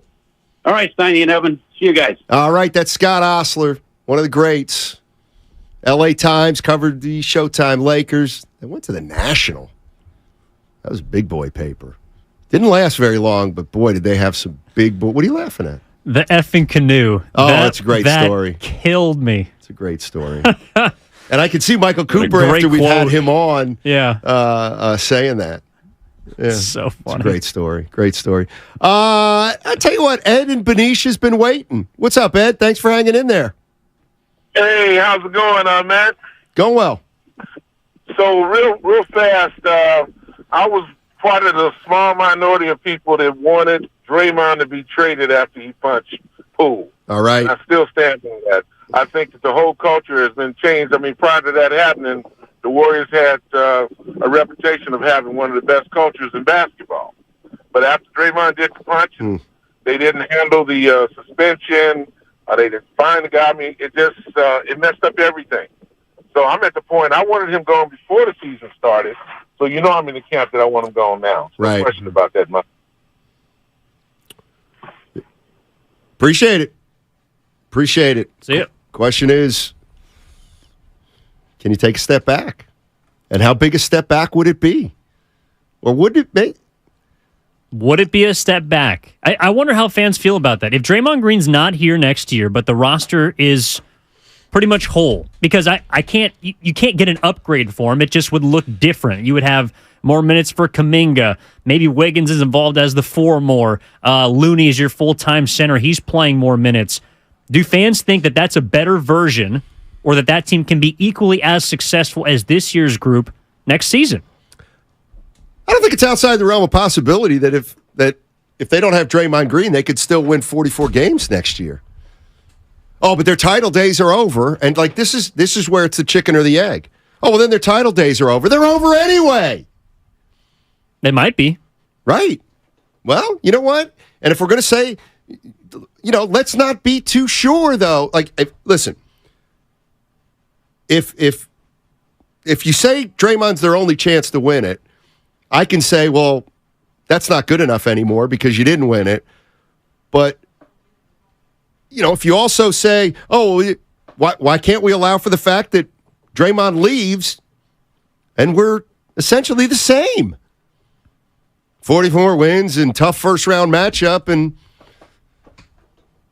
now you have a little bit more, or you're starting to work toward flexibility. See, I think, what about this scenario? Draymond doesn't come back or get re-signed, and next year it doesn't actually fall apart. You're a playoff team.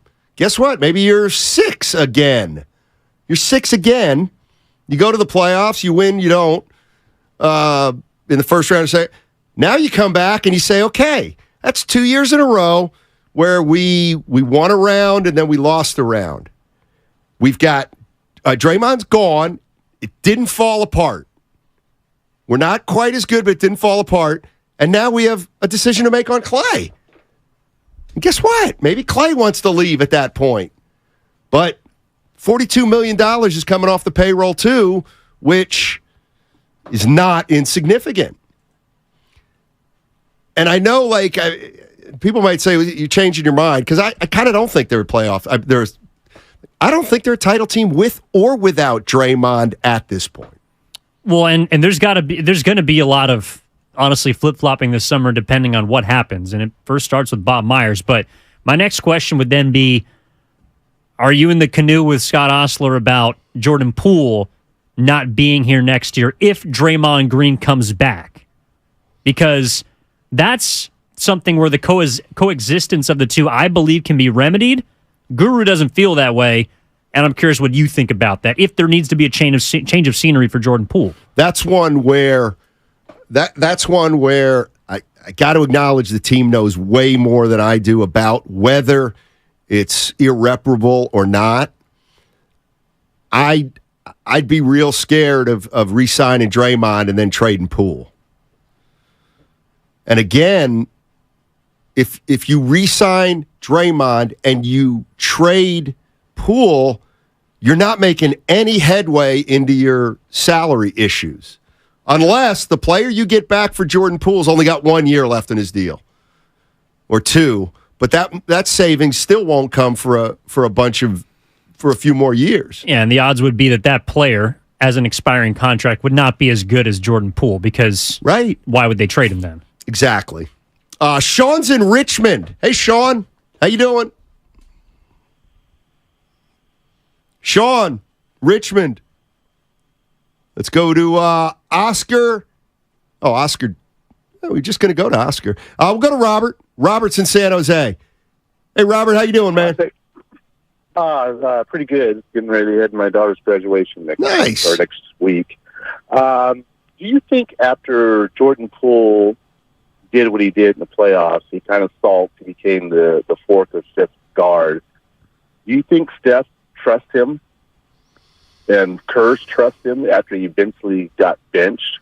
And, when we look towards next season, Curry trusts Draymond. He knows that Draymond's going to go over the line from time to time, but he knows Draymond's going to show up with the bright lights hit. Same thing with Clay. After Jordan Poole's disaster of a postseason, is that trust factor still there where they think he could be counted on in the postseason, not just as a regular season player? It's a great question. It's a great question, Robert. I'm not sure. We talk about his playoffs last year. I actually thought he was fine last year. I don't think they win a title without him last year because he just helped them win some games in the playoffs. Now, there were other games where he couldn't help them, but it was his first time ever in the playoffs. That's hard as a young player. And then this year he regressed. So where are we with him? I don't know. I know he's set to make a lot of money starting next year. Well, and I think you can choose to use which evidence you'd like to make your point about getting in or out on Jordan Poole, because if you really want to look at last year's playoffs, he had a historic start.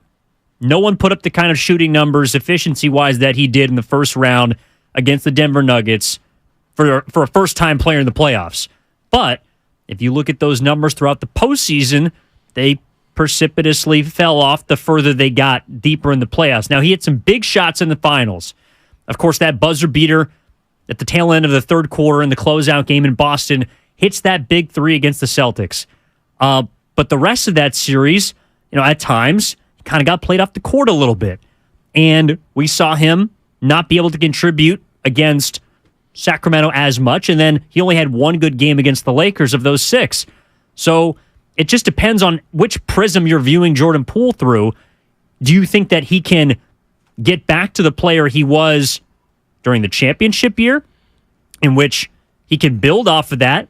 Or is he more the player from this past year, which is kind of a volume shooter, a questionable decision maker, can get hot, can get cold, can get in his own head? Do you think he's going to be that player or the one from the year prior in which he had more mental fortitude? And I would like to believe that a lot of that kind of mental strength he lost because of getting punched by his teammate.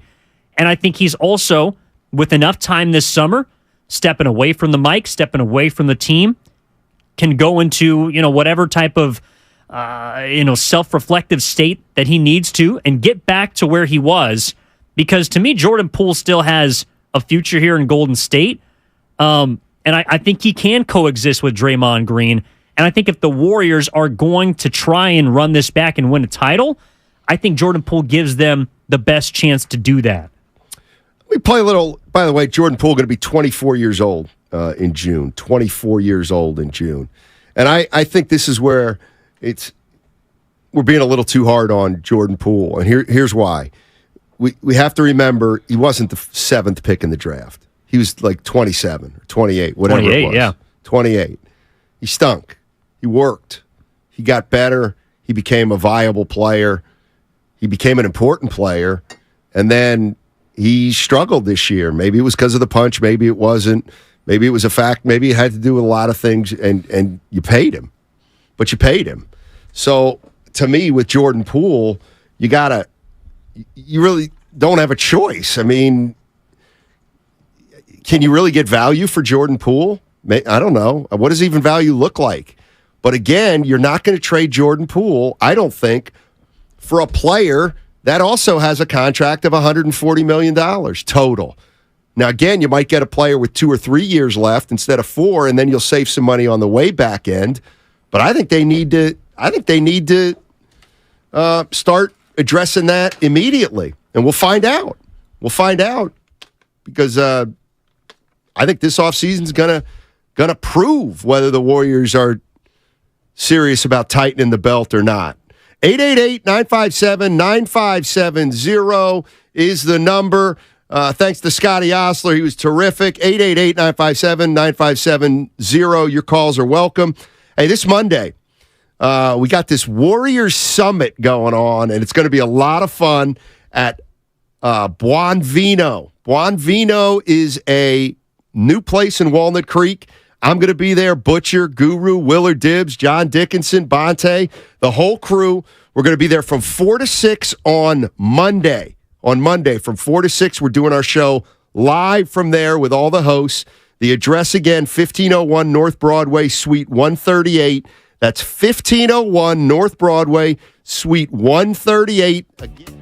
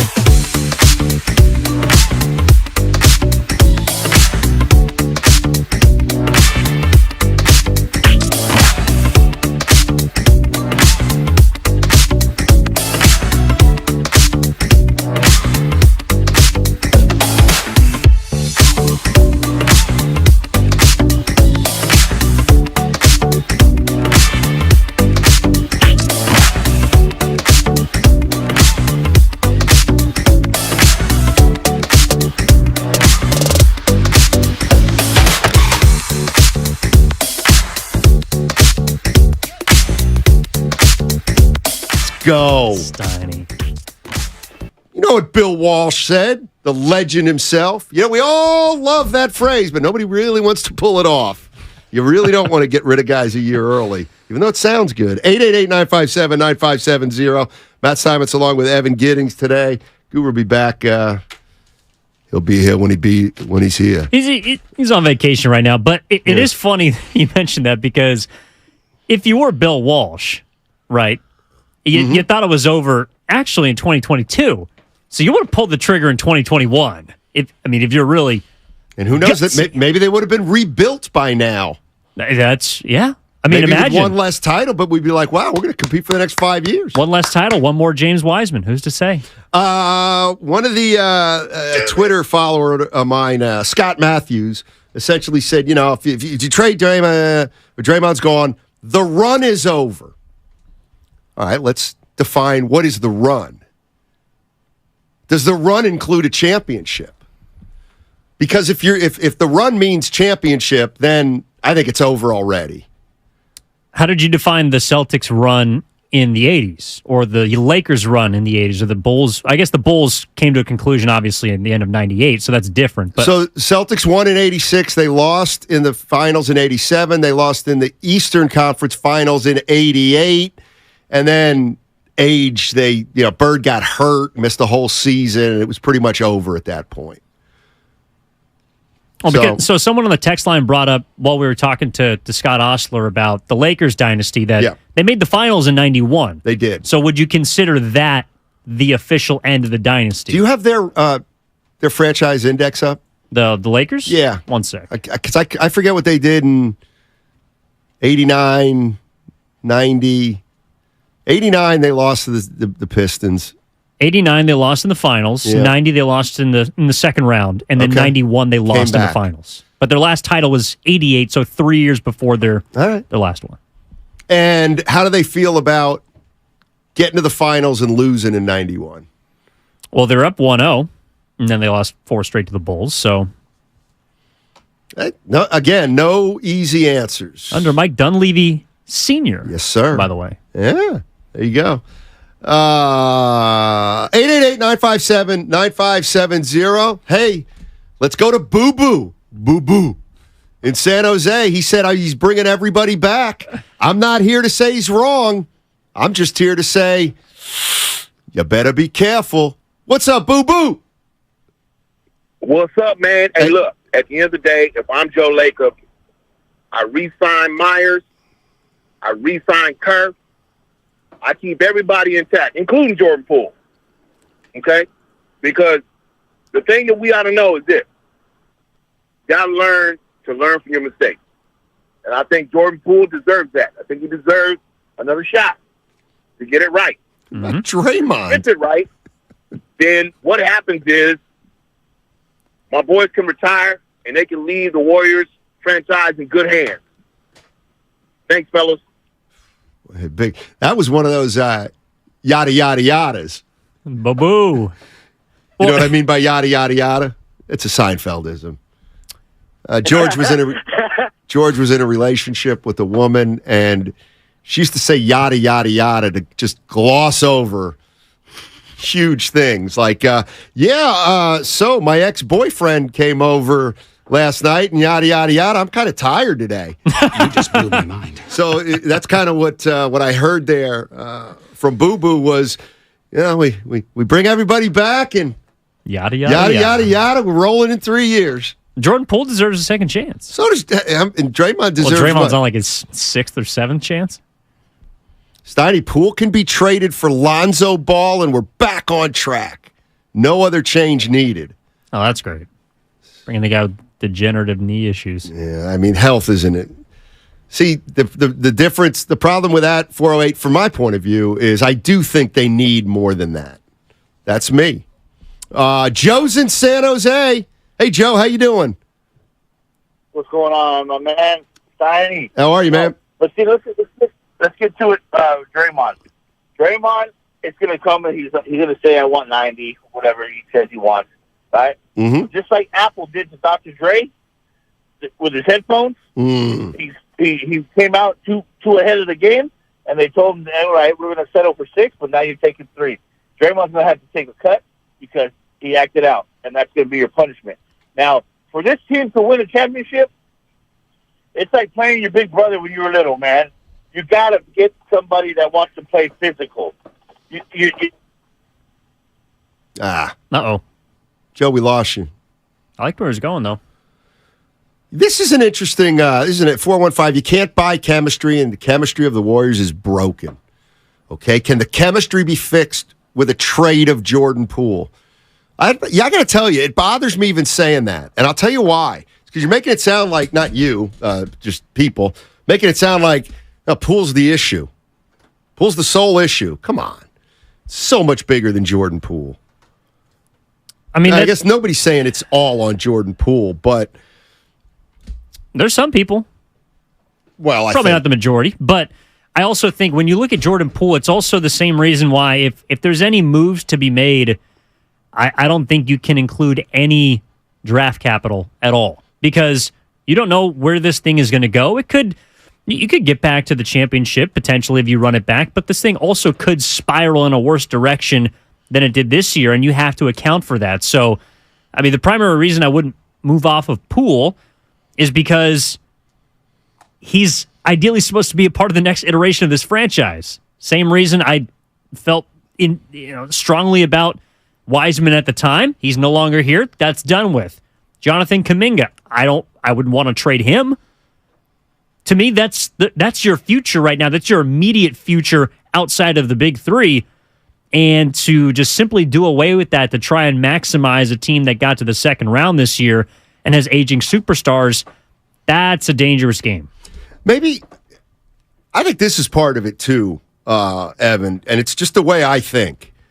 When I look at Clay, Steph, and Draymond even, mostly Steph. But, Steph missed 26 games this year.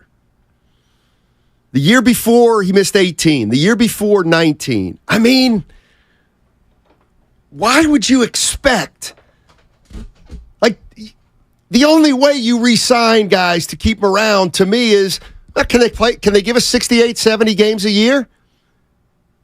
Can Clay and Steph and Draymond give you 68, 70 games a year anymore? I cannot count on that. I can't. I'm sorry. I just can't. Well, you're asking for not only 68 to 70 games, you're also asking for then an extra 20 games in the playoffs. And maybe it's 68 to 70 the entire year, but that means you miss 30 or you load manage 15 to 25 games of the regular season.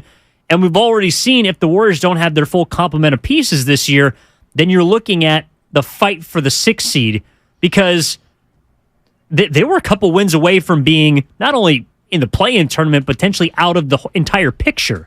So I know everyone wants to say, they can do it. They obviously won a playoff series, being the lower seed going on the road.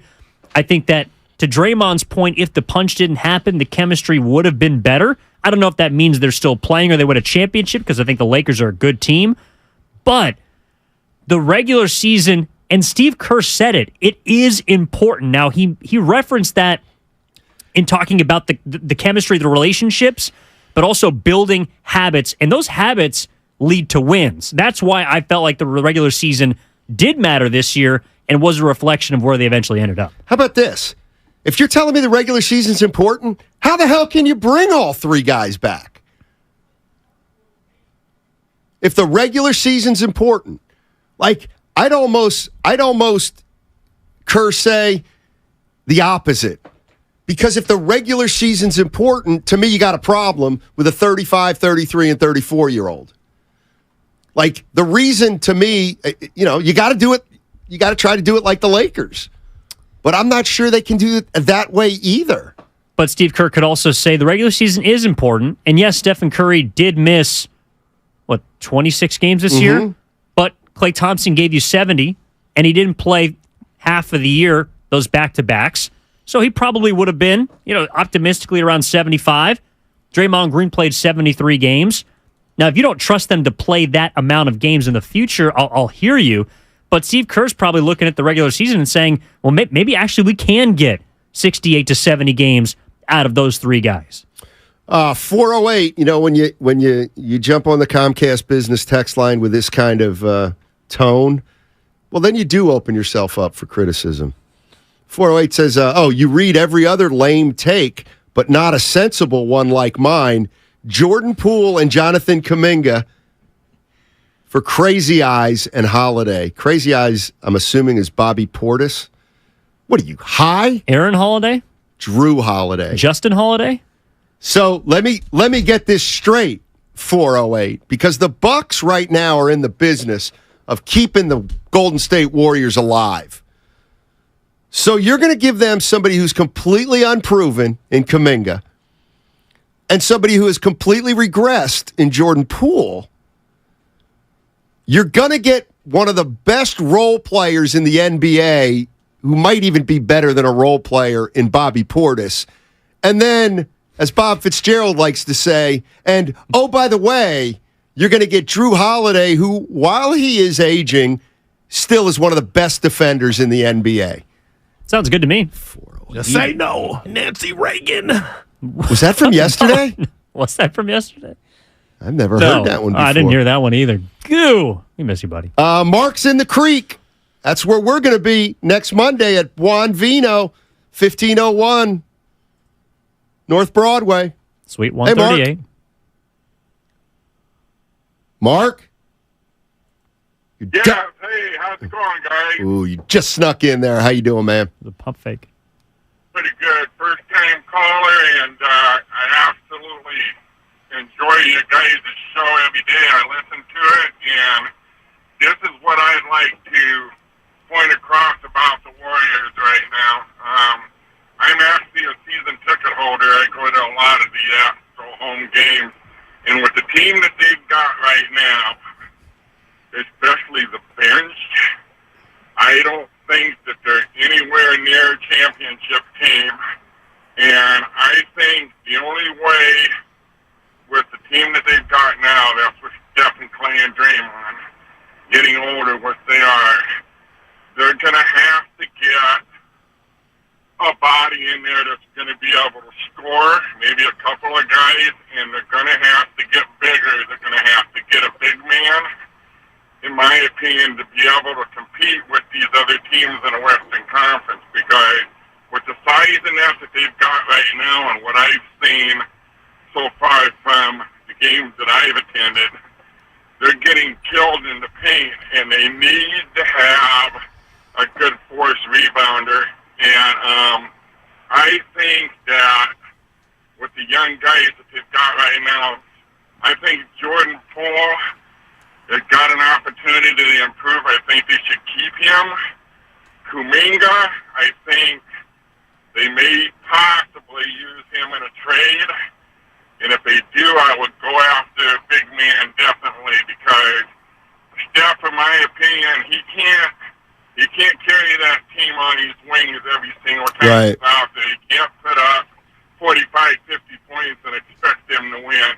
And I think they're going to have to make some moves or some trades somewhere and get like a Pascal Siakam or some type player in that range for them to become a championship team. So that's my opinion on what I feel about the Warriors right now. Appreciate it, Mark. I mean, yeah, I'd love to get Siakam too. How? Love to get Anunoby. How? It would have to be some sort of either a sign and trade with Draymond or a trade involving Poole and Kaminga. Either way, you're giving up a lot, and you're not saving any money.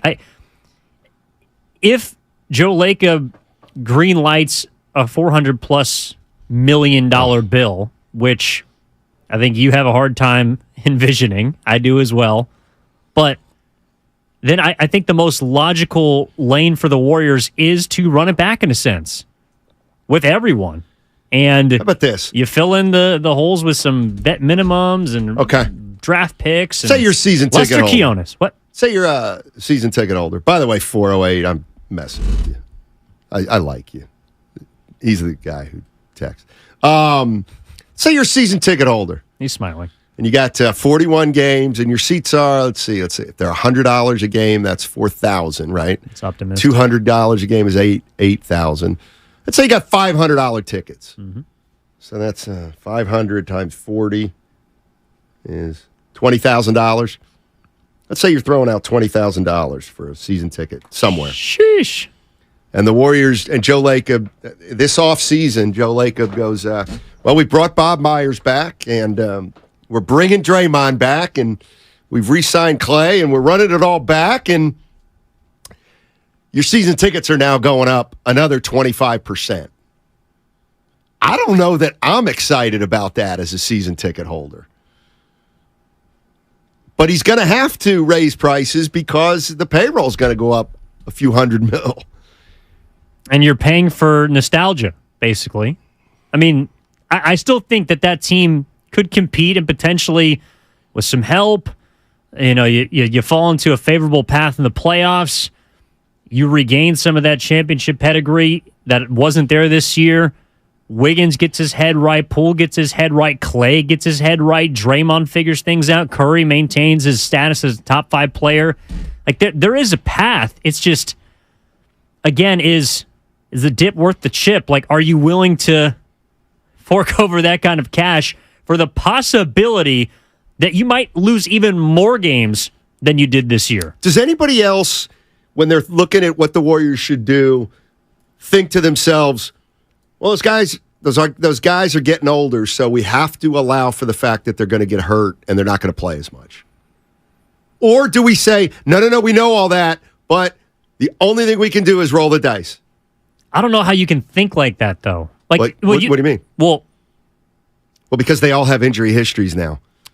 They all have injury histories in the last 2 or 3 years. But you can account for them missing, 15 games potentially. Like, if again, the idea is to load manage these guys throughout the season. Maybe that means less minutes. Maybe that means not playing back-to-backs. Okay, that means less wins and a worse seeding, which we saw this year. But then you're also hoping that Jordan Poole is going to be better than he was last year. Jonathan Kaminga is going to be better than he was last year. Moses Moody is going to be better. Andrew Wiggins can return to playing 80-ish games, which he has for the majority of his career. That's a lot to ask, but that to me is the only way that you save or preserve the big three for a potential crack at another championship. Great question from the 408 on the Comcast Business Text line. Are we trying to save money or maximize Curry? Yes. Yes, and that's why we've got an issue. Like Joe Lacob has been talking about, he's got to cut payroll. He proved that he was willing to do that last year by letting Gary Payton II go. All I'm saying is, if they re-sign Draymond and they extend Clay and Bob Myers comes back, they're doing everything that Joe Lacob said was going to be a real hard thing to do a year ago. Let's go to Matt in Oakland. What's up, Matt? Hey. What's up, fellas? Hey. Hey, man, I love Osler. He's great. Yeah, he is. Showtime was hilarious. And, I mean, did anybody with a brain seriously think that's exactly what happened? I thought it was fantastic. Oh, what? I thought Showtime was fantastic. I did too. 100%. It is written by a comedian, for crying out loud. Exactly. I mean, it was supposed to be funny. And John C. Reilly was amazing. Anyway, a little postmodern here. I don't know what they're going to do in the future, but if you look at the difference between last year's roster and this year's roster, this year they had 8 guys who were veterans, and 6 at the beginning of the year that were under 23, plus the disgrace that is Andre Iguodala, who built yet another NBA team out of a year's salary without doing anything. But the previous year, the guys that were around, they weren't necessarily stars, but they were older and they were buffers, like JTA. No doubt. Damian Lee and Bielitsa and Porter. All of those guys tended to kind of even out the youngsters. Because, I mean, whoever thought the two-way thing was going to work, that's madness. There's not a single person in the playoffs now who's playing meaningful minutes who's under, 23? I mean, there might be one. I don't know. Right. But that was just crazy. But not only was it not good for the actual playing, it I think that's why the chemistry is all off. I mean, DiVincenzo's new, Michael Green is new. The rest of them are babies. And then there's the 6 or 7 guys who they played all the time. So, I mean, I think that more than anything is really what killed them this year. They just didn't have that balance of veterans, not so much to play, but just to keep things running smoothly. And I just want to know what you thought about it. Yeah, I'm with you. And I think that's at the heart of the issue is you're right. I mean, last year they had Toscano Anderson, they had Bielitsa, they had Porter, they had Damian Lee. And I'm not saying they didn't have the guys I'm going to read off next, but they also, now they get rid of those guys, and they're now just sitting with Wiseman, Poole, Kaminga, Moody, Patrick Baldwin Jr., Rollins. I mean, that's 6 players that are just unbelievably young. There was a disconnect. The big 3, Draymond Green, Steph Curry, and Klay Thompson, look at this roster and say, we have too many young guys who don't know how to win. But now they're kind of stuck. And I don't know what's going to happen. 888-957-9570 is the number. And you can get in. We got another hour in the show. We're going to turn it over to Willard and Dibbs on 95.7 The Game.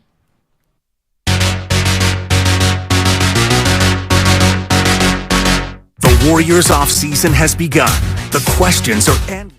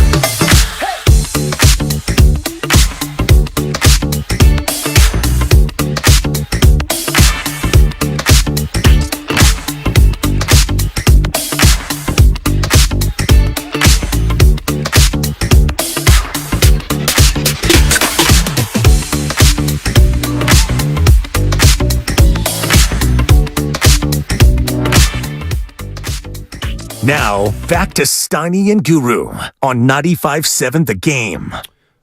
From the text line, I'd forgotten about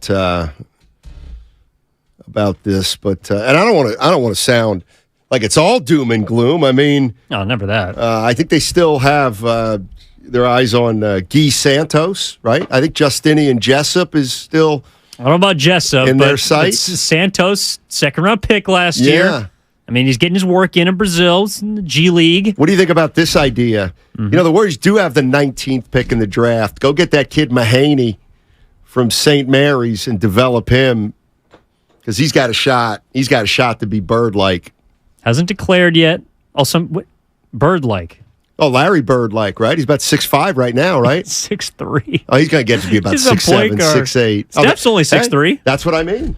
The kid can handle the ball. He hits that growth spurt, and now we're looking at somebody 6'8" who can pass.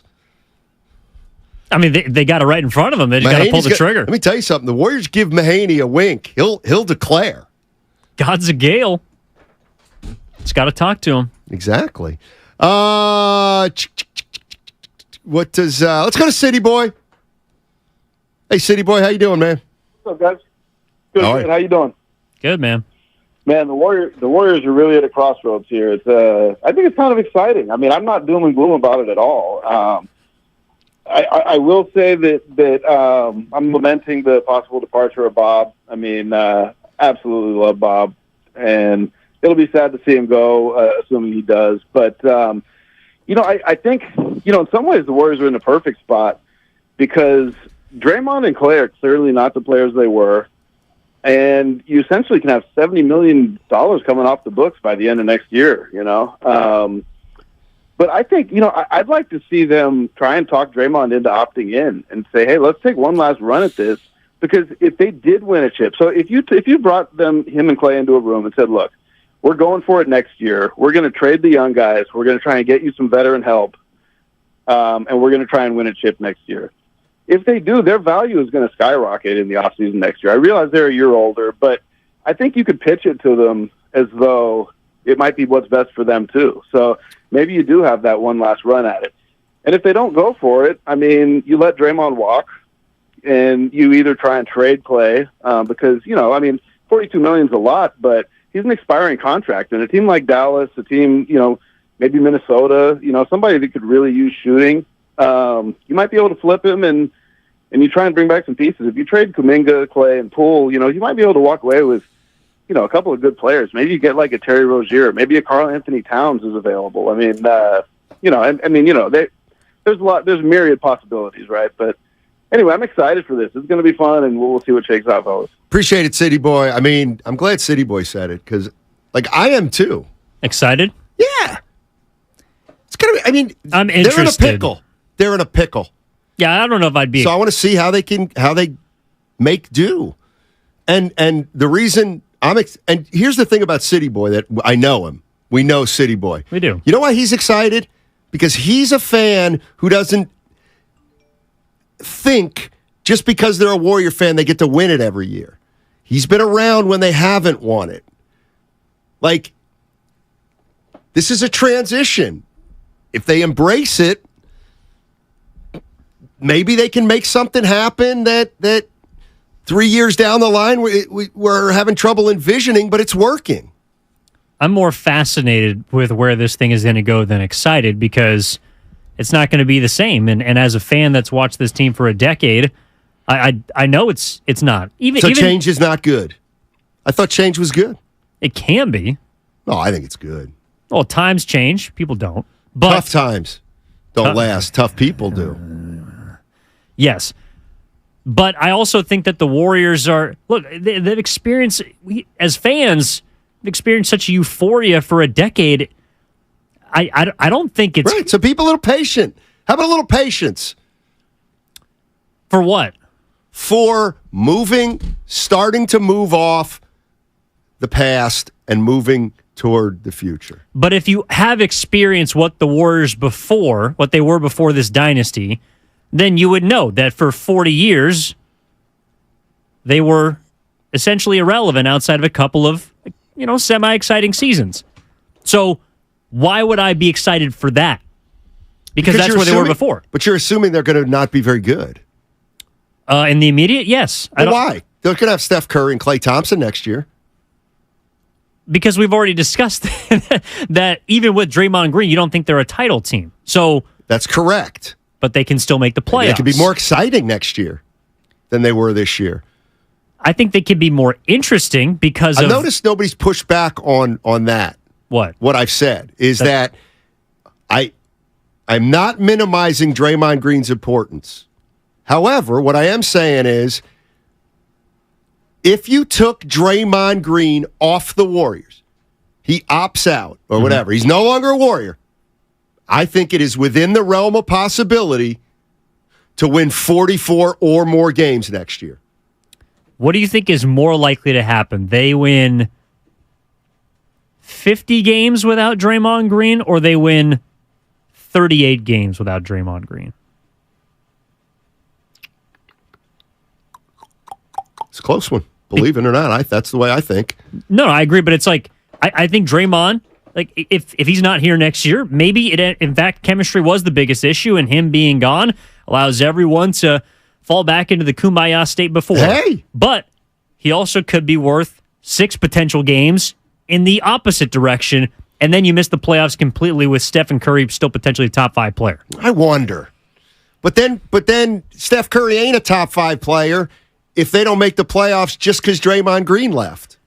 Who's their best defensive player currently? Draymond.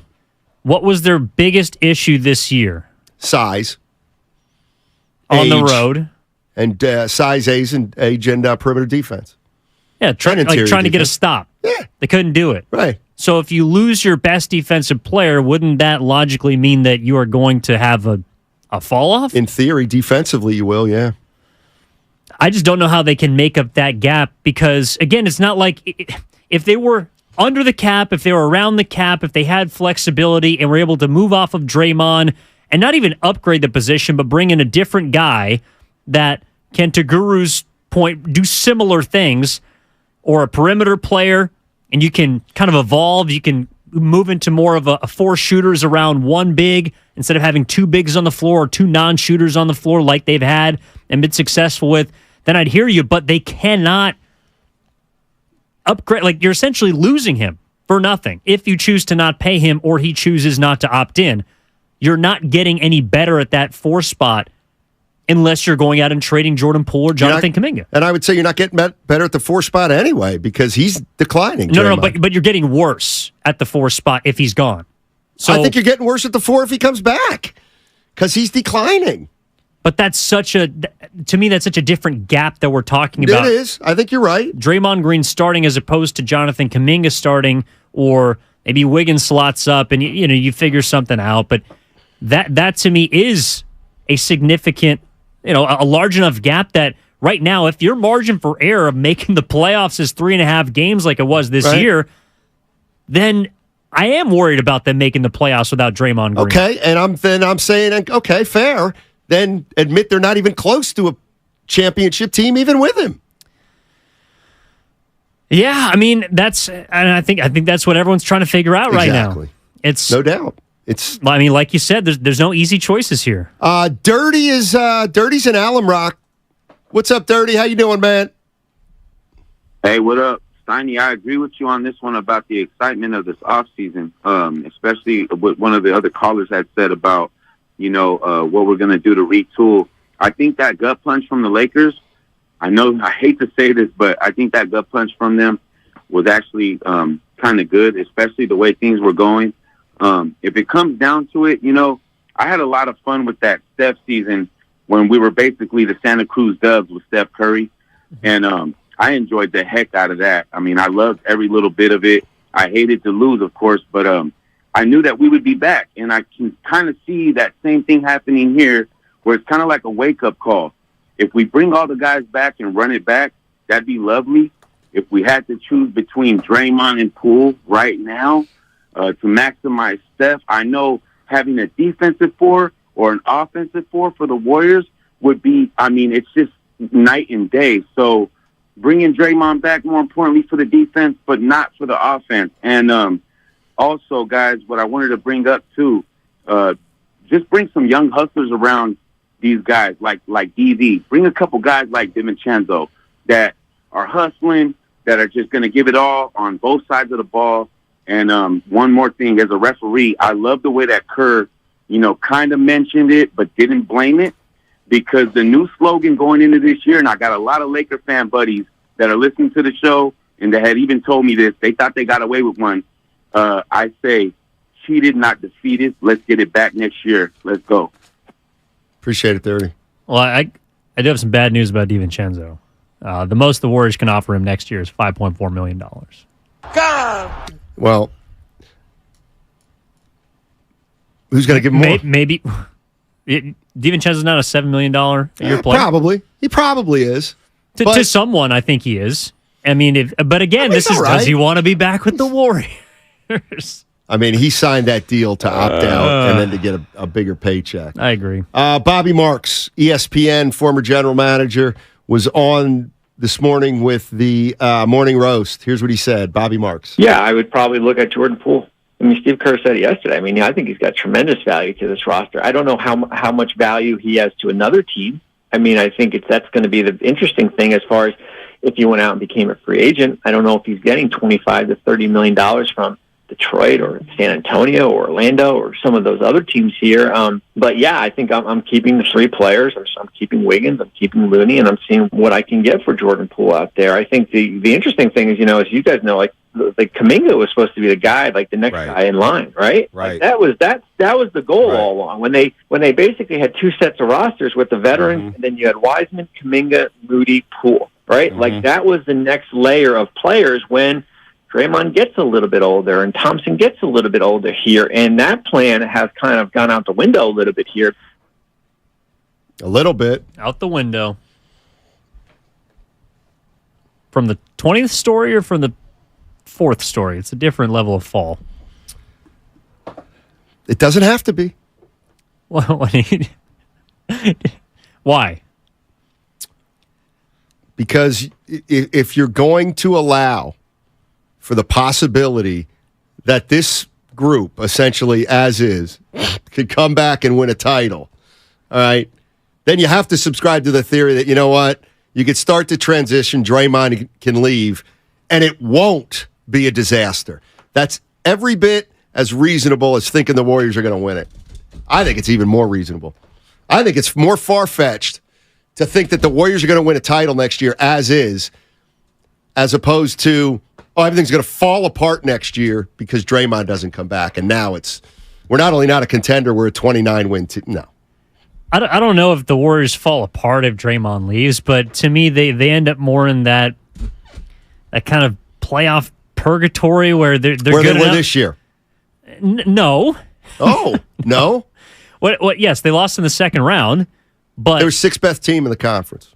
Lakers were the 7th best team. They're in the Western Conference Finals. So, but the regular season is important to the Warriors, apparently. So they don't get to coast anymore. It's important from the sense of building the right habits.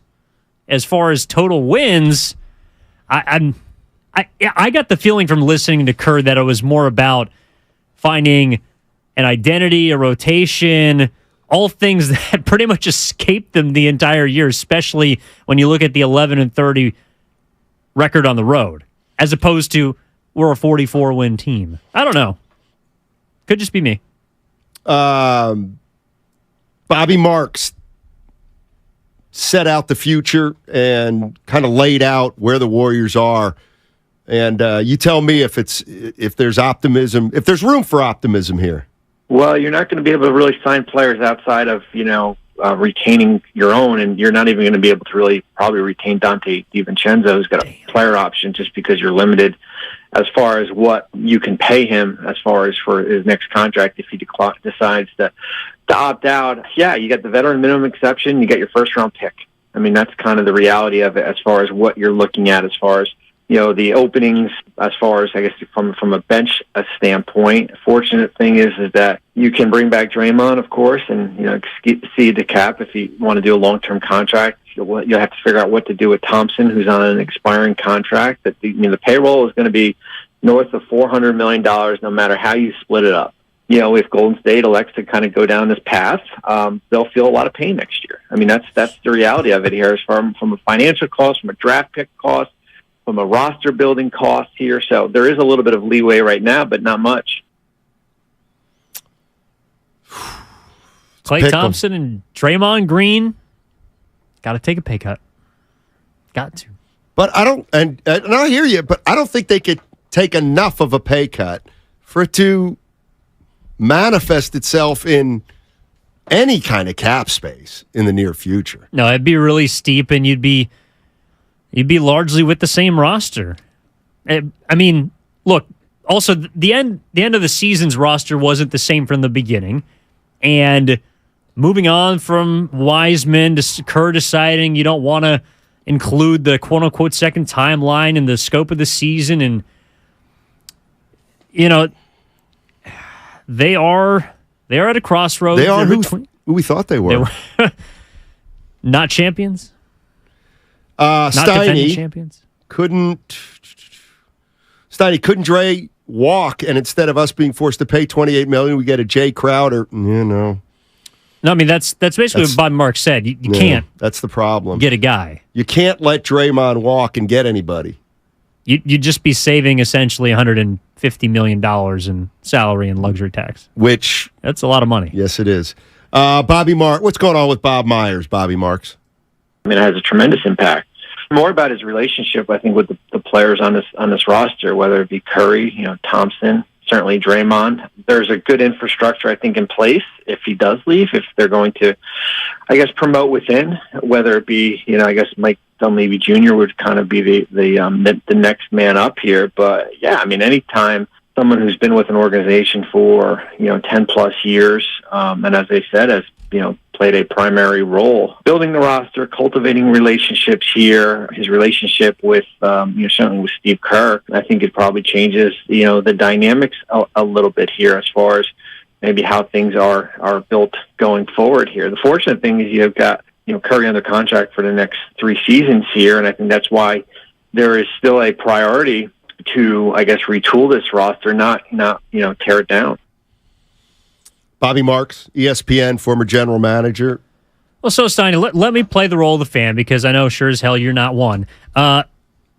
If I'm looking at next season, Draymond Green's not there, Bob Myers isn't there. It plays out, at least from the way things look right now, the most logical, finale for the Warriors this summer. What should I be excited about? Because, you're talking about there's an exciting time. There's a transition. We're moving into the next iteration. Was this year exciting? I watched every game. Well, you're going to watch every game next year. I'll bet you, even without Draymond Green. But there was hope. You'll watch for Kaminga, if nothing else. There was hope last year, though. I think you watch for Mahaney. No, stop that.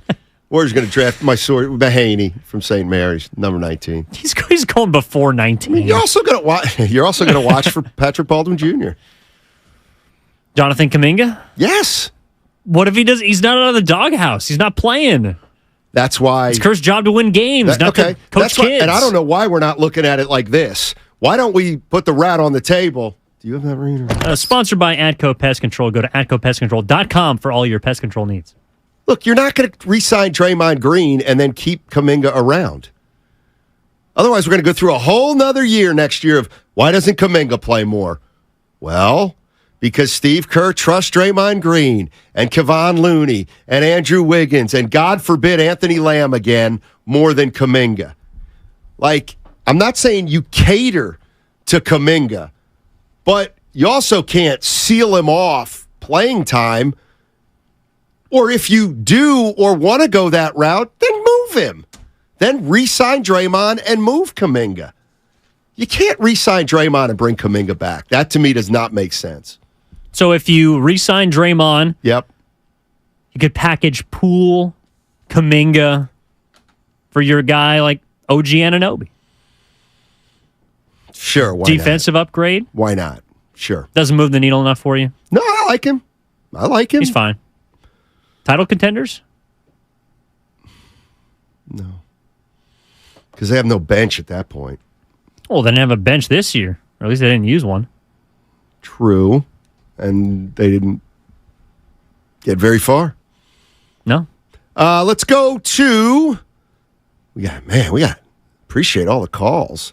Let's go to Leo in Danville. What's going on, Leo? How you doing, man? They're excited. What's going on, fellas? Hey, man. Let me pull over real quick to talk to you. Oh, nice. 10-2. Oh, you're going to pull over, or you have? Okay. Oh, okay. All right. What do you got, buddy? Well, I'll tell you guys this. I'm a Monte Vista High School alumni, so we've tracked Bob Myers for many years. And if the Warriors, I think they should focus on re-signing both Bob Myers and Steve Kerr, because I believe that if you don't, then the rebuild period will be much longer. Interesting. Bob Myers is an NCAA champion. He knows basketball, the ins and outs, and he can relate to the players. Steve Kerr is an NBA champion many times over, and the players respect him. And that right there is the foundation of building a solid team. In terms of players' contracts, I can't really speak on that. But, you can yell at your team all you want, but when you start stocking your own team up, it says something about a team's dynamic. And I just think if Draymond Green's contract is coming up, and, he was the main reason that Durant decided to leave. I don't know the details of Durant's contract, but that guy was a future legend, and everyone was grateful for him having been on the Warriors. So if there's any chance of bringing him back, we're talking about the Warriors being a championship contender next season. Yeah, I think that's fair, Leo, with Draymond. What do you think about my argument with Draymond? It's just time. It's time. You can tell. Can you at least tell that there's a recognizable part of the fan base? And I get it, the fans, they don't dictate your moves. But it doesn't hurt if they're okay with some of them. Like, I'm hearing a recognizable portion of the Warrior fan base is saying maybe it's time with Draymond Green. And they're not the people. And for example, right now I'm saying maybe it's time without Draymond Green. And I'm sorry, the only argument against can't be, well, then they're not going to win a title anymore, because I'm going to look at you and say they weren't 1-1 anyway. So now where does that leave us? Well, it leaves you with the decision of whether you want to start it now or start it later. And if you're okay with being a potentially completely irrelevant team, if you try and move off of Draymond, you get rid of Bob, you say, Clay, this is your last year. Kerr, this is your last year. Steph is going to be the only guy that we're going to have around for the foreseeable future, and hope that he's okay with making that kind of money down the line. I just don't know. And maybe it doesn't matter how you try and sell it, because what matters at the end of the day is dollars. And I'm curious to know what the guys we got coming up next think about this entire difficult situation the Warriors had themselves in. All right, this Monday, we're going to be bringing you our Warriors Summit. Bonte, Butcher, myself, Guru, Willard, Dibbs, JD. We're going to be live from 4 to 6 at Buon Vino in Walnut Creek, all right? That's 1501 North Broadway, Suite 138. 1501 North Broadway, Suite 138. This show's going to be open to the public. We're going to have an open discussion with the fans. We're going to answer questions. We're going to have dialogue. It's all going to be live on 95.7 The Game, and it's taking place at Buon Vino in Walnut Creek, 1501 North Broadway. And that's on Monday, May 22nd. Be there. We'll talk hoops on 95.7 The Game. It's Jeep 4x4 season. Make your...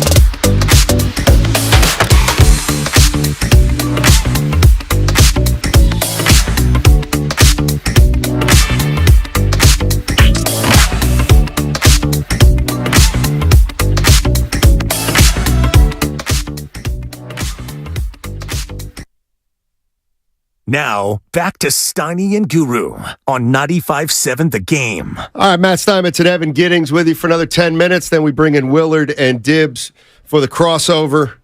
And we're talking about the Golden State Warriors. Let me read this text here from the 510 Comcast Business text line. There's no one in the league that brings a mix of defense, IQ, and fire as Draymond Green. Those who want to let go of Draymond Green don't know basketball. You're wrong.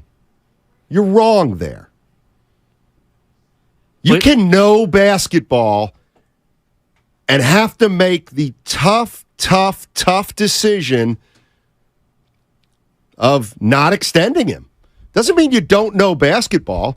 It means that you're valuing something else over Draymond Green being a Warrior for the next 3 years at a lot of money. He's going on season 12. Out of college, from Michigan State. That's the reality of the situation. Draymond Green is going to be 33 years old.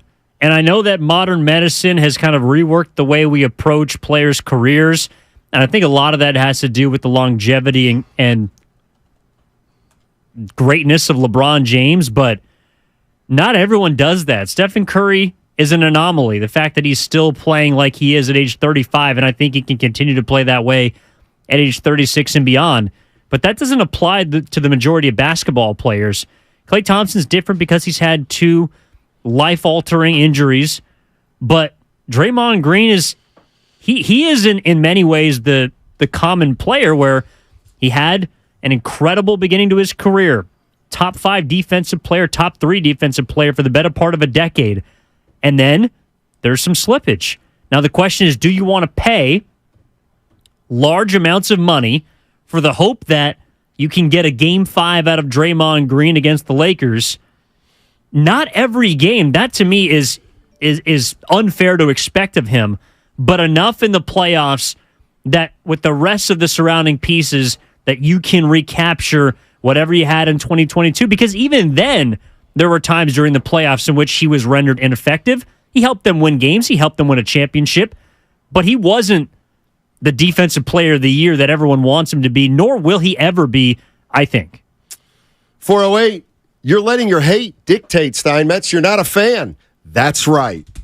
I'm not a fan, 408. So I'm not emotional about these things. I understand Draymond's value. I've seen it for 12 years. I don't want to lose Draymond Green. I don't think I want him for $30 million a year for the next 3 either. Let's go to Larry. Larry's in Orinda. Hey, Larry, how you doing? I'm doing fine, and I'm all with you. Draymond's offensive deficiencies are a problem for the Warriors at least as much as his defensive prowess is an advantage. I don't like the way he's been spouting things off on Stephen A's show and on his pod. And, if he felt that way about punching Poole, he should have been a whole lot more contrite a whole lot earlier. And, I just feel like we've already been what we have him at $25 million for 4 the last time. Yeah, essentially. That was hard to move. If we'd have had to move him, nobody was going to take him. Very few teams had that kind of cap space. And he can no longer guard 1 through 5. He probably can guard 3 through 5 now. Right. And but at point of attack, he gives up a lot now, and because of that, we need a rim protector. So the Warriors couldn't guard POA all season long. They had nobody at the rim, and that's why we were inconsistent. I agree we fouled too much, but that also comes from being a little bit older, a little bit slower, and reaching too much. So we have to realize that's the issue. Get a real rim protector, and maybe somebody who can be a wing spacer that can hit some threes and play deep. But I just don't think Draymond is the answer anymore. And I would point to the Denver offense and what they did against the Lakers when they have 5 shooters on the floor who can actually shoot the ball. Good stuff, Larry. Well thought out. Well thought out. By the way, I would push back a little bit. I mean, he was picking up De'Aaron Fox down the stretch of games against Sacramento. So I think Draymond can guard 1 through 5. Yeah, for about 48 seconds. for enough possessions for you to win a close basketball game? How many times a year? Well, that's going to be the question. By the way, the 72 games he played this year, Steiny? Yeah. 73, sorry. Yeah, get this. The most games he's played since he was 26 years old in 2017. Think he can do it again? No. Come on. No. You have little faith. Oh, you think that he's going to play the most games he's played in 7 years, sign a new 3-year contract, and now play 75 games? Come on. He'll be motivated. No, he won't. No, that's the other thing. How can you say we're not a championship team, like Draymond said, then take a 3-year deal, come back, and be motivated as if you know you're a championship team? Because they were a championship team not too long ago. 2 years ago? Jeremy in North Oakland. What's up, Jeremy? How you doing? What's up, fellas? Happy Thursday. Yes, sir. Back at you. If I'm Joe Lacob, I'll let Draymond come back and opt in for another year. But beyond that, I'm not giving him a dime because he's basically torn apart this team, and it just seems like the team is bending to his will. Kirk comes out the other day and says, we can't win a championship without Draymond, which is, it sounds like to me giving him an extension. And then beyond that, with Clay, I let him play that last year out too, and then we'll just go from there because I just don't see it, regardless of whether or not we were a championship team or not. And it's just really, really sad from a fan perspective that they allowed us to go on for this long. So, bye, Draymond. See ya. I wouldn't want to be ya. Appreciate the call. 650. They were a championship team 11 months ago. Nope. It doesn't matter. They were a 44-win team this year. So how are you going to sell next season to Stephen Curry? Or do you even care about that? Of course you care. It's a legitimate question. Of course you care. But you know what? I've watched Steph Curry for 13 years be the consummate professional. He didn't want Mark Jackson fired. He played pretty hard for Steve Kerr. I think he also knows that what you're doing this year doesn't mean it's a fait accompli for the rest of his career. Like, Steph Curry's got to know. He knows. But I think he knows what gives him the best chance to win a title. Now, unless you're also selling the future and the vision of after we move off of Draymond, potentially even Clay. But again, all he's known is Bob Myers, Steve Kerr, Draymond Green, Klay Thompson. So potentially you're losing Bob Myers and Draymond Green. The year after, you might potentially be losing Klay Thompson and Steve Kerr. If that's all he knows, I think it's a really hard sell. And here's the other thing. For all you fans out there that are saying, you guys don't know, you can't do this, you can't do that. Apparently, there's a lot of disagreement in the Warriors front office about how to move forward. That's also clear. You got Bob Myers, who's at the end of his deal, doesn't have a contract for next year, almost unheard of in the NBA. Okay, you want Bob back? Well, Bob wants probably Draymond back for 3 years. Well, guess what? Joe Lacob's saying if I pay Bob Myers $36 million for 3 years, that means I got to pay Draymond another 75, 80, 90 million for 3 years. And there might be other ways to go about this. All right, on the other side, it's called the crossover. You know what it is.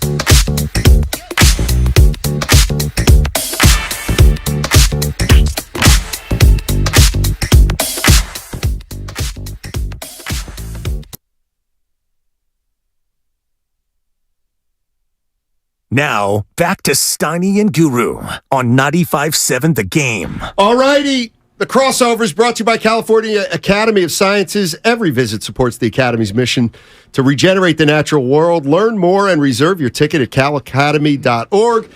Matt Steinmetz, Evan Giddings, and we welcome in Dan Dibley and Mark Willard. Yo. Hello, fellas. Gentlemen. Gents. Hello, friends. Been doing all right? Oh, sun's out. It's a beautiful Bun's day. out, too. No, it's guns out when Evan comes back, because Evan works until usually about 2-ish, and there are times when he goes to the gym and he comes back. Those are facts. And when he comes back, it's a short sleeve T-shirt that's usually rolled up because, and you should be proud. You're getting a little bit of gun activity over there. Well, it's almost a fill the sleeves Friday, so we got to try and appease the people. And sun's out. I was happy to see that because Steiny brought a little bit of the rain cloud with him this morning. Man, talking about the Golden State Warriors, but finally the sun's out, and it just so happens to be when you two step in. So nice, yeah. Oh, that's what we are. More than coincidence, yeah. Yeah. What did you do today, Steiny, to bring everybody down? What did you do? No, I didn't get a lot. I've had a ridiculous morning, and I did not hear a lot other than all the tweets I got of Bonte Hill's slander toward me all morning. So I am very, very happy that I was able to provide all kinds of content for them this morning, even though it was not what I said. But anyway, go right ahead. And we didn't use any of them. Good, good, because that was by then you had the message that you guys were you just did 4 hours on something that didn't happen. But anyway, that's okay. Okay, it feels like you gotta re-sign Draymond Green. Why? Yeah. Because he's your only chance to win it all again. Okay, well. You could also have the point of view that they can't win it all with him because that's what this year was about. Like, you can say, I've moved on from that idea and it not be crazy. So just the more I think about it, the more I think maybe you let him go. Maybe you do not offer him 3 years and you said he was not going to come back for one. Because here's the other way I look at it. While he's hugely important, right? Yeah. Do you think there's a scenario next year in which Draymond's not here and they win 44 games or more? Sure. Yeah, I do too. You're in the play-in, and then... Well, you were in the play-in this year with 44 wins, or number 6. Right. Like, I think they could have theoretically a better regular season record if Draymond's not on the team. But to me, and I think you said this earlier, Draymond is not about the 82, he's about the 16. So, yeah, you could be 44 and 38 without Draymond, fine, but then you get into the quest for 16 wins and a chip, and you don't get 16 wins without Draymond Green. You just don't get 16 wins with him. That's what. Do you know what his playoff record is? I looked it up yesterday. Incredible. It's like 105 and 50. Yeah. When he plays. 1-1 when he doesn't. They've lost one series in the Western Conference. Right. So, but it's shut it down. What if I said moot point? You're allowed to have that opinion, but moot point. Why? Because they're not doing it. Okay. They're Joe not doing Lacob has been okay. They're not resigning him. Let me tell you what else ain't happening. Draymond Green's gonna be on the team next year. Gotcha. Okay, but with a new contract? Yeah. Okay. Let me tell you what I would bet right now they ain't doing. Bob Myers will not be back. Draymond will not sign an extension or resign, and then they make Clay whole. They're not doing that. But there are other factors involved in all of that. That you might be right, but there are other ways out. But Joe Lacob has talked about it's time to tighten the belt. Correct. Now, this is the elephant in the room. First of all, he ain't paying Bob Myers $40 million for 3 years. I have a sourced Bob Myers report that I will share as soon as Dibs and I start. Look at you holding the good stuff for 2 to 6. That's a tease, people. I mean, it's 153, Steiny. Steiny's packing up. It's 153. What do you think? Listen, we're teammates, but I mean, come on. We're teammates, but I got to get mine. Okay? Well, he is working extra 2 hours on Monday, so he feels like he's owed. Jordan Poole, I'd like more opportunities. Here we are, right? Steiny, just for the Draymond Green, here's the way that it goes for Draymond. It's a 3-year 75. You take next year's player option, you rip it up, and you give him the 27.5 that he has coming to him. Year 2, he gets 27.5 more. Year 3, it's $20 million player option. 3 and 75, so Draymond gets 2 at 55, and then if things are going great and he wants to really be here one more year, he can decide if he wants to play for 20 at that point. What is that? I don't even know this. What's the going rate on GMs? What's the going rate? Daryl Morey's making 12. 12. Okay. Yep. And you said Bob Myers is not getting what? 3 years, $40 million. He's not getting. He 3 should be years, the highest $40 paid million. GM in the league. Is Daryl Morey the top at 12? Yes. What's the Atlanta guy making? Is that Landry Fields? I don't know. Probably TBD. three or four. Okay. All right. So he's not. You say he's not doing that. Then, and you wanted to say more after that. All right. So he's not paying Bob Myers $40 million. You say, and I mean, why would Bob Myers come back unless he's the highest paid GM? Okay, but what if he was? If he was, then he's got a decision to make, and it's possible. But here's where I come from. Why would Joe Lacob pay Bob Myers to be because the writing's on the wall the next few years. It sounds to me it sounds to me like you think that and they don't. If I'm just listening to everyone talk, if I'm just a listener, what do they think?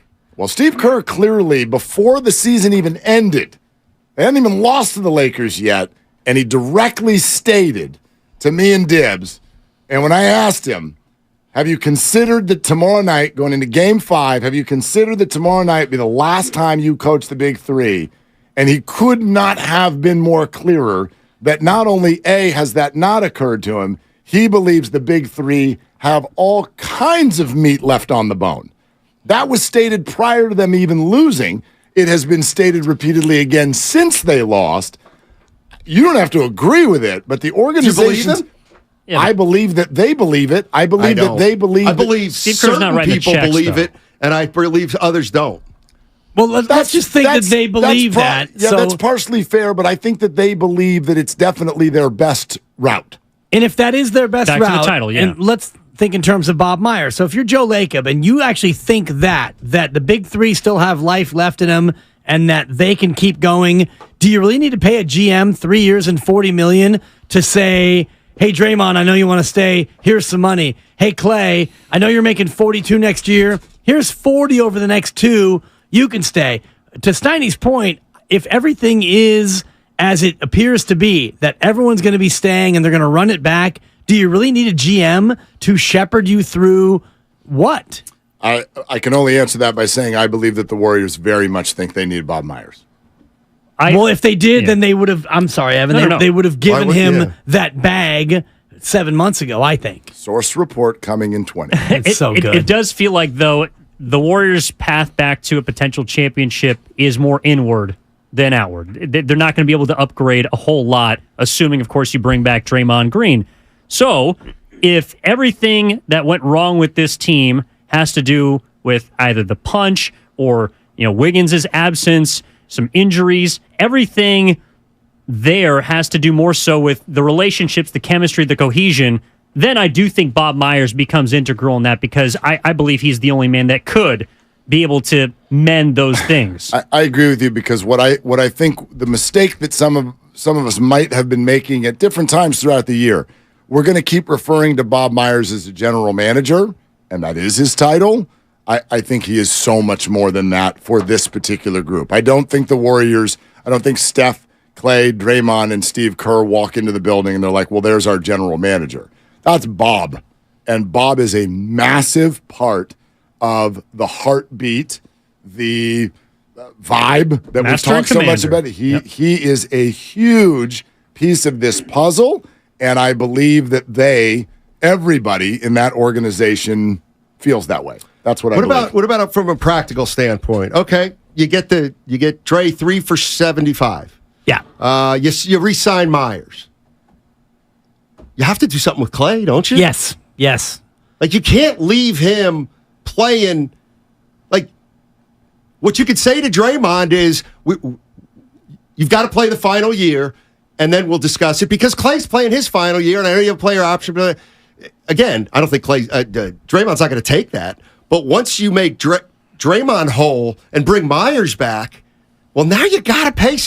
I think you cannot ask Klay Thompson to go into next year playing for a contract when Steph's taken care of, Draymond's taken care of, and you just paid Bob. And that's the value of Bob, in my opinion, because you have to sit down with Clay and say, Clay, you're taking a pay cut, and boy, are you ever going to take a pay cut? And this is what it's going to look like, Clay. Well, and that's a hard conversation. Wouldn't Draymond need to take Clay's not getting 2 years and 90. Well, no, on top of his one, but maybe he's going to get 3 years and 90. And here's what I mean by that. Bobby Marks came on this morning. Well, but Bobby Marks came on and said Clay's market rate right now, a 2 who can knock down outside shots, is $30 million a year. Yeah. That's the market rate in the NBA, right? Clay, while I don't expect anybody to just always do this in the NBA, players giving full awareness of what has happened in the past, but the bottom line is Clay was given a max contract and has played for about half of it.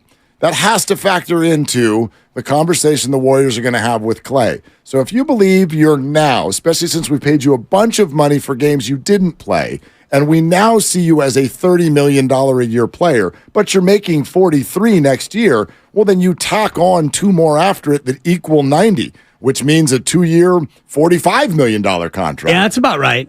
But even so, you're he still doesn't take that. And you can you're shake still your stuck head with an astronomical When you luxury bill. Right, yes, exactly. Even if he takes that pay cut. So it has never crossed Klay Thompson's mind that he made money for not working. I think he'd tell you, I didn't play. He literally but said I it busted into my hump for 2 years. He said it into a microphone.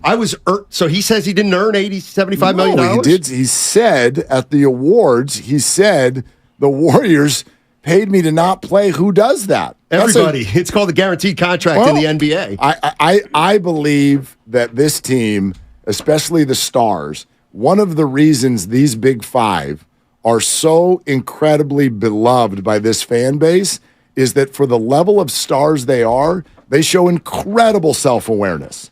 Incredible self-awareness. When Bob Myers and Steve Kerr speak to you, you feel like you're the only person in the world. It's why they're the 2 best radio guests in San Francisco. Steph Curry, nothing needs to be said there. Draymond, he would never sit on the bench. Comes in, it was his idea. These 5 people are in my opinion, are different. So I'm not telling you what they're gonna accept. But when you shake your head and say no, when I throw that idea out, are you saying no, he won't take that, or no, they shouldn't offer that? I'm saying I'm not making a right or wrong if they offer it. I don't think Clay's taking that. 2 and 45 on top of 43 next year. Maybe not. Well, so you might to 95.7 right. The game in San Francisco and Odyssey Station. But there was a legitimate KGMZ and FM1. I forgot it. Always live on YouTube and Twitch. Appreciate you. Really and are. the free Odyssey app. Thank you, Mark. Odyssey app. Free tag team Free. back again. Subscribe. That's teamwork, guys. Yep. Makes the dream work. From a financial perspective, though, like the type of pay cut that they would need Dre and Clay to take in order to get under the rent. So, no. It would be roughly $37 million beyond next year between the both of them. I get it. I know. I saw that. Yeah, it's crazy, right? That's Jordan Poole's making 31 that year. Tell Willard what. Let's talk about him for a second. Okay, hold on. Before that, tell Willard what you're actually paying Draymond in real money this year. For next season, if he opts in just for one season, 27.5 times 4.75, that's roughly $150 million that you're paying for Draymond Green. Wait, 150? 150. Totally worth it. That's $10 million per technical. That's a 4. Nice job. That's a 4. But if Joe Lacob has said he's not paying upwards of $450 million between luxury and salaries, so how do you I might do be it? willing to take his word for that. So how do you do it? How do you do it? How do you do it? How do you get if Joe Lacob has proven 2 things, right? He has proven he will pay. He has also proven, I think, up to a point, to be a man of his word, and he has said we're not going over 400. All right. So how do you do it? You convince those 2 guys to take pay cuts without giving up the big 3. Okay, Poole. There you go. But you got to get money back. 75%. Okay. And that 25, let's say he makes 28 and you get 21 back, what does that $7 million turn into? Because of the lack because of the de-escalator. That's $7 million taxed dollars. That's a $35 million savings. 40 million, but it doesn't manifest itself in any extra moves or flexibility. Or You're player, still over exactly. the cap. Yep. Yeah, exactly. Of course. They're going to be over the cap. They're over the cap. I know. They'll be over the cap. They're always over the cap. But if you're also taking Steve Kerr's word, he also referred to Jordan Poole as a member of the foundational 6. Right. So is that just... He is. Well, apparently not if he's not on the team. Well, those are his words, not Joe's. And again, it comes back to what you're talking about and what Mark has said over and over and over, which is Joe Lacob is not doing $450 million next year. So it's either Poole or Draymond or Wiggins or two of the three. And like you're saying, you're not going to be able to get much back in exchange because if your goal is to get underneath that threshold, then you can't get money back. Well, okay, let's talk about Steve Kerr talking about him as one of the foundational six. First of all, you don't know if you're going to be able to trade him because you don't know who's the dance partner. You need a partner. You got to have a partner. Got to know if there's a deal out there. Secondly, if you're at a time when Jordan Poole just put probably his worst 3 weeks of his recent career on tape and on film, why would it make sense for you to publicly downgrade him? You're going to publicly upgrade him. We love him. He's amazing. He is one of our foundational six. He had a bad 3 weeks, but my gosh, we love this guy. Of course they're going to say those things. It does not help them to not say that right now. It helps them to upgrade Jordan Poole, not just in the eyes of the world, but in the world's eyes of what their own eyes are, right? That helps them right now. You don't know how this offseason is going to go. You don't even know who your general manager is at this moment. You don't know if you've got a dance partner, but no matter what you're doing, it helps to complement Jordan Poole, whether it's for a trade or for keeps. It helps. But couldn't you also make the argument then that the same sentiment is shared with the messaging about the big three or the future, and that like everything he's saying, yes, is not to put themselves in a disadvantageous position, but then again, he also has no say in what happens to his roster. Yeah, but those guys are different. Well, you're not going to do those guys like that. I think Dibbs brought up a point that I tried to hammer home today the other day was, you know what? You want to extend Draymond? You want to re-sign Draymond Green? Hey, got to trade Kaminga at that point.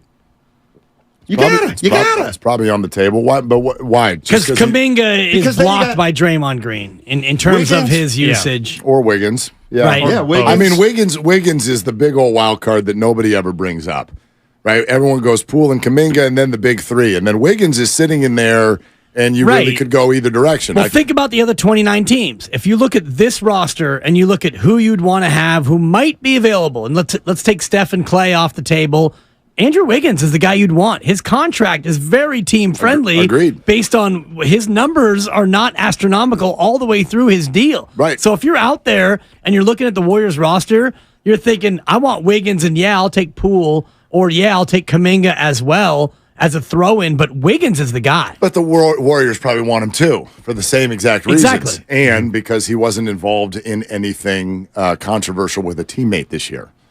Right? Like that's if you're going to publicly state, and they have, that either was a season-long problem or potentially continues to be, that puts Jordan Poole in a different sphere.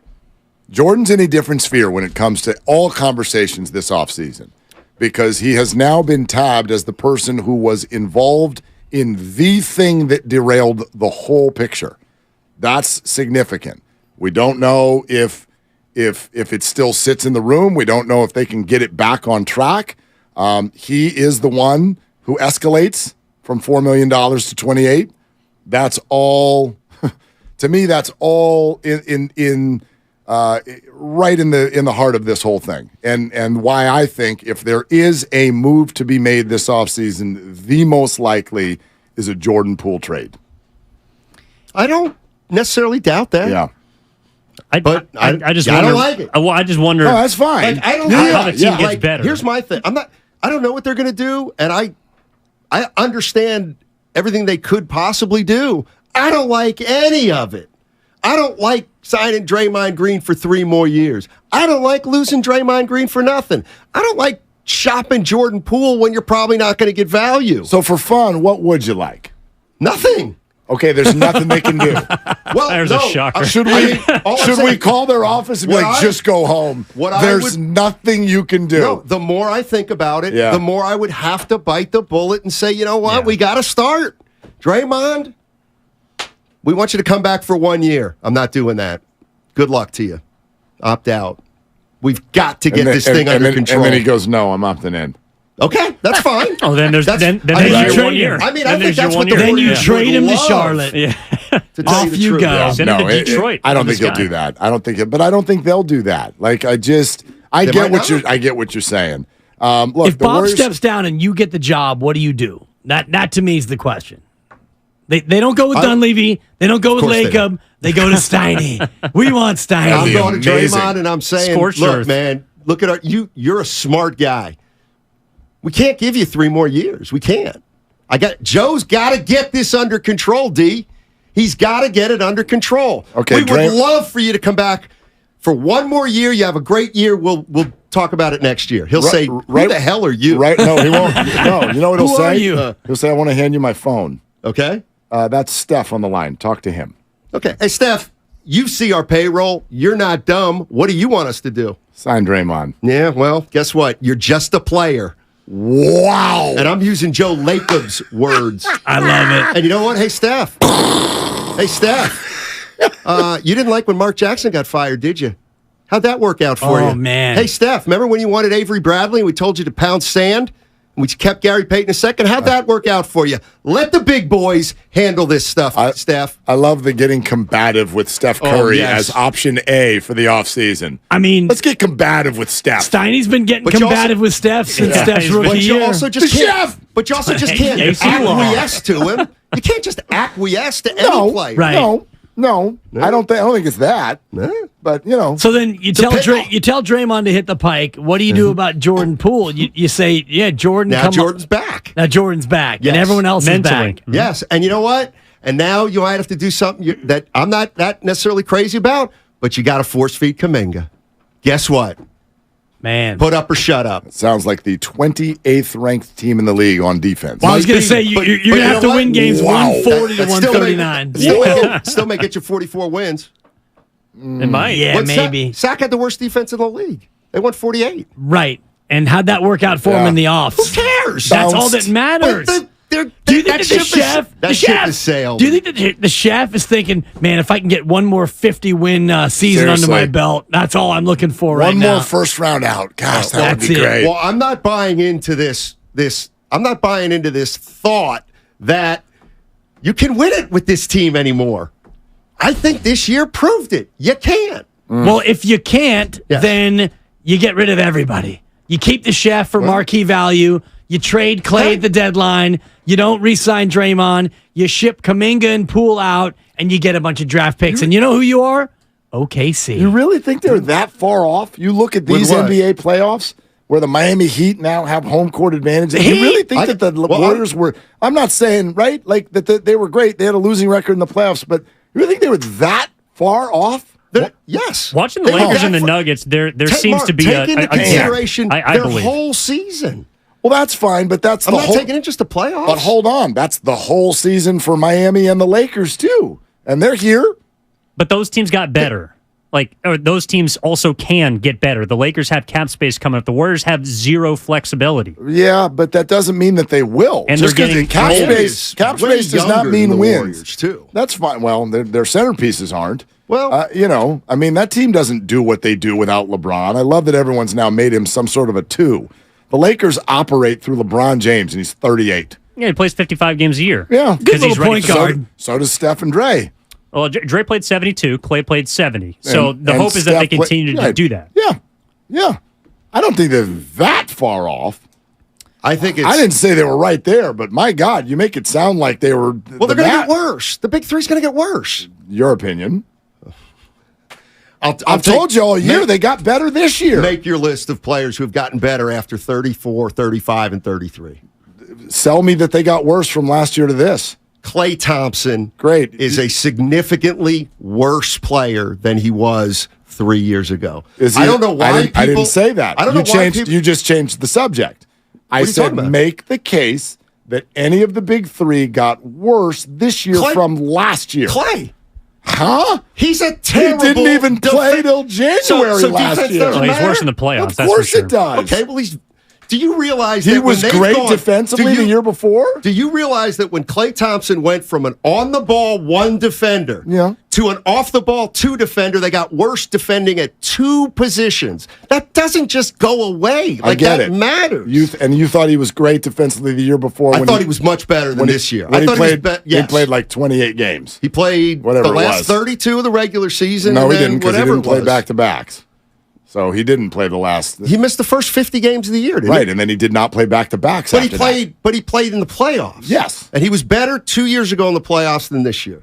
Oh, that's fine. Okay, in the playoffs, I'll give you that. But that's what matters, though, right? Not for the season. Well, no, you know what? Well, but that's a small. So what? He made 303. That's what I've nicknamed small sample size Steiny. Like, no, I'm You not. mean the whole season? No, because he actually wasn't even that bad against Sacramento. He had a very bad series against the Lakers. And I am not going to move my whole organization forward based on those 5 games. I know I'm not. I'm moving on the last 2 years. Okay. All right. He was terrible the first 2 months of the season. And the best player in the NBA in February and March. Mark. He was okay. Mark. That's an overstatement. Yeah, that's okay. But he was the player of the month, was he not? Was he not the player of the month? He was a great offensive player. Of the month or he not? He made shots for 2 months. Oh, so now we hate players who only play offense, yet we love Jordan Poole? But the reason the Warriors were a dynasty is because they were a great defensive team. Right, and they still can be. No, they can't. Of course they can. Draymond, Wiggins, GP2. They've got the core on defense. No, they don't. Not in my mind. If you are focused on defense, why are you keeping Jordan Poole over Klay Thompson this year? It was better in the playoffs than it was in the regular season. Is it championship? No. Exactly. Yeah. Because Draymond lost his voice. Oh, God. And he's got it back. Oh, yeah. January 27th. Right. February, he got his voice back. So. Are you going to tell me the thing? Yeah. When you're in your car. All right. Yeah, that's our cue. Willard and Dibs. All right, Chance. Long-time friends. Let me tell you something real quick about Dibs that I'm sure not everybody knows. And first-time partners. Hang in there, big guy. There'll be brighter days ahead. Now, these 2 homegrown Bay Area boys finally come together to take over sports talk. Get the hell off of my doorstep. Major League Baseball, you stink. It's Willard and Dibs on 95.7 The Game. Okay, that was actually a very funny line on the way out the studio. I wish he had said that into the microphone. Steiny goes, don't forget, you're going after Bonte today, not me. Come on. Calm down.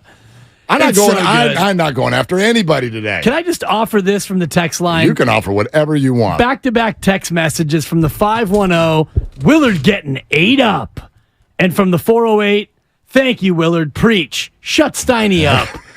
And that's the beauty of our audience. Did I get served? According to the 510, you got 8 up, and then the 408 is thanking you. So, which is why Fox News and CNN can both have good ratings, because we hear what we want to hear, and you think whoever you agree with won the argument. Right. That's what we think. I was happy to sit by and just watch the fur fly. And I'm glad that your cute little love affair, you and Steiny, I'm glad that that's over. Oh, it's not. We're back to normalcy. It's not over. Don't you understand? We're all just setting up Monday. We're all just acting like we're fighting gonna be so that ugly. the Warriors summit. Hey, listen to this. No joke now. We might have a problem on our hands at Buonvino. Wait. We might have a problem on our hands. I get to the Bob Myers thing in 3 minutes, I promise. What could be the problem? I think there's going to be too many people show up. I'm getting calls from all directions. Should we come? What time should we be there? That's a problem. Where are we going? I'm telling you, Buonvino, you better get crowd control out there. You better get some security guards. Better recognize. You better be careful. You better get a parking lot. Seriously. You better get a parking lot. You better get a valet. I'm telling you, man, people are like, hey, I'm coming out. I should come out. Should we come Walnut out? Creek, by the way, meter enforcement till 9, in case you happen to come out. Just know that in advance. 888-957-9570. How's everybody doing today? Good afternoon. Hello, Twitch and YouTube. This is Willard and Dibs, and we're here for you all afternoon long. Shams, yesterday, quote, Warriors and President of Basketball Operations Bob Myers have had no substantial contract extension talks in months, and the sides are bracing for the likelihood that Myers could walk away from the franchise. Go ahead, because Shams is a newsbreaker. I want you to go ahead and do a little translation sensation for me. Okay. Tell me what Shams just broke, because he wrote the word sauces. We got sauces. Yeah. And then there's a column, right? And then here come the words. What did Shams just report? Nothing. Okay, thank you. That is a correct answer. Ding to the ding ding. What he reported was ding. The one piece I think is an interesting notion that the two sides haven't talked about the contract in months. And if that's factual, then that is, I think, some reportage according to sources. If that's a fact, that's a thing. But then the other piece of it, which is the Warriors could be bracing for Bob's departure. Well, yes, Shams. Yeah, they could, they should, and they are possibly bracing for his departure. They're bracing. They are potentially doing something that could potentially happen. They're potentially doing something to get ready for something that could potentially happen. I'm here to tell you that it potentially won't. That's not my report. I've got more than that. Let me ask you this. If the Warriors and Bob Myers have not had substantial contract extension talks in months, do you think that that's relevant? Yes. Why? I do. Because if they had substantial contract talks, then a contract would have been either reached or not reached. And to me, you're not looking at Bob Myers in terms of should we or shouldn't we. It's a question of how much. Now, if it's a question of how much, I believe that Joe Lacob is a guy who values Bob Myers to the point where he would not lowball Bob Myers. I don't think that Bob would not take the job based on a contract offer. I think that if Bob decides that he doesn't want the job, it's because he doesn't want the job. I don't think it's because Joe Lacob said, how about 3 years and $17,000? I think that you are very much on the right track.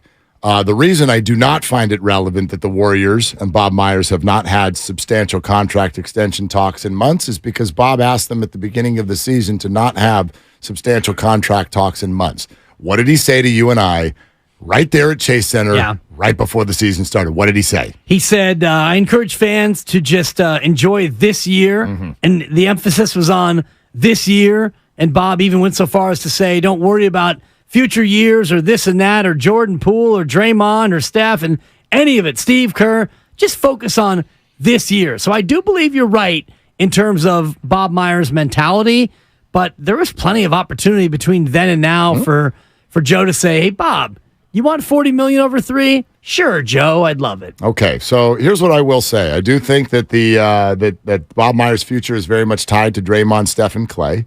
I do think that it made sense for him to wait and see how they did this year. How did those 3 play? How did the season go? Bob has said the whole time, I want to deal with this after the year. It's now after the year. And here comes Shams to say, we haven't talked in months. Bob said he wants to handle this after the year. And so here we are. So these are my 2 sentences of my report on Bob Myers. And this is sourced. This is sourced. Report number 1. Bob Myers has been offered an incredibly lucrative contract by the Golden State Warriors. An incredibly lucrative contract by the Golden State Warriors. You said it twice, and That's right. I believed it both times. And I'm not, do I look surprised? No. Second sentence. The idea that Bob has made his decision and that Bob is very likely gone is being wildly overstated. Overstated. So Bob is sitting on a big offer from Joe Lacob, which I believe to be the case because Joe Lacob has never done anything on the cheap. Hello, Chase Center is on the phone in terms of that's not a rinky-dink little podunk. Hey, we're just going to move to the Cow Palace, guys, if you don't mind. We'll slap a couple of hoops up and call it good. He's never done anything on the cheap. And the other piece is this is a big decision. And the end of an NBA season is exhausting. And if Bob is looking at, and let's just call it 3 years and $40 million, Steiny threw out that number, which would make him the highest paid. And I believe that Joe's offer would make him the highest paid, as he should be, by the way. I mean, the general manager of a dynasty. So Bob is looking at a bag alert, a major bag alert, versus do I really want to go through this another year?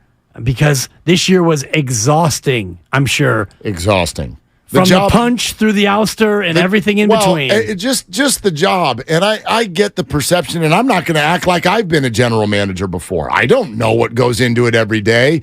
I do know that from the outside, fans look at sports and everybody thinks it's just a big candy store. Everybody makes millions of dollars. Everybody's happy all the time. It's just, oh my gosh, you got a game 3 nights a week? What the hell are you doing the other 4 nights? You just sitting there making pasta, maybe watching the NBA on TNT. Playing with the ESPN trade machine. These dudes. Right. That'd be what amazing. if That sounds like a great YouTube channel, actually. There's Bob Myers on the trade machine. Just like, what if we... That would be a ton of fun. What can I get for Steph? Just playfully. Like, these people, just look at them. Look at them. Okay? You can see it in their eyes. They're exhausted. They're exhausted, and it's the way they're wired. I'm not asking anyone to feel sorry for them. They'll be the first to tell you they get the most amazing jobs in the world, and they are a ton of fun, and they're rewarding, and my gosh, they're lucrative.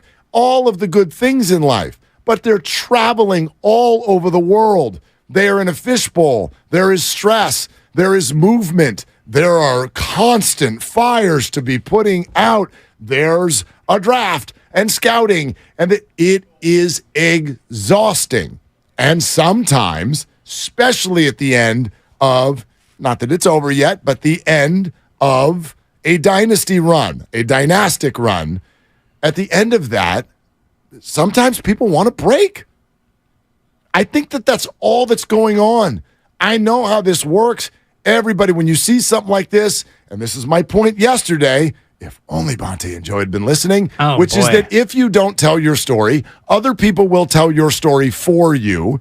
Now, sometimes that's all you can do. Sometimes you tell your story like you did, and then other people tell your story anyway, and maybe they get it wrong. Yeah, exactly, which more on that coming up later. But point is that's the way this stuff works. So if Bob does just want to go to a quiet room and make a decision, we are all going to go, oh my God, he's thinking about leaving the Warriors? He must hate Joe Lacob. Yeah. Joe Lacob must be lowballing. Exactly. He's tired of dealing with Draymond. He's been offered something by the Clippers. I saw that one last night. For sure. The Clippers GM is looking at it. He wants to go back to L.A.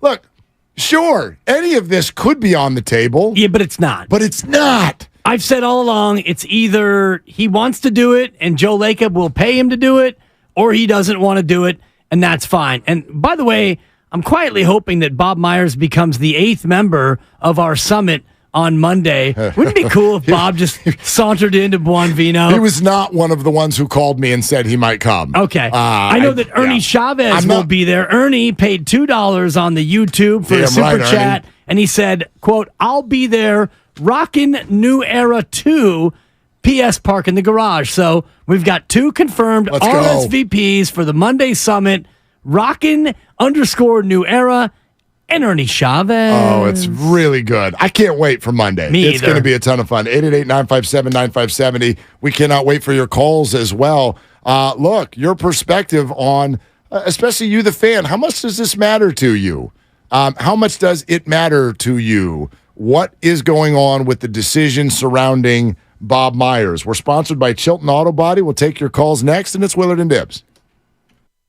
Accident? Chilton Auto Body is 15 convenient Bay Area locations to help restore your vehicle to pre-accident condition. Chilton Auto Body is also actively hiring for all positions. For more details,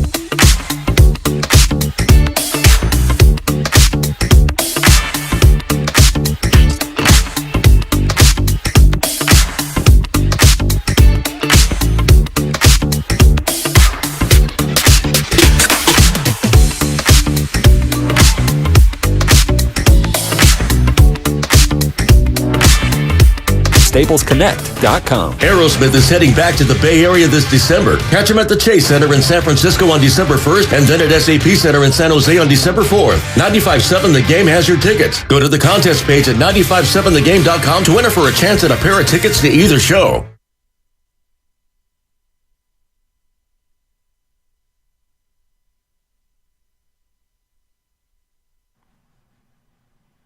You're completely wrong. Now, back to Willard and Dibs on 95.7 The Game. Hey, can I get a favor from our YouTube chat or our texters, callers? And all I want to know is this. Like, first of all, I am not offended. I am fine. And I understand what it's like because I do this. I understand what it's like to talk for a living.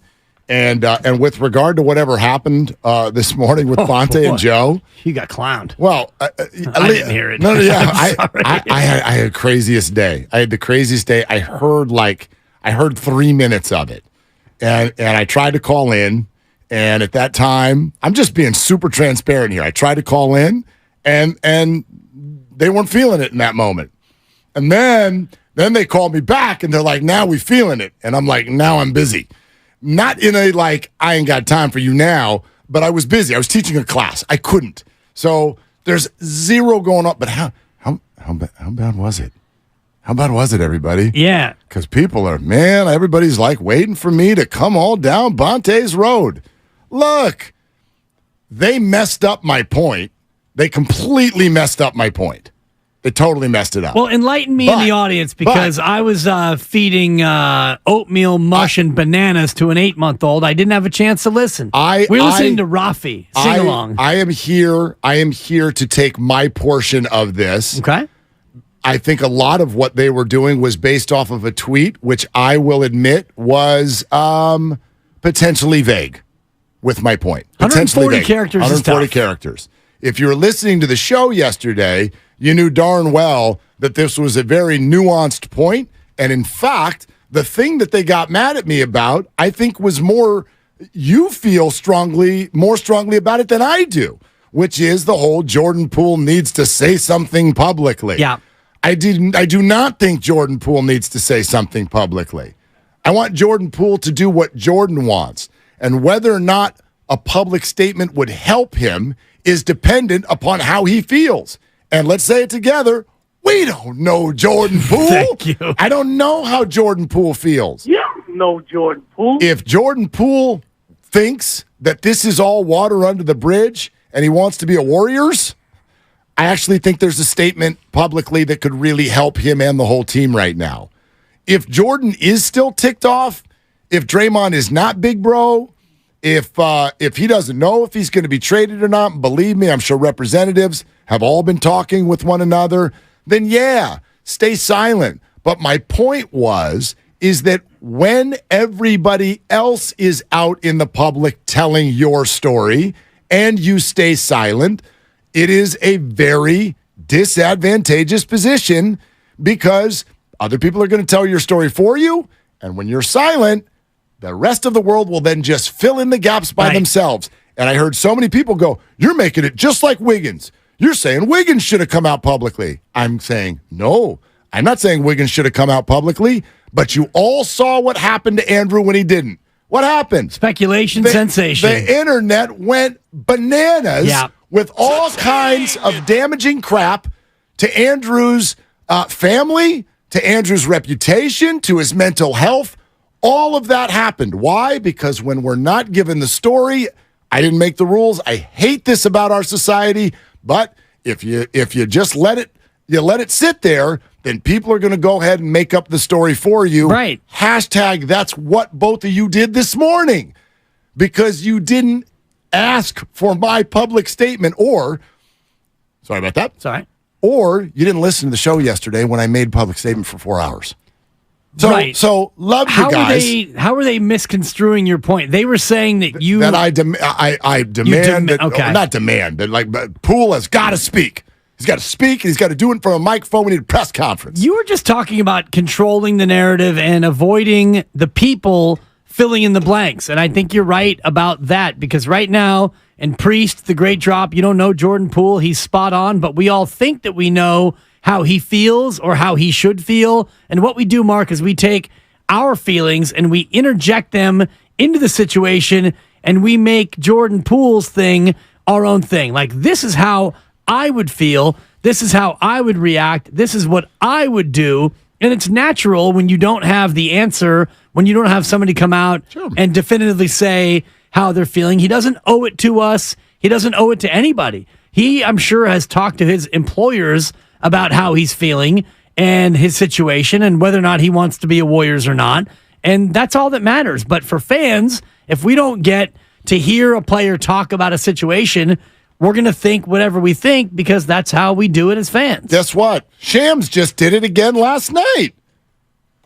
Oh, Bob's quiet? Oh, Bob. Bob, you should make a statement. Where's your public statement, Bob? Bob. Come on, Bob. Tell us what's going on, Bob.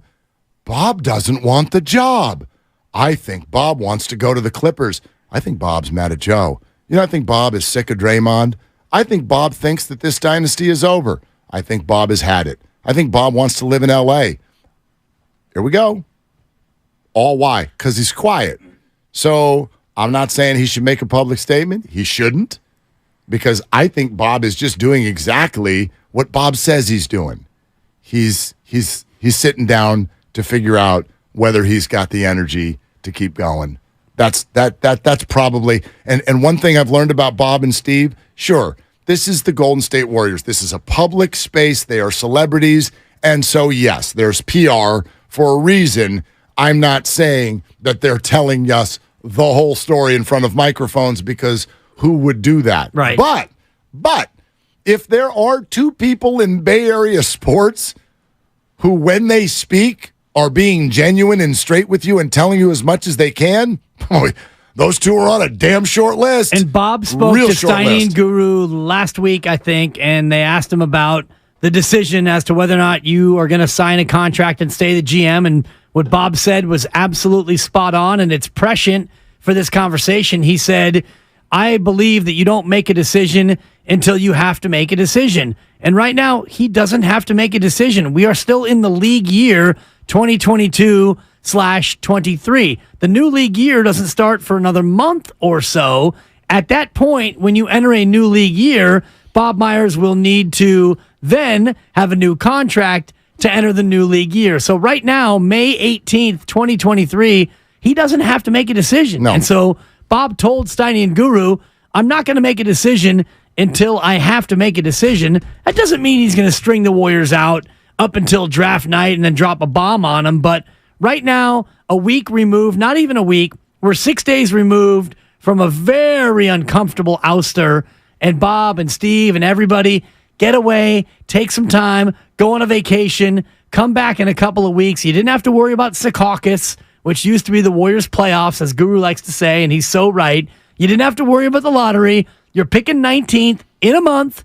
Between now and then, get away, take some time. Let all of us talking heads do all the work for you. By the way, he hasn't even done that because he's in meetings in Chicago. True. NBA meetings. Yes, he was not at the GM meetings. Mike Dunleavy Jr. was sitting in for him as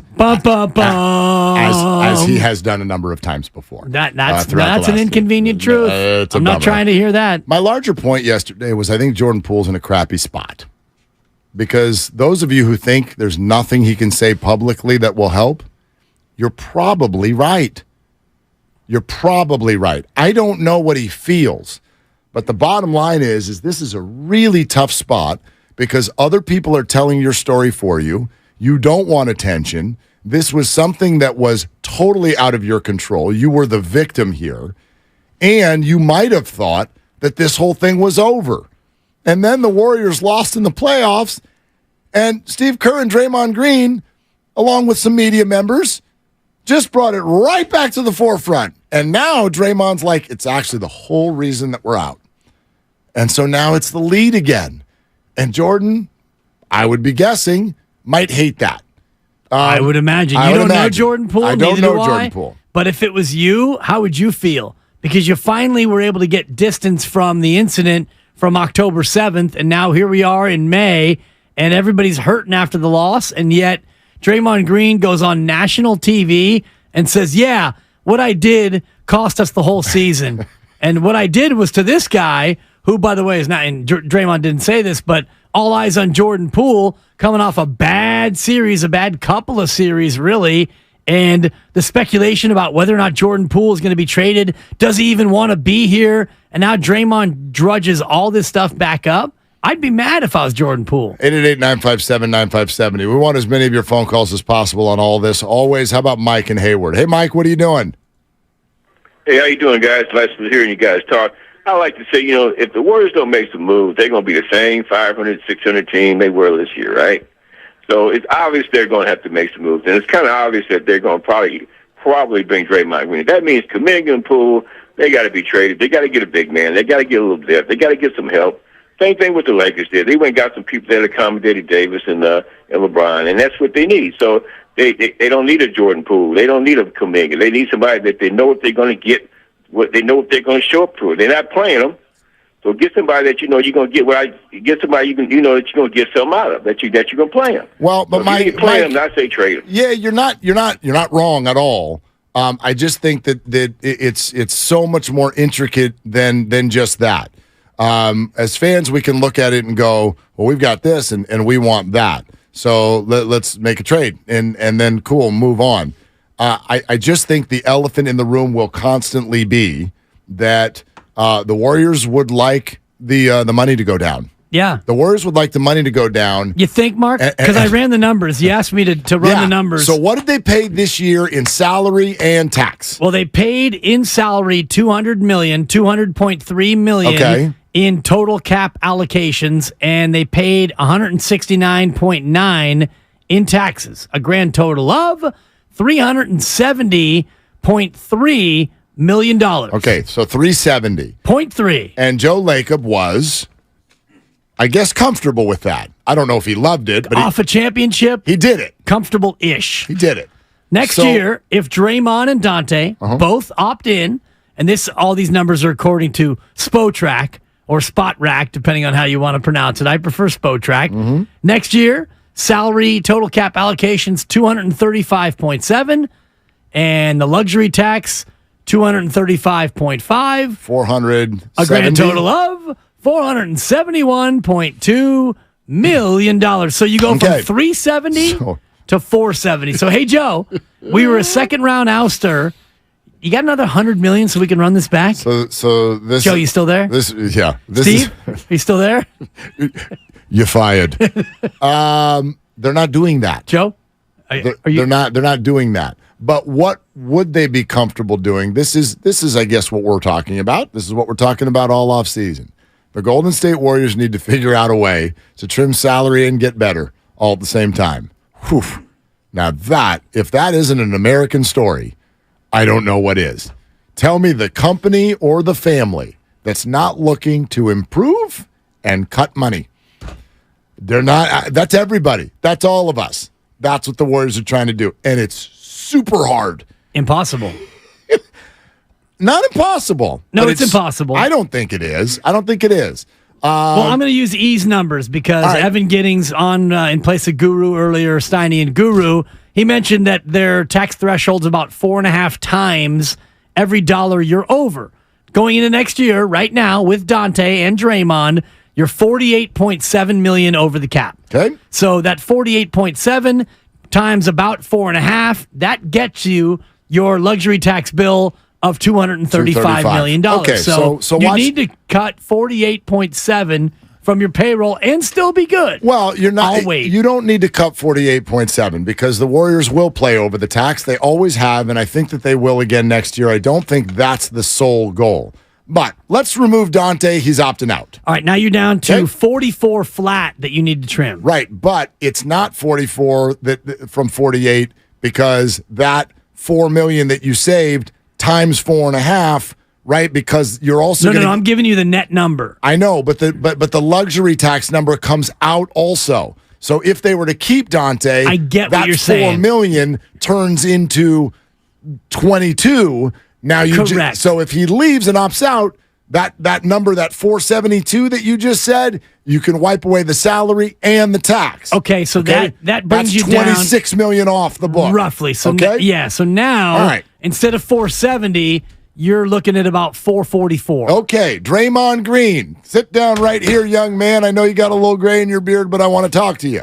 How about if we're going to do 3 years and just opt out, forget your 27 over here. We would like to do a 3-year deal for $60 million. 3 years, $60 million. And in that year one, we're not doing 2020, okay? Let's do 18, 2022. So that 18, now we're going to go $9 million less than what was on the books, plus the 4.5 times, which is 37, 38. So that's another $46 million we can take off the total. So, Joe, and I'll play Draymond, and you can play Joe for this conversation. Don't punch me. I know that's not what you want to hear. I didn't mean to ball my hand into a fist, but I was trying to figure out financially. I didn't want to give you the middle finger because I respect you, Joe, and we've been champions together. But so what you're saying, Mr. Lacob, is you're asking me to take a pay cut of about 33% next year, and then the year after, I don't really get that back. With all due respect, Mr. Lacob, I'm going to take my talents to South Beach. All right, well, and by South Beach, I mean L.A. in the crypt. I think there's a negotiation sensation that can happen there. Maybe that ends up more at 70. Maybe even ends up at 75. Yeah. Okay, and if it great. So there is a way. In fact, I think even if you only trim $3-4 million off of next year's salary, that's actually going to turn into 20 to 25 that comes off of that luxury tax bill, right?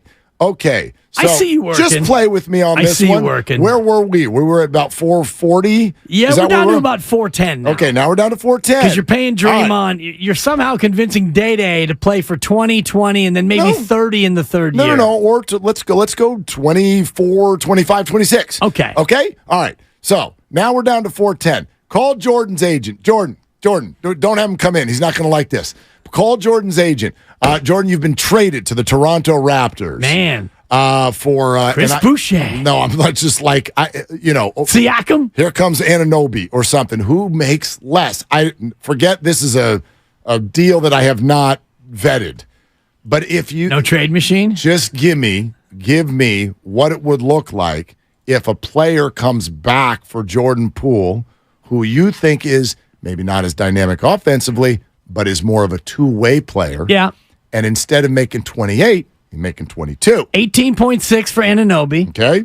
So you probably have to take Chris Boucher or whoever. Yeah, exactly. OPJ. Yeah, it's a homecoming. Otto Porter. And now there's, instead of 28, that paying turned 22. 22. There's $6 million plus the 25. And where are we? Subtract 31. Where are we at? We're at about 390 right now. We're pretty close to where we were this year. Right. Okay. Right. And there's my off season. Okay, man. And so you got rid of your future that you paid for. No, and you brought Jordan Poole. Yeah, that's your future. Mm-hmm. I mean, you paid him to be your future, and you bring in Anunoby, who's got 2 years left, 1 year and a player option, so he's affordable. And OPJ, whatever he makes, it's probably around $2 or $3 million, no big deal. But did you get better? You might have gotten a little bit better, incrementally better. But you're going to be over the tax for the next 3 years. You're the Warriors. You're going to be over it. Yeah. So, and that really is what it comes down to, I think, when it comes to the Bob Myers question. Is Joe Lacob going to tell Bob, look, Bob, here's a contract for you. It's a whopper. We want you to stay. But, by the way, Bob, part of your job is going to be to slash and burn this roster because I'm sick of paying it. You're going to be over the tax where you have Steph Curry on the team. Most likely. You should be. If you want to win, and it depends on what you pay Clay, because Clay's making 42 next year, and Clay's got to come way down off of that in the next year. Don't you look at decisions like this? I always, sometimes I do, and maybe this is coming from fear. I don't know. But when you're making decisions in life, sometimes do you look at it and go, okay, instead of saying which one do we think is going to go best, let's play worst case scenario. What if the decision goes bad? What could I live with? Could you live with not giving Steph Curry's career everything you got? Everything you got. Because if the last few years of his career somehow turn into something that feels like, well, we saved money, so that was cool, and you're missing the playoffs, or you're messing around in the play-in tournament. Like, that's devastating. That would be devastating. Wow. If that was the end of Steph Curry's career. Now, what is the end of Steph Curry's career, though? And that's another question. 3-4 years, whatever it is. Is it 7 years? I doubt that. I mean, well into his 40s. How long do you, quote, owe it to Steph to chase championships at the expense of $400 to $450 million a year? Right now, I would answer that in this moment as the rest of this contract. So you owe him 3 more years of the heck with my pocketbook. And all the investors we have, we're going to spend $450 million a year so that we can be a 6 seed? Oh, and you could. But I'm playing devil's advocate. Yeah, I don't know that they're going to be a 6 seed. I know we've all decided that that's like the best they can do now. I totally disagree. You got a team that lost its culture and still found a way to be the 6 seed. And made a deal to where their roster was very, very similar to what it was the year before when they won a championship, and then they won a round against the 3 seed. Can the Warriors be the 3 seed next year? Yeah, maybe. It's not like the Western Conference is loaded with amazing teams. It's actually rather filled with parity, I would argue. So I'm not making decisions on what the Warriors can be in terms of a seed right now. What I would not be, and by the way, if you are going to max out for the remainder of Steph Curry's contract, you can kind of make that decision to a degree year to year. You certainly need to do it next year because Steph showed you he's still an elite player.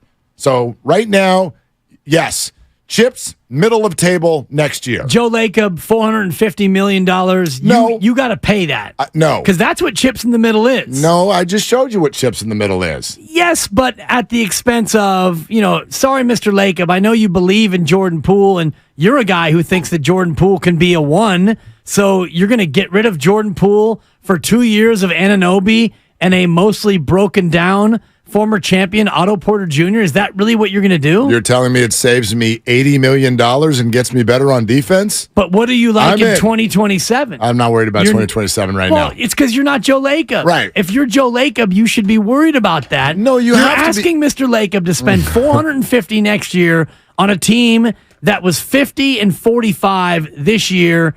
Darn right, the epitome of mediocrity. You're darn right I am. Yeah, and that's a big ask. And they made money.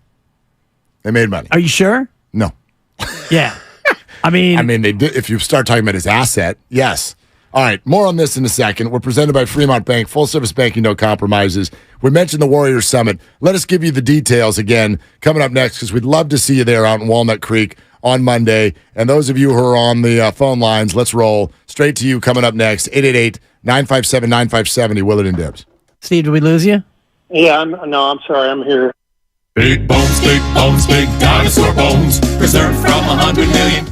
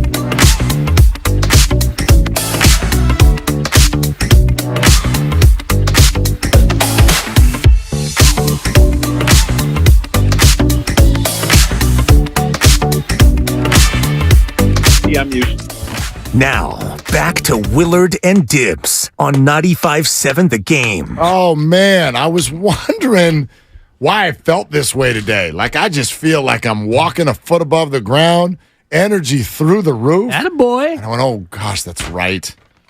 It's Thursday.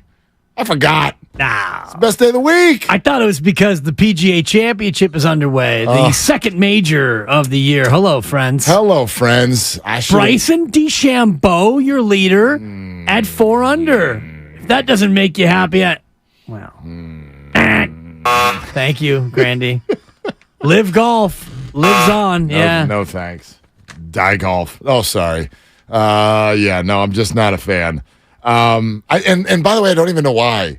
It's not of the same reason as everybody else. Of him? Well, no, I don't blame guys when like somebody called and they're like, okay, I'll give you $500 million to come play here and like minimum salary of like $1 million a weekend when you play. Don't worry about a cut. You disgusting people. Like, yeah.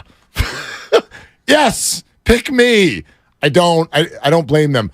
I just don't like it. I want everybody on one tour. What about the dirty Saudi money? Well, yeah, that's a thing. But you know what? Jamal Khashoggi and all the rest of it. I'll just say this and then we'll move on. I love that everybody thinks that money that's coming through America is clean. Every last penny. Yeah, so okie dokes. It's tremendous. Yeah, and tremendous. All right, streaming live on YouTube. Just having a ton of fun during the commercial break with everybody on YouTube. So what's going on, y'all? Thank you so much, Twitch and YouTube, for being there every day.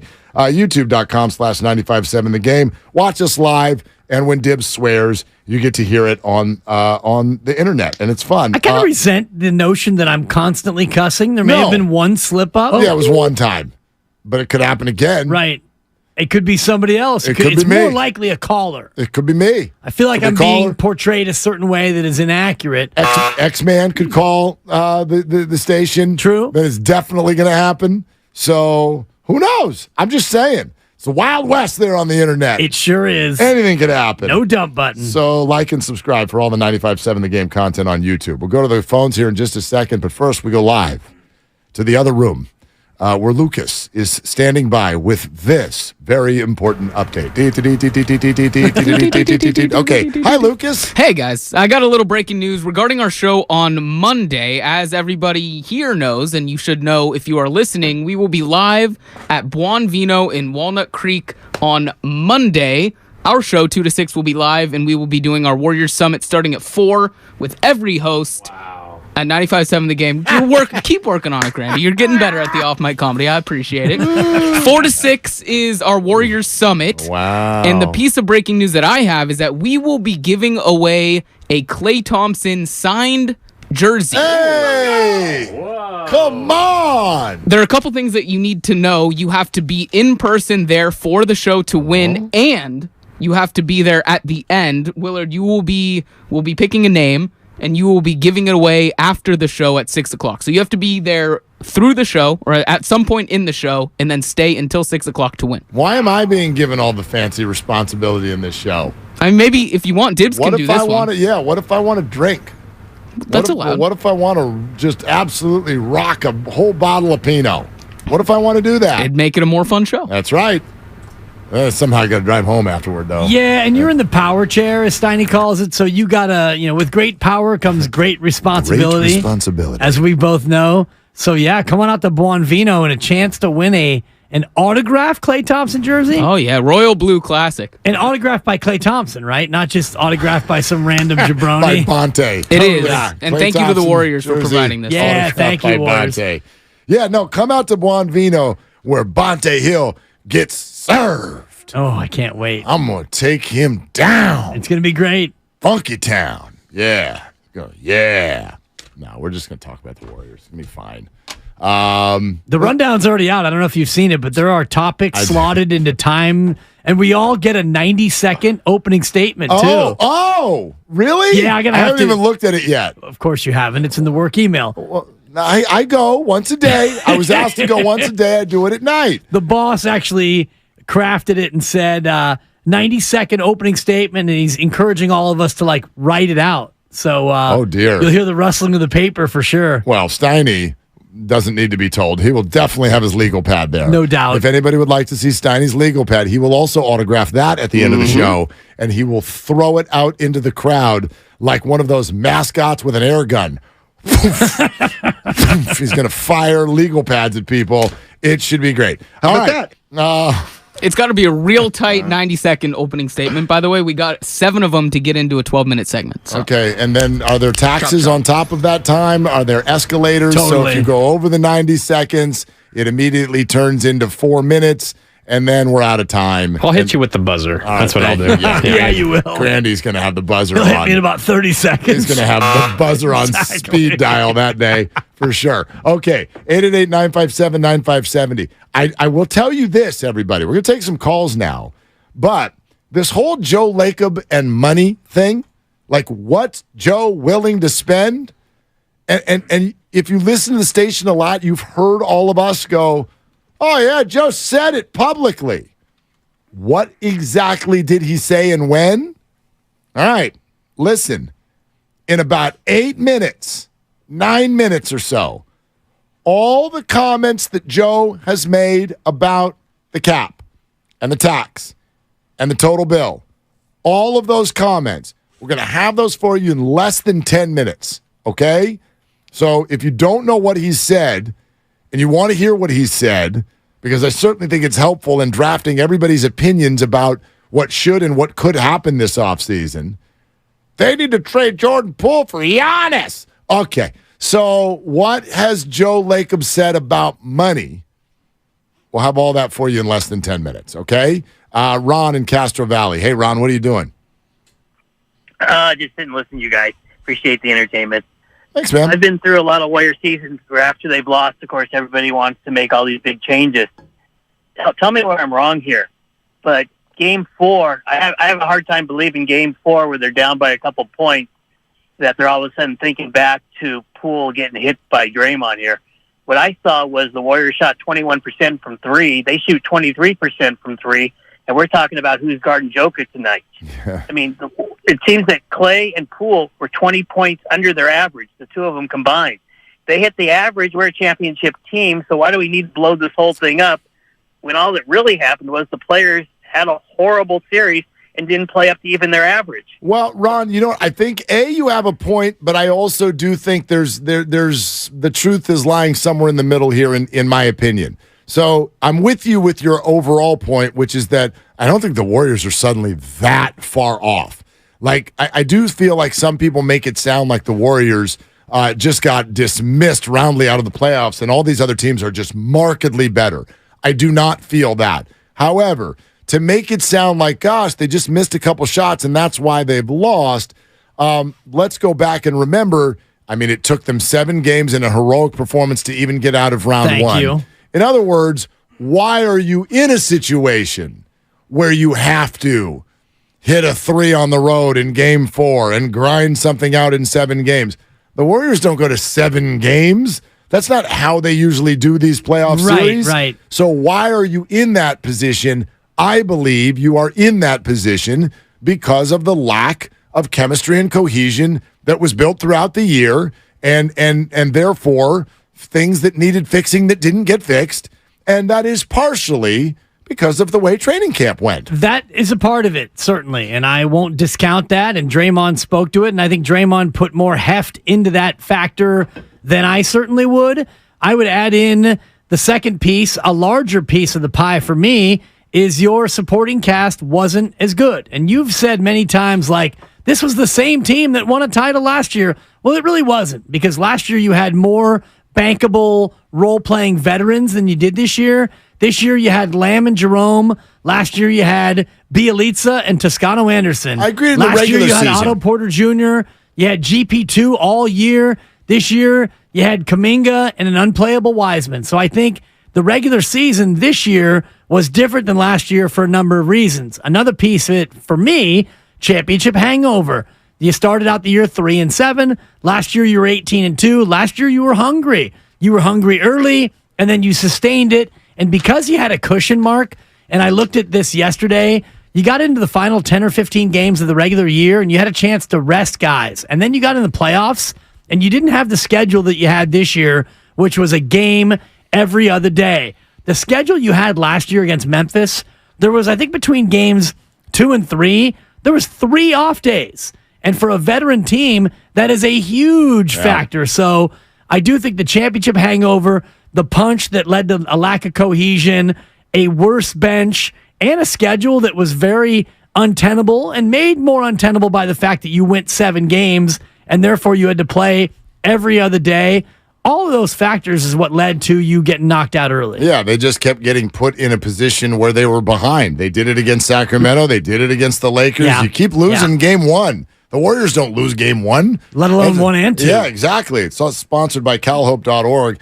We'll get to more of your phone calls next. But again, immediately coming up next, if you want to hear what Joe Lacob has actually said about the Warriors' finances, we have all of it for you coming up next on Willard and Dibs. Life is uncertain. It's okay to feel stressed, anxious, worried, or frustrated. CalHope can help. Access CalHope's free and secure mental health resources. Call 833-317-4673 or live chat at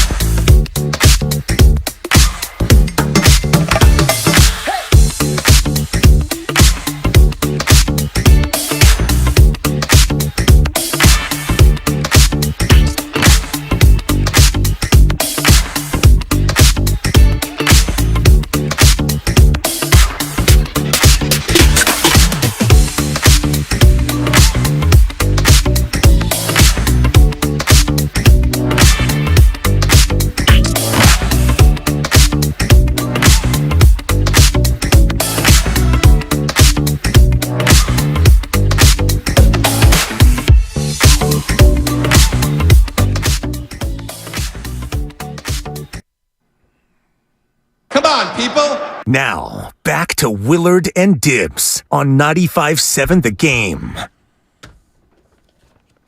Buonvino Monday, okay? I'm telling you, man, there's just going to be. Do we have we alerted the police officers so that they know about the traffic jam that it's going to cause out there in the creek? Yes, we have, right, and good. I believe that Bonte Hill will be given a police escort from San Francisco. Well, yeah. Duh. Yeah, and all the way into his seat at Buonvino. Yeah. Better keep me away from him. Yeah, I'm gonna have to put out odds on conflict odds on like most likely to do battle.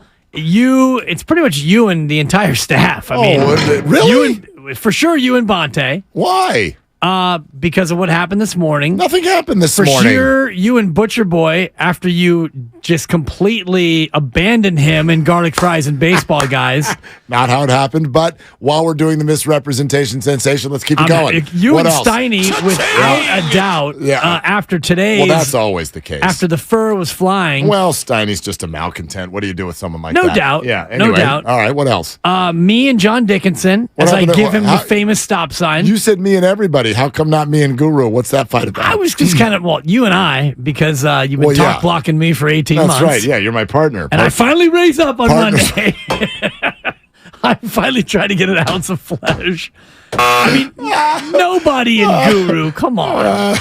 I mean, seriously, anybody in Guru? It's just not happening. No. That's like one of them dudes. Like, if you're fighting with Guru, you messed up. Yeah. That's the way it is. Pretty much. Them's the rules. Yeah, that's the way it's gone. Sorry. I'm looking forward to it. Monday, 4 to 6, Buonvino. Yeah. It's going to be fun. Warrior Summit. Yeah, it'll be, and we're out there obviously 2 to 6. Can people come see just us 2 to 4 so that we can tell them on the real how it works at 95.7 The Game before all of these other malcontents show up at 4? Are we allowed to do? I'll do some research. 2 to 4. I'm getting a thumbs up. 2 to 4 is open to the public as well. So if you want, just Willie and Dibby, yes, you wouldn't have a chance to win a Klay Thompson signed jersey though. Well, but you might have a chance to curry favor, pun intended, by coming. Yeah, didn't like that. I mean, if I'm Klay favor, if I'm drawing the name out of the hat, it's a 1. Show up early, might get an advantage. Oh, according to the internet, Buonvino closed on Monday, so. They're opening for us. I know. We're very special. Good luck with that, everybody. Yes, they are closed you can peer for through the window. private event. They are closed for a private event that's not private, but it's a public event. Right. Yeah. Okay. It's a private event. That would be that's awkward public. if we showed up and place was Sorry, locked. it's all Live from the sidewalk outside of Buonvino. They're like, we'd open, but Bob Myers is in the back making his decision right now. Right. Okay. Joe Lacob, TK Podcast. Let's go all the way back to July 8th, 2022. The Golden State Warriors are still in the shadow of their own parade. All right, Joe, it appears there's an escalation sensation going on with your salaries. So what do you do about that? Tim asks Joe on if $400 million or so is the limit on spending. Take a listen. Is there a number that you put up there for Bob, or did you guys have a number like we can't go over 420, total commitment, or 450? You're really good at reporting. You're one of the smarter reporters out there, but I'm going to tell you your numbers are kind of messed up.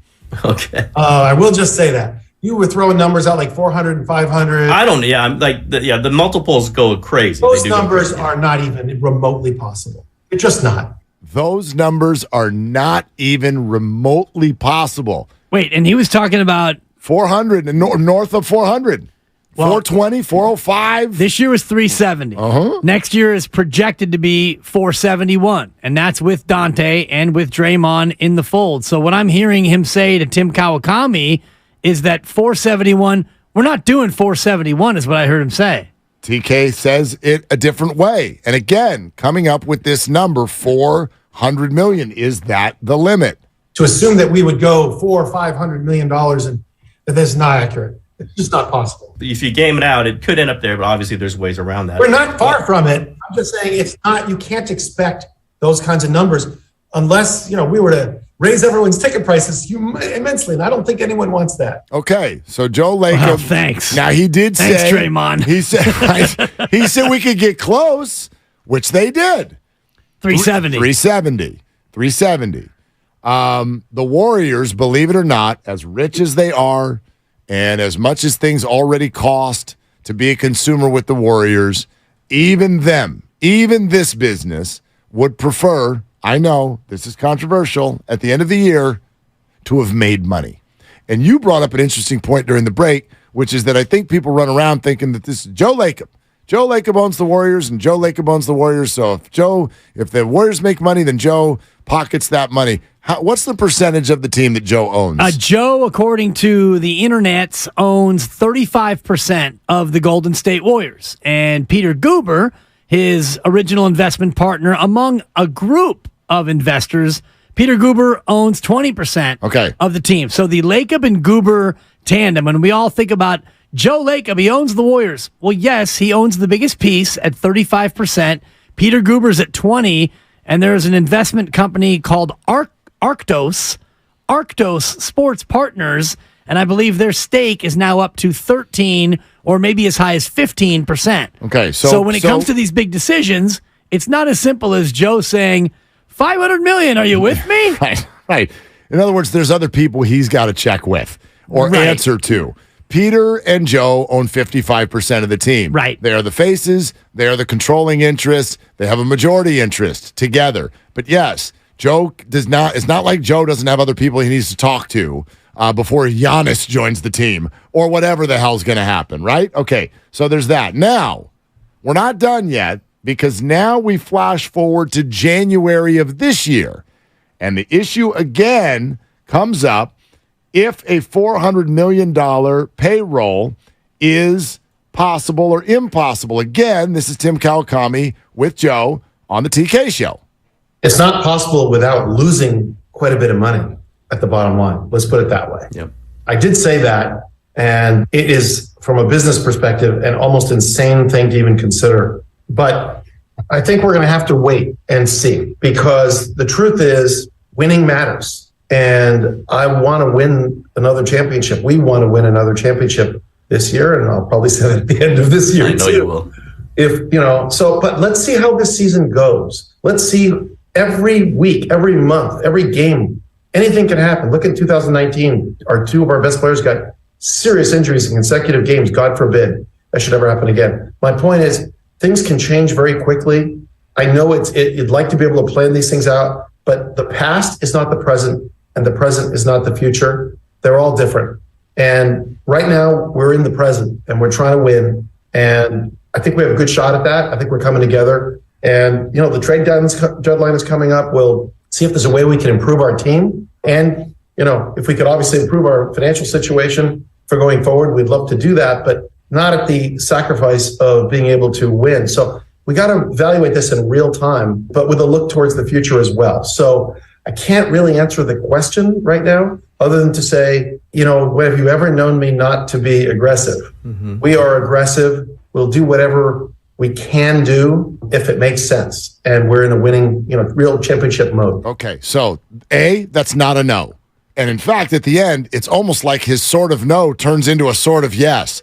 Am I aggressive? It's a definite maybe. I'm aggressive. Yeah. And we're in win mode. And I think that the Warriors, though it was a frustrating finish, did enough to show Joe they're not that far away. I think also you got a really cool nugget in there about the James Wiseman trade, which was, he said, at the deadline, we will see if we can, make ourselves better, and if we can do something financially to set ourselves up a little bit better in the future. They did both.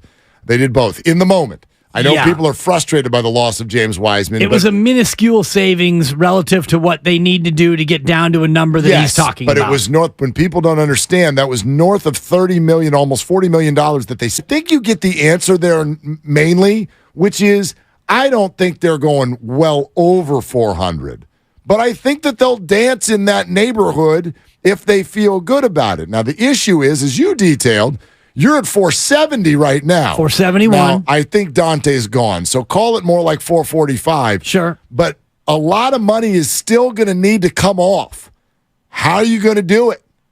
How are you going to do it? Well, if your goal is to get some of the money off, then it's as plain as the nose in your face. And if your goal is to get closer to 400 and still put out a competitive winning product, and I'm not sure if he believes it the way that you said it, which is, yeah, we're still close. We still believe we can win a championship. But if you're Joe Lacob and you've got Bob Myers and Steve Kerr underneath you and you have faith in their viewpoint, and Steve Kerr is telling you, yeah, Joe, I said it on Willard and Dibbs, I believe we can still win a championship with this core.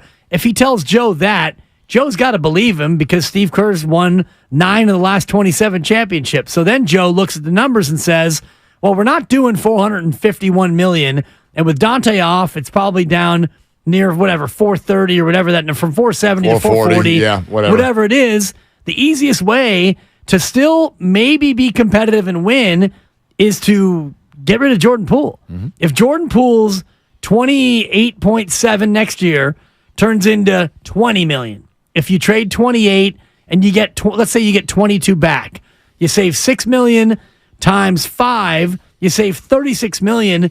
Now your total number is closer to 404, 405. You might be able to live with that. Yep. And I do believe that there is an avenue to save another, who knows what it is. It could only be $10 million. But I think you can save a little bit by turning this Draymond Green opt-in into an opt-out new 3-year deal where instead of 27, next year he's making 24. Something like that. I really do think that's possible. People sit here and go, why Draymond not going to do that? Andrew Wiggins took 24. Andrew Wiggins is making 24. These are two different individuals. They are. One of them's younger. One of them's better. That goes back and forth night to night with those two players. Well, who are you asking? Yeah.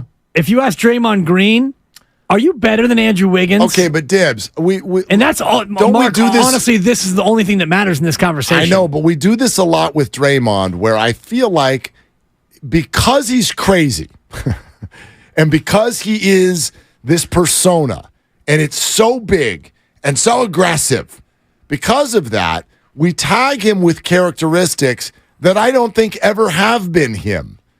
We say, oh, he's not self-aware. And then he does come in and go, I got an idea. I should come off the bench. Or when we hear the word, he's going to demand a max contract. And then he takes 25 a year for 4 years.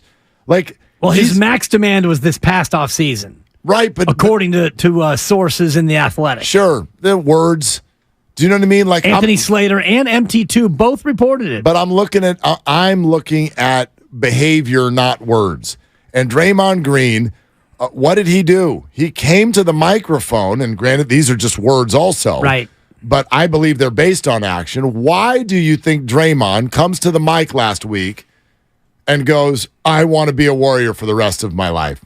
I want to be here with the people I came in with, and I want to leave with them. Because he wants to put pressure on the organization to give him an extension. Or. That's why. Or this massive deal is not out there. His agency, it would be them not doing their job to not know what Draymond's value is right now on the open market. And I think Draymond's looking at two things. A, sure, there's money. And then B, where are we going to do this? Do I really want to ride the last however many he's got left? Call it 3, 4, 5, whatever he's got left.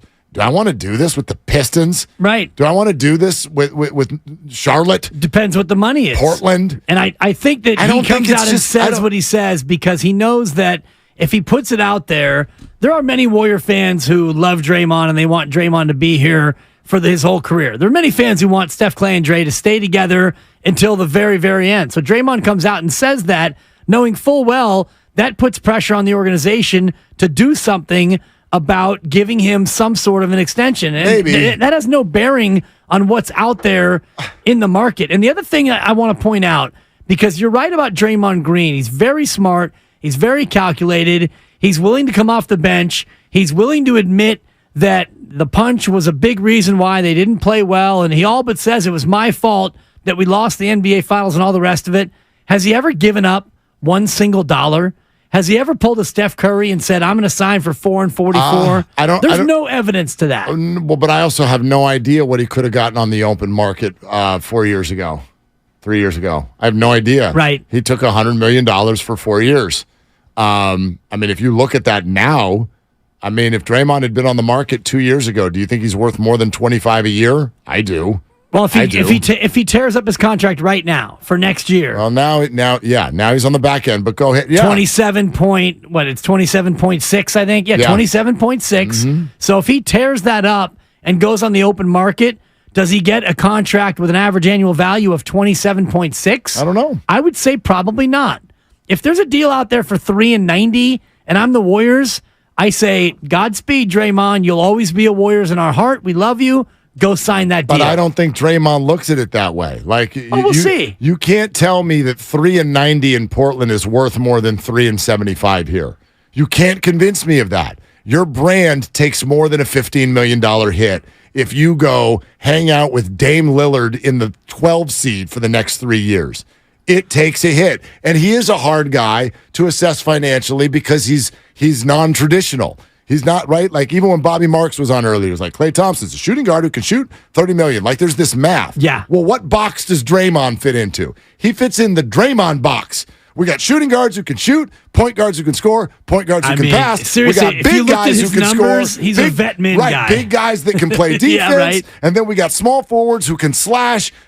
Oh, and then we got Draymond. We got a point forward who can guard 1 through 5, and he's going to run your offense and also be the most menacing, frustrating player in the history of your team. Lead the league in technicals, potentially. Oh my God. Drive your teammates nuts, and be the face of your franchise, all at the same time. All in one possession. What the hell is that? I don't know what that's worth. How do you value that? Who is that? There's no comp.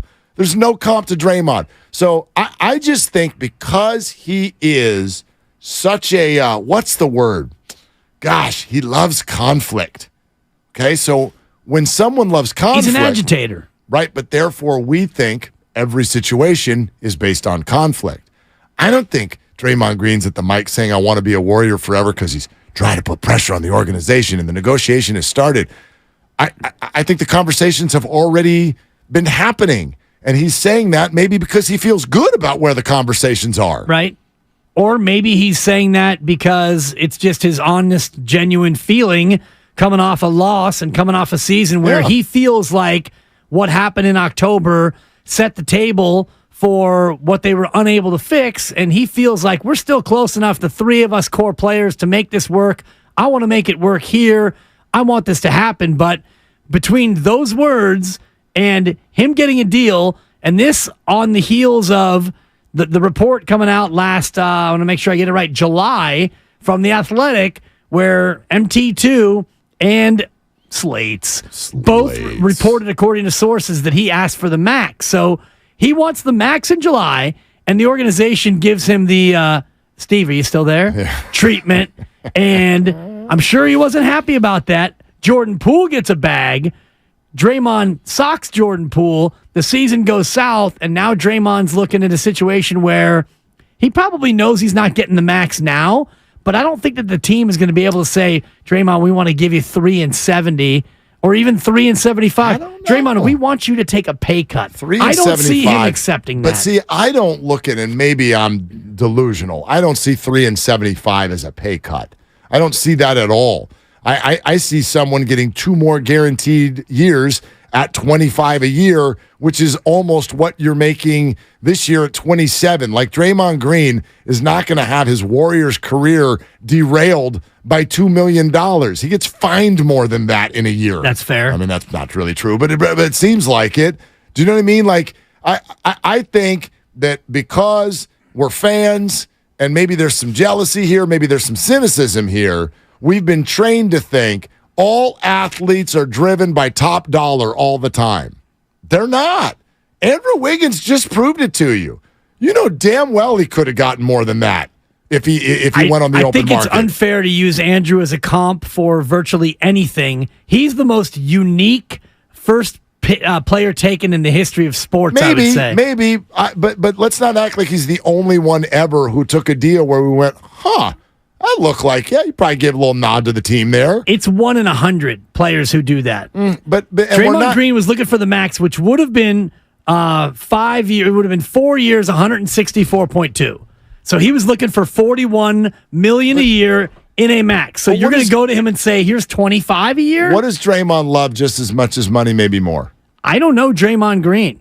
Probably winning is what you're looking for. There you go. Right. There you go. Hey, Draymond. And he gets that. Look, Tom Brady We'll see if he gets that. Tom did this for his whole career. He did it for his whole career. Let's not act like he's not a maniacal competitor as well. Well, he was married to a billionaire. Okay. Which helps. Draymond's worried about money? I don't Green? know what he's worried about. I mean, my gosh. I think he's more worried about respect. And if he turtles up and takes a deal for 3 years and $70 million, but I mean, he's going to feel like he's getting less than he was worth. Would you? Okay. You know what I mean, though, about the ego part of it? I totally know what you mean. But I also think, just forget NBA for a second. Any human being, okay? Take your salary right now, okay? I got no choice but to take it. Take it. And then if I came to you and I said, hey, we want you to take 7% less next year than what's in your contract. However, we're going to tack 2 more onto the back end at basically pretty close to the same rate. And so we're going to extend you out. You take 7% less next year in exchange for 2 more years of security at almost the same price. I think that's like, most people say yes to that. You say yes to that, don't you? That's a better deal. Depends on how you feel about your ability to go on the open market and get more. It does. And if he's a clutch guy and the Lakers have cap room, which they do, and if they flame out in 5 against Denver because their defense stinks, we may be onto something there. Fremont Bank, full service banking, no compromises. Your calls next, plus the report that we led the show off with regard to Bob Myers. We'll refresh that for you, let you know what's going on. This is Willard and Dibbs.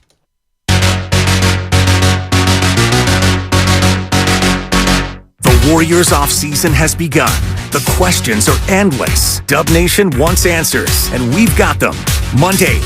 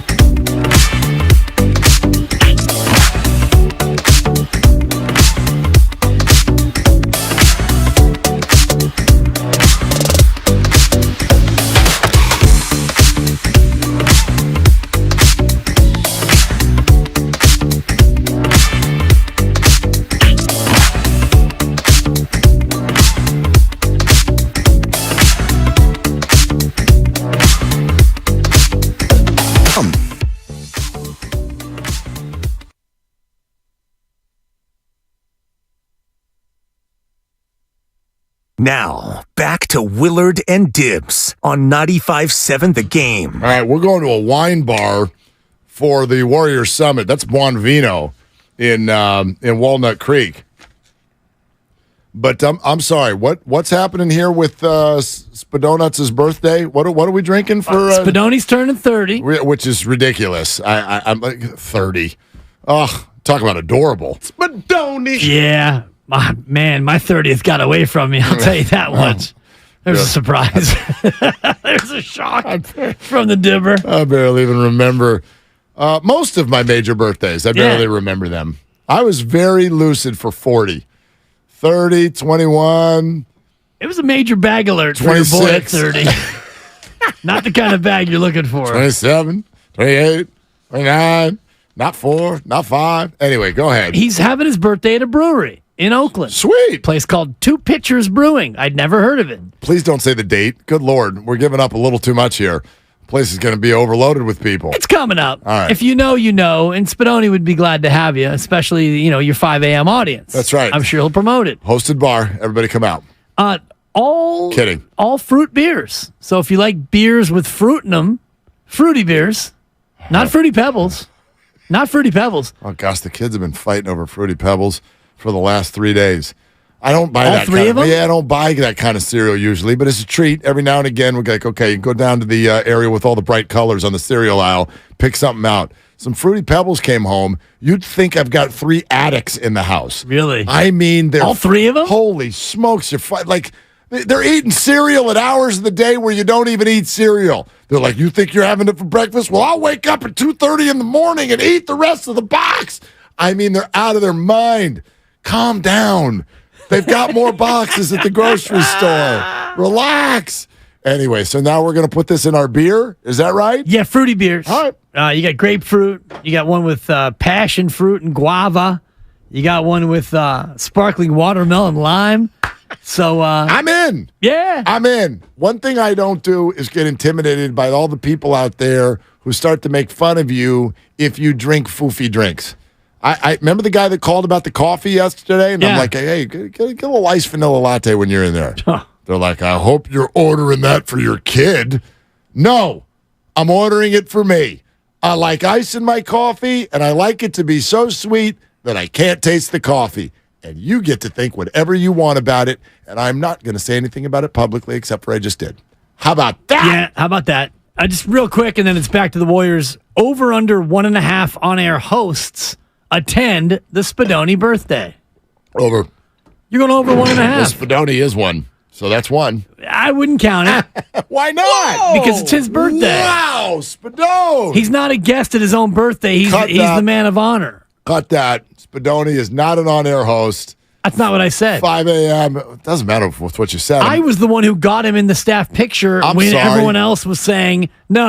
I said, get in here, Spadone. I'm sorry. I didn't realize it. I thought Thursday, May 18th was 95.7 The Game, take hosts' comments out of context day. Is it not?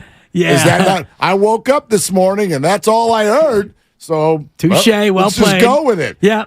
I buried Spadoni. There it Let's is. repurpose that for the morning. Sorry, the show's been canceled. Right before his birthday, too. That stinks. That's a bummer. Damn. Sorry, Spadone. All right.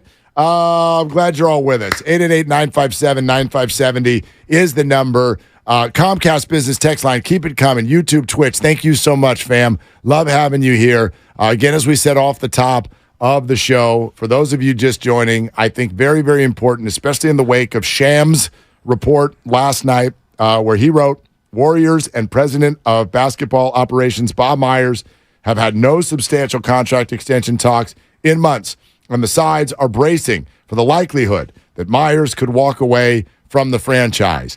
That tweet sent everybody, along with Mark Spears, by the way, who said something that was completely factual. However, I think a lot of us have taken it in a way that it meant more than it did. Spears pointing out that Bob was not at the GM meetings and Mike Dunleavy Jr. was in his place.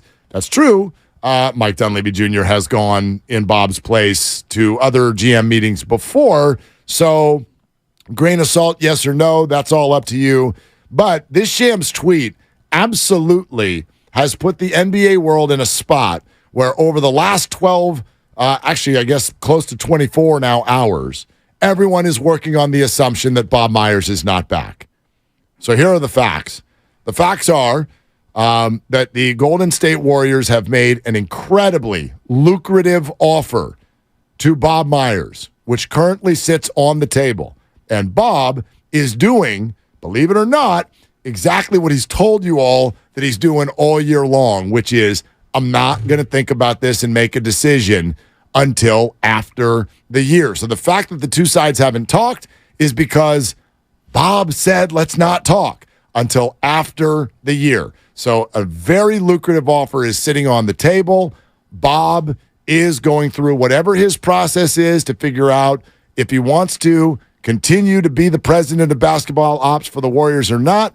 And I would simply state that it is my understanding and my belief that the idea that Bob is 1.5 feet out the door has been very exaggerated. Well, we don't know. And if there's a lucrative offer on the table, if he was 2 feet in the door, he would sign the lucrative offer, in my opinion. I didn't say that either. I'm not saying you said that. I'm not trying to take what you said out of context. No, but over the last day, the assumption is that Bob's gone. That has at least 1.5 feet out the door. That's been very exaggerated. Well, and that's an assumption that I have made, and it's an assumption that I still believe. Because if you have a lucrative offer in front of you, then if you were interested in staying, you would sign the lucrative offer. Now, if you're unsure about whether or not you want to stay, and is that a thing where you've been unsure all year and then now the year's over and you're thinking, boy, what do I really want to do? I firmly believe that Bob doesn't know if he wants to keep doing it. Maybe a couple of weeks away will enlighten him, but it's not like he gets weeks away because he went to Chicago anyway. Yep. He wasn't in the GM meetings. He was in scouting situations. And so he's still working. He's still grinding on the gig. So if there's a lucrative offer in front of him and he's all sold out to keep doing the job, then you sign the lucrative offer. Here's why I believe that it is, and maybe only slightly, but better than 50-50 that Bob stays. It is my thought that, similar to what Joe Lacob said with what we just listened to from the TK pod, that you got to wait and see how the year plays out. If you get to the end of the year and the Warriors believe that the big three are no longer viable, then it makes it more likely to me that Bob goes. But if you get to the end of the year and as an organization you still believe that the big three are viable, then I think it's more likely that Bob stays. And I think that it might be very much part of what he was waiting to see. Yeah. And now that we've gotten to the end of the year, and everybody can have an opinion as to whether or not the big three are viable. Right. But it sounds like the organization definitely believes that the big three are still viable. And if that's the case, I would bet that Bob is going to continue to be a part of that. There's viable and then there's keepable. So if you agree that the big three are still viable, and I think the big three are still viable, I don't think that they can win a championship with the roster as it's currently constructed. It's not up to me to think otherwise because I'm not in the organization. But the big question still remains, is Draymond Green going to be a part of this organization more than a year, 2 years, 3 years, or more than a couple of weeks? Because maybe that decision is weighing on whether or not Bob Myers is going to stay. And let's just play out the hypothetical a little further. Draymond has a player option. Draymond wants an extension. The team says, we're going to give you 3 years and $60 million. And Draymond says, I don't want to do that. And the team says, well, that's all we can offer you. Draymond says, I'm opting out. I'm going elsewhere. Bob Myers wants to be with Draymond. Bob says, I don't want to be here. Or the other side of it is, Draymond, we're going to give you $3 and $80, including 27.6 next year. We want you. We're going to go into the tax. We're going to do whatever we can to keep you for 3 years like Steph. We're going to take care of Clay as well. Bob looks at that and says, all right, the big three's here. Steve, we're going to work on Steve after that. I'm staying. You know what's crazy in this whole thing? How does that, when Draymond sits down to figure out what the offer is and if he wants it, who's talking to him? Boy, that's a great question. Is it Bob? And it's Bob. And Bob's saying, Draymond, here's the offer. 3 years and $8 million. We're both going to L.A. Draymond, we're out of here. In other words, these could very much, with the relationship that those two have, is it possible that they're sitting down going, okay, like, are we going to keep doing this or not? Like, here's what we can do. And if it's good and you like that and you can do it, then let's do it. And I'll say yes, and you can say yes, and we'll stay. If it's not okay with you, then maybe we got to go, and maybe I should go, and you can go, and this is all over. Like it's a dynamic that does not. I don't know that it's going to go that way, but it's a dynamic that is possible here, and it does not show up very often in sports. I think that's the most likely dynamic, and I don't know if it's the two of them on a love seat in an undisclosed lobby in a hotel in a faraway destination, but I would imagine there have been conversations to that effect, which is, because Draymond said, I think it was last year, can Bob Myers get some effing credit? And you know that when Draymond had one of his blow-ups this year, Bob comes out of the crowd and goes to Draymond and says, all right, Draymond, let's focus on what we're doing. I'm paraphrasing. Let's get back in there. They have a very unique relationship from president of basketball ops to meteoric star. So I do believe that the two of them, if they're not going to be completely in cahoots, I would imagine that if one goes, the other one definitely goes. And if one stays, I would imagine the other one stays. Well, can somebody give Bob some credit? Yeah, we will. We will, absolutely. We'll do that. And we'll also tell you that you're listening to 95.7 The Game, KGMZ FM and HD1 San Francisco, always live on Twitch, YouTube, and the free Odyssey app. Or, as Steiny says it, you're listening to 95.7 The Game. We're in San Francisco. That's his legal ID. A little bit different than mine, but anyway. Hey, Lucas, I don't want to butcher this name. How do we say this name here on line 3? How do we do this? What's the name here? LeJean. Okay, LeJean. Hey, LeJean, in Oakland, you're on with Willard and Dibbs. Let me push that button right there. Hey, LeJean, what are you doing? Hey, how you doing? What's cooking? All right, man. Thanks for accepting my call. Absolutely. Thanks for making the call. Yeah, I was just sitting here thinking about, what about the future of the Warriors? Who's going to be the face moving forward? We got Draymond, we got Clay, we got Steph. They're obviously going out. Now, with Jordan Poole, is that who you want to make the face of the franchise? Kaminga, is that who you try to make the face of the franchise? Those are the questions that I'll be thinking about. What are your thoughts on that? Well, I think it's hard to figure something like that out 3 to 4 years in advance of it happening. Now, yes, you can get stuck in a spot where you are faceless. Like I watched the Lakers go through this when Kobe retired, and for years they're like, okay, right, we're drafting Lonzo Ball and we're drafting Brandon Ingram and Julius Randle, and who is it? And someone's got to take that job. I mean, you can go around to a lot of teams in the NBA, even some of the good ones, and be like, who's the face of that team? Like, who is the face? Let's go to, you could talk about the Clippers where they've almost got too many stars, but they're injured or whatever. And then there are teams, sure, Jimmy Butler is the face of the Miami Heat. My goodness. You know what I mean? But who's the face of the Knicks? Who's the face of the Knicks? It's Julius Randle. Is it? Yep. I don't think they want it to be. I think they think Jalen Brunson's a better player. And so a lot of times that gig is doing interviews, and that's an uncomfortable spot. But you also can't assess it too far in advance. Steph Curry is the face of the team 2-3 years from now. He is until he's no longer here. And then after that, it's too early. Do you want Jordan Poole to be was a question. Right now, no. Right now, I would say no. But could Jordan Poole become a different person, even if he is even on the team? Could that person be on a different team right now? Could that person be in college or in high school right now? I don't know. For me, it's too far down the road to put a name on it right now. And if it is Jordan Poole, then you're going to keep him for the 4 years of his contract. And at the end of those 4 years, Steph Curry probably is retiring. And at that point, Jordan Poole needs a new contract, and you're going to give him the max. So if you see Jordan Poole as a player who can develop to the point where he's going to be your next max player, because when Steph is gone, Clay likely will be just about gone. Draymond will be gone.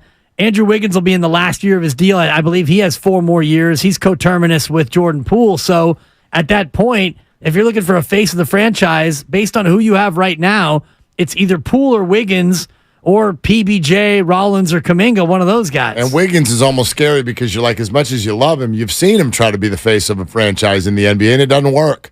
You know what I mean? I think you always have to keep an eye on the future, but you can't become obsessed with it. That's kind of the one-liner I would throw at any business. Always have an eye on the future, but don't become obsessed with it. People, teams in sports that come obsessed with the future, that's called what the San Diego Padres were for 40 years. Like if you're constantly telling your fan base, 2 years away, and then 2 years goes by and we're like, we're 2 years away. And then 2 years goes by and you're like, actually, I think we're 3 years away. It is a mind blank. And the fans at a certain point will become very frustrated, and you certainly can't do it in a top 5 market. You can't do that around here. Especially when you have the winning that you've had in terms of the Warriors. You can't, look at like this year with the luxury tax bill and the salary you're looking at. If Joe Lacob wanted to cut and get below the tax threshold, you can't just, all right, Draymond's gone and we're trading Jordan Poole, and this will be Clay's last year for sure. It's a farewell year for Clay, right. And then best of luck, Steph. You got 3 more years, and then we're off of you. And then what happens on the back end of that? You're miserable. And you can't go from being dynastic to being terrible without a bounce-back plan. How about Larry in Oakland on with Willard and Dibbs? Hey, Larry, what are you doing? Larry! Gone. And gone. All right, there it is. There it is. 888-957-9570. Comcast Business Text Line, YouTube, Twitch. Keep it coming. That has been a very active feed today. Yeah. I just wanted to throw this at you because I was thinking about it on my drive in. If Bob Myers decides, thank you, next, he doesn't want to be GM, president of basketball ops anymore, what do the Warriors do? Is it door number 1, Mike Dunleavy Jr. ascends from the assistant spot? Is it door number 2, Joe Lacob tabs his son, Kirk Lacob, to get the job? Or is it door number 3, you bring in an outside GM of some ilk to take the job? Because we know it's not door number 4, Steve Kerr. I asked him that a couple of days ago. We had him on the show, and he said, I'm a coach. I'm always going to be a coach. So it's door number 1, 2, or 3. What do you think would be the best route if Bob Myers decides he's good? I think it's Mike Dunleavy Jr. Door number 1. Door number 1. I don't think outside the organization right now makes a whole lot of sense. I think when you have something that's worked this well for this long, you want things that feel like continuity. Going outside the organization is what you do when you need to completely reboot and go a different direction and all of that stuff. And then what was the other option was Lacob. That's where you could get into a tough PR spot. Because whether this is fair or not, and I really like Kirk, but you don't want it to look that way, right? You do not want it to look like you pushed Bob Myers out so you could elevate your son. That's the optics aren't great. It's the way some people are gonna do it, right? That's the way some people are gonna do it. The other side of it, though, the Mike Dunleavy Jr. side, is many fans look at Mike Dunleavy Jr. as the poster boy for failure. Failure in a certain period of time, failure in that he was the number 3 overall pick and never panned out with the Golden State Warriors. So Mike Dunleavy Jr., in my eyes, is unfairly associated with a long string of failures and drafted failures, and the fact that he was picked number 3 overall. Yeah. I was running through some of the names earlier for you. It was not a good draft that year, and he was not a great Warrior. He certainly didn't play up to number 3 overall billing. What do you think about the optics of elevating that guy into that spot? And it's interesting. I think people separate player and GM because the greatest of players have shown to be bad coaches and bad GMs and all that sometimes. I also think enough time has passed. Like, I don't know, do you sense anything? Mike comes on the show with us. Do you sense any sort of negativity that still surrounds Mike Dunleavy Jr.? I've never felt that before. I think people are completely open to him. Yeah, not from him, but I see a lot of the comments on social media and on the YouTube and Twitch feed, and fans, associating Mike Dunleavy Jr. still with his time in Golden State as a player. I personally don't think that there's a connection, but I was just wondering what your thoughts were in terms of the succession plan. Yeah, I think he's been groomed to be the guy. I think that when you don't send your general manager to the general manager meetings, but you send somebody else, your assistant general manager, I think there's messaging there, and I think they know that. And so I can't really speak to Mike's ability in that role. He's never had that role. But I can only speak for me. Who he was as a player, for me, means nothing. Yeah. with regard to what he would do as a GM. This person, I mean, a lot of you NBA fans, you know this. His dad was a coach from the time you and I were in high chairs. So this person, and then he plays at Duke under Coach K. Like, this person knows everything there could be to know about basketball. That sounds like somebody to me who would probably have the brain for this kind of a thing. I agree with you. And the fact that he's been in the organization now for a number of years in this role or some front office role certainly helps his case. I also wonder, Mark, if he would want the job, knowing that in 3 years you're probably looking at the end or the beginning of the end or the middle of the end of what this is. Because Draymond, Steph, and Clay, you wouldn't imagine they're going to be here much longer than 3 years, maybe 5 years at the absolute longest. So you get this job, and ostensibly one of your number one duties is going to be figure out how to break this thing apart. Oof. Am I wrong? Well, no, and this was another thought that I had with regard to Bob and why I think that if he is being strategic at all, if there's anything that's not genuine where he's just like, look, I'm blocking it out and I don't even want to think about it until May or June. If there's anything strategic about it, I'd say this. If the Warriors got to the end of the year and the thought within the organization was, it's time. It's time to pop the balloon. I don't know which of the three or if two of the three are going to go, but it is time to totally pop this balloon. You think Bob wants any part of that? Right. You're like, I'm out. I don't want that on my name. He's going to ride out with the guys that he rode in with, just like Draymond said. He'd been here, all the championships, the relationships. If the Warriors are going to go into any sort of, don't use the word rebuild, but reboot and get younger, whatever moves go with that, like just the idea of trading a legend, Bob doesn't want that. Steve Kerr either. And right. You had me thinking about the Steve Kerr contract, which is up at the end of next year. If Draymond decides to opt in or rework his deal and you figure out something with Clay, if you're Steve Kerr, you got to think, let's just tack on a couple more years. If Bob stays, then Steve absolutely signs on for a couple more. You got any hesitation that the organization is being genuine right now when they say everything they've said, which suggests Steph, Clay, Dre, we keep riding? Any hesitation that they're being genuine right now? No. Okay. No. I agree with you, and it's why I have a little lean toward Bob stays, because I do think that's one of the things he was waiting for. Let's find out if at the end of the year we keep riding. And if we do, I'll ride with you. And if we don't, I'm out. Yeah. Like, I could see that. I could see that. I could also see him saying, guys, this year was so exhausting. Totally. I'll be your number one fan. Joe, can I keep my seats? Yeah. Guru's seats. Yeah, exactly. Okay. I got this guy. I need to text about him. We're sponsored by Inn at the Tides. It's prime whale watching season at Bodega Head. Great time to plan a special getaway to the iconic Inn at the Tides. Enjoy delicious meals at Tides Wharf, stunning views, and free breakfast. Book your escape today, inatthetides.com. More of your phone calls coming up next. Plus, we'll let you know a little bit about someone named Poole who's going to join us today here on Willard and Dibs. You know it pays to protect your engine, but did you know that with Pennzoil Platinum Full Synthetic Motor Oil, it pays in more ways than one? Not only does it help extend engine life, saving you in the long run, but right now...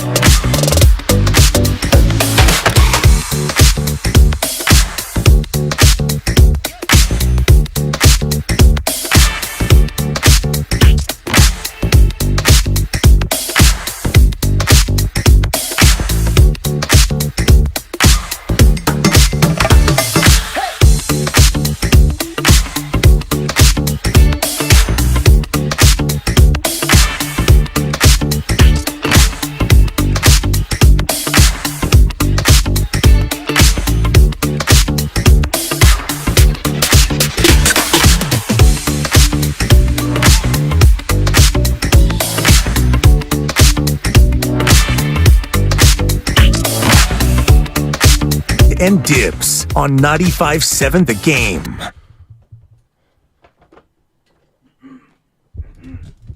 I know this will shock everybody, but no, it's not Jordan Poole. Jordan Poole's not joining us today. Ah, man. I know. Did I have you going? You did. You did. Monty Poole. Monty Poole's going to join us. I love that Pool. Next Is hour. JP with the Yeah, no. It's MP with the Golden State Warriors, NBC Sports Bay Area crew. Yeah, that's right. As I do my Festus. Monty Poole is going to join us next hour. Dialed in, locked in, rocked in. We're going to get to him coming up in the next hour. Keep rolling with your phone calls until then at 888-957-9570. Don't forget, Warriors Summit coming up Monday. It's going to be me, Dibs, Bonte, Joe, Steiny, Guru, JD, and all of you, however many of you have nothing to do at 4 o'clock on a Monday other than come down and throw lemons at your favorite radio host. Don't say that. Why not? Come on. We could dodge that thing. Come on. Like George Bush dodging a shoe. Buonvino. I got hit by a potato in downtown Oakland. I'm a little sensitive to throwing I know food. you are. That just tripped me up. That was a very funny visual. I remember when that guy hucked that shoe at him. And he ducks, and he comes right back. Goes right back. Yeah. He looked like one of them little bobblehead. Totally. Came flying right back to center. Almost like the Matrix. He looked like the Matrix guys. Right back. Just looked at him like, what the hell was that? You throw a shoe at me? So you can do that with us if you want at Buonvino, or you can just have a glass of wine and say hi. Buonvino, Walnut Creek, 1501 North Broadway, Suite 138. 1501 North Broadway, Suite 138. Buonvino, Walnut Creek. Our show, our regular show, 2 to 4, 4 to 6. All the guys will be there, and we will rock on all of the Warriors' off-season issues. Also reiterating our discussion that we had earlier, which I really enjoyed, and this after Bonte and Joe this morning, and I've admitted this. I put this out on social media. The tweet that I sent yesterday, and I think the exact wording of it was, if Jordan Poole wants to remain with the Warriors, he might want to say something publicly. Now, I can see how someone might read that and go, Mark says Jordan has to say something publicly. But the word might in there for me is very, very significant. And I put it in there for a reason because, A, it depends on what Jordan feels.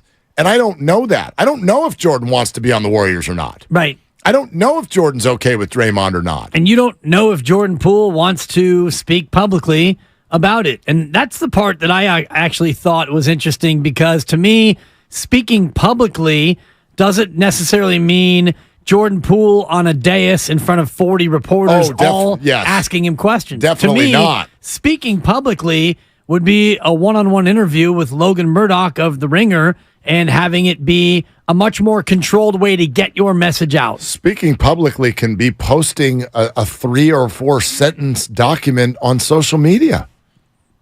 You could release a statement. I want to be a Warriors, and I always want to be a Warriors. Sure. You can Shout do out that. Monte Ellis. You know what I mean?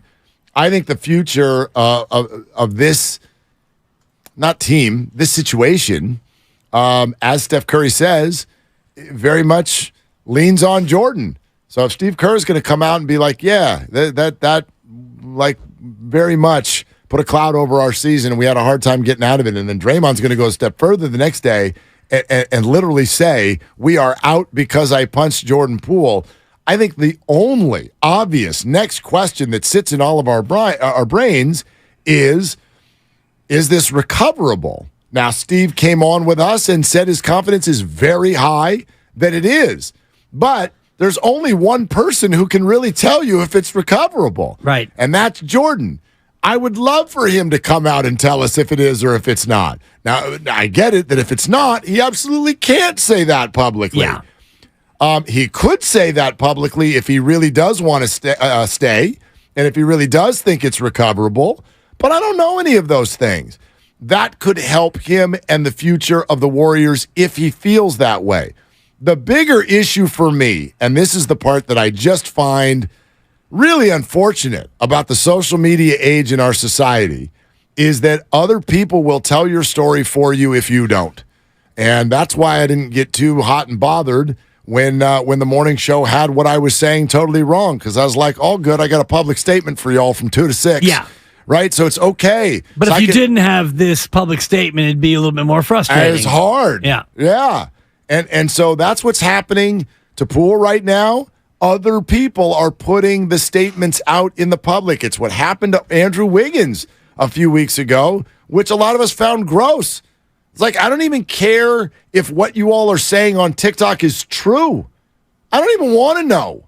I have no interest in knowing what was going on with Andrew Wiggins. We have no right to know, and if he doesn't want to tell us, then we don't get to know. But what you said before is absolutely the truth in terms of the social media era where we all fill in the blank. So great player is missing, and we don't know why, so then we're going to speculate, and you're going to look at his partner's IG and notice that a lot of pictures of he and her are no longer on there, and so we're going to jump to conclusions about that. And we're going to look at this example, and we're going to jump to conclusions about that and all these other things. And he's gone for 2 months, and so the speculation runs wild because of what you're saying. We have a knack now in this era, in this age, we want to know. And part of it is the TMZ-ification of everything, where something happens to somebody, and you're going to find out about it. If it's an actor who gets involved in a drunk driving incident, there's going to be surveillance video. It's going to get discovered. It's going to get leaked. TMZ likely is going to get it. And then boom, all of a sudden now we have the answer. And if we don't get the answer, and we're so used to getting the answer now, so when we don't get the answer, it drives us crazy in a social media world. Yeah, and it's funny. Like even Nick, what's going on, Nick? Nick's on our YouTube feed right now, and he goes, you don't want the truth? Who doesn't want the truth? I didn't say I didn't want the truth. I just said I don't care what was going on with Andrew. I care about Andrew as a fan. I hope Andrew is fine. I hope he's okay. Hope his family's okay. But that stuff that was floating around on social media, I got no interest in knowing that. I don't even care if it's true, false, or the otherwise. I think it's gross that it was out there. I think it's gross that it was out there if it was true. I think it's even grosser that it was out there if it was true rather than if it was false. And it's gross either way. I think it's grosser if it was out there and it was false. Well, I hear what you're saying, but my point on that is if it's false, that's like gross from a lying perspective. If it's true, that's gross from a, like, man, you just flipped the script on somebody's life and went public with it. For what reason? Why? Why would you do that to somebody? I want the truth. Like it's not, you know what I mean? That's Tom Cruise. Why, if you lived next door to somebody and they were a celeb and you knew what was going on inside those walls? Yeah. Why would you be like, okay, it's TikTok time? Like I got it. Unless Andrew did something to you. Why? Because there's human curiosity. Mark, I got a neighbor, and don't we all? Hopefully, and it's not the neighbor who listens. Shout out to Roberts across the street. Best neighbors in the world. Sarah's a P1. We will meet in the middle of the street, and she's got takes. Not happy about the way the season ended, Mark. Well, I'll tell you what. This is another neighbor, and their backyard is replete with a lot of just debris. And I wonder why. Why is there so much debris in your yard in an otherwise bucolic neighborhood? Okay. Now, I'm not whipping out my camera, and I'm not going to investigate their garbage, and I'm not going to go overboard, but there is that human curiosity about why do you have 17 empty cardboard boxes and really just a whole heck of a lot of debris. But this goes even further. So let's say you did find out why, and it was like, I'm going to find out. Yeah, okay. I bet you will. You So sneaker. like dead bodies or Pet Cemetery or... Okay, keep it out of the legal realm. Okay. What if you did find out, and it was entirely an embarrassing answer for that family? What are you going to do? Go to Twitter? You're going to take it to First, then Instagram. Then I might TikTok about it. You're like, yeah, then you're going to TikTok about it at 2:00. So you're saying this individual might be a cardboard boxophile, You know where what I mean? I only feel whole when I'm around empty cardboard boxes? Exactly. Like, I don't, Talk about personally, creepy. I don't understand it. I don't understand it. Someone like Andrew Wiggins, who, as far as we can tell, has never done nothing to nobody. Why are we on social media going, let me tell you what happened? What are you doing? What are you doing? What are you doing putting somebody's stuff out there on the internet, whether it's true or not? Who are you and what are you doing? Why? What did you get out of this? 17 new followers? What are you doing? Clout. If you're the one who comes, like Braylon Edwards, he was one who came up with a theory as to why Andrew Wiggins was out. Yep. If what he thought was the truth, and we don't know if it was or it wasn't, most indications are that it wasn't, but if he comes up with that and it's the truth, well, he's got clout, Mark, because he came up with it. He solved the puzzle, which is different than the Jordan Poole situation, because I think we all want to know, and I guess we don't have a right to know this either, but we all want to know how Jordan Poole feels about Draymond Green. Don't you want to know that? I think it's relevant to Warrior basketball, but so was Andrew missing 2 months. Do I want to know? Yeah, I would find the answer interesting. Yes, I would find the answer interesting. And it's not going to keep you up late at night, and you're not going to turn off the Warriors because you don't get the answer. But when you look at the Warriors, and if Jordan comes back next year and Draymond's back again next year, aren't you a little curious as to what their relationship is like? Yeah, but I always am. Like, I find, for instance, 30 for 30, whatever, I find sports documentaries to be fascinating. Hard Knocks, just all of it. Give it all to me. I love seeing the dynamics behind the scenes in team sports, because there's so much that goes into it and so much that goes on that we don't know about. So even when the stuff is not salacious, I find it completely interesting. So would I want to know the answers to those stories? This is an iconic group of human beings. You're asking me, would I love to follow around Steph, Clay, and Dre for 2 weeks? Are you kidding me? Can you find anything more interesting in the world? Now, some people would be like, I have no interest in that whatsoever. You want to be on a boat with Clay? See what it's actually like? Oh, my God. Ramona did it. Ramona did a story on it. She got to go on the boat with Clay. I'm very rarely jealous of people. I was like, damn, Momo, that sounds like a day, right? Would you love to go have Aisha cook you dinner and have dinner with the Currys? Holy smokes. It'd be pretty fun. Right. But I imagine that we fantasize about what this would be like, and you find Steph Curry's at home and he's vacuuming. Right. And Steph's got a honey-do list, longer than his three-point shot record. Might be able to hire someone, but I don't know. Probably emptying out the garbage. He's doing all of the domesticated stuff. It's a domestication sensation. Nice. But I do think it would be interesting. But the Jordan Poole one is interesting. And to the greater point of what you had said yesterday, what you had tweeted, I do think that it would serve him very well to, in a controlled environment, be able to control the narrative, because when everybody thinks about the Draymond Jordan Poole incident, as we're calling it, we're all thinking 85 different ways about how Jordan feels or how he should feel. Well, here's one thing I found interesting. It was said to me today, because this is a very normal thing in PR. We talked about this in the Carlos Correa situation. The normal fallback when something's going that's bad, and wouldn't you all agree that right now the talk around Jordan Poole is bad? He had a bad playoffs. We had stories where we had 0-point games, stories about how he wouldn't turn around and talk to the media.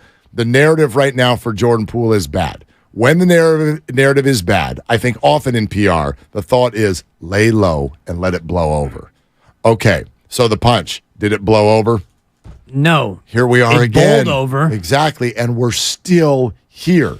Now, we're still here because they brought it up again. So don't do the whole blame the media. No. It's always the media. No. And Killian said, what killed your culture? Steve Kerr brought it up. Draymond Green went on Stephen A. Smith and made it the thing, not a thing, the thing.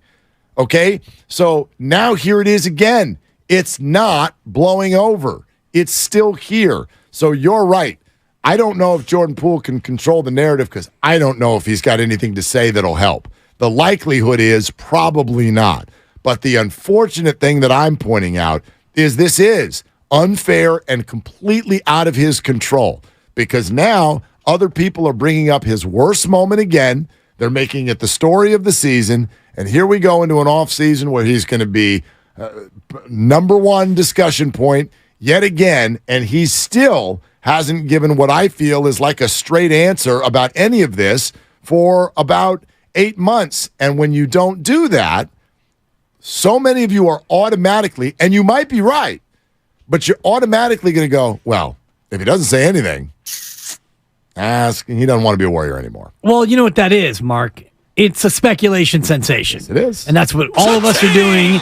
And you mentioned it before. It's the fill-in-the-blank nature of what we do now in social media and in sports talk radio. Heck, we've made a living, you and I, on this very idea of what if and hypotheticals and speculation and all the rest of it, because if you look at the Jordan Poole situation, he's either okay with what had happened in Draymond's apology or he's not okay with the way this all played out. And if he's okay with it, he still might want out.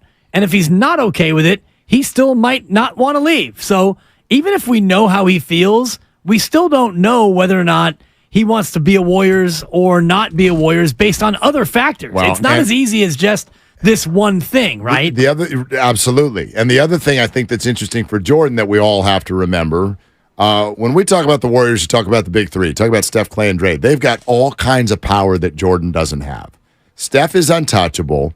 Clay's under contract for another year. Draymond is in control of what happens next with his contract. Jordan is not. So Jordan is the one who doesn't know what the Warriors are going to do. And I don't know if the Warriors know what they're going to do yet. I do think that there is a real strong chance that what they're doing is building him up. We still think, that guy right there is the key. And we still think we can win a championship with the roster that we have. All of these things are pointing to the same thing. Jordan Poole's a great player, and he's the future. And that's the message that you want out in the public. Why? So that other teams still like Jordan Poole.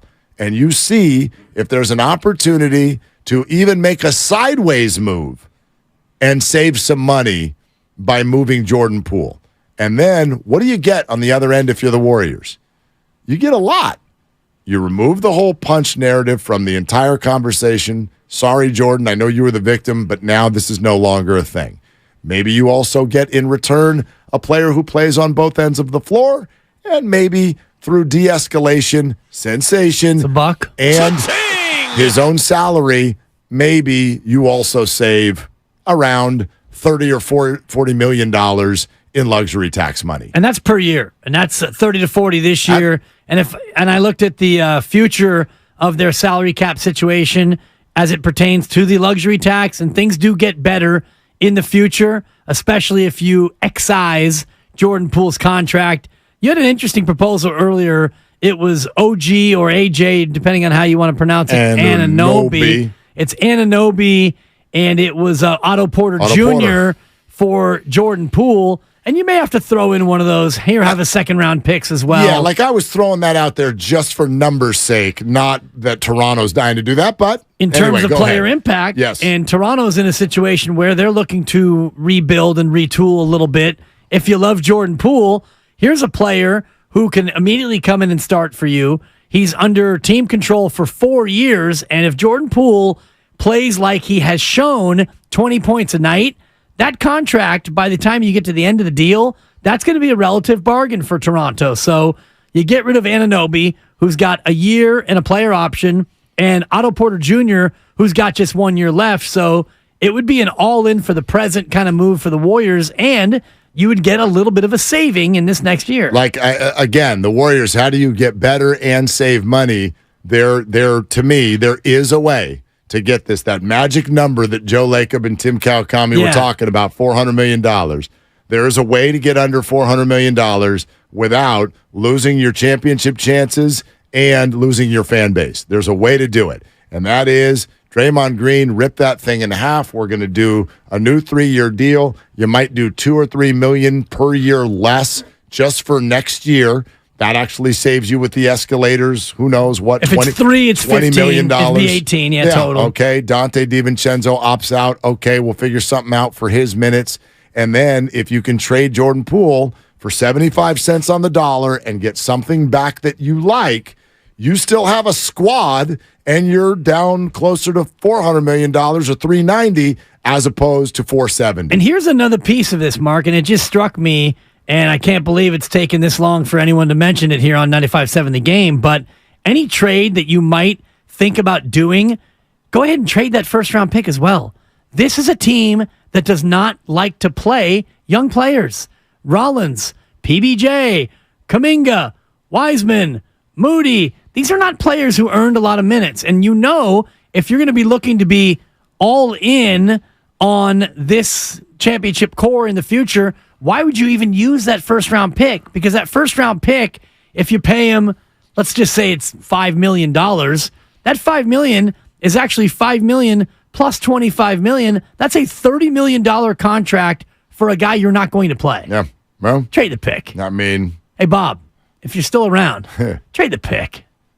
Monty Poole's going to join us at 5:15. We'll take your calls until then. Scott in Fremont. Hey, Scott, you're on with Willard and Dibs. What are you doing?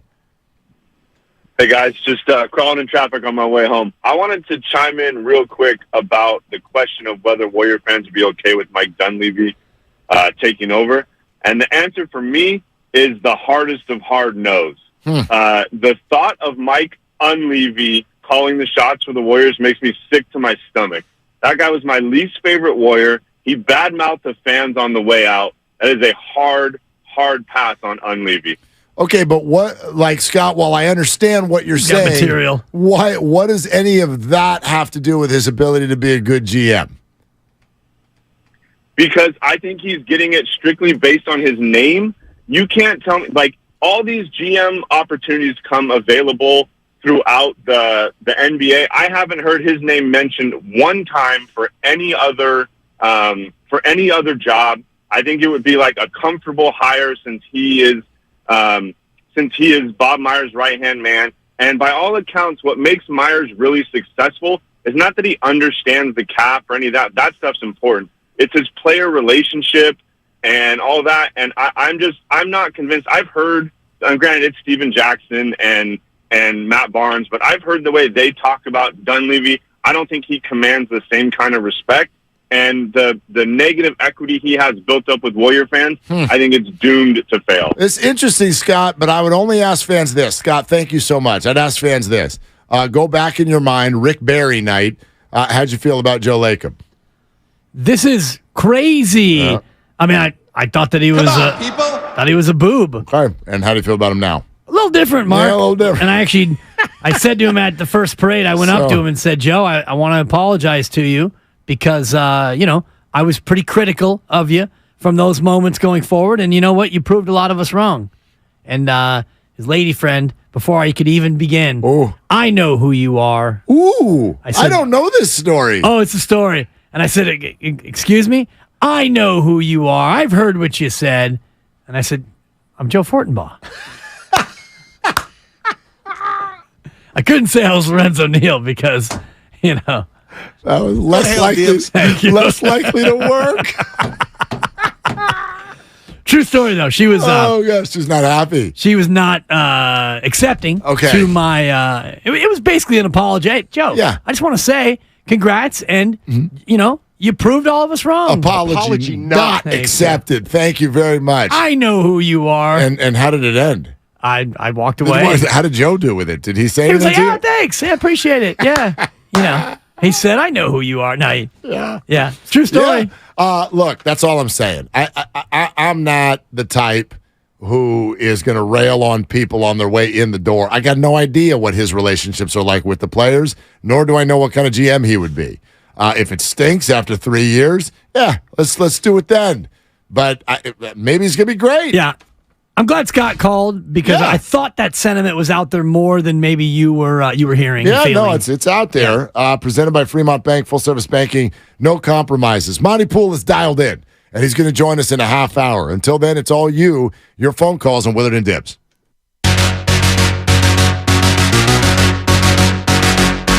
The Warriors offseason has begun. The questions are endless. Dub Nation wants answers, and we've got them. Monday, it's 95.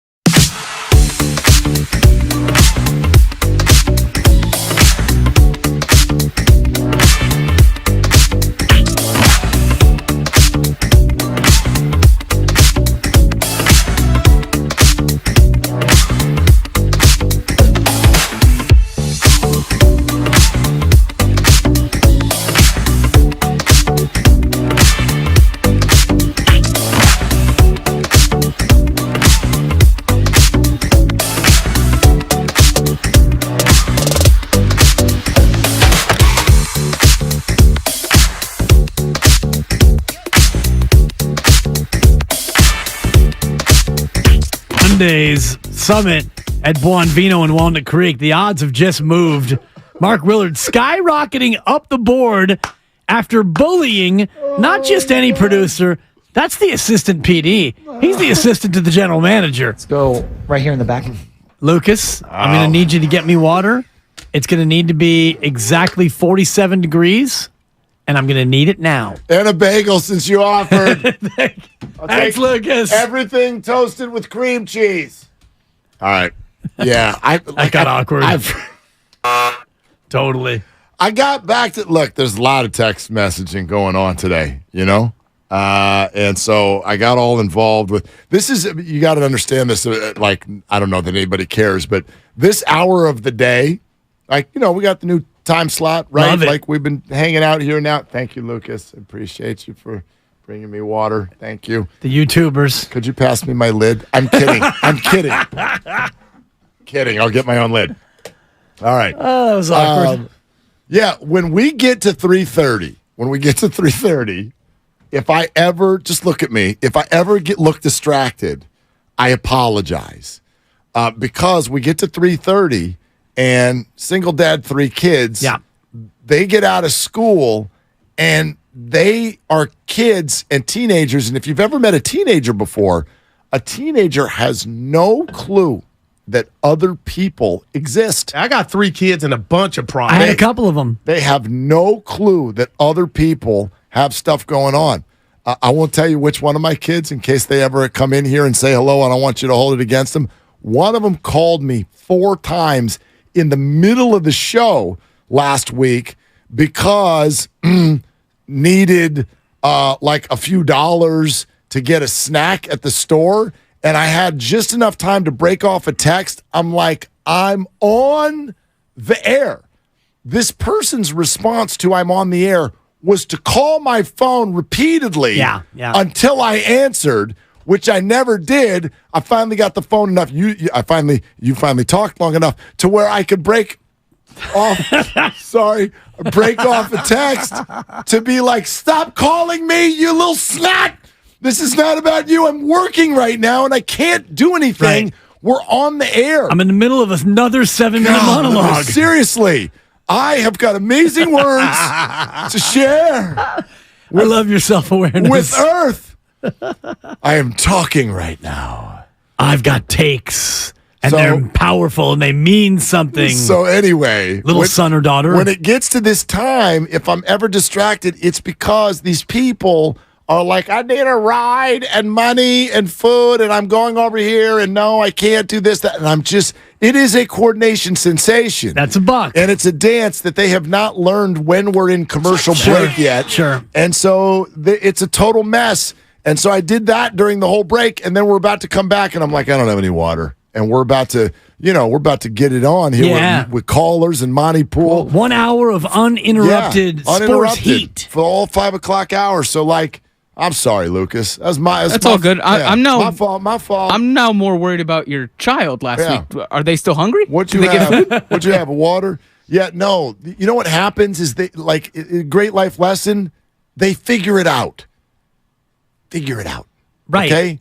I'm not here. And there's got to be a place in the house where there's a little cache of money, change, or now you just outed out the kid. Damn it. You went pronoun on me. They identify as who knows what. Anyway, no, they this person was on its way to their way to practice. And apparently there was like a potluck.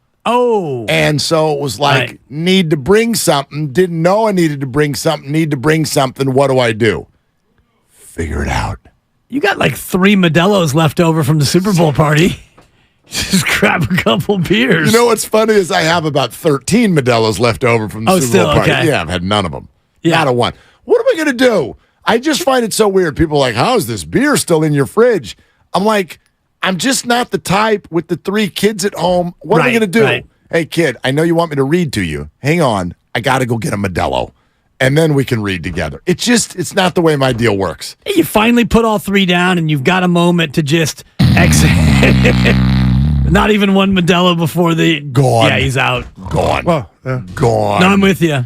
So, anyway, all right, let's get back to Warriors and not apologizing to Lucas and being an egomaniac and talking too much and all of that. No, it's okay. That's great. I had teenagers, but I know. But I was doing mornings at the time. Now they're college graduates and all fancy. Right. And so now I can't get them to call me. Right. I mean, I'm out there begging to get a call. That's the thing. I actually don't, and it's not like I hate it. Because let's just, I wish we could freeze time. But anyway, all right, let's go to Julian in San Bruno. Hey, Julian, you're on with Willard and Dibs. What are you doing?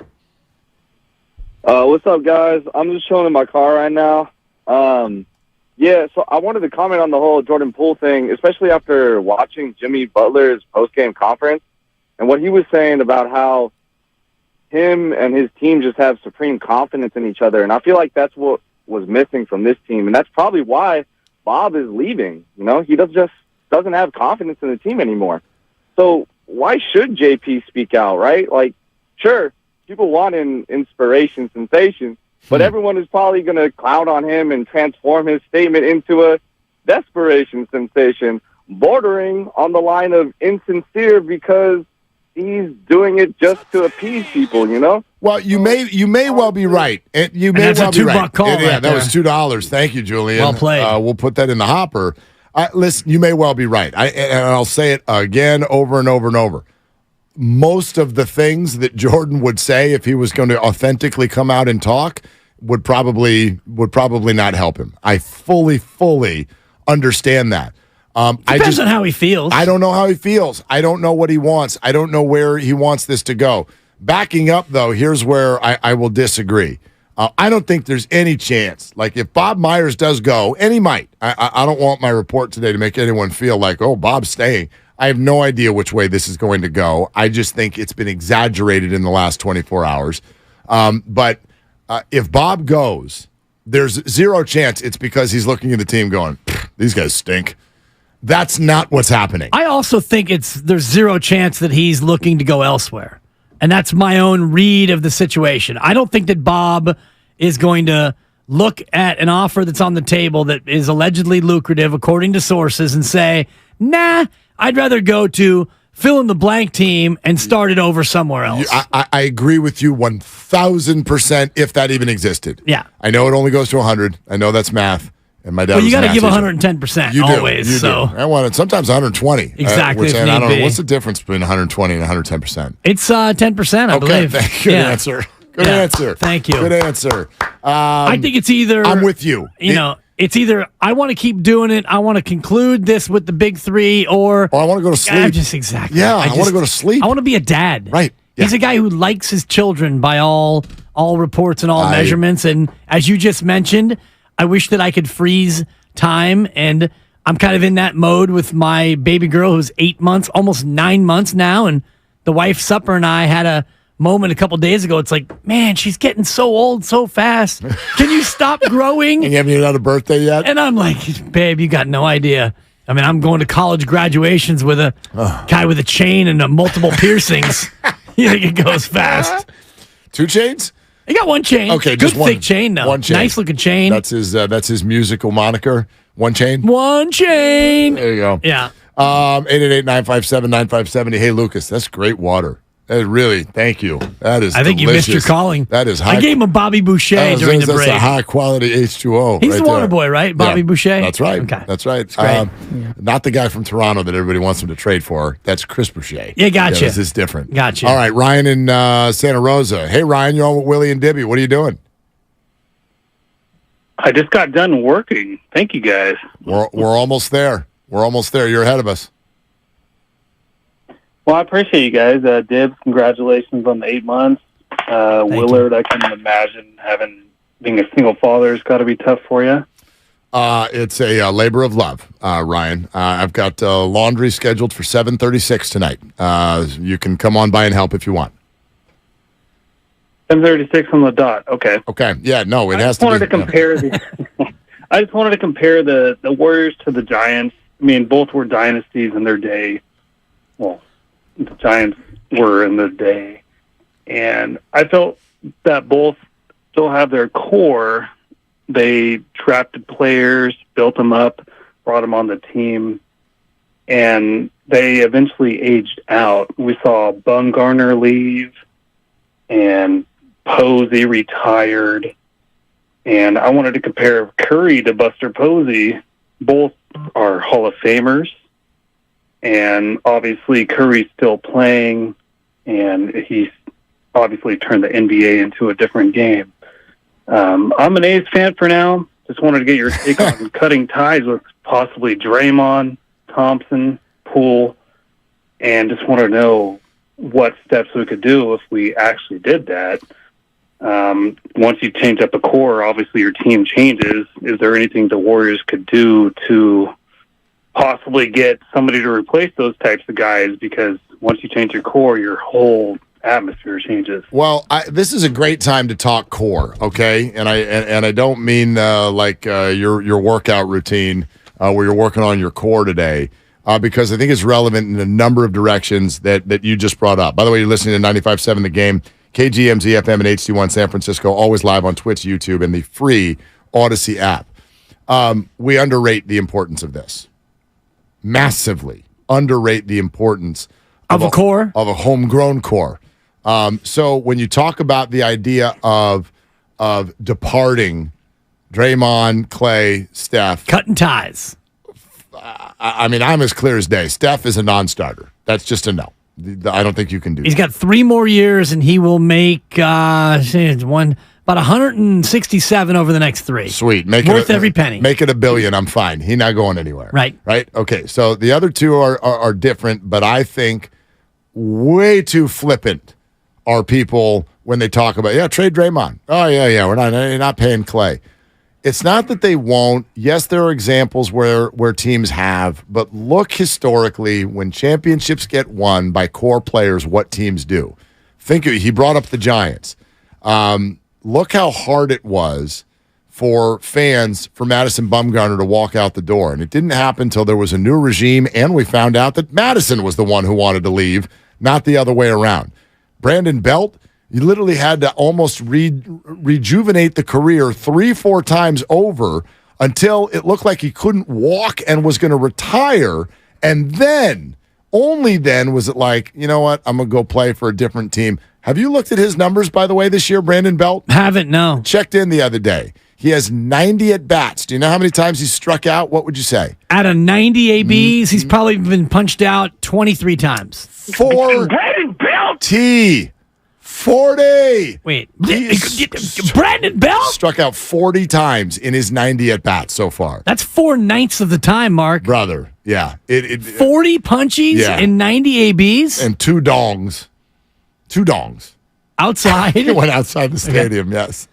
But your point is well stated about the Giants because... And then Posey... And Brandon Crawford is still there. Brandon Crawford's still there, and Posey was absolutely... He's the Steph in this story. He's going to go out on his own terms. Teams are always going to lean in the direction of keep rather than depart when it comes to legends, especially when championships are in recent memory, and that is still the case with the Golden State Warriors. Well, especially, too, when they are box office. Yes. It's different than in baseball where, Barry Zito or Matt Cain, it's like every 5th day. He doesn't have the same impact as 41 appearances of Steph Curry plus the playoffs. I mean, this is Steph Curry, the single greatest entertainment entity in Bay Area sports history. Right. And then the other Barry thing Bonds, and you could go Bonds or Curry in terms of entertainment value. Oh, gosh, I don't think anything. I mean, those two are just... Totally. I mean, that's it. Totally. Yeah. I mean, somebody might throw in Jerry Rice or something, but yeah, no, this is unmatched. It's unmatched. So, but and then think about this. Here we are sitting at the Giants' frustration that's bubbled up over the last year and a half. Judge, Correa, a bad record, money saving, all the things that people accuse the Giants of. And the Giants are sitting here going, look, we can't really say this out loud, but we don't want to go crazy with the money until we got a homegrown core, because you have to have a homegrown core. And you're like, okay, well, where's your homegrown core? And they're like, yeah, sorry, it's not moving as quickly as we thought. I went to the game the other day on Tuesday night. Do you want to know how people are reacting to Casey Schmidt? It is palpable. They're losing their Schmidt over him, Mark. It's at least a 3. Might be a 4. We're going to send it to review. Trying to see if I can get Grandy. It's pretty good. Grandy didn't even twitch going to the dump button. Out there in right field is now Schmidt's Creek. People are losing their Schmidt. It's a good one. It's really good. But look, I mean, this guy has only been here for a week. He's hit a couple of home runs. He's got an amazing glove. It's exciting. It's not Barry Bonds, but people at the ball yard almost feel like it is. Why? Because he's homegrown, and he looks like he could be a core piece. There's nothing better than that in sports. There's nothing better than that in sports. So all of you, I don't care that it's been 10 years. I don't care if they're showing signs of aging or if there's gray in Draymond's beard. You are way overrating the likelihood of the Warriors just hucking these people out the door. That is not going to go over well. And even those of you who think they should do it, you're going to miss them when they're gone. You're not going to like looking at Clay in a Pelicans jersey. I'm telling you. You're not cutting ties with them in that fashion. Now, Steph Curry's got 3 more years, and as mentioned, it's about 167 over the next 3. At that point, at the end of 2026, he'll be 38, and if he wants to continue playing basketball and the Warriors want to continue paying him, I doubt he's going to get that kind of a contract. If he does, that means he's still playing at that elite level, but at 38, maybe he wants to play a couple more years, get to 40, make it so Cannon can really remember watching him. Whatever the reasoning, you're going to let Steph stay as long as he wants. Klay Thompson, to me, is the interesting one because it's 43.2 next year, and then you've got to decide. Klay will be 34 at the end of next year, coming off of 2 career-ending injuries that he's recovered from, but Klay is not the same player that he was. And you and Steiny had a very spirited debate, and we're going to resume it on Monday in the big summit at Buon Vino in Walnut Creek because you had a big difference of opinion in terms of where Klay is. But at the end of next year, Klay's going to be in a spot where he's going to have to take less than 43.2 a year to stay. For sure. Or the team may have to end up cutting ties. Yeah, now, I'm not saying that's impossible by any stretch. It is with Steph. It's not impossible. I just think that we're being, at times, some of us are being a little flippant with the idea of moving on from the big 3. And I think that the Warriors have done a lot of work in the last week to explain to people that they have no interest in moving on in any way, shape, or form from the big 3. Mike in Berkeley next up on Willard and Dibs. Monty Poole in 8 minutes. Hey, Mike, what are you doing? I was just sitting there listening to you guys talking, and I was thinking about these rookies that the Warriors got. It seems to me that the Warriors style of play is that you have to have some basketball IQ and skill level to play within that offense and defense. 2 ways, right? Where Peyton got that, Moody has that, but Jordan Poole, he don't have that. He makes bad decisions. He's talented, but he don't make basketball intellect. To me, is not as good as Moody's and Peyton.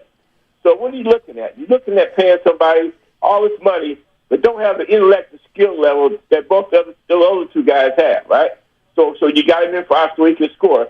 But to me, his basketball intellect, he makes too many bad decisions. Whereas somebody like Mooney has been watching, sitting on the bench, willing to learn. He's making better decisions. He's progressing more. He'll probably be better. He may be even better than Poole because he's willing to sit back and learn. And look, Jordan Poole thinks he knows everything. He just doesn't have it intellect. He makes poor decisions, and he's too emotional on the court. Anyway, I made to point out the difference. It's not so much paying who to play, but can you play with intellect and still have a skill level to play with the Golden State Warriors? Yeah, Mike, I think this is a pretty well-reasoned point, and where the questions sit with regard to Jordan's future. Obviously, we've spent a lot of time the last 48 hours because of the words of Steve Kerr and Draymond talking about their relationship and coexisting and is it recoverable and all of those things. There is another question, which is just basketball. And Jordan, that's what he wanted to talk about this year, just business. This is just basketball. All right, well, yeah, let's talk basketball because the Warriors have made their money through the years on playing at both ends of the floor and being about ball movement. Yes, lots of turnovers, but ball movement and intellectual basketball. And that's not what Jordan does well yet. What he does well is perform. He's got dynamic offensive ability, but The decisions are rough. The defense is bad. He's 23. Could all those things get better? Sure, they could. But right now, yeah, it's not a perfect fit. No, and right now you need to maximize this championship window. And that's the ideology that we hear from Steve Kerr saying, yeah, I still think we can win with the core three. And, Jordan Poole is a part of it, certainly. But if you can upgrade from Jordan Poole to a player who can help you on both ends of the floor, you might look to do that, because the future of this team beyond this next year, 2 years from now, 3 years from now, if Steph is 38 and you still have Poole and you have Kaminga and you have Moody and maybe some of your other young players at that point have at least made some sort of an impact, you're not a championship team at that point with a 23-year-old Patrick Baldwin Jr., Ryan Rollins will be 23. Those players are probably 6 to 8 years away from developing into being key pieces on a championship caliber team. And at that point, all these other guys are gone. Right. Yeah. I mean, look, the whole thing, let's keep this in mind as everybody ups the ante and ups the argument, what should happen, what could happen, blah, blah. This is a hell of a pickle now. It's a hell of a pickle. The Warriors are in a pickle. I keep reminding myself, though, this is a good pickle. It's a good taste in pickle right there. Well, the pickle is that you want to still try to win a championship. Right, but the pickle exists. There is this much emotion involved in it. There is this much ringing around about the whole thing because of how good it's been.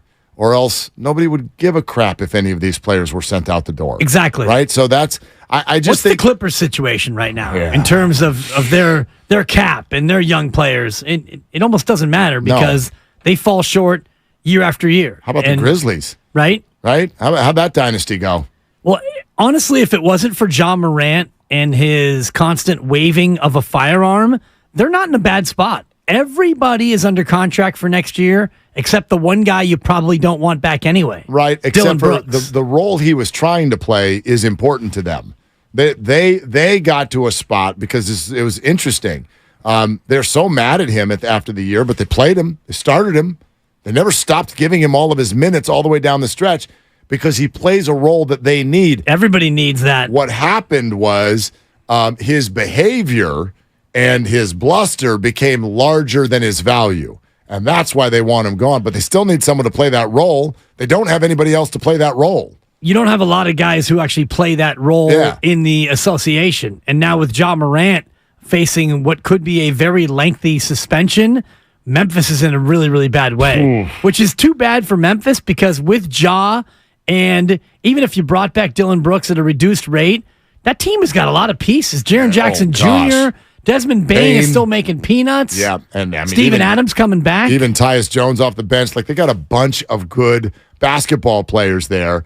And by the way, that to me is something to keep in mind when people are like, oh, they're the 6th seed. What is it the Warriors could really do next year? Okay, so LeBron at 39.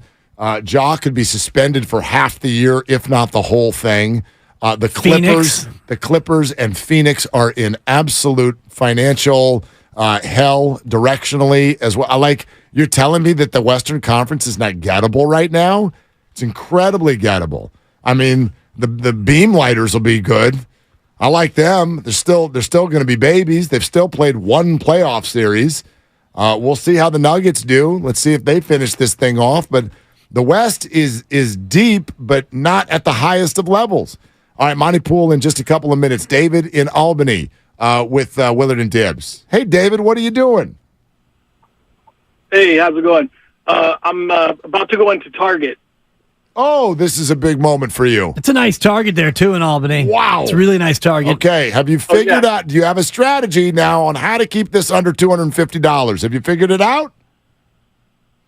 No, I'm just going to try to get in and out, as quick as I can. Yeah, good luck to you. Hey, but thanks for taking my call. Love listening to you guys.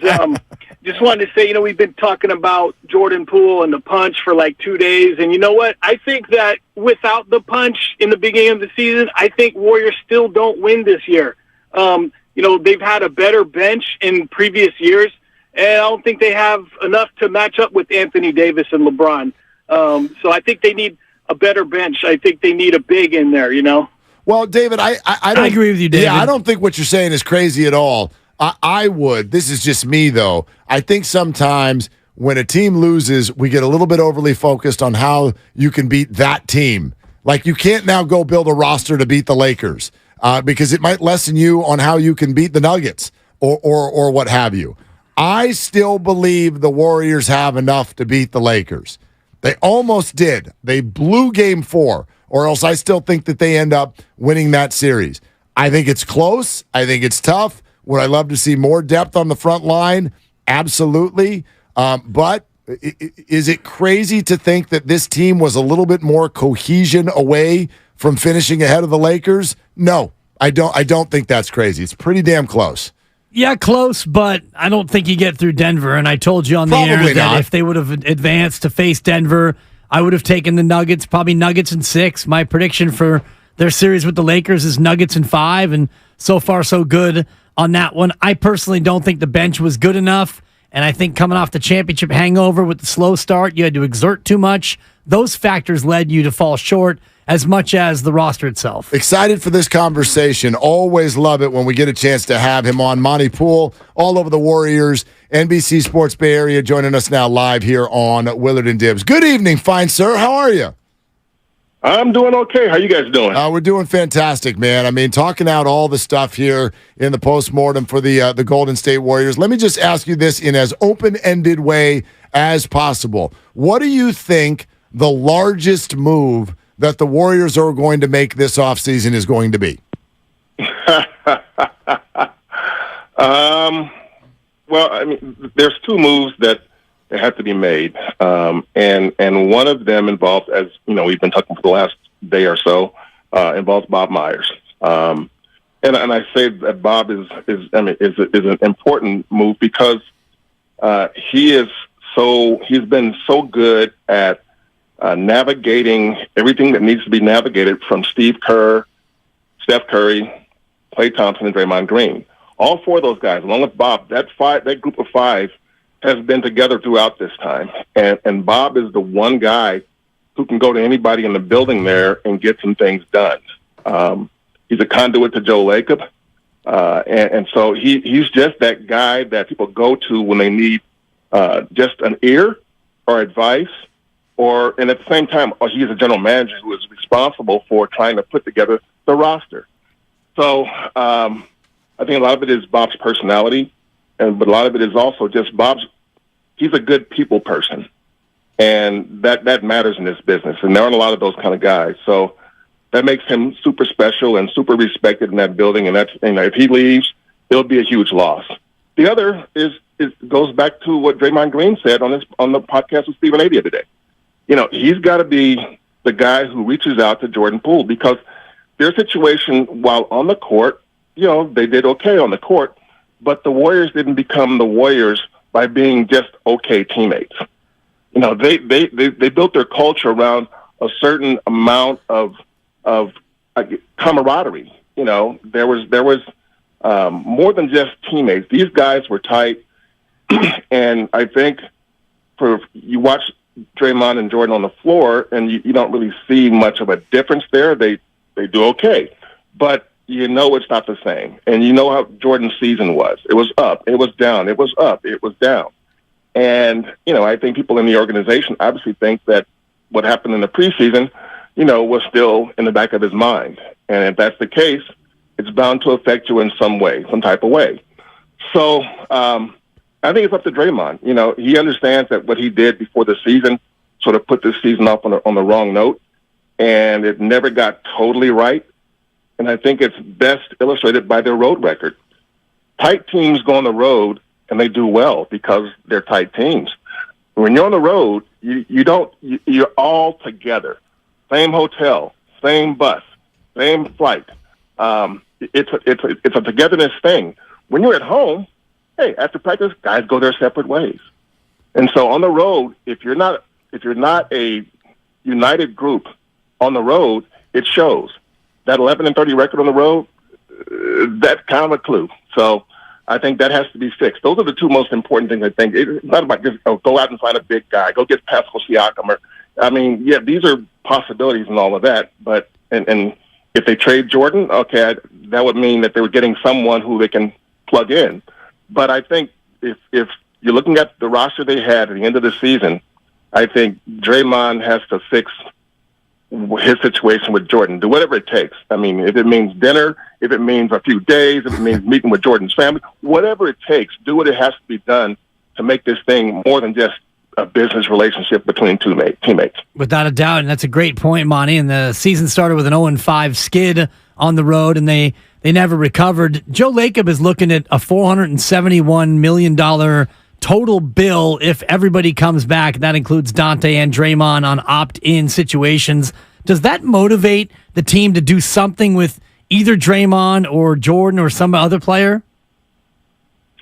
I don't know if it motivates them because they seem to think that they had a team that was good enough to do what they did and maybe better. And if you look at the Lakers series, if Klay and Jordan shoot their norms, they probably win the series.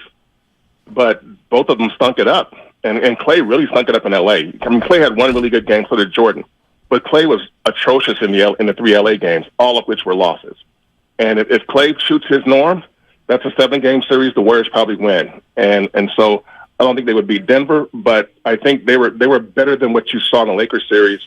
That was a series they could have won and did not, but it was indicative of their season. There were a lot of games they could have won and did not. So I think if you trade Jordan or trade Draymond, first of all, I've always said this about Draymond, and the possibility of trading Draymond comes up every so often for the past few years. Partly because, he's a little bit of a loose cannon. But I've always thought if you trade Draymond, what's your first order of business? To go out and find another Draymond. So, good luck. Yeah. I mean, and so you're trading a guy who Steph and Klay know how to play with for a guy who does the same things but has to be integrated with those two guys. And I don't know if that's going to work. I don't know how well it's going to work because you've seen those video of Steph and Draymond, how they work together. It's like they can both be blindfolded and they can play together. It's just like that. There's a unity there. There's a unison there. There's a synergy. So now Jordan is a little different because he's younger, going to get a new contract. And if they were to trade Jordan, then that would mean they're trading a guy who they believe is going to be a combo guard and a star in the NBA. He's shown flashes of that. If you trade Jordan, you don't necessarily go out and get another Jordan, but you have to get someone to fill that scoring void. You do have to do that because Jordan is still going to be a bench guy, and you need someone who can come off the bench and give you buckets. And Jordan, at his best, can do that. This season, he had a few games where he was at his best. He had a lot of games where he was not. And so, you can trade one of them or both of them. If you trade both of those guys, it's almost a rebuild around Steph and Klay. And Klay only has one more year in his contract. So I just think if you trade Draymond, and people talk about trading Draymond or Klay, I just don't think Steph would be like, oh, that's cool. I like that. I just don't see that. So, Monty Poole, NBC Sports Bay Area with us. Monty, while we're talking Jordan, you think he wants to be here or not? He says he does. I'm not sure how much conviction there is. I think he needs this offseason to kind of think about that for sure. To see if his heart is really here. I think it was. He likes who he works with, the coaches he works with, the staff members. He likes his teammates. I mean, Draymond, obviously, their lockers are next to each other, and it's a kind of I won't say it's. I don't want to say that it's necessarily kind of. It's a little bit disconcerting to know what happened between those two guys in the preseason, and that they still sit right next to each other. Their lockers are still adjacent. So I think I'm not sure Jordan knows. I know that, his mom came out and came out to some games. And so I think he wants to be where he can play his best. And last season, playing here, he was not at his best. The question is whether he can rebound and come back next year, and I believe he can. I don't know if the Warriors still believe that. I think Steve Kerr still hopes that would happen, but I'm not sure it will. But if you're Joe Lacob and Bob Myers, if Bob stays, I think it's something you want to ride because they did discover the guy. They drafted the guy. Speaking of Bob staying, what are you hearing, Monty? Are you hearing that Bob is going to stay? I mean, Does he want to stay? What's the situation with Bob Myers? Could he possibly walk away from this? Yes, he could. He could. And from what I gather, it wouldn't be because the money's not right. I think with Bob, the job is consuming. It's all consuming. And he's got to deal with Joe Lacob, who is a very, very, very, very ambitious CEO. And there have been many times over the past few years, even as the Warriors were winning, when Bob had to talk Joe off the ledge, so to speak.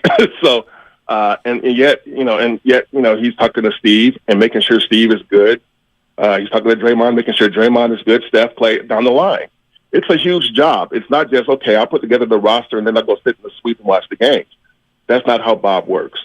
And so he has to decide. I wouldn't be surprised if he does walk away and not do anything for a year. I don't think he's looking for another job. Like, I got to take this job, that job. I think if he were to stay at GM, I wouldn't be surprised at all, to put it that way. If he were to leave and decide, you know what, I'm just going to escape for a year or two, do a podcast, go fishing, whatever. But I don't see him eager to leave. He grew up in the Bay Area. He lives there. His folks live here. He lives here. His family lives here. He grew up a Warriors fan.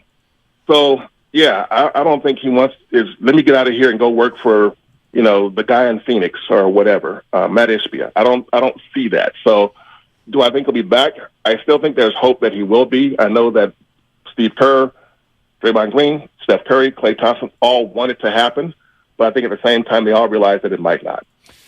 Monty, going back to, I would just love your observations with as much as you're around the team, because I feel like the Jordan Draymond thing, we were sort of told, okay, this is going to be a problem for a little while, and then maybe it got better, halfway through the season or so, and then this has come back with a ferocity that I don't know that I predicted here postseason. So what are your observations as far as that relationship and where it currently stands? Well, I think it's pretty much as Jordan put it. It's a business relationship. They're teammates. See, the thing is this. Remember 2019 when Draymond and Kevin Durant got into it? And, before you know it, Kevin was on an island. But that team was a veteran team. Kevin had been in the league for a long time. Steph, Clay, Draymond, been in the league for a long time. Andre Iguodala, Sean Livingston, Zaza Pachulia, all these guys have been around for a long time. Jordan is 23 years old, and so it's a different dynamic when you're dealing with a guy who's 23 versus a guy who's in his 30s, like those guys all were in 2019. And that's why I think it's different. It's different for Jordan because, if you're Kevin Durant and you've been in the league for, 7 or 8 or 9 years, 10 years, and, all of a sudden there's an issue with the teammate, it's not the same as it is if you're Jordan Poole, who's not established yet in the league and has only been around for 2 or 3 years. It's different. And so that's the part that has to be figured out. Jordan is not as mature about these things as Kevin is. And the people around the team, Andre was there, but not as much. He wasn't in the rotation this year. He was in the rotation in 2019. So was Sean Livingston. These are all guys that are cool vets with level heads, and they're able to smooth things over a lot easier because they're vets. They're vets. They've seen a lot of stuff. Jordan has not. And what's worse about what Draymond did is that, can you imagine the impression that it made to guys like Kaminga and Moody and Patrick Baldwin Jr.? It's like they come into the league as teenagers and they're told Draymond's a leader, and then he does that. It's like, oh, is this what leadership looks like in the NBA? So there's all sorts of dynamics at work here. But yes, I do think that never totally went away. And how could it? Because, again, Jordan is so young and still somewhat impressionable. Draymond was suspended for the Kevin Durant situation for a game, yet this incident prompted no suspension. Do you think the team has any remorse or regret over not rebuking Draymond more for what I thought was a much more severe incident? Yes. Yes. I think there was some, I think there was some of that for sure. I know they talked to everybody, and they made they talked to Jordan before they made their decision. And what's Jordan going to say? No, he's got to be suspended for a week or two. That's a tough position to put a 23-year-old guy in, to ask him to, we're trying to make a decision about what we're going to do with Draymond. What are your thoughts? You know, I mean, what's he going to say? You know, if he says suspend him for 2 weeks, then you got to tell Steph, this is what I wanted. You know what I mean? It's a tough situation for him. So, I think that's a situation that they probably have second-guessed themselves on several times over the course of the season as it played out. Monty, I'd love to follow up with you on something that Joe has addressed a couple of times this year, and it's just like where that tax bill ends up. And everyone plays with that magic number of $400 million. It ended up at $370 or so this year, and Joe paid it. What's the willingness to do that again or approach maybe even a little bit more? There's a price you pay for winning. It's hard to win the NBA if you're not in the tax. It just, that's the way it turns out. And if you're in, generally speaking, if you're in the tax and you're winning, you're probably going to stay there a while unless you got your team. You know, even the new CBA doesn't really make it easier for teams to sustain longevity as great, because as you win more and you win more, guys want more money. They want the and they're deserving of it because they've been winning. Yet, you know, at some point, you got to say, well, this is a bridge too far. Now, on the other hand, you know, Joe Lacob and Peter Cooper and their partners paid $450 for this team. It's now worth $7 billion. So, I mean, there is that. Yeah, there is that. That's pretty decent ROI, Yep. Monty, to go from $450 to $7 billion over the course of 12 seasons. That's not bad, Monty. And they don't do that unless they win a bunch of championships. True. You know, if they're just a 50-50 team, you know, going 41-41 every year, they're not $7 billion. Yep. 4 rings. Pay for it. They'll do a couple things for you. Monty, your perspective is so well received. Thank you so much, man. All right, guys. Take care. Okay. Thanks, that's Monty. Monty Poole, NBC Sports Bay Area. Again, you know, going back to a lot of the same things. I concur completely with what Monty said about Bob. Steve concur. Yeah. Go ahead. I'm sorry. Let's stick to content. Yeah, well, no, you're fine. Yes, this is not a money thing. It's not a money thing. It's not a money thing. Yes, he might leave, but it's not a money thing. Yeah. And I think he also might stay. Like, let's keep that in there. I think 50-50 is a good way to put it. And I mean, yesterday I was sure. feeling more like 80-20 he leaves, or even 90-10 he leaves. But hearing you and hearing Monty and hearing the other reports about the fact that a lucrative offer is maybe not on his desk, but somewhere in a stack of papers on his desk, he could unearth it and sign it if he wanted. That, to me, makes it more 50-50, because why would you want to leave other than if you're just so tired? Yeah, it's a lot. Look, I mean, when you say why would Bob want to leave, think about why we say, man, teams usually just don't repeat, or dynasties are really hard. Why? Because with each year, more and more weight, more eyeballs, more attention, more ego, more everything. And as I thought Monty did an awesome job of sort of detailing what that day-to-day is like. Bob's the guy, right? Like, in any home, where you go, okay, you need laundry, food, we need this, we need that, I need this paper side. Where do you go, right? I mean, in some houses it's mom, some houses it's dad. You get what I'm saying? But like, I'm feeling like it's probably you in your house. In my house, that's me. Yeah. Like in my house, I'm Bob, but I got 3. One of them is 9. I can control that one. 16, he drives. 14-year-old girl. That's a whole lot. But you know what I'm saying? Like this guy's got Steph and Draymond, and then Joe Lacob, and then Steve Kerr, and then Clay, and then Jordan, and a bunch of babies. Right, and everybody's going to Bob. This guy said that, or this one, I need this over here. What do you think about that? You're bouncing everything off of the eye of the storm, which I think is Bob. And so that's exhausting. The other piece that Monty said that I think hit me even harder is, and he used 4 varies.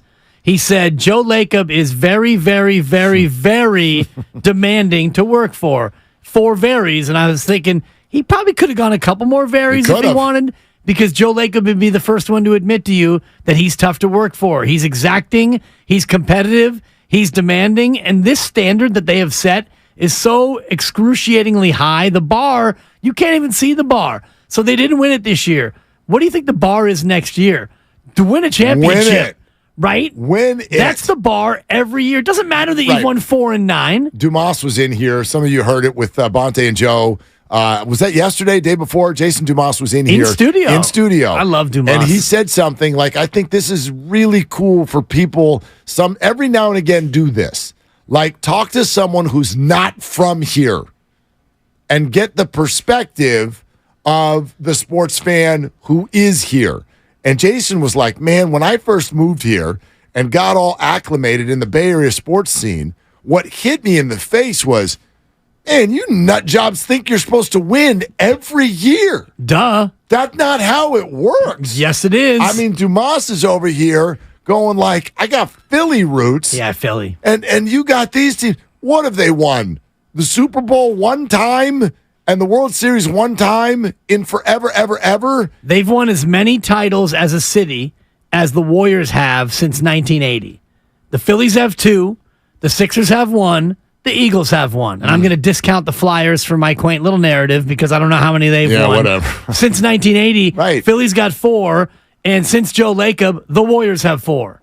And yet we think that they should have 6, probably 7, Mark. Right. And we're already counting the days to October so that we can win another one. And I'm mad that there's no parade this June. Yeah, because I had my outfit, my Zennies were ready. I was ready to roll for another parade. You had your hoodie. Thanks, Joe. Your hoodie set that would fill up with confetti in the back of it. Yeah. No doubt. So, that's fine. They're a dynasty, and they've got Steph Curry. There's no reason we shouldn't shoot for that. What do you want to shoot for? The second round?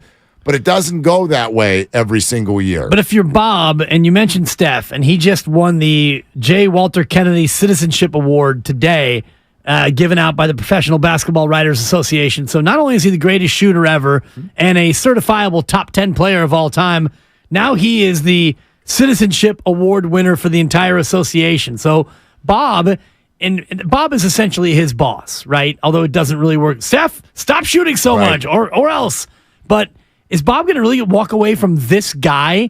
You're working with maybe the single greatest human in Bay Area sports history. Apologies to Willie McCovey and Willie Mays and some of the other legends, true legends.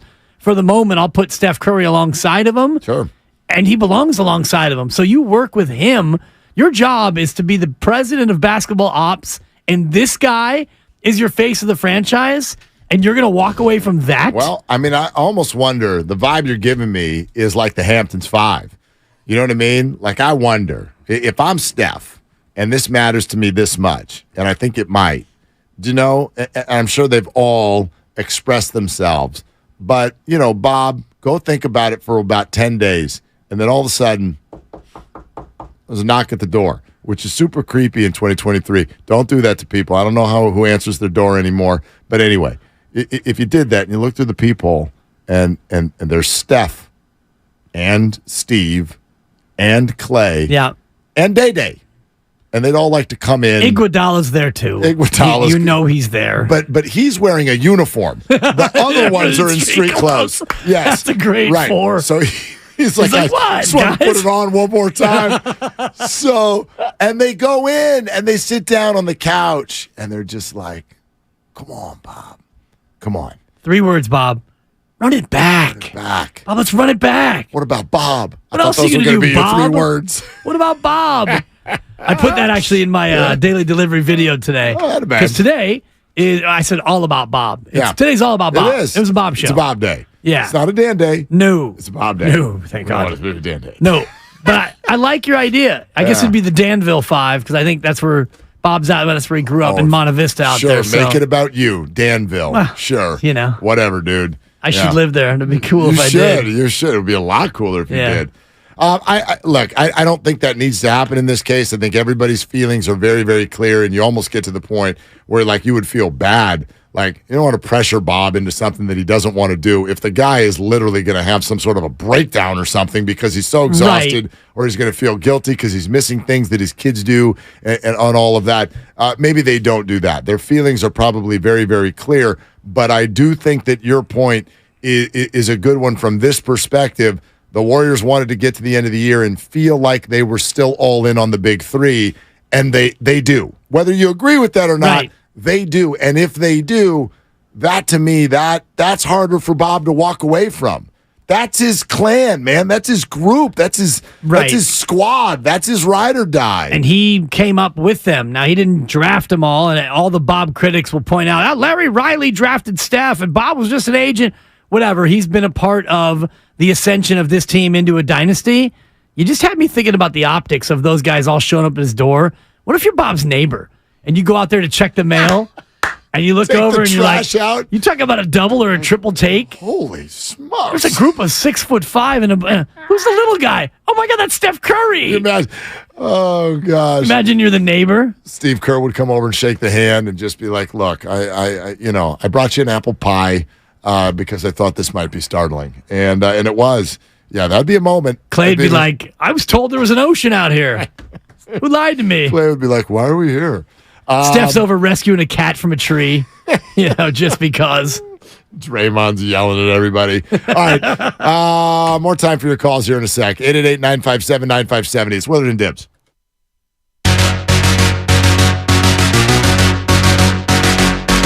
The Warriors offseason has begun. The questions are endless. Dub Nation wants answers, and we've got them. Monday, it's 95.7 The Game's Warriors Summit. Bonte.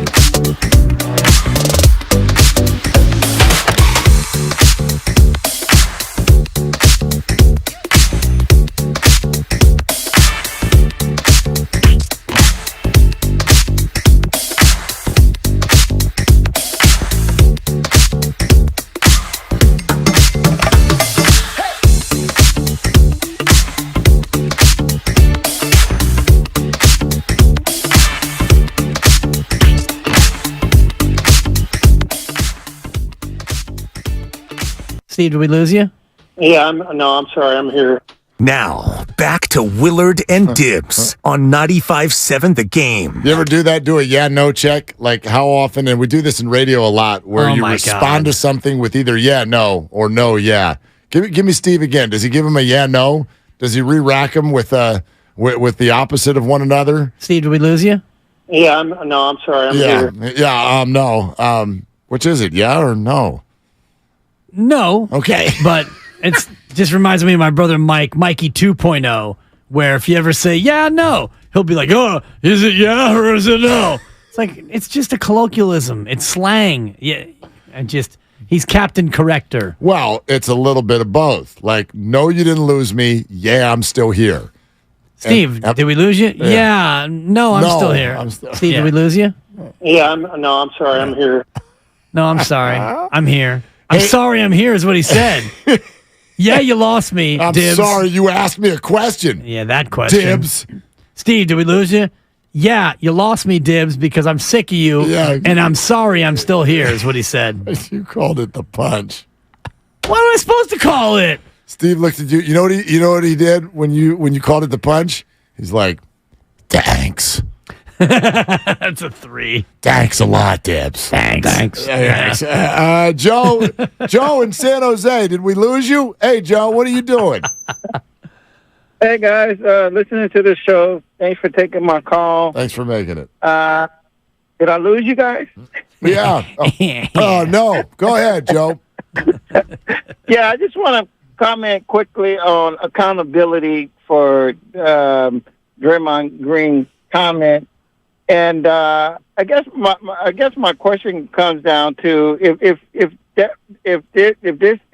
Draymond said he still could have been in the playoffs, then to me that seems like Draymond Green is saying the way the problem could be fixed if I leave the Warriors, then the problem could be fixed, because otherwise they can use that excuse as next year if Jordan Poole and Draymond Green is together again. I mean, to me, it's an excuse. It comes down to not accountability, but it really comes down to the front office solving the problem. If they knew it was a problem, why didn't they solve it and then come out later and saying it was an excuse? That's the part I can't understand. Like, I think I can explain it. I think Monty Poole just explained it too. Joe, thank you. I totally get the frustration and the angle that you're talking about. I think that this is the biography of Draymond Green. In the end of all things Draymond Green, if we could have replaced him, we would have. That's the problem. Has he been enough of an issue?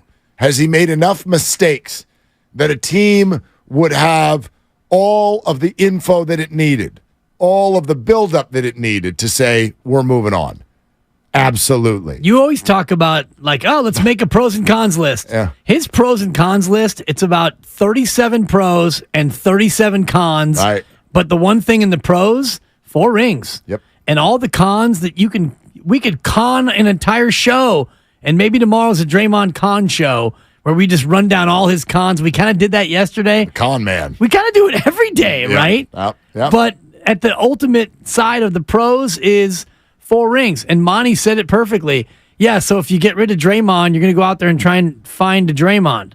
And then he laughed. I think we all laughed. Right. Because you can't find another Draymond. No more Draymonds. We talked about it earlier. There's all the buckets in the NBA. We got the, the 2 guards who shoot. We got the point guards who pass, the point guards who score. The point guards who fall down. Right. We got the big men. Thank you. We got the big men who shoot. We got the big men who stay inside back to the basket. We got the defensive sort of first type big men, and then you have the swing men, right? You have the wings that slash and drive, the Andrew Wiggins. You have the big men who are small, don't jump, but still get 20 rebounds a game. And then somehow. And then there's one category left. The Draymond Greens. And right? There's one person in the box.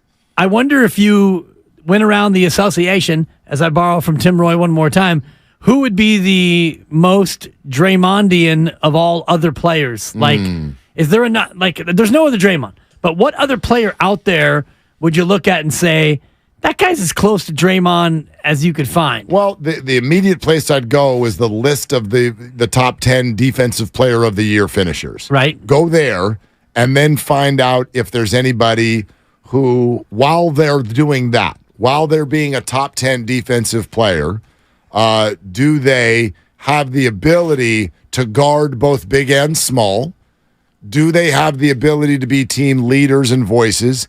And do they have the ability to be the guy that stands around the free throw line extended and is the centerpiece of the offense who can distribute, screen, pass, and dribble?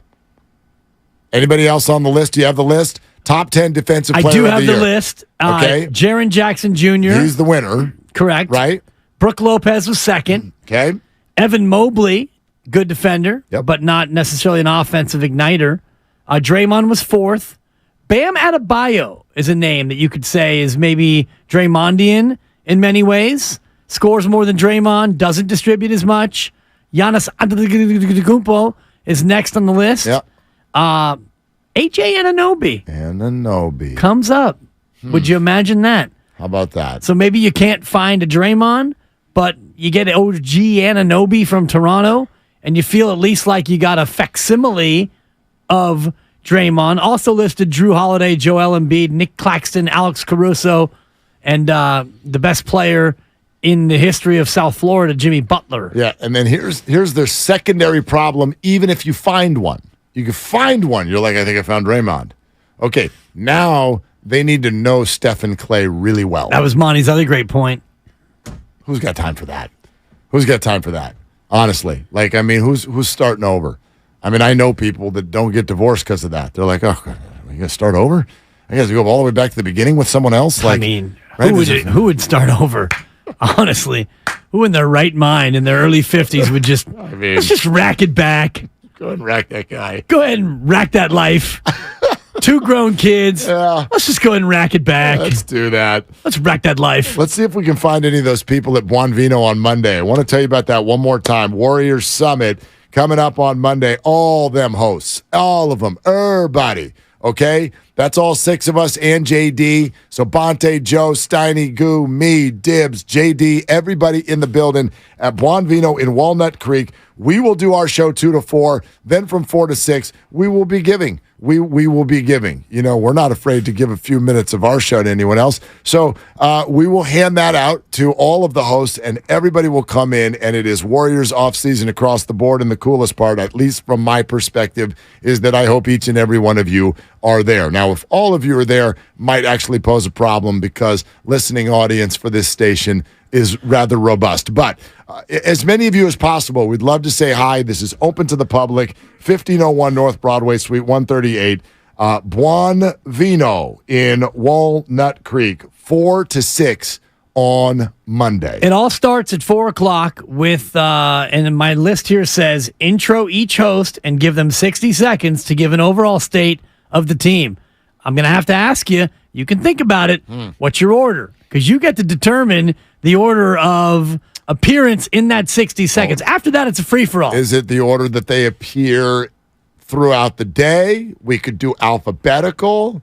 We could go by... It's your call, and I could see the wheels spinning over there with the power that you've been given. So much power. You know me, I hate power and attention. No, you despise it. Yeah. You despise That's it. That's going to be tough. You can... I'll come in a Spider-Man suit.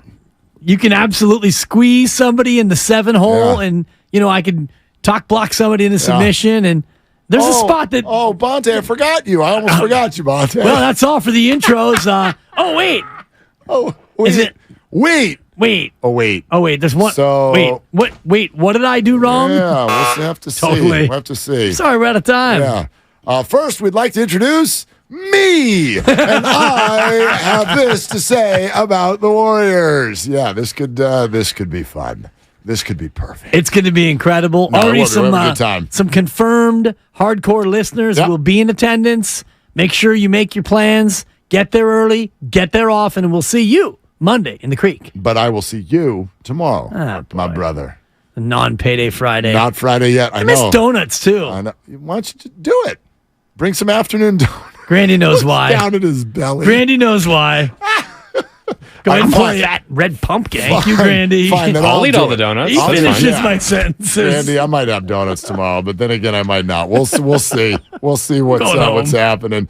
All right, everybody. That's a wrap, but not really, because we're not done around these parts, because Mark Grandy is coming up next with the best of the game. It is brought to you by Fremont Bank. Full-service banking, no compromises. A full hour of 95.7 The Game's best content from the day with our guy, Mark Grandy. Thank you, YouTube. Thank you, Twitch. Thank you, texters. Thank you, callers. And thank you, everybody else as well. For Dibs, for Grandy, for Lucas.